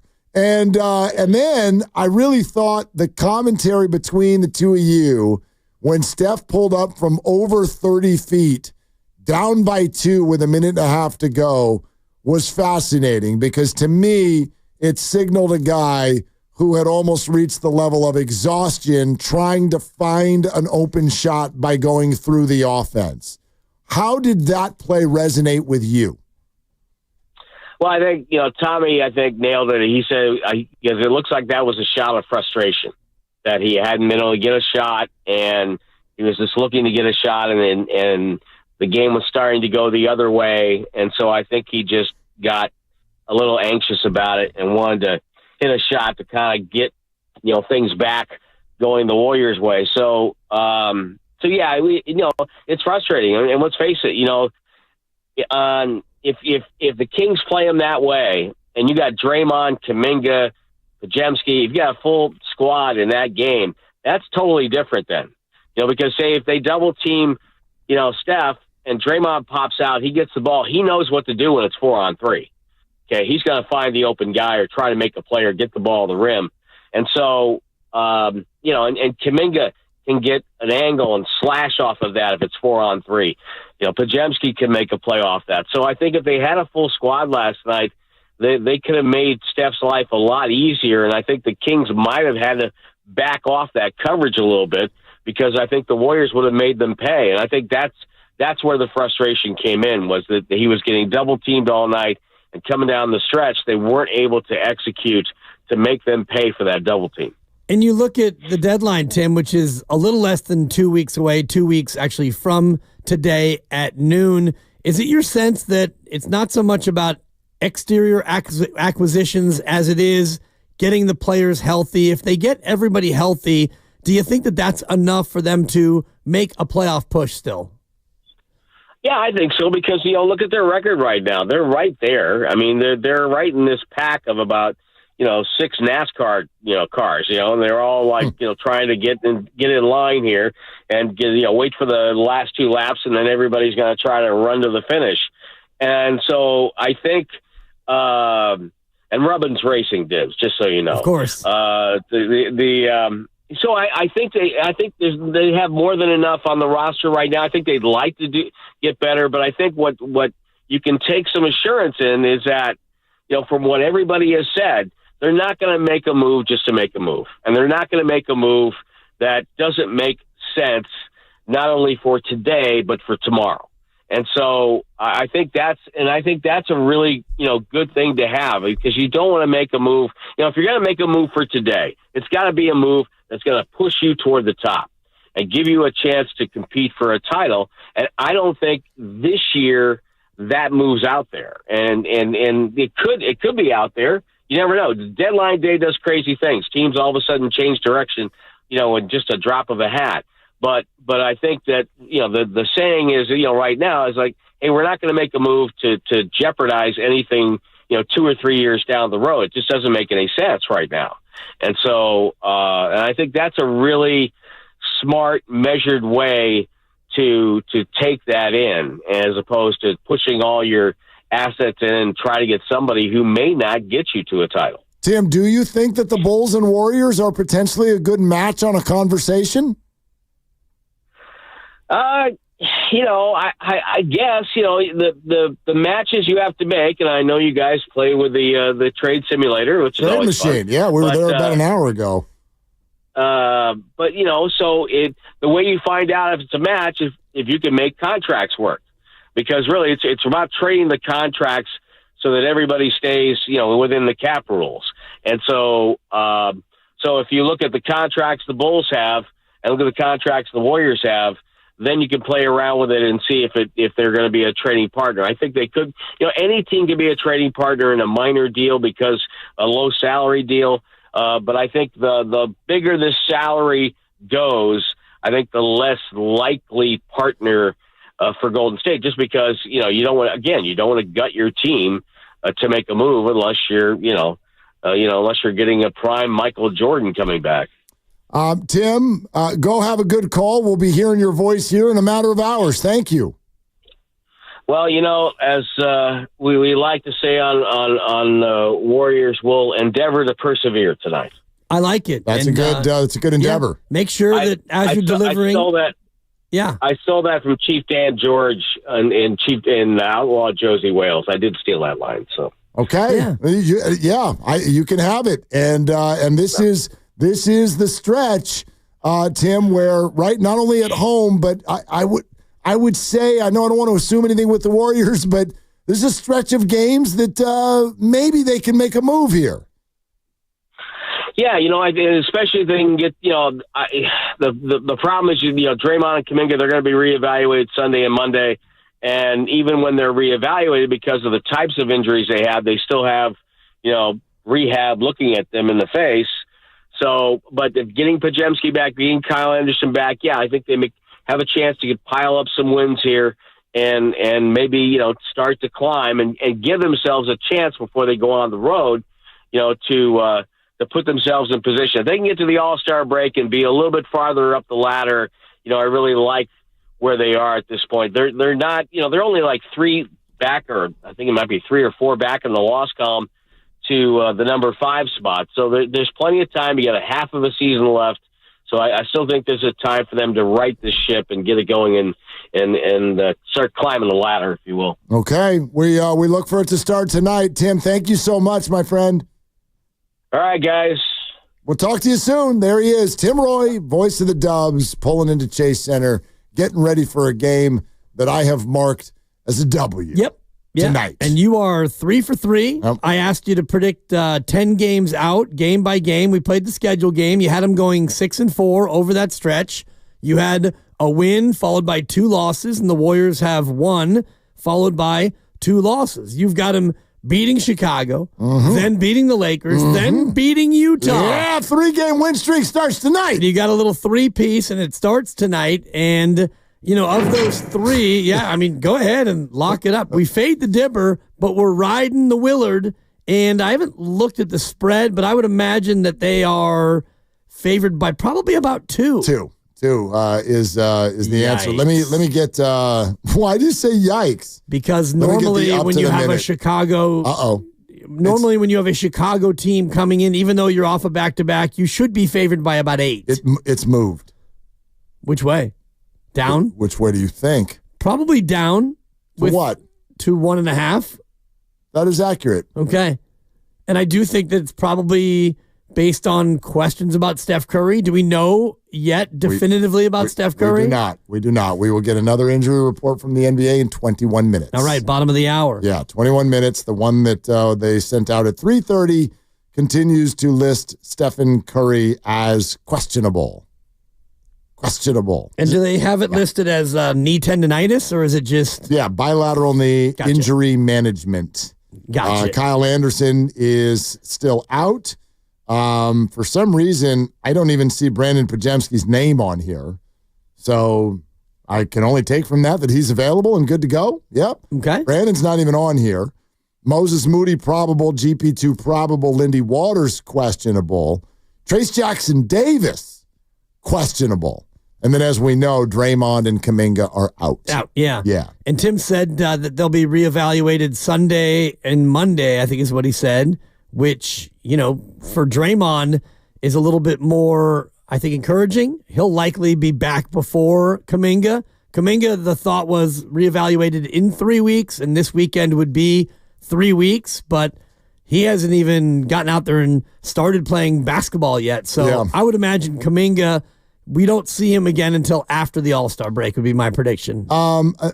There's also this, and I'm actually trying to remember what I told you as far as the wins and the losses. I have it written down. The 3-game win streak of the Bulls, the Lakers, the Jazz. Yep. I definitely have them then losing next Wednesday against Oklahoma City. Correct. Well, did I have them beating Phoenix on the following Friday? Yes, you did. A week from tomorrow? Yep. And then losing to Orlando? This is what you said. Is that right? That's exactly right. Okay. And then beating Utah again. And then beating Utah. And then they're at the trade deadline. Right. So far, you've been Mark Stradamus. I mean, you're 3 for 3. And, the win over Chicago tonight becomes a little bit of a tougher get if Steph Curry obviously doesn't play. They're allowed to win without him. Of course. They have. A bunch. Yeah. Dennis Schroeder pick and roll all night long. Let's do it. I'm here for it. All night long. Yep. Ball's going to be in his hands. For a while. Let's just get somebody to the hoop and to the foul line. That would be fun. Normally free throws are kind of boring, but I'd like to see a Warrior shoot a free throw. That'd be great. What do you think? Zach LaVine over or under 24.5 points tonight? Ooh, he's been on a little bit of a heater. Maybe he wants to show out for his future team. Don't do that. Or maybe Nikola Vucevic won't pass it to him. Over under 19.5 for Vucevic. Don't correct him from the peanut gallery. Turn the mic on if you want to correct him. Grandma. Vooch. Yeah, Vooch. Yeah, fight on, Lucas. Yeah, I said Vucevic for years, but then I guess it's Vucevic. Whatever it is. Yeah, Vucevic. Let's get Just it think right. of the nickname. Just it's easy. study your Slavic languages, you two. Whatever. I don't get very much right. So anyway, yeah. I lean lower. I think it's going to be a little bit of a rock fight tonight. Put that in your underdog read. But I didn't go with those guys. I was staying away from this game. Smart. I'm on Shai Gilgeous tonight. You've been chasing a lot of Shai. Because, first of all, he's super fun to watch. Really See what fun. he did last night? Did he score 54? He did. That's an over. That's a higher. I would guess. More than. Yeah. That's higher than some of the people who work here. That's a Cody Bellinger. So high. The Warriors and Bulls are hours away. Warriors Live is Evan Giddings' game tonight. He starts at 6. Presented by Xfinity. Stream sports from the best seat in the house with Xfinity. Bring on the good stuff. Okay, Adam Amin is the voice of the Bulls. Joins us in a half hour. Your phone calls next. Joe, stay where you are. You'll be first. And if you've not heard Slates talk about Jonathan Kuminga's growth, what the Warriors currently think of him, and he weighs in on what the Warriors would have needed to pay for Markkanen in the offseason. Let's get to all of that coming up on Willard and Dibs. Your game day traffic report is brought to you by Crystal Geyser Spring Water. Heading to the Chase Center on the peninsula, there's pockets of slow and go traffic.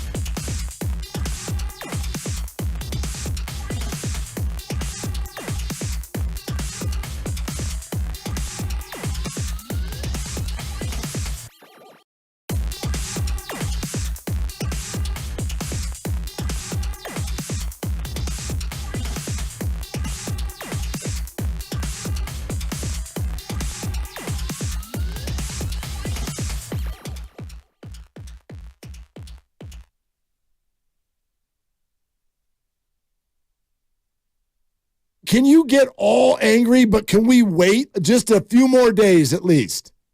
No. Now, back to Dillard and Wibbs on 95.7 The Game. No.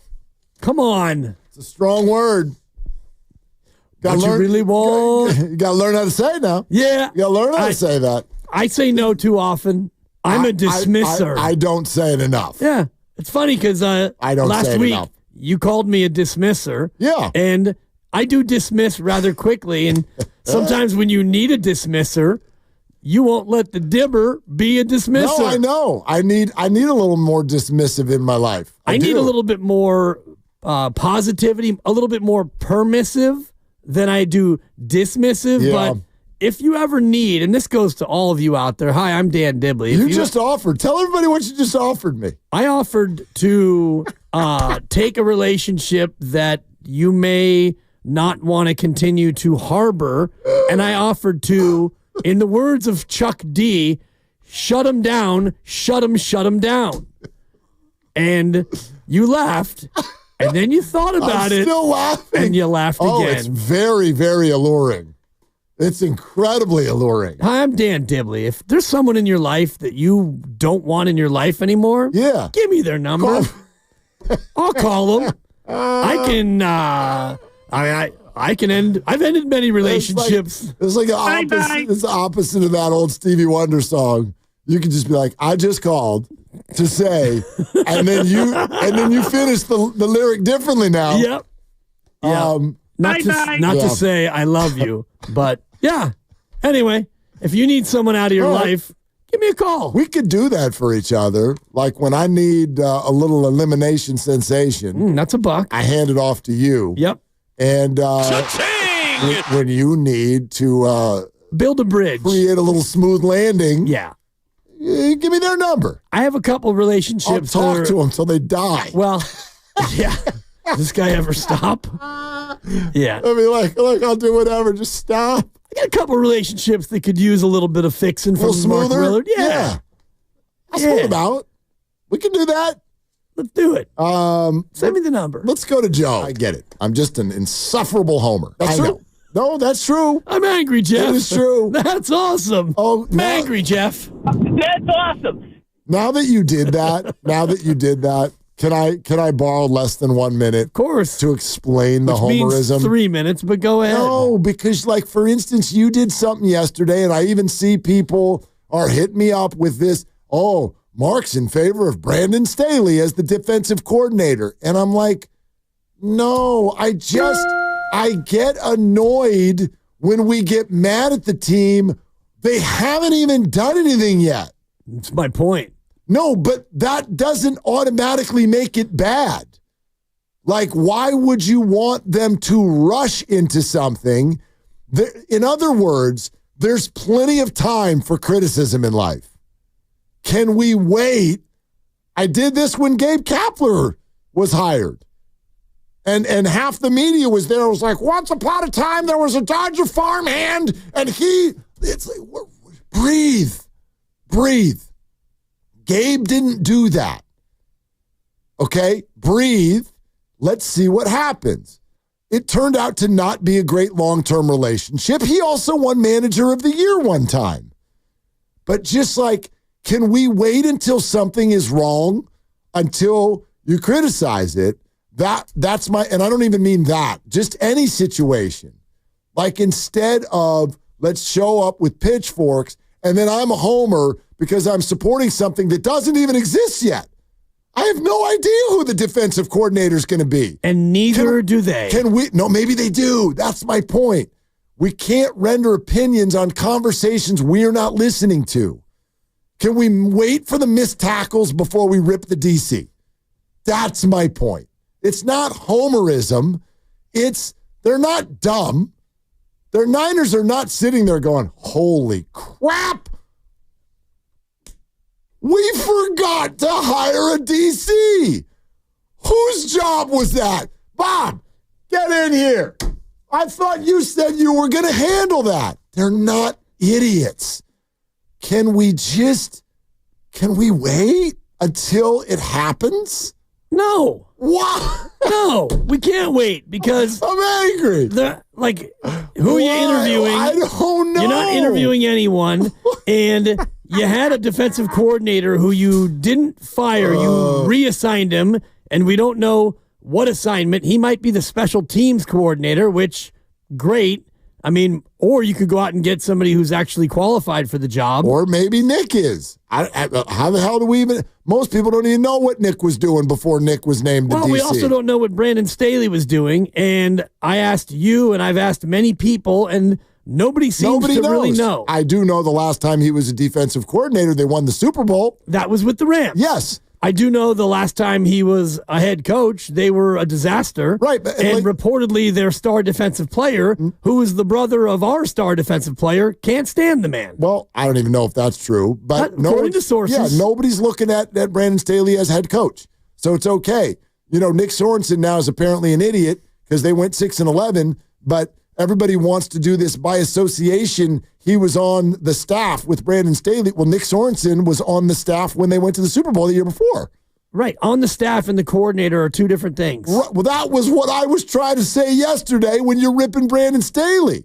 All he was last year was on the staff. And they were 6-11. And he wasn't the DC. And your defense stunk. Right, but he was only on the staff. Right. So does that matter or not? Because it matters. Okay, then Nick Sorensen should get partial credit for going to the Super Bowl. He gets the same amount of credit as any other staff member. That doesn't mean that you automatically elevate him to a job that he had never held at any level, and then he gets the job for 1 year. Not saying that. And then you don't fire him, you reassign him. Not saying that. Well, they haven't reassigned him yet. Well, they didn't fire him. They just put him in the timeout chair. Right. Well, he's under contract, is what Kyle said in the exit. And they want to know what Nick is offered and what he wants to do. Now he's been a defensive coordinator in the NFL. Maybe he can go get another DC job. I haven't heard his name rumored or connected to any of the job. Yeah. Meanwhile, Robert Saleh is jetting around the country interviewing for head coaching jobs. And if he doesn't get one, he may not get. And meanwhile, the Jags are interviewing someone else again today. Well, Dallas is interviewing Robert Saleh, and he's out there looking for a head coaching job. And Kyle Shanahan is sitting in his house with a candle lit in the window. You don't know. Every time a car drives by, he pulls back the blinds. Is it Robert? Possibly. Is it Bob? No, like it's a super funny it was visual. Just Steve Wilkes. But literally, like, you can't call me a homer when my only take is, can we just wait until there's something to criticize? I'm not calling you a homer for this. No, but fine. My point is, that's all I'm saying.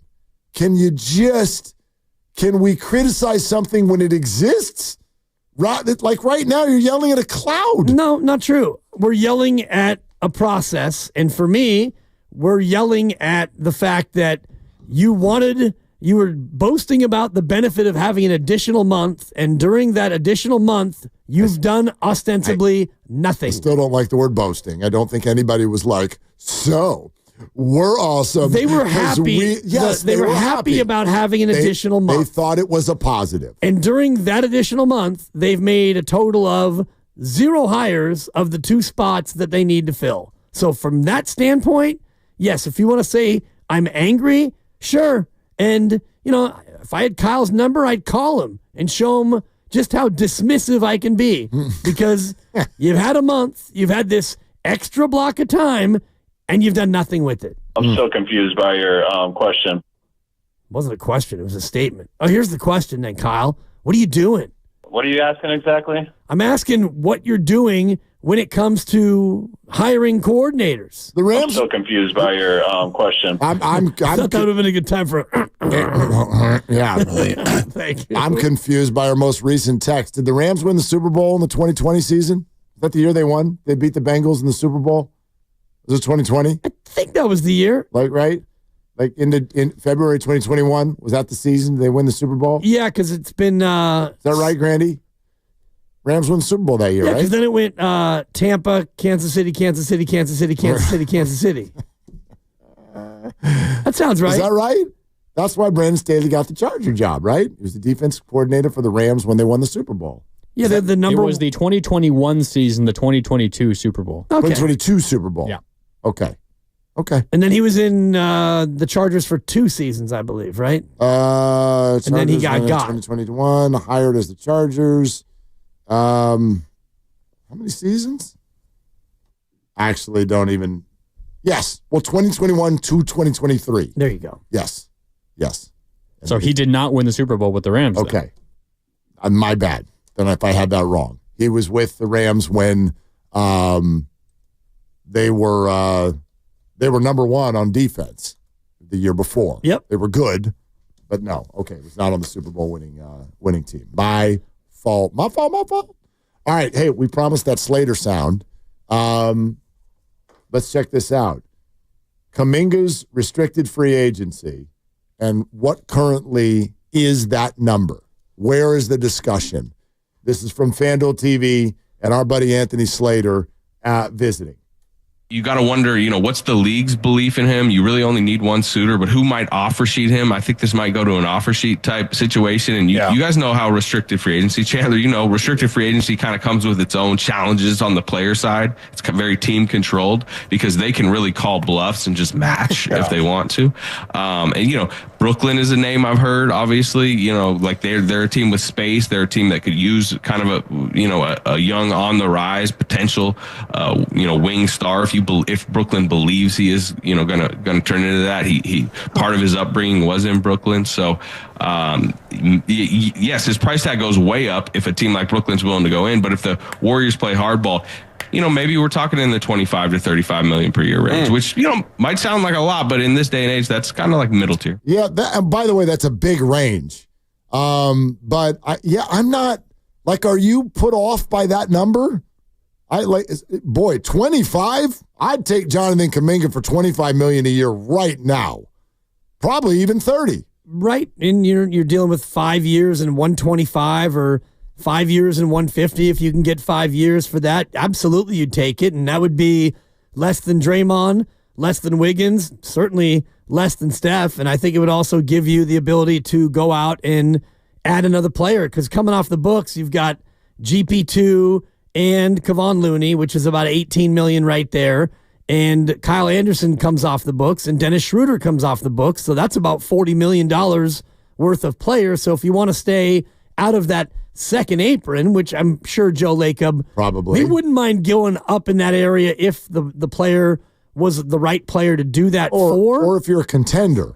Right. Like, so that's probably the change in calculus now, don't you think? Yes. And I do think if you get Kuminga for 25, it gives you the ability to maybe think about going out and spending more on a player who can help you get into contender status. Right. Or he also continues to be somebody who I think becomes almost a more tradable asset at that number because of salaries matching and whatnot. I'm not saying you want to immediately trade Jonathan Kuminga if you sign him, but throughout the next few years, is that something that could be on the table? Again, what if Steph really kind of goes downhill over the next couple of years, and now Jonathan Kuminga is one of your highest paid players, and that proves to not be worthy. He's not worthy of being an NBA one, and you've given up a first-round draft pick trying to help Steph.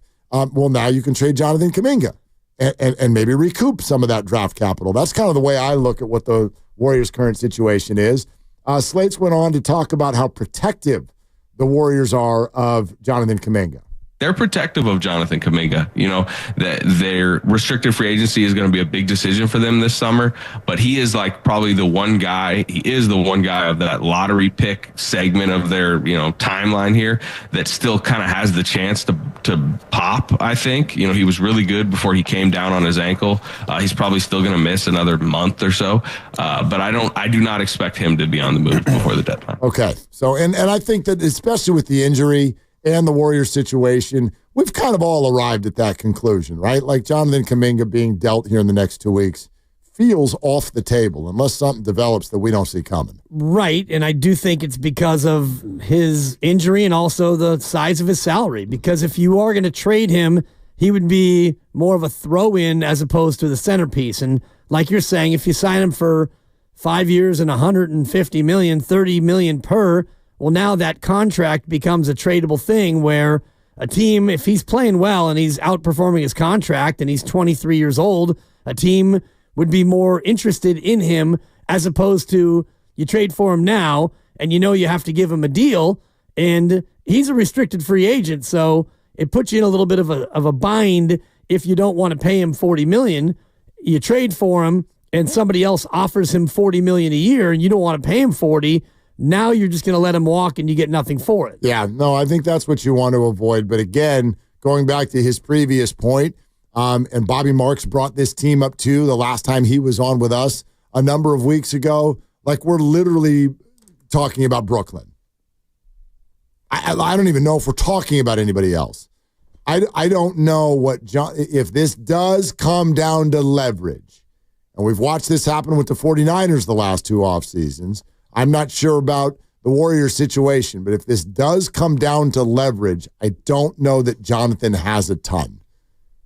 I just don't. He is a restricted free agent. And if they're like, there are not that many NBA teams, A, that have the space, and B, there aren't that many NBA teams that are even sort of like constructing rosters that way anymore. If they're really going to open up the books and go crazy for somebody, it's not raw question marks who are still growing and are 22 years old. Like, I just don't. I would be shocked if Brooklyn walked up to Jonathan Kuminga this offseason and they're like, here we go. 5 years and over $200 million. That doesn't sound like something that an NBA GM is going to want to do. No, and if he is worth that, and if he plays to the point where he's worth $40 million a year, then the Warriors would keep him and pay him $40 million a year if he's going to play like that. And I think that Bobby's about right, and I think he said that to us when he joined us, that same range, about 25 to 30 million per year. And I'm just looking at the salary cap projected space for next year. Brooklyn's projected to have 91 million in salary cap space. Good God. The next highest is Washington at 40. So that gives you an idea of what you're talking about. Like, the relative space, Brooklyn's going to have 2.5 times what the next biggest cap number is. And so let's just say Washington does have 40 million in cap space. Do you want to allocate 30 of that to Jonathan Kuminga and have him be alongside Jordan Poole and Kyle Kuzma, and that's your big three? Probably not. Yeah. Probably not. Adam Amin, the voice of the Bulls, is on with us in just a few minutes. We wanted to play this one from Slate's also on FanDuel TV. This is looking back on all the Markkanen rumors from the offseason and what it actually would have cost for the Warriors to get him.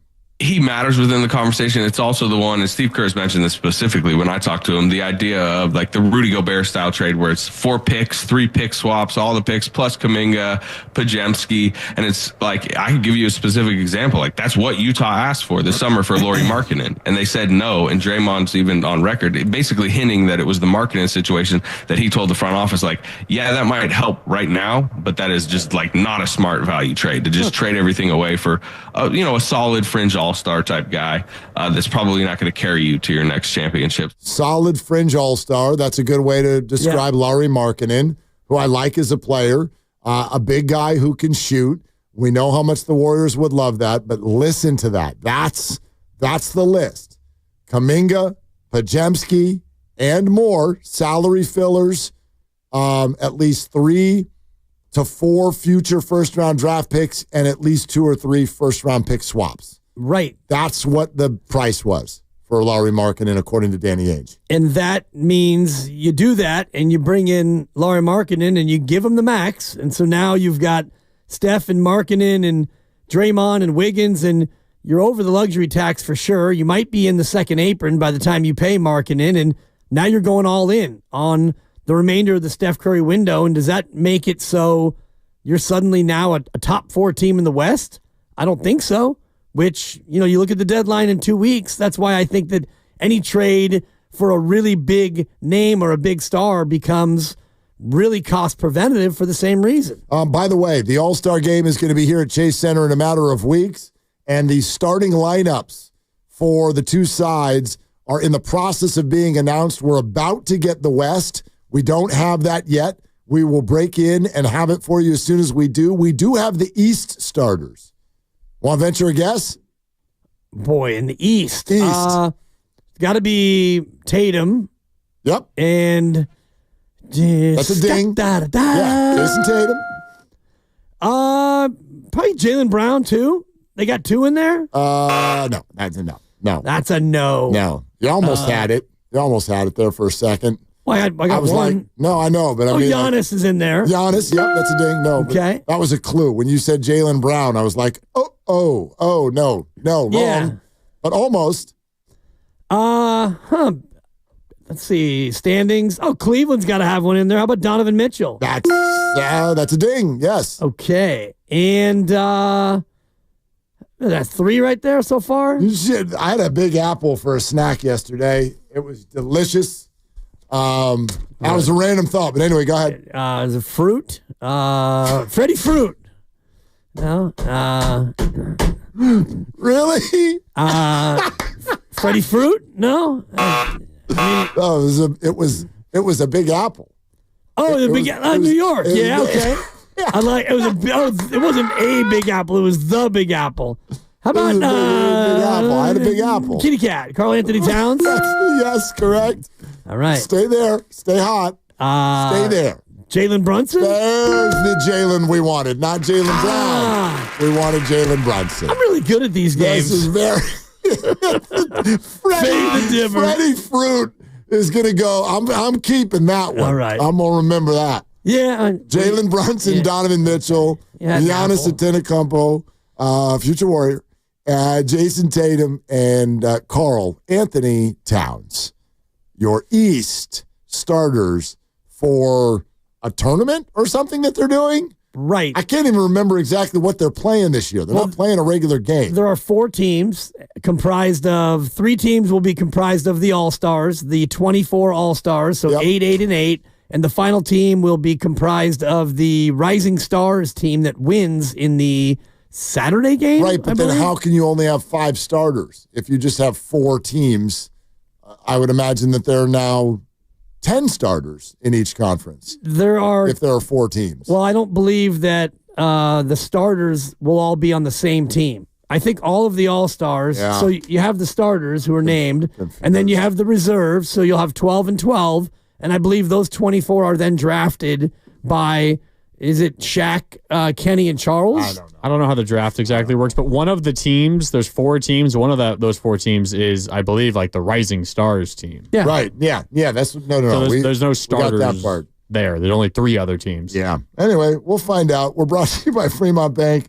Here for you, here for good. Voice of the Bulls. Adam Amin joins us coming up next, and we will continue your phone calls as well. 888-957-9570. This is Willard and Dibs.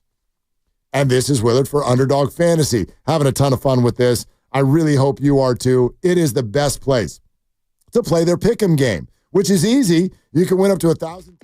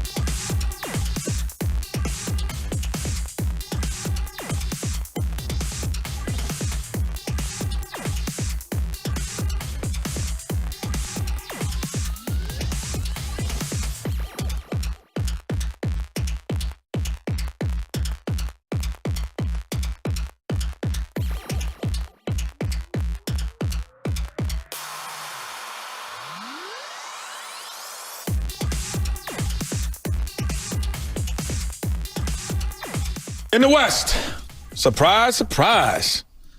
Stephen Curry from the Golden State Warriors. His 11th All-Star appearance. Now, back to Willard and Dibs on 95.7 The Game. Hold up. So the All-Star game's at Chase Center. Yeah. In just a few weeks, right here. Thrive City thriving. Yep. Right? Splash is going to open up, and everybody's going to be here. All of the NBA conglomerate, they're all going to be here in the Bay. And Steph made the team? Yeah, voted in by the fans. No way. Yeah. Well, even if the game was going to be on a faraway planet or in a foreign land, he still would have been voted in. Whether or not he deserves it, we can get into that. I mean, I don't think that we will. Yes, he deserves it because he's Steph Curry. There you go. The same way I would say about Kevin Durant and LeBron James and Nikola Jokic and Shai Gilgeous-Alexander, which rounds out the Western starting five. We've just got a starting three right now. We've got you, we've got me, and we've got our guest on the River Islands guest line, the voice of the Bulls, Adam Amin, who is also here in town for a different game. This one starts in a couple hours over at Chase Center. You'll hear it here on 95.7 The Game. Hey, Adam, what's going on? What's going on, gentlemen? Good to talk to you. It's great to talk to you. How many days until those dudes in Bulls uniforms trade them for Warriors uniforms? Come on, give them up. Let's go. Let's set the over under on 2 weeks, huh? How about that? I guess we're officially less than 2 weeks away from the trade deadline now. So I will be fascinated to see. And of course, my producer Mark Brady, who does a great job with us on Chicago Sports Network, he texted me today and said, "Oh, guess who the Bulls play immediately after the trade deadline?" That's when the Warriors come in to Chicago to take on the Bulls. So the running joke among some of the folks that cover the team has been, let's get that tribute video for Vucevic ready now so that when he comes right back to Chicago on February the 8th, we'll be able to play that in honor of his contributions over the last 4 years. I mean, let's be real, Adam. Do you think this is a match? I kind of do. I do think it's a match based on what he's doing, what he's good at, and what the Warriors seemingly, I don't want to assume need as a guy who's coming in who sees the Warriors twice a year from an opposing team, but seem like they could use, and that is a stretch five, a guy who operates well within an offense, who is a willing passer. I'm not calling him Draymond Green, but I feel like he can play a role that Draymond plays in this offense in terms of facilitating, setting screens, being a good dive man. I think he's got a very high basketball IQ that would fit other high IQ players, and certainly the Warriors, I think, are very well coached and certainly have had the track record of players that have very high IQs in terms of how to operate on the offensive end.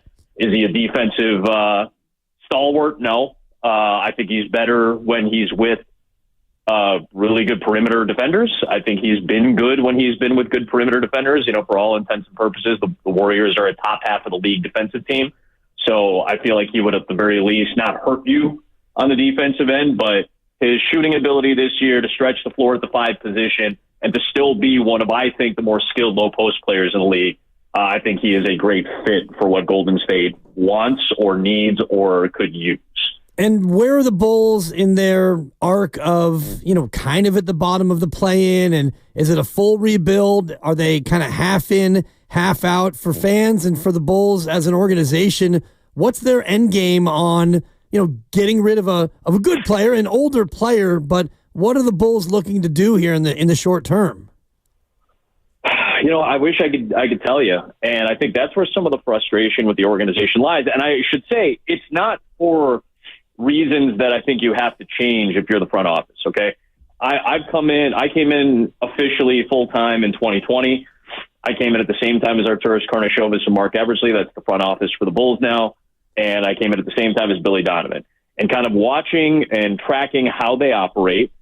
They're very close to the best. Arturas Karnisovas, Mark Eversley, they're very close to the best. They don't reveal a whole lot in terms of, we're clearly planning on this. We're clearly planning on this.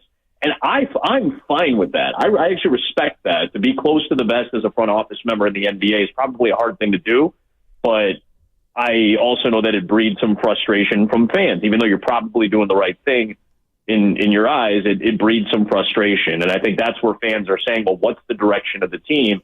The way I've gathered it, based on track record, based on the trying to read between the lines as much as possible, it feels like they wanted to showcase the big pieces in the first 30 to 45 games. And that's Zach LaVine, that's Nikola Vucevic, perhaps Lonzo Ball, to see how healthy he is. I think they've done that. I think Vucevic has played at an all-star caliber level. I think Zach LaVine is playing some of the best ball of his career. They have been properly showcased. And I think once you get to 2 weeks from now, if one or both of those players are gone, now you start to lean in more to some of the younger players on this team. And ideally, they probably would not give up that top 10 protected pick to San Antonio. I don't know where the balance is of keeping that pick versus trying to get into the play-in tournament and get some of the younger guys some more bigger game experience. I'm not sure where this organization is, and I think that's where some of the frustration for fans has been. Interesting stuff. Adam Amin, the voice of the Bulls, is with us here on Willard and Dibs, 95.7 The Game. Adam, it was a NBA insider was on with us just a few weeks ago, described the Bulls, I think the best way to say it is, as very unpredictable coming up to the deadline. Like, you just don't know exactly what they're thinking or what they want to do. How would you describe it? I think that's fair. I think unpredictable is a nice way to say it. I think the harshest way to say it, and I don't know if this is necessarily fair. That's why I precluded by saying this is, or I proceeded by saying this might be unfair. It seems like there's no direction, and I think that's the harshest way to talk about it. But then again, I also want to give credence to the front office, who is trying its best to not reveal too much, and that probably feeds into the unpredictability of it. So.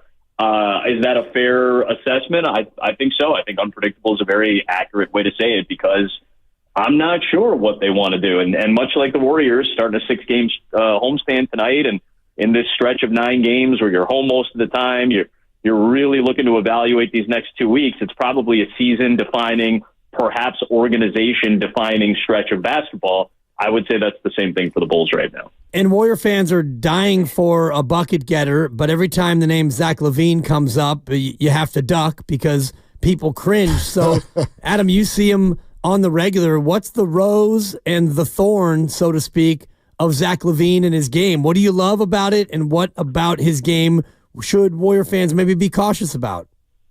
Sure. I think game-wise, he is one of the elite hard shot makers in this league. There are very few guys in this league, and I'm talking about the elites, like the Kevin Durant's of the world and the Devin Bookers of the world, and guys who create impressive shots made on their own without necessarily needing help.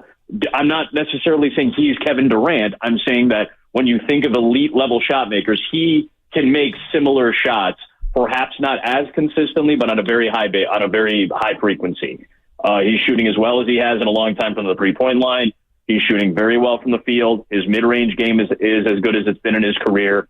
I think he's doing a lot of other things really well, and that has been a concerted effort from him. He's trying to be a better passer. He's trying to be more engaged on the defensive end, and he has been those things. I think he's been a really good rebounder when he needs to be. I think he has much better feel. I think he's been way more unselfish this year than he has been in years past. I think he's not a great defender, but he has the ability to be a great defender because he's really, really athletic. And you go back to Tokyo and the Olympics 4 summers ago, the only way he was getting on the floor was by playing defense. And, similar to the Devin Booker role this past year in Paris, all play the defense just to get on the floor. And he was a good defender because he's such a good athlete. I don't think he needs to be the number 1 player on a championship team. He could be if he's the number 3 option for a really good team, like, that's a scary offensive team. And I think LaVine would make a good offensive team significantly better in pretty efficient manner. I know the contract scares people. I understand that. I also don't think it's that much less reasonable than some of the other deals that you guys might see in the next 2 years around the NBA, especially for high-scoring players. So, the time always seems to blunt some of the contract issues that we see around the NBA, even in the NFL. So I would say that there are a lot more positives than negatives with Zach LaVine right now. You're listening to 95.7 The Game, KGMZ FM and HD1 San Francisco, and Odyssey Sports Station. Always live on the free Odyssey app, Twitch, and YouTube. Powered by First NorCal Credit Union. For a low-rate auto loan, apply online or just ask for First NorCal financing at the dealer. We're talking to Adam Amin, voice of the Bulls, in town, obviously. Tip-off just a couple hours away right here on 95.7 The Game. I guess maybe we should back up and kind of do with Vucevic what you just did with LaVine. Like, for Warrior fans who've never seen him and have only heard the talk, how would you describe Nikola Vucevic and how he's playing this year? This is as good as he's played in his career. And he's got the highest field goal percentage of his career. He has the highest three-point percentage of his career. It's his best scoring season in 4 years. I think he had just a very anomaly-like year last year. He shot 29% from three. His footwork was a little bit off. He's always been much better than that in his career, and this year he's taken an even bigger step. He's a great locker room guy to have. He is a very easy guy to get along with. I think he has played as consistently as the best bigs in the league. You know, I'm not saying he's Jokic. You know, if you want to go as far as to say he's a poor man's Jokic, I guess you could say that. He's a very willing passer. I would never put him at the level of Nikola Jokic. That's a multiple-time MVP award winner. But I think the game, the style is very similar, and that's why I think he'd be a great fit for what Golden State is doing. But there's a significant amount of positive. And like I said, the contracts always look a little rough at first glance, especially with the season that he had, a poor season last year. If you look at his numbers this year, he's outplaying his $20 million a year price tag, even though I understand he's a little bit older, getting into his mid-30s, but he's a veteran guy that has played in playoff games with multiple teams now. And I think he would be a great asset if he ends up leaving Chicago. Whatever team ends up getting him, I think he'd be a great asset. And you look at the way the Warriors play with a lot of ball movement and player movement. Could he be somebody who would fit into this offense? Because the Warriors rather acquired Dennis Schroeder earlier this year, and he hasn't really fit as well as many people would like. If Vucevic did come here in this crazy hypothetical, of course, would his offensive style fit with what the Warriors do? I think so. I think, again, he's great around the elbow. I think part of the appeal of him is, you know, he's been a multiple assists per game guy for most of his career. He's had a couple triple-doubles. He's a consistent double-double machine, but he can produce outside and he can produce inside. He's a really good screen setter. I think he's got a high level of intelligence. He's a good pick-and-pop guy when you work him on baseline or on the angles from the mid-range. He's got a solid jump shot. So all the spaces that Curry does not kind of take, you know, the space that Steph takes up on the floor, he does so much on the perimeter and with cuts. I think Vucevic, and again, the Warriors are a very high screen team as it is. Like that's what they've always done. Certainly since I've been watching them these last, 7, 8, 9 years now, they've always been a high movement, high screen team. I think Vucevic fits very well into an offense like that. Adam, I'm looking at the Bulls, and we do this because when you're on one coast and then there's the other coast, let's not act like I've watched a ton of Bulls games. 19 and 25. They're in the 10 seed right now. The spread on this game tonight is razor thin. I'm trying to figure, who are the Bulls? Are they good? Who are they right now? The word identity has been used very often to try to figure out how to identify the nature of this team, and it's been really hard to do this year, admittedly. I think part of that is because of what we talked about, just the organizational philosophy that they seemingly have adopted, which is, hey, we have to figure out what we have, and we have to showcase who we want to potentially throw out there for draft capital. I think talent-wise, they are really good. I think it makes it a very frustrating watch on a lot of nights because I think they try to win on sheer talent.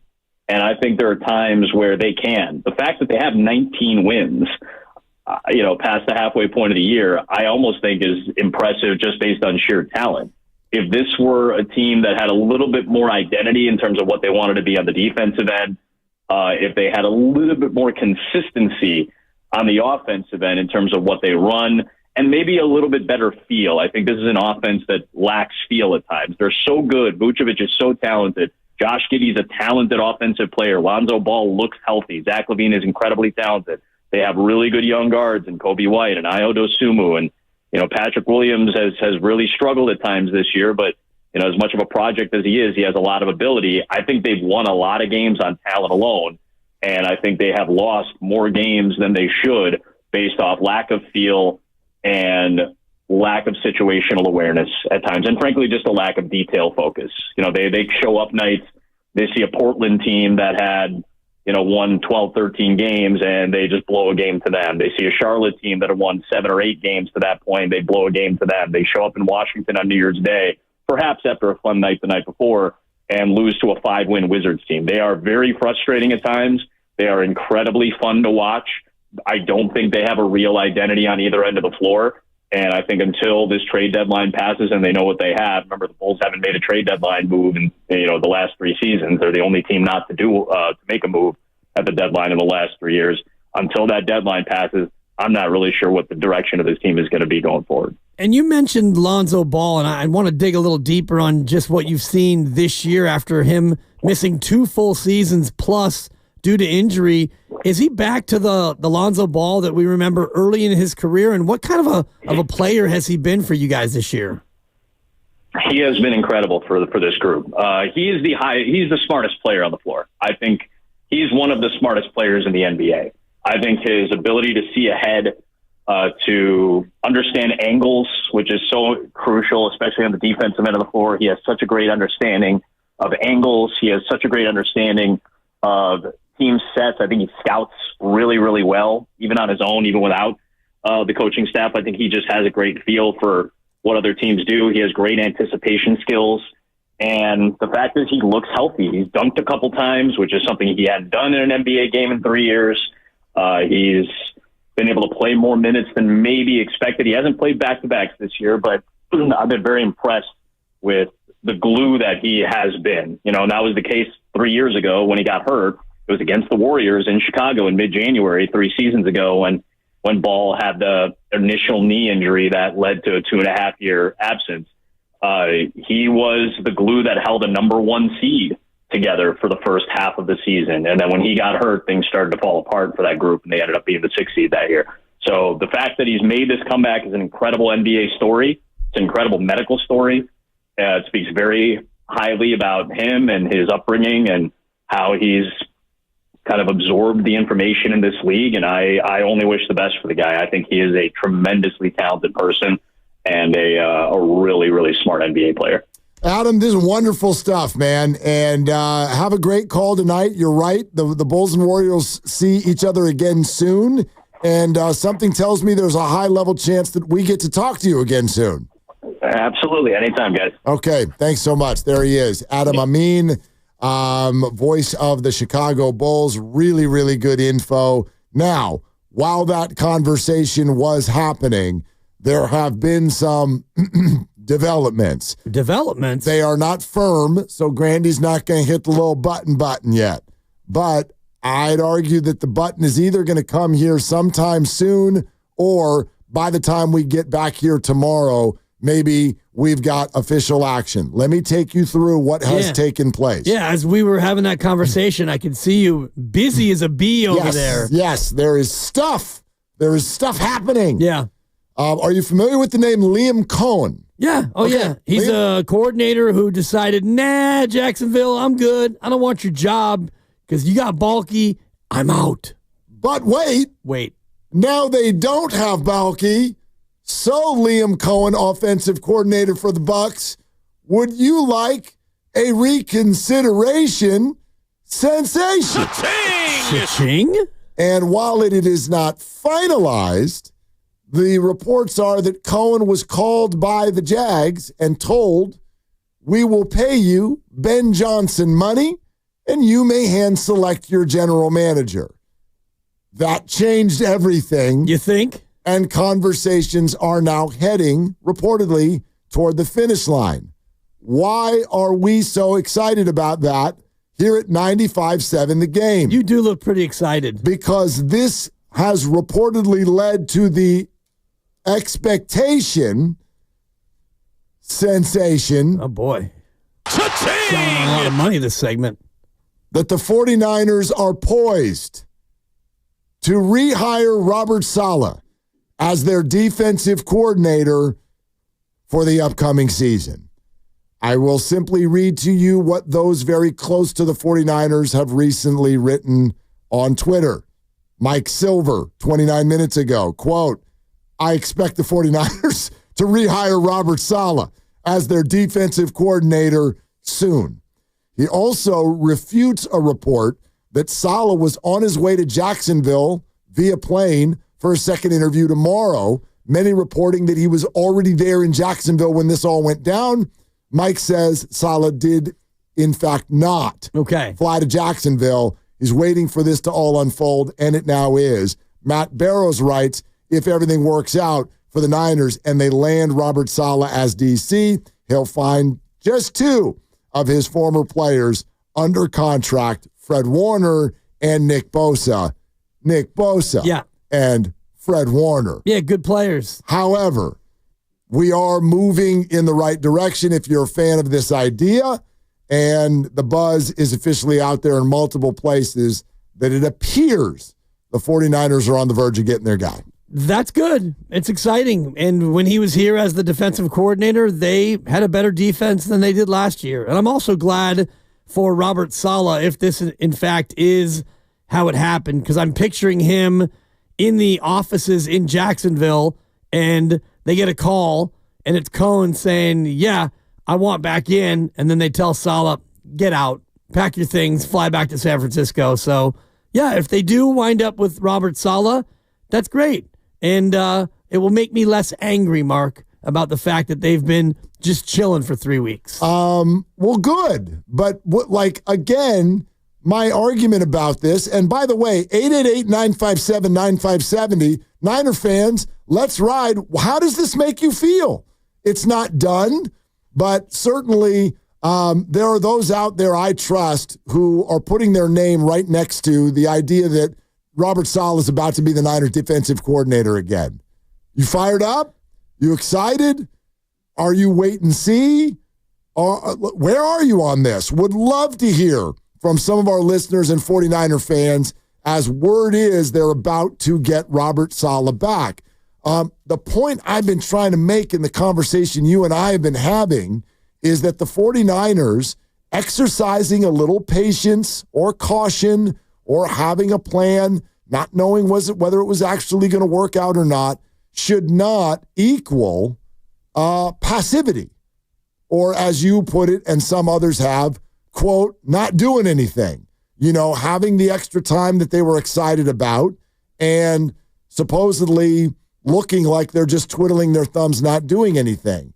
I would argue that, and I don't know what they're doing behind the scenes. I just trust that they're not sitting there blowing this off.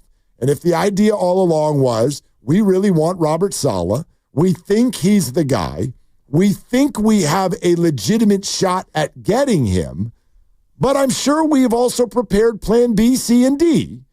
But we're not going to go to plan B, C, and D until we know that plan A is not available. We don't know that yet, and now it looks like plan A is available. Is that not the right way to go about it?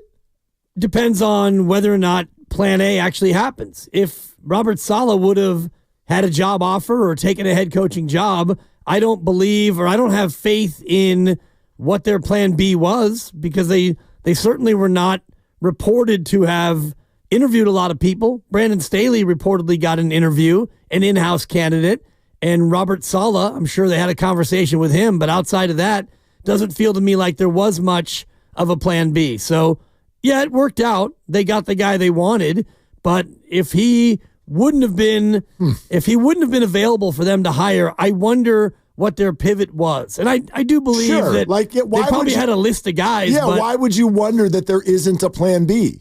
Because if the plan B was Brandon Staley, that to me is not a great plan B. And if the plan C was Pete Carroll, you heard a lot of rumors and conjecture about Pete Carroll, 72 years old, him coming in and getting the job. But who knows? Who knows, right? Who knows if that's really, I have no clue if that's what was on their list. Right, but I also know that the reporters you just mentioned, who are reputable and close to the situation, none of them were reporting on any other interviews that were happening. So it doesn't feel to me like there was much of a plan B outside of Brandon Staley. What if Brandon Staley was plan B? Then I don't like again, and we can debate this all night long. I do not think that whatever Brandon was charged with doing last year suddenly means he's not a good defensive coordinator, especially when the last time he was a defensive coordinator in the league, they were number 1 in the league. It also doesn't mean whatever he did last year means he's a good defensive coordinator. No, it doesn't. In other words, I think it's irrelevant. Like, I think last year and the idea of Brandon Staley as a DC, which, by the way, is apparently probably not going to happen, like, I don't think it's relevant at all as far as can he be a defensive coordinator. I do know, like, while we're talking about Mike Silver being one of the people who is reporting on this, he's kind of getting into it with people a little bit on Twitter over the last couple of days. No. About Brandon Staley. And all he did was he tweeted out a video from last July from a guy by the name of, let's see if you've heard of him, Diamador Lenore. Yep. Who referred to Brandon Staley as a, quote, defensive genius and went through all of the things that he's learned from him. And he said that in July, right before he had a breakout season, which led to $1 gajillion. Like, why you not give him the job then? If he's a defensive genius? I don't know. Maybe Saleh is too. I don't know what the fit is. I just think it's very fair for a little bit of a clapback on the idea that we fans, and I'm going to include me in this, that we know the ins and outs of assistant coaches around the league. Just because Brandon Staley's Chargers experience was weird, I mean, mainly the thing that we criticized him for was going for it on 4th down. Well, if you're a defensive coordinator, no one even needs to ask you that. You're defense. So don't worry about going for it on 4th down. Like, I just don't find the relevance. That's my only point. I don't think Brandon Staley's a bad defensive coordinator. He's done it once in his life, and it was great. Right. Then, I mean, maybe he doesn't want to go out and get another defensive coordinator job, but you certainly didn't hear a lot of buzz from teams that had a DC opening. There weren't a lot of talk about Brandon Staley getting elevated back to defensive coordinator, and here he was at best your second option because you wanted Robert Saleh to come back. This whole conversation to me boils down to one simple thing that nobody's mentioning, which is you need better players. And this year, whatever Nick Sorensen did or didn't do, he didn't blitz enough. You didn't stop the run. All the other problems this defense had, they were more personnel than they were scheme, in my opinion. And this whole defense they run, a wide 9, which not a lot of teams run a 4-3. Nick Bosa, I think, needs to run a 4-3, 4 defensive linemen, 3 linebackers. It's a fair opinion. If you run a wide 9 and your best defensive player is wide and he is the wide 9, you need the guys in the middle to actually be able to tackle people. Yes, like I'm not going to say that Nick Bosa can't run the wide 9 because they have before, and he was phenomenal. Right, and he was phenomenal when they had good defensive tackles. Thank you, yes, and they need to shore that up. There's no question about that. Obviously, they need the Javon Hargrave thing, quite frankly, for angry 49er fans, is the most under-discussed thing that's happened to this team the last 2 years. It was a disaster. Well, he got hurt. He got hurt, and before that, he was incredibly unproductive for premium dollars. It's a terrible signing. Did not work. Yeah. Total bust. Well, when this defense was at its best, you had 6 or 7 or 8 defensive linemen who could rotate in, and they all were good, whether it was DJ Jones and Eric Armstead, and you had bodies that you could put in there, and so you didn't rely on just the one guy. All right, let's hear from some people. Niner fans, let's go. It's not done yet, but it is certainly, there's a very loud drumbeat that the Niners are about to get Robert Saleh back as their defensive coordinator. Jonathan in the city, first up. Thanks for calling, Jonathan. What's going on?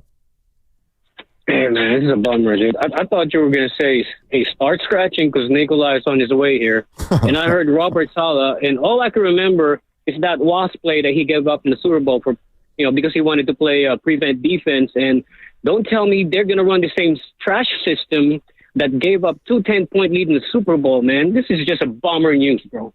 Well, that's an interesting take, Jonathan. I mean, first of all, don't hang 2 Super Bowl losses around him because he was not here for the second one.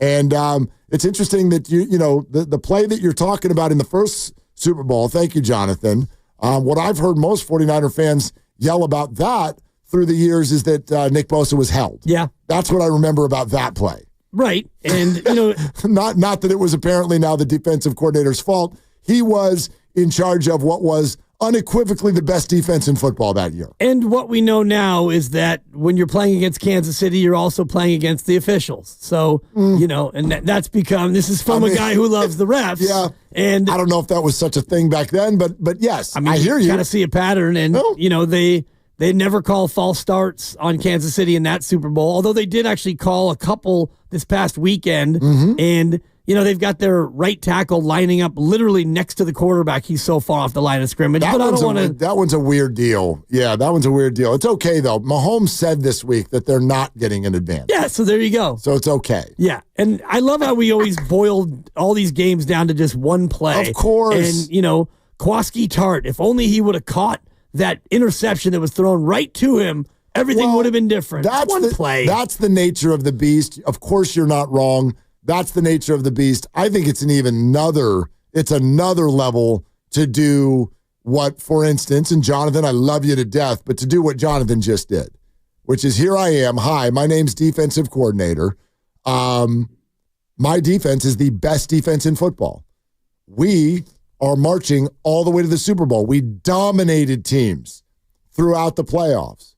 We got to the end and went against a man who now many think is on a short list for best quarterback of all time, and we held him to 10 points until the fourth quarter, and then there was a bad play, and the dam broke, and we lost the game. And so now I'm an idiot, and I stink at my job. Right? Come on, people. I'm thrilled that this is about to happen if it is. This is the guy we've been asking for. First of all, there's a track record. Second of all, it's kumbaya with the rest of the coaching staff because they've already worked together. And third of all, this is the sideline energy that we've been asking for since he left, since DeMeco Ryans left.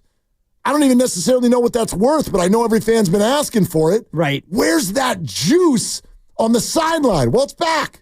Yeah. If it happens. And does that really matter when it comes to getting a stop? I mean, only the players can say. Yeah, certain players, yes, maybe certain players, no. Right. I think certain players love to have that rah-rah energy. And, Robert Saleh with the all gas, no brakes tagline. I would love to see that return. I don't necessarily need him going full McVay and pumping his fist and, attaboying guys. I just want to see a defense get back to when they were feared. And this past year, this defense was not feared. This defense was gashed many times. Let's keep going. 888-957-9570.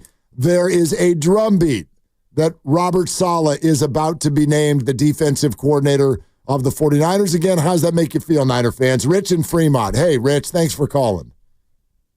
Hey, guys, thanks for taking my call. It's been a while since I was able to call in. Yeah, man. I'm going to tell you right now, at the end of the day, I don't know what that caller was saying. Bring Robert Saleh to our defense and do it now, okay? Because understand, that defense, when he was there, was crisp. As a matter of fact, when offenses got on the field, they knew, okay? We got a problem. But this defense is tight. It doesn't break. It's not loose. And it accelerates. So if you got a chance to bring Robert Saleh back as a defensive coordinator, you get that done.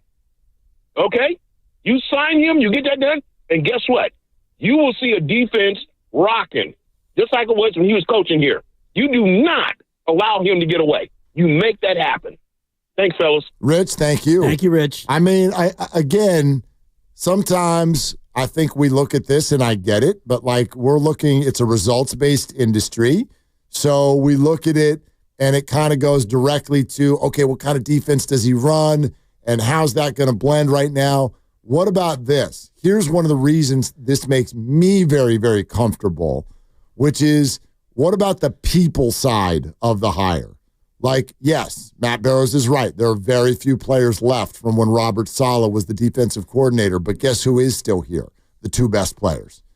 And so from a leadership standpoint, a connection at the top, where you want your organization to all be on the same page. Robert Saleh comes back, stands next to Kyle Shanahan, and runs a defense that is centered around Fred Warner and Nick Bosa. I already know that works. So those people are working together. Does that mean that it's obviously going to be perfect? Of course not. You're right. You need better players in certain spots.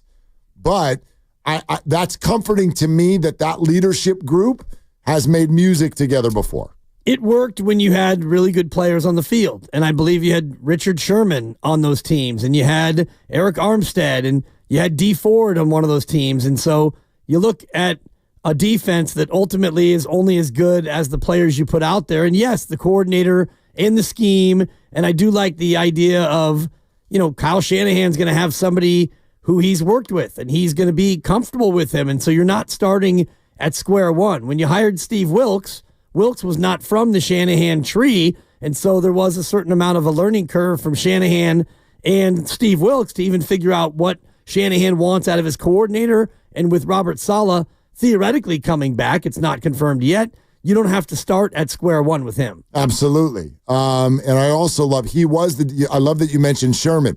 He was the defensive coordinator when the 49ers went from 2 interceptions in an entire year to then spilling over to being an absolute turnover creation machine that went all the way to the Super Bowl. That was under Robert's watch. I love that. Kurt and Hayward Hills is on the line. Kurt, what are you doing? Hey, fellas. Hey, there's the two boys, the best sports boys in the Bay Area. You got it, boys.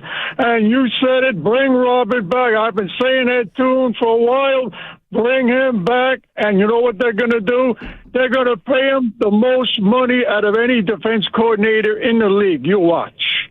Bring him back, boys. I'm so glad Robert's going to come back. I mean, it's not 100%.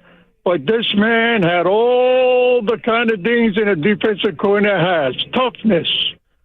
He was always patting the guys on the back when they get off the field. He is the man, and that's why the 49ers has been waiting for him to come back, fellas. Bring him back, 100%. Don't let anybody call in and say anything different. They don't know what they're talking about. Kurt? Yeah. It's pretty strong. I mean... We don't need to answer those calls. You can answer those calls. We already had one of those calls. Yeah. Did you want to say something to Jonathan, who said this is bummer news? Hello. Let me tell you something, Nick. You're out of here. All right, Nick, whatever. Hey, Kurt, thank you very much. I think he thought he was actually on the line with Jonathan. Right. Jonathan has not been on hold for 22 minutes. I mean, it's all good. I always give you points for the effort because you always try to get Kurt to that spot. I'm like, I'm trying to lead everybody to water. I can't make him drink. But, he said his signature line. That's all we really want. It's the payoff, yeah. What would you say to those callers who aren't happy about the news? Get out of here. I'd say hello. Exactly. Hello. Troy, do you want to say something to Jonathan, who said this is bummer news? Hello. It's even better the second time. Hello. Let's go to Troy and Campbell. Hi, Troy. What's good? Thanks, Willard Dibbs. Pleasure to be on with you. I know Jonathan and even the respectful gentleman Kurt, who are on more often than I am with you guys. Love their calls. But yeah, no, I couldn't disagree with Jonathan more.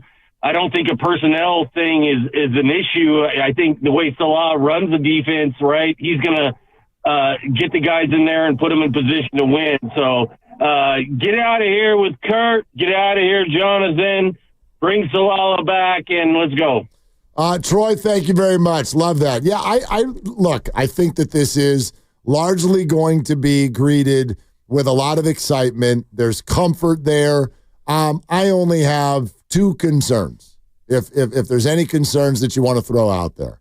And one of them is a little bit abstract. Okay. The number one concern, the not abstract one, I think really just kind of pairs with what you've already said, which is I don't care who the defensive coordinator is, if you don't get another corner and some defensive tackles that are going to plug that middle up and do a better job on the defensive line and probably get somebody, not probably, either Dre Greenlaw re-signs and performs at a high level or somebody else does next to Fred Warner. Robert Saleh can be the DC.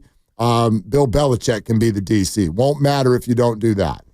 The only other concern I have, and this is the abstract one, I don't know how easy it is to recreate the past. And I think most of the time when people try to do that, it doesn't look like you thought it was going to look. So maybe that's not even really about Robert, because he's a good coach. He's a good coach, and he's coming to a team, a good franchise, and maybe it'll be great. But usually, when you go back home, it doesn't go the way you think it's going to go. Yeah, and they always say you can't go home again. Right. And when you're the coordinator, I think it's a little bit easier, and he knows Kyle and he's worked with him. But your first point is the one that I'm really most focused on, and I also can't help but wonder if this doesn't mean for sure that Dre Greenlaw comes back.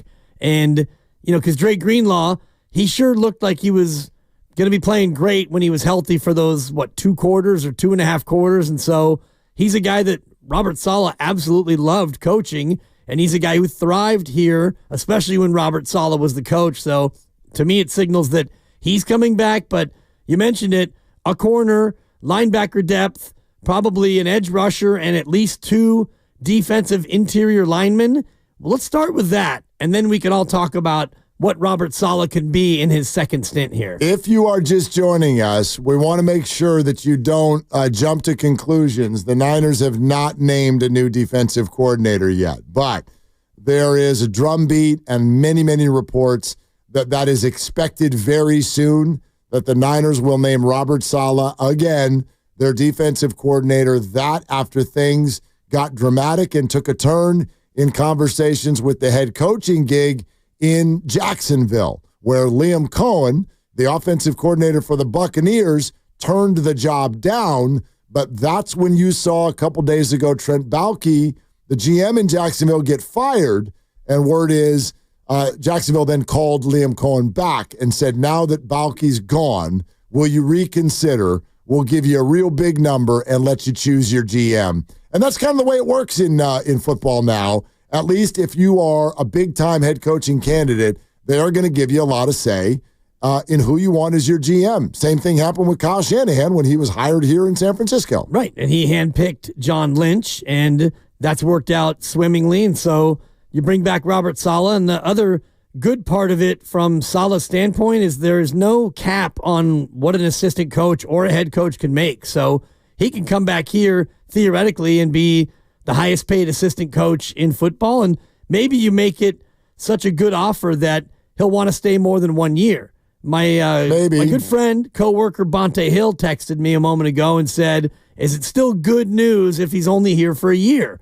And that's something I hadn't thought about, because one of the problems, I think, of the defensive side has been a lack of continuity, where you had, D'Amico and Saleh, and then you had 1 year of Steve Wilkes, 1 year of Sorensen. If it's just 1 year of Saleh again because he goes on to get another gig, that it's a little bit destabilizing. I hear you, and it's a very fair point. Here's why I would answer, yes, it's still a great thing if he's only here for 1 year. You want to know why? Tell me. That means the year went really well.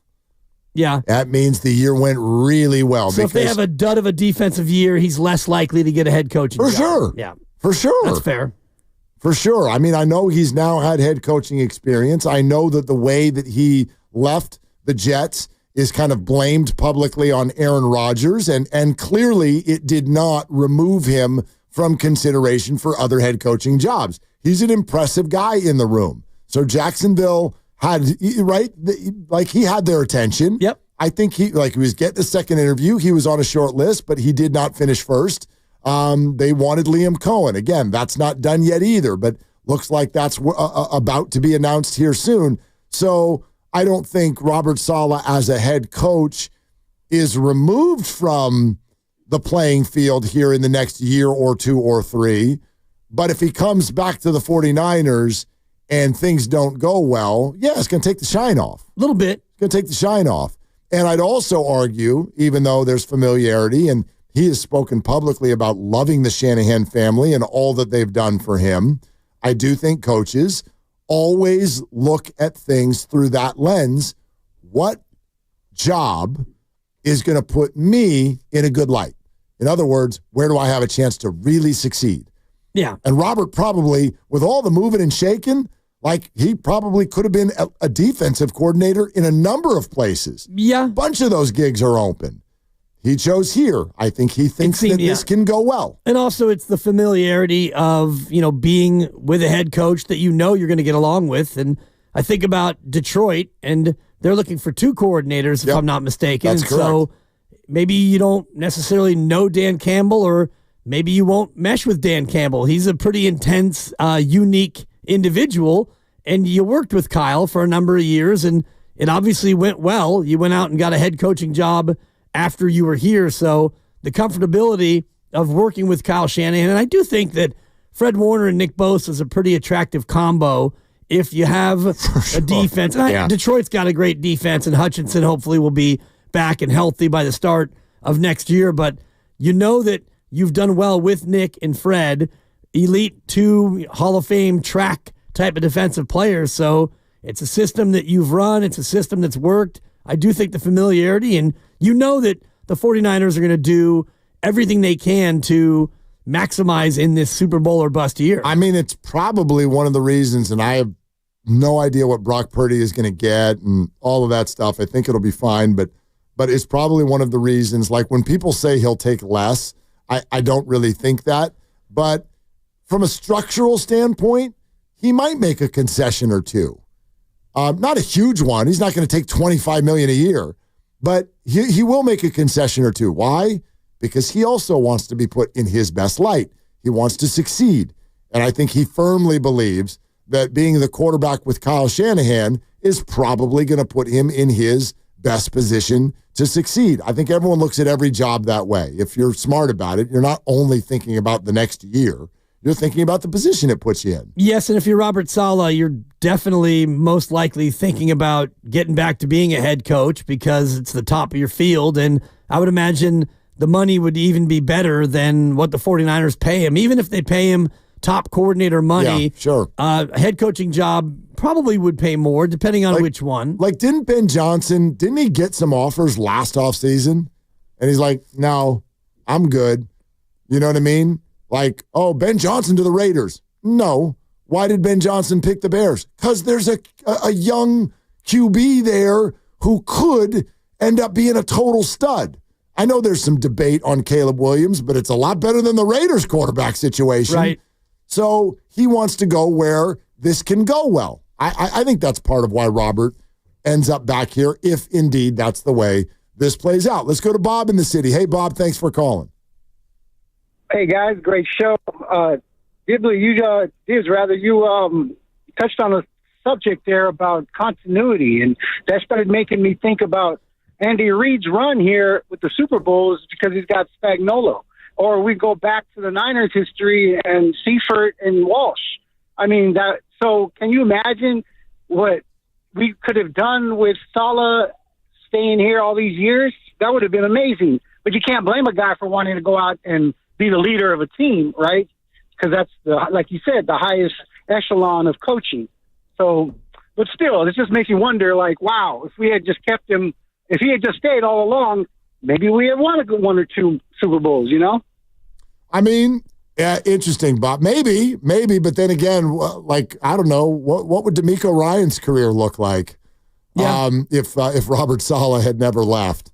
Not that that's necessarily a Niners fan's concern. Yeah, it's not. But things went really well under DeMeco as well, and I love watching him as a head coach. He's fantastic. He is great, and I do think that continuity in coaches is something that we often overlook, and also in the front office because, you know, the 49ers lost Adam Peters. He went to Washington, and, you know, the little bit of a brain drain there. And even when you lose, you know, Kubiak and you lose other coaches on your staff, it's tough because you have to replace those coaches and you lose a little bit of the continuity. So Saleh coming back, I do think helps because he's been here, but there is a little bit of a of a concern if it's a one and done, and then you wind up with, would that be 6 coordinators in 6 years? Yeah, I mean, I don't know if you worry about that yet. Like I said, if the Niners, I think your point is a good one. If they get really good players, there are multiple people who can coordinate them. Right. You know what I mean? And again, it means that the year went really well. Hell, maybe they won the Super Bowl. I wonder if continuity is as important on defense as it is on offense, because I'm thinking about Alex Smith in his early career with the Niners, and he had a different offensive coordinator every year, and so it's a different system and a different way of going about things. I think that is more important than a defensive coordinator and the continuity on that side. By the way, more new developments that I think, again, people will think, very, very good news. Guess what? Tell me. Steph's playing tonight. He is. He's in. All right. Steph is in on a back-to-back, which is good news on 2 fronts. A, he's playing tonight.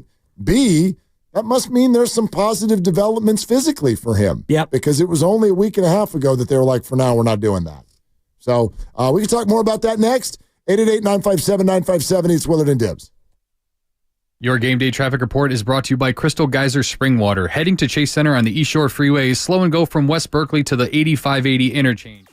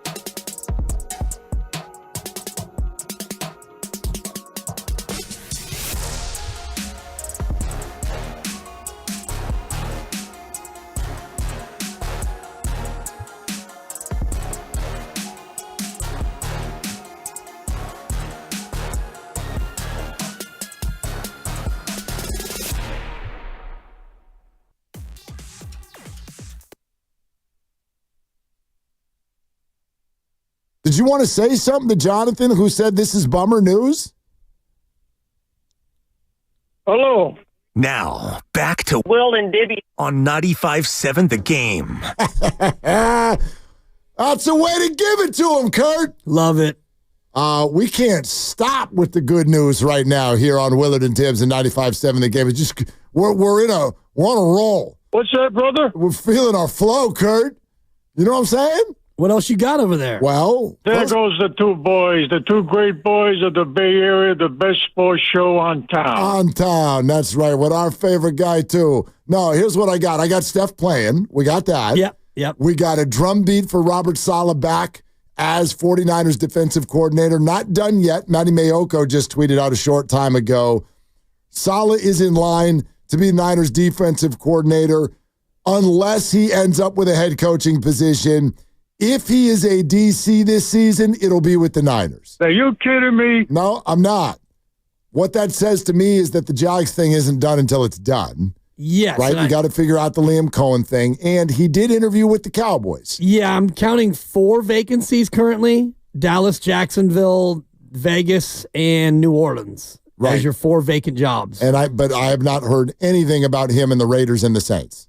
Correct. And the Cowboys interviewed him 5 days ago, and Jacksonville appears to be going with Liam Cohen. Right, but not done yet. Right. But they are on their way. So he's probably, my guess is, whoever Matt just talked to, somebody in the Robert Saleh camp went, hit the brakes. Hit the brakes. I know everyone's excited. Hit the brakes. Yes, it's heading that way, but we got to make sure all the I's are dotted and T's are crossed. Right. Right? And if Dallas says, we want you to be the head coach, then I don't even know if there's a decision to make. You coach the Cowboys. For sure. Right. For sure. Well, I'm only saying that head because coach of the Cowboys? If the Raiders call you and say, we want you to be the coach, then that's a maybe for me, dog. That's what I'm saying.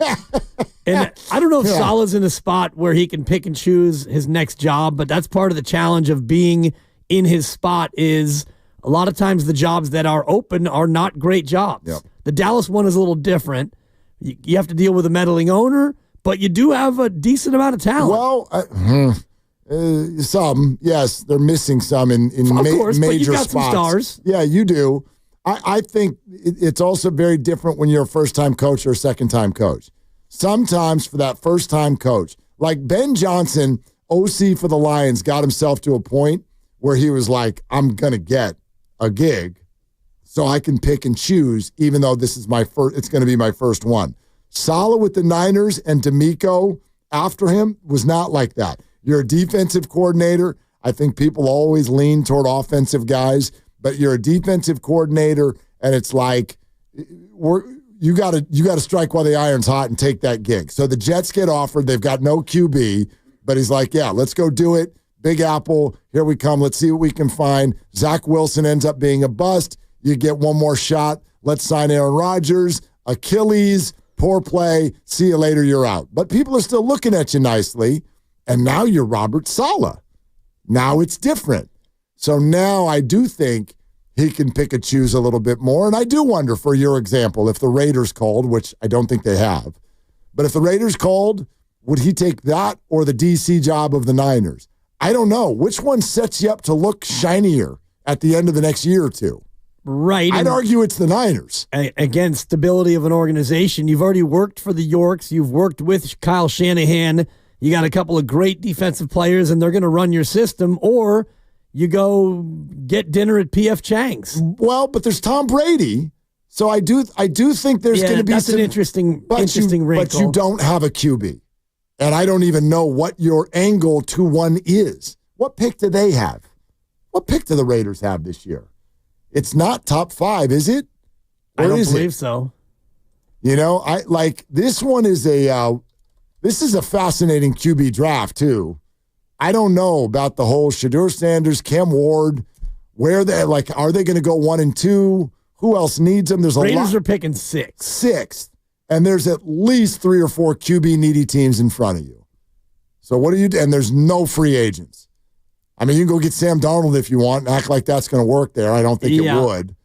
The Raiders had the inside track at the first pick, and then they went out and won games. Yep. What are you doing, Well, Raiders? a bunch of teams did that. The Giants had the thing on lock, and they need a QB, and they went out there, and who was it they beat? They beat someone really good.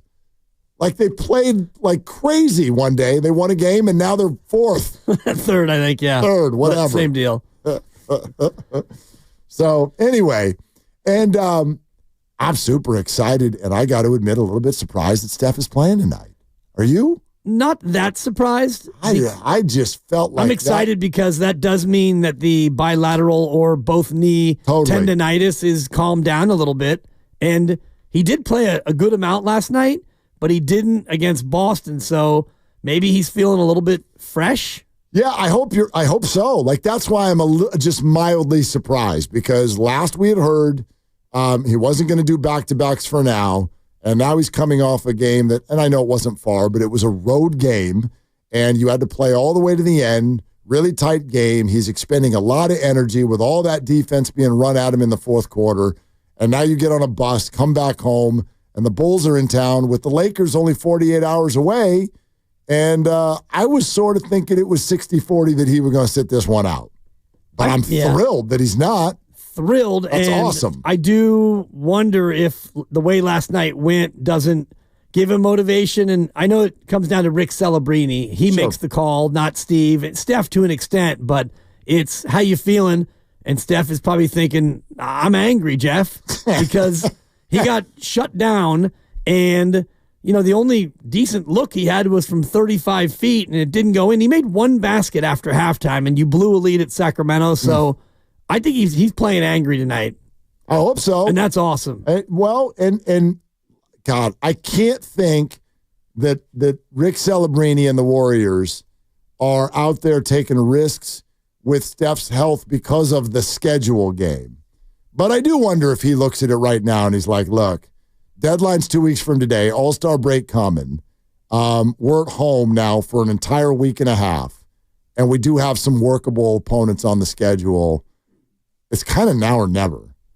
Like, if you do really have designs on the 6th seed, I'd argue that starting tonight, this is pretty urgent. This is pretty urgent that you win tonight and beat the Utahs and maybe even the Lakers and whatever else is coming over the next couple of weeks. And I do think the urgency also plays into what you're going to do at the deadline. And Steve Kerr said as much to us earlier in the week that, yeah, you got to play yourself into a spot where you can go out there and make an acquisition. And I think also, I mean, add that to the commentary that Jonathan Kuminga is nowhere close. You know, Steph, I would imagine, is the type that feels that responsibility on his shoulders. Like, if a team is having a hard time getting buckets, well, what do they do when their only bucket getter is out?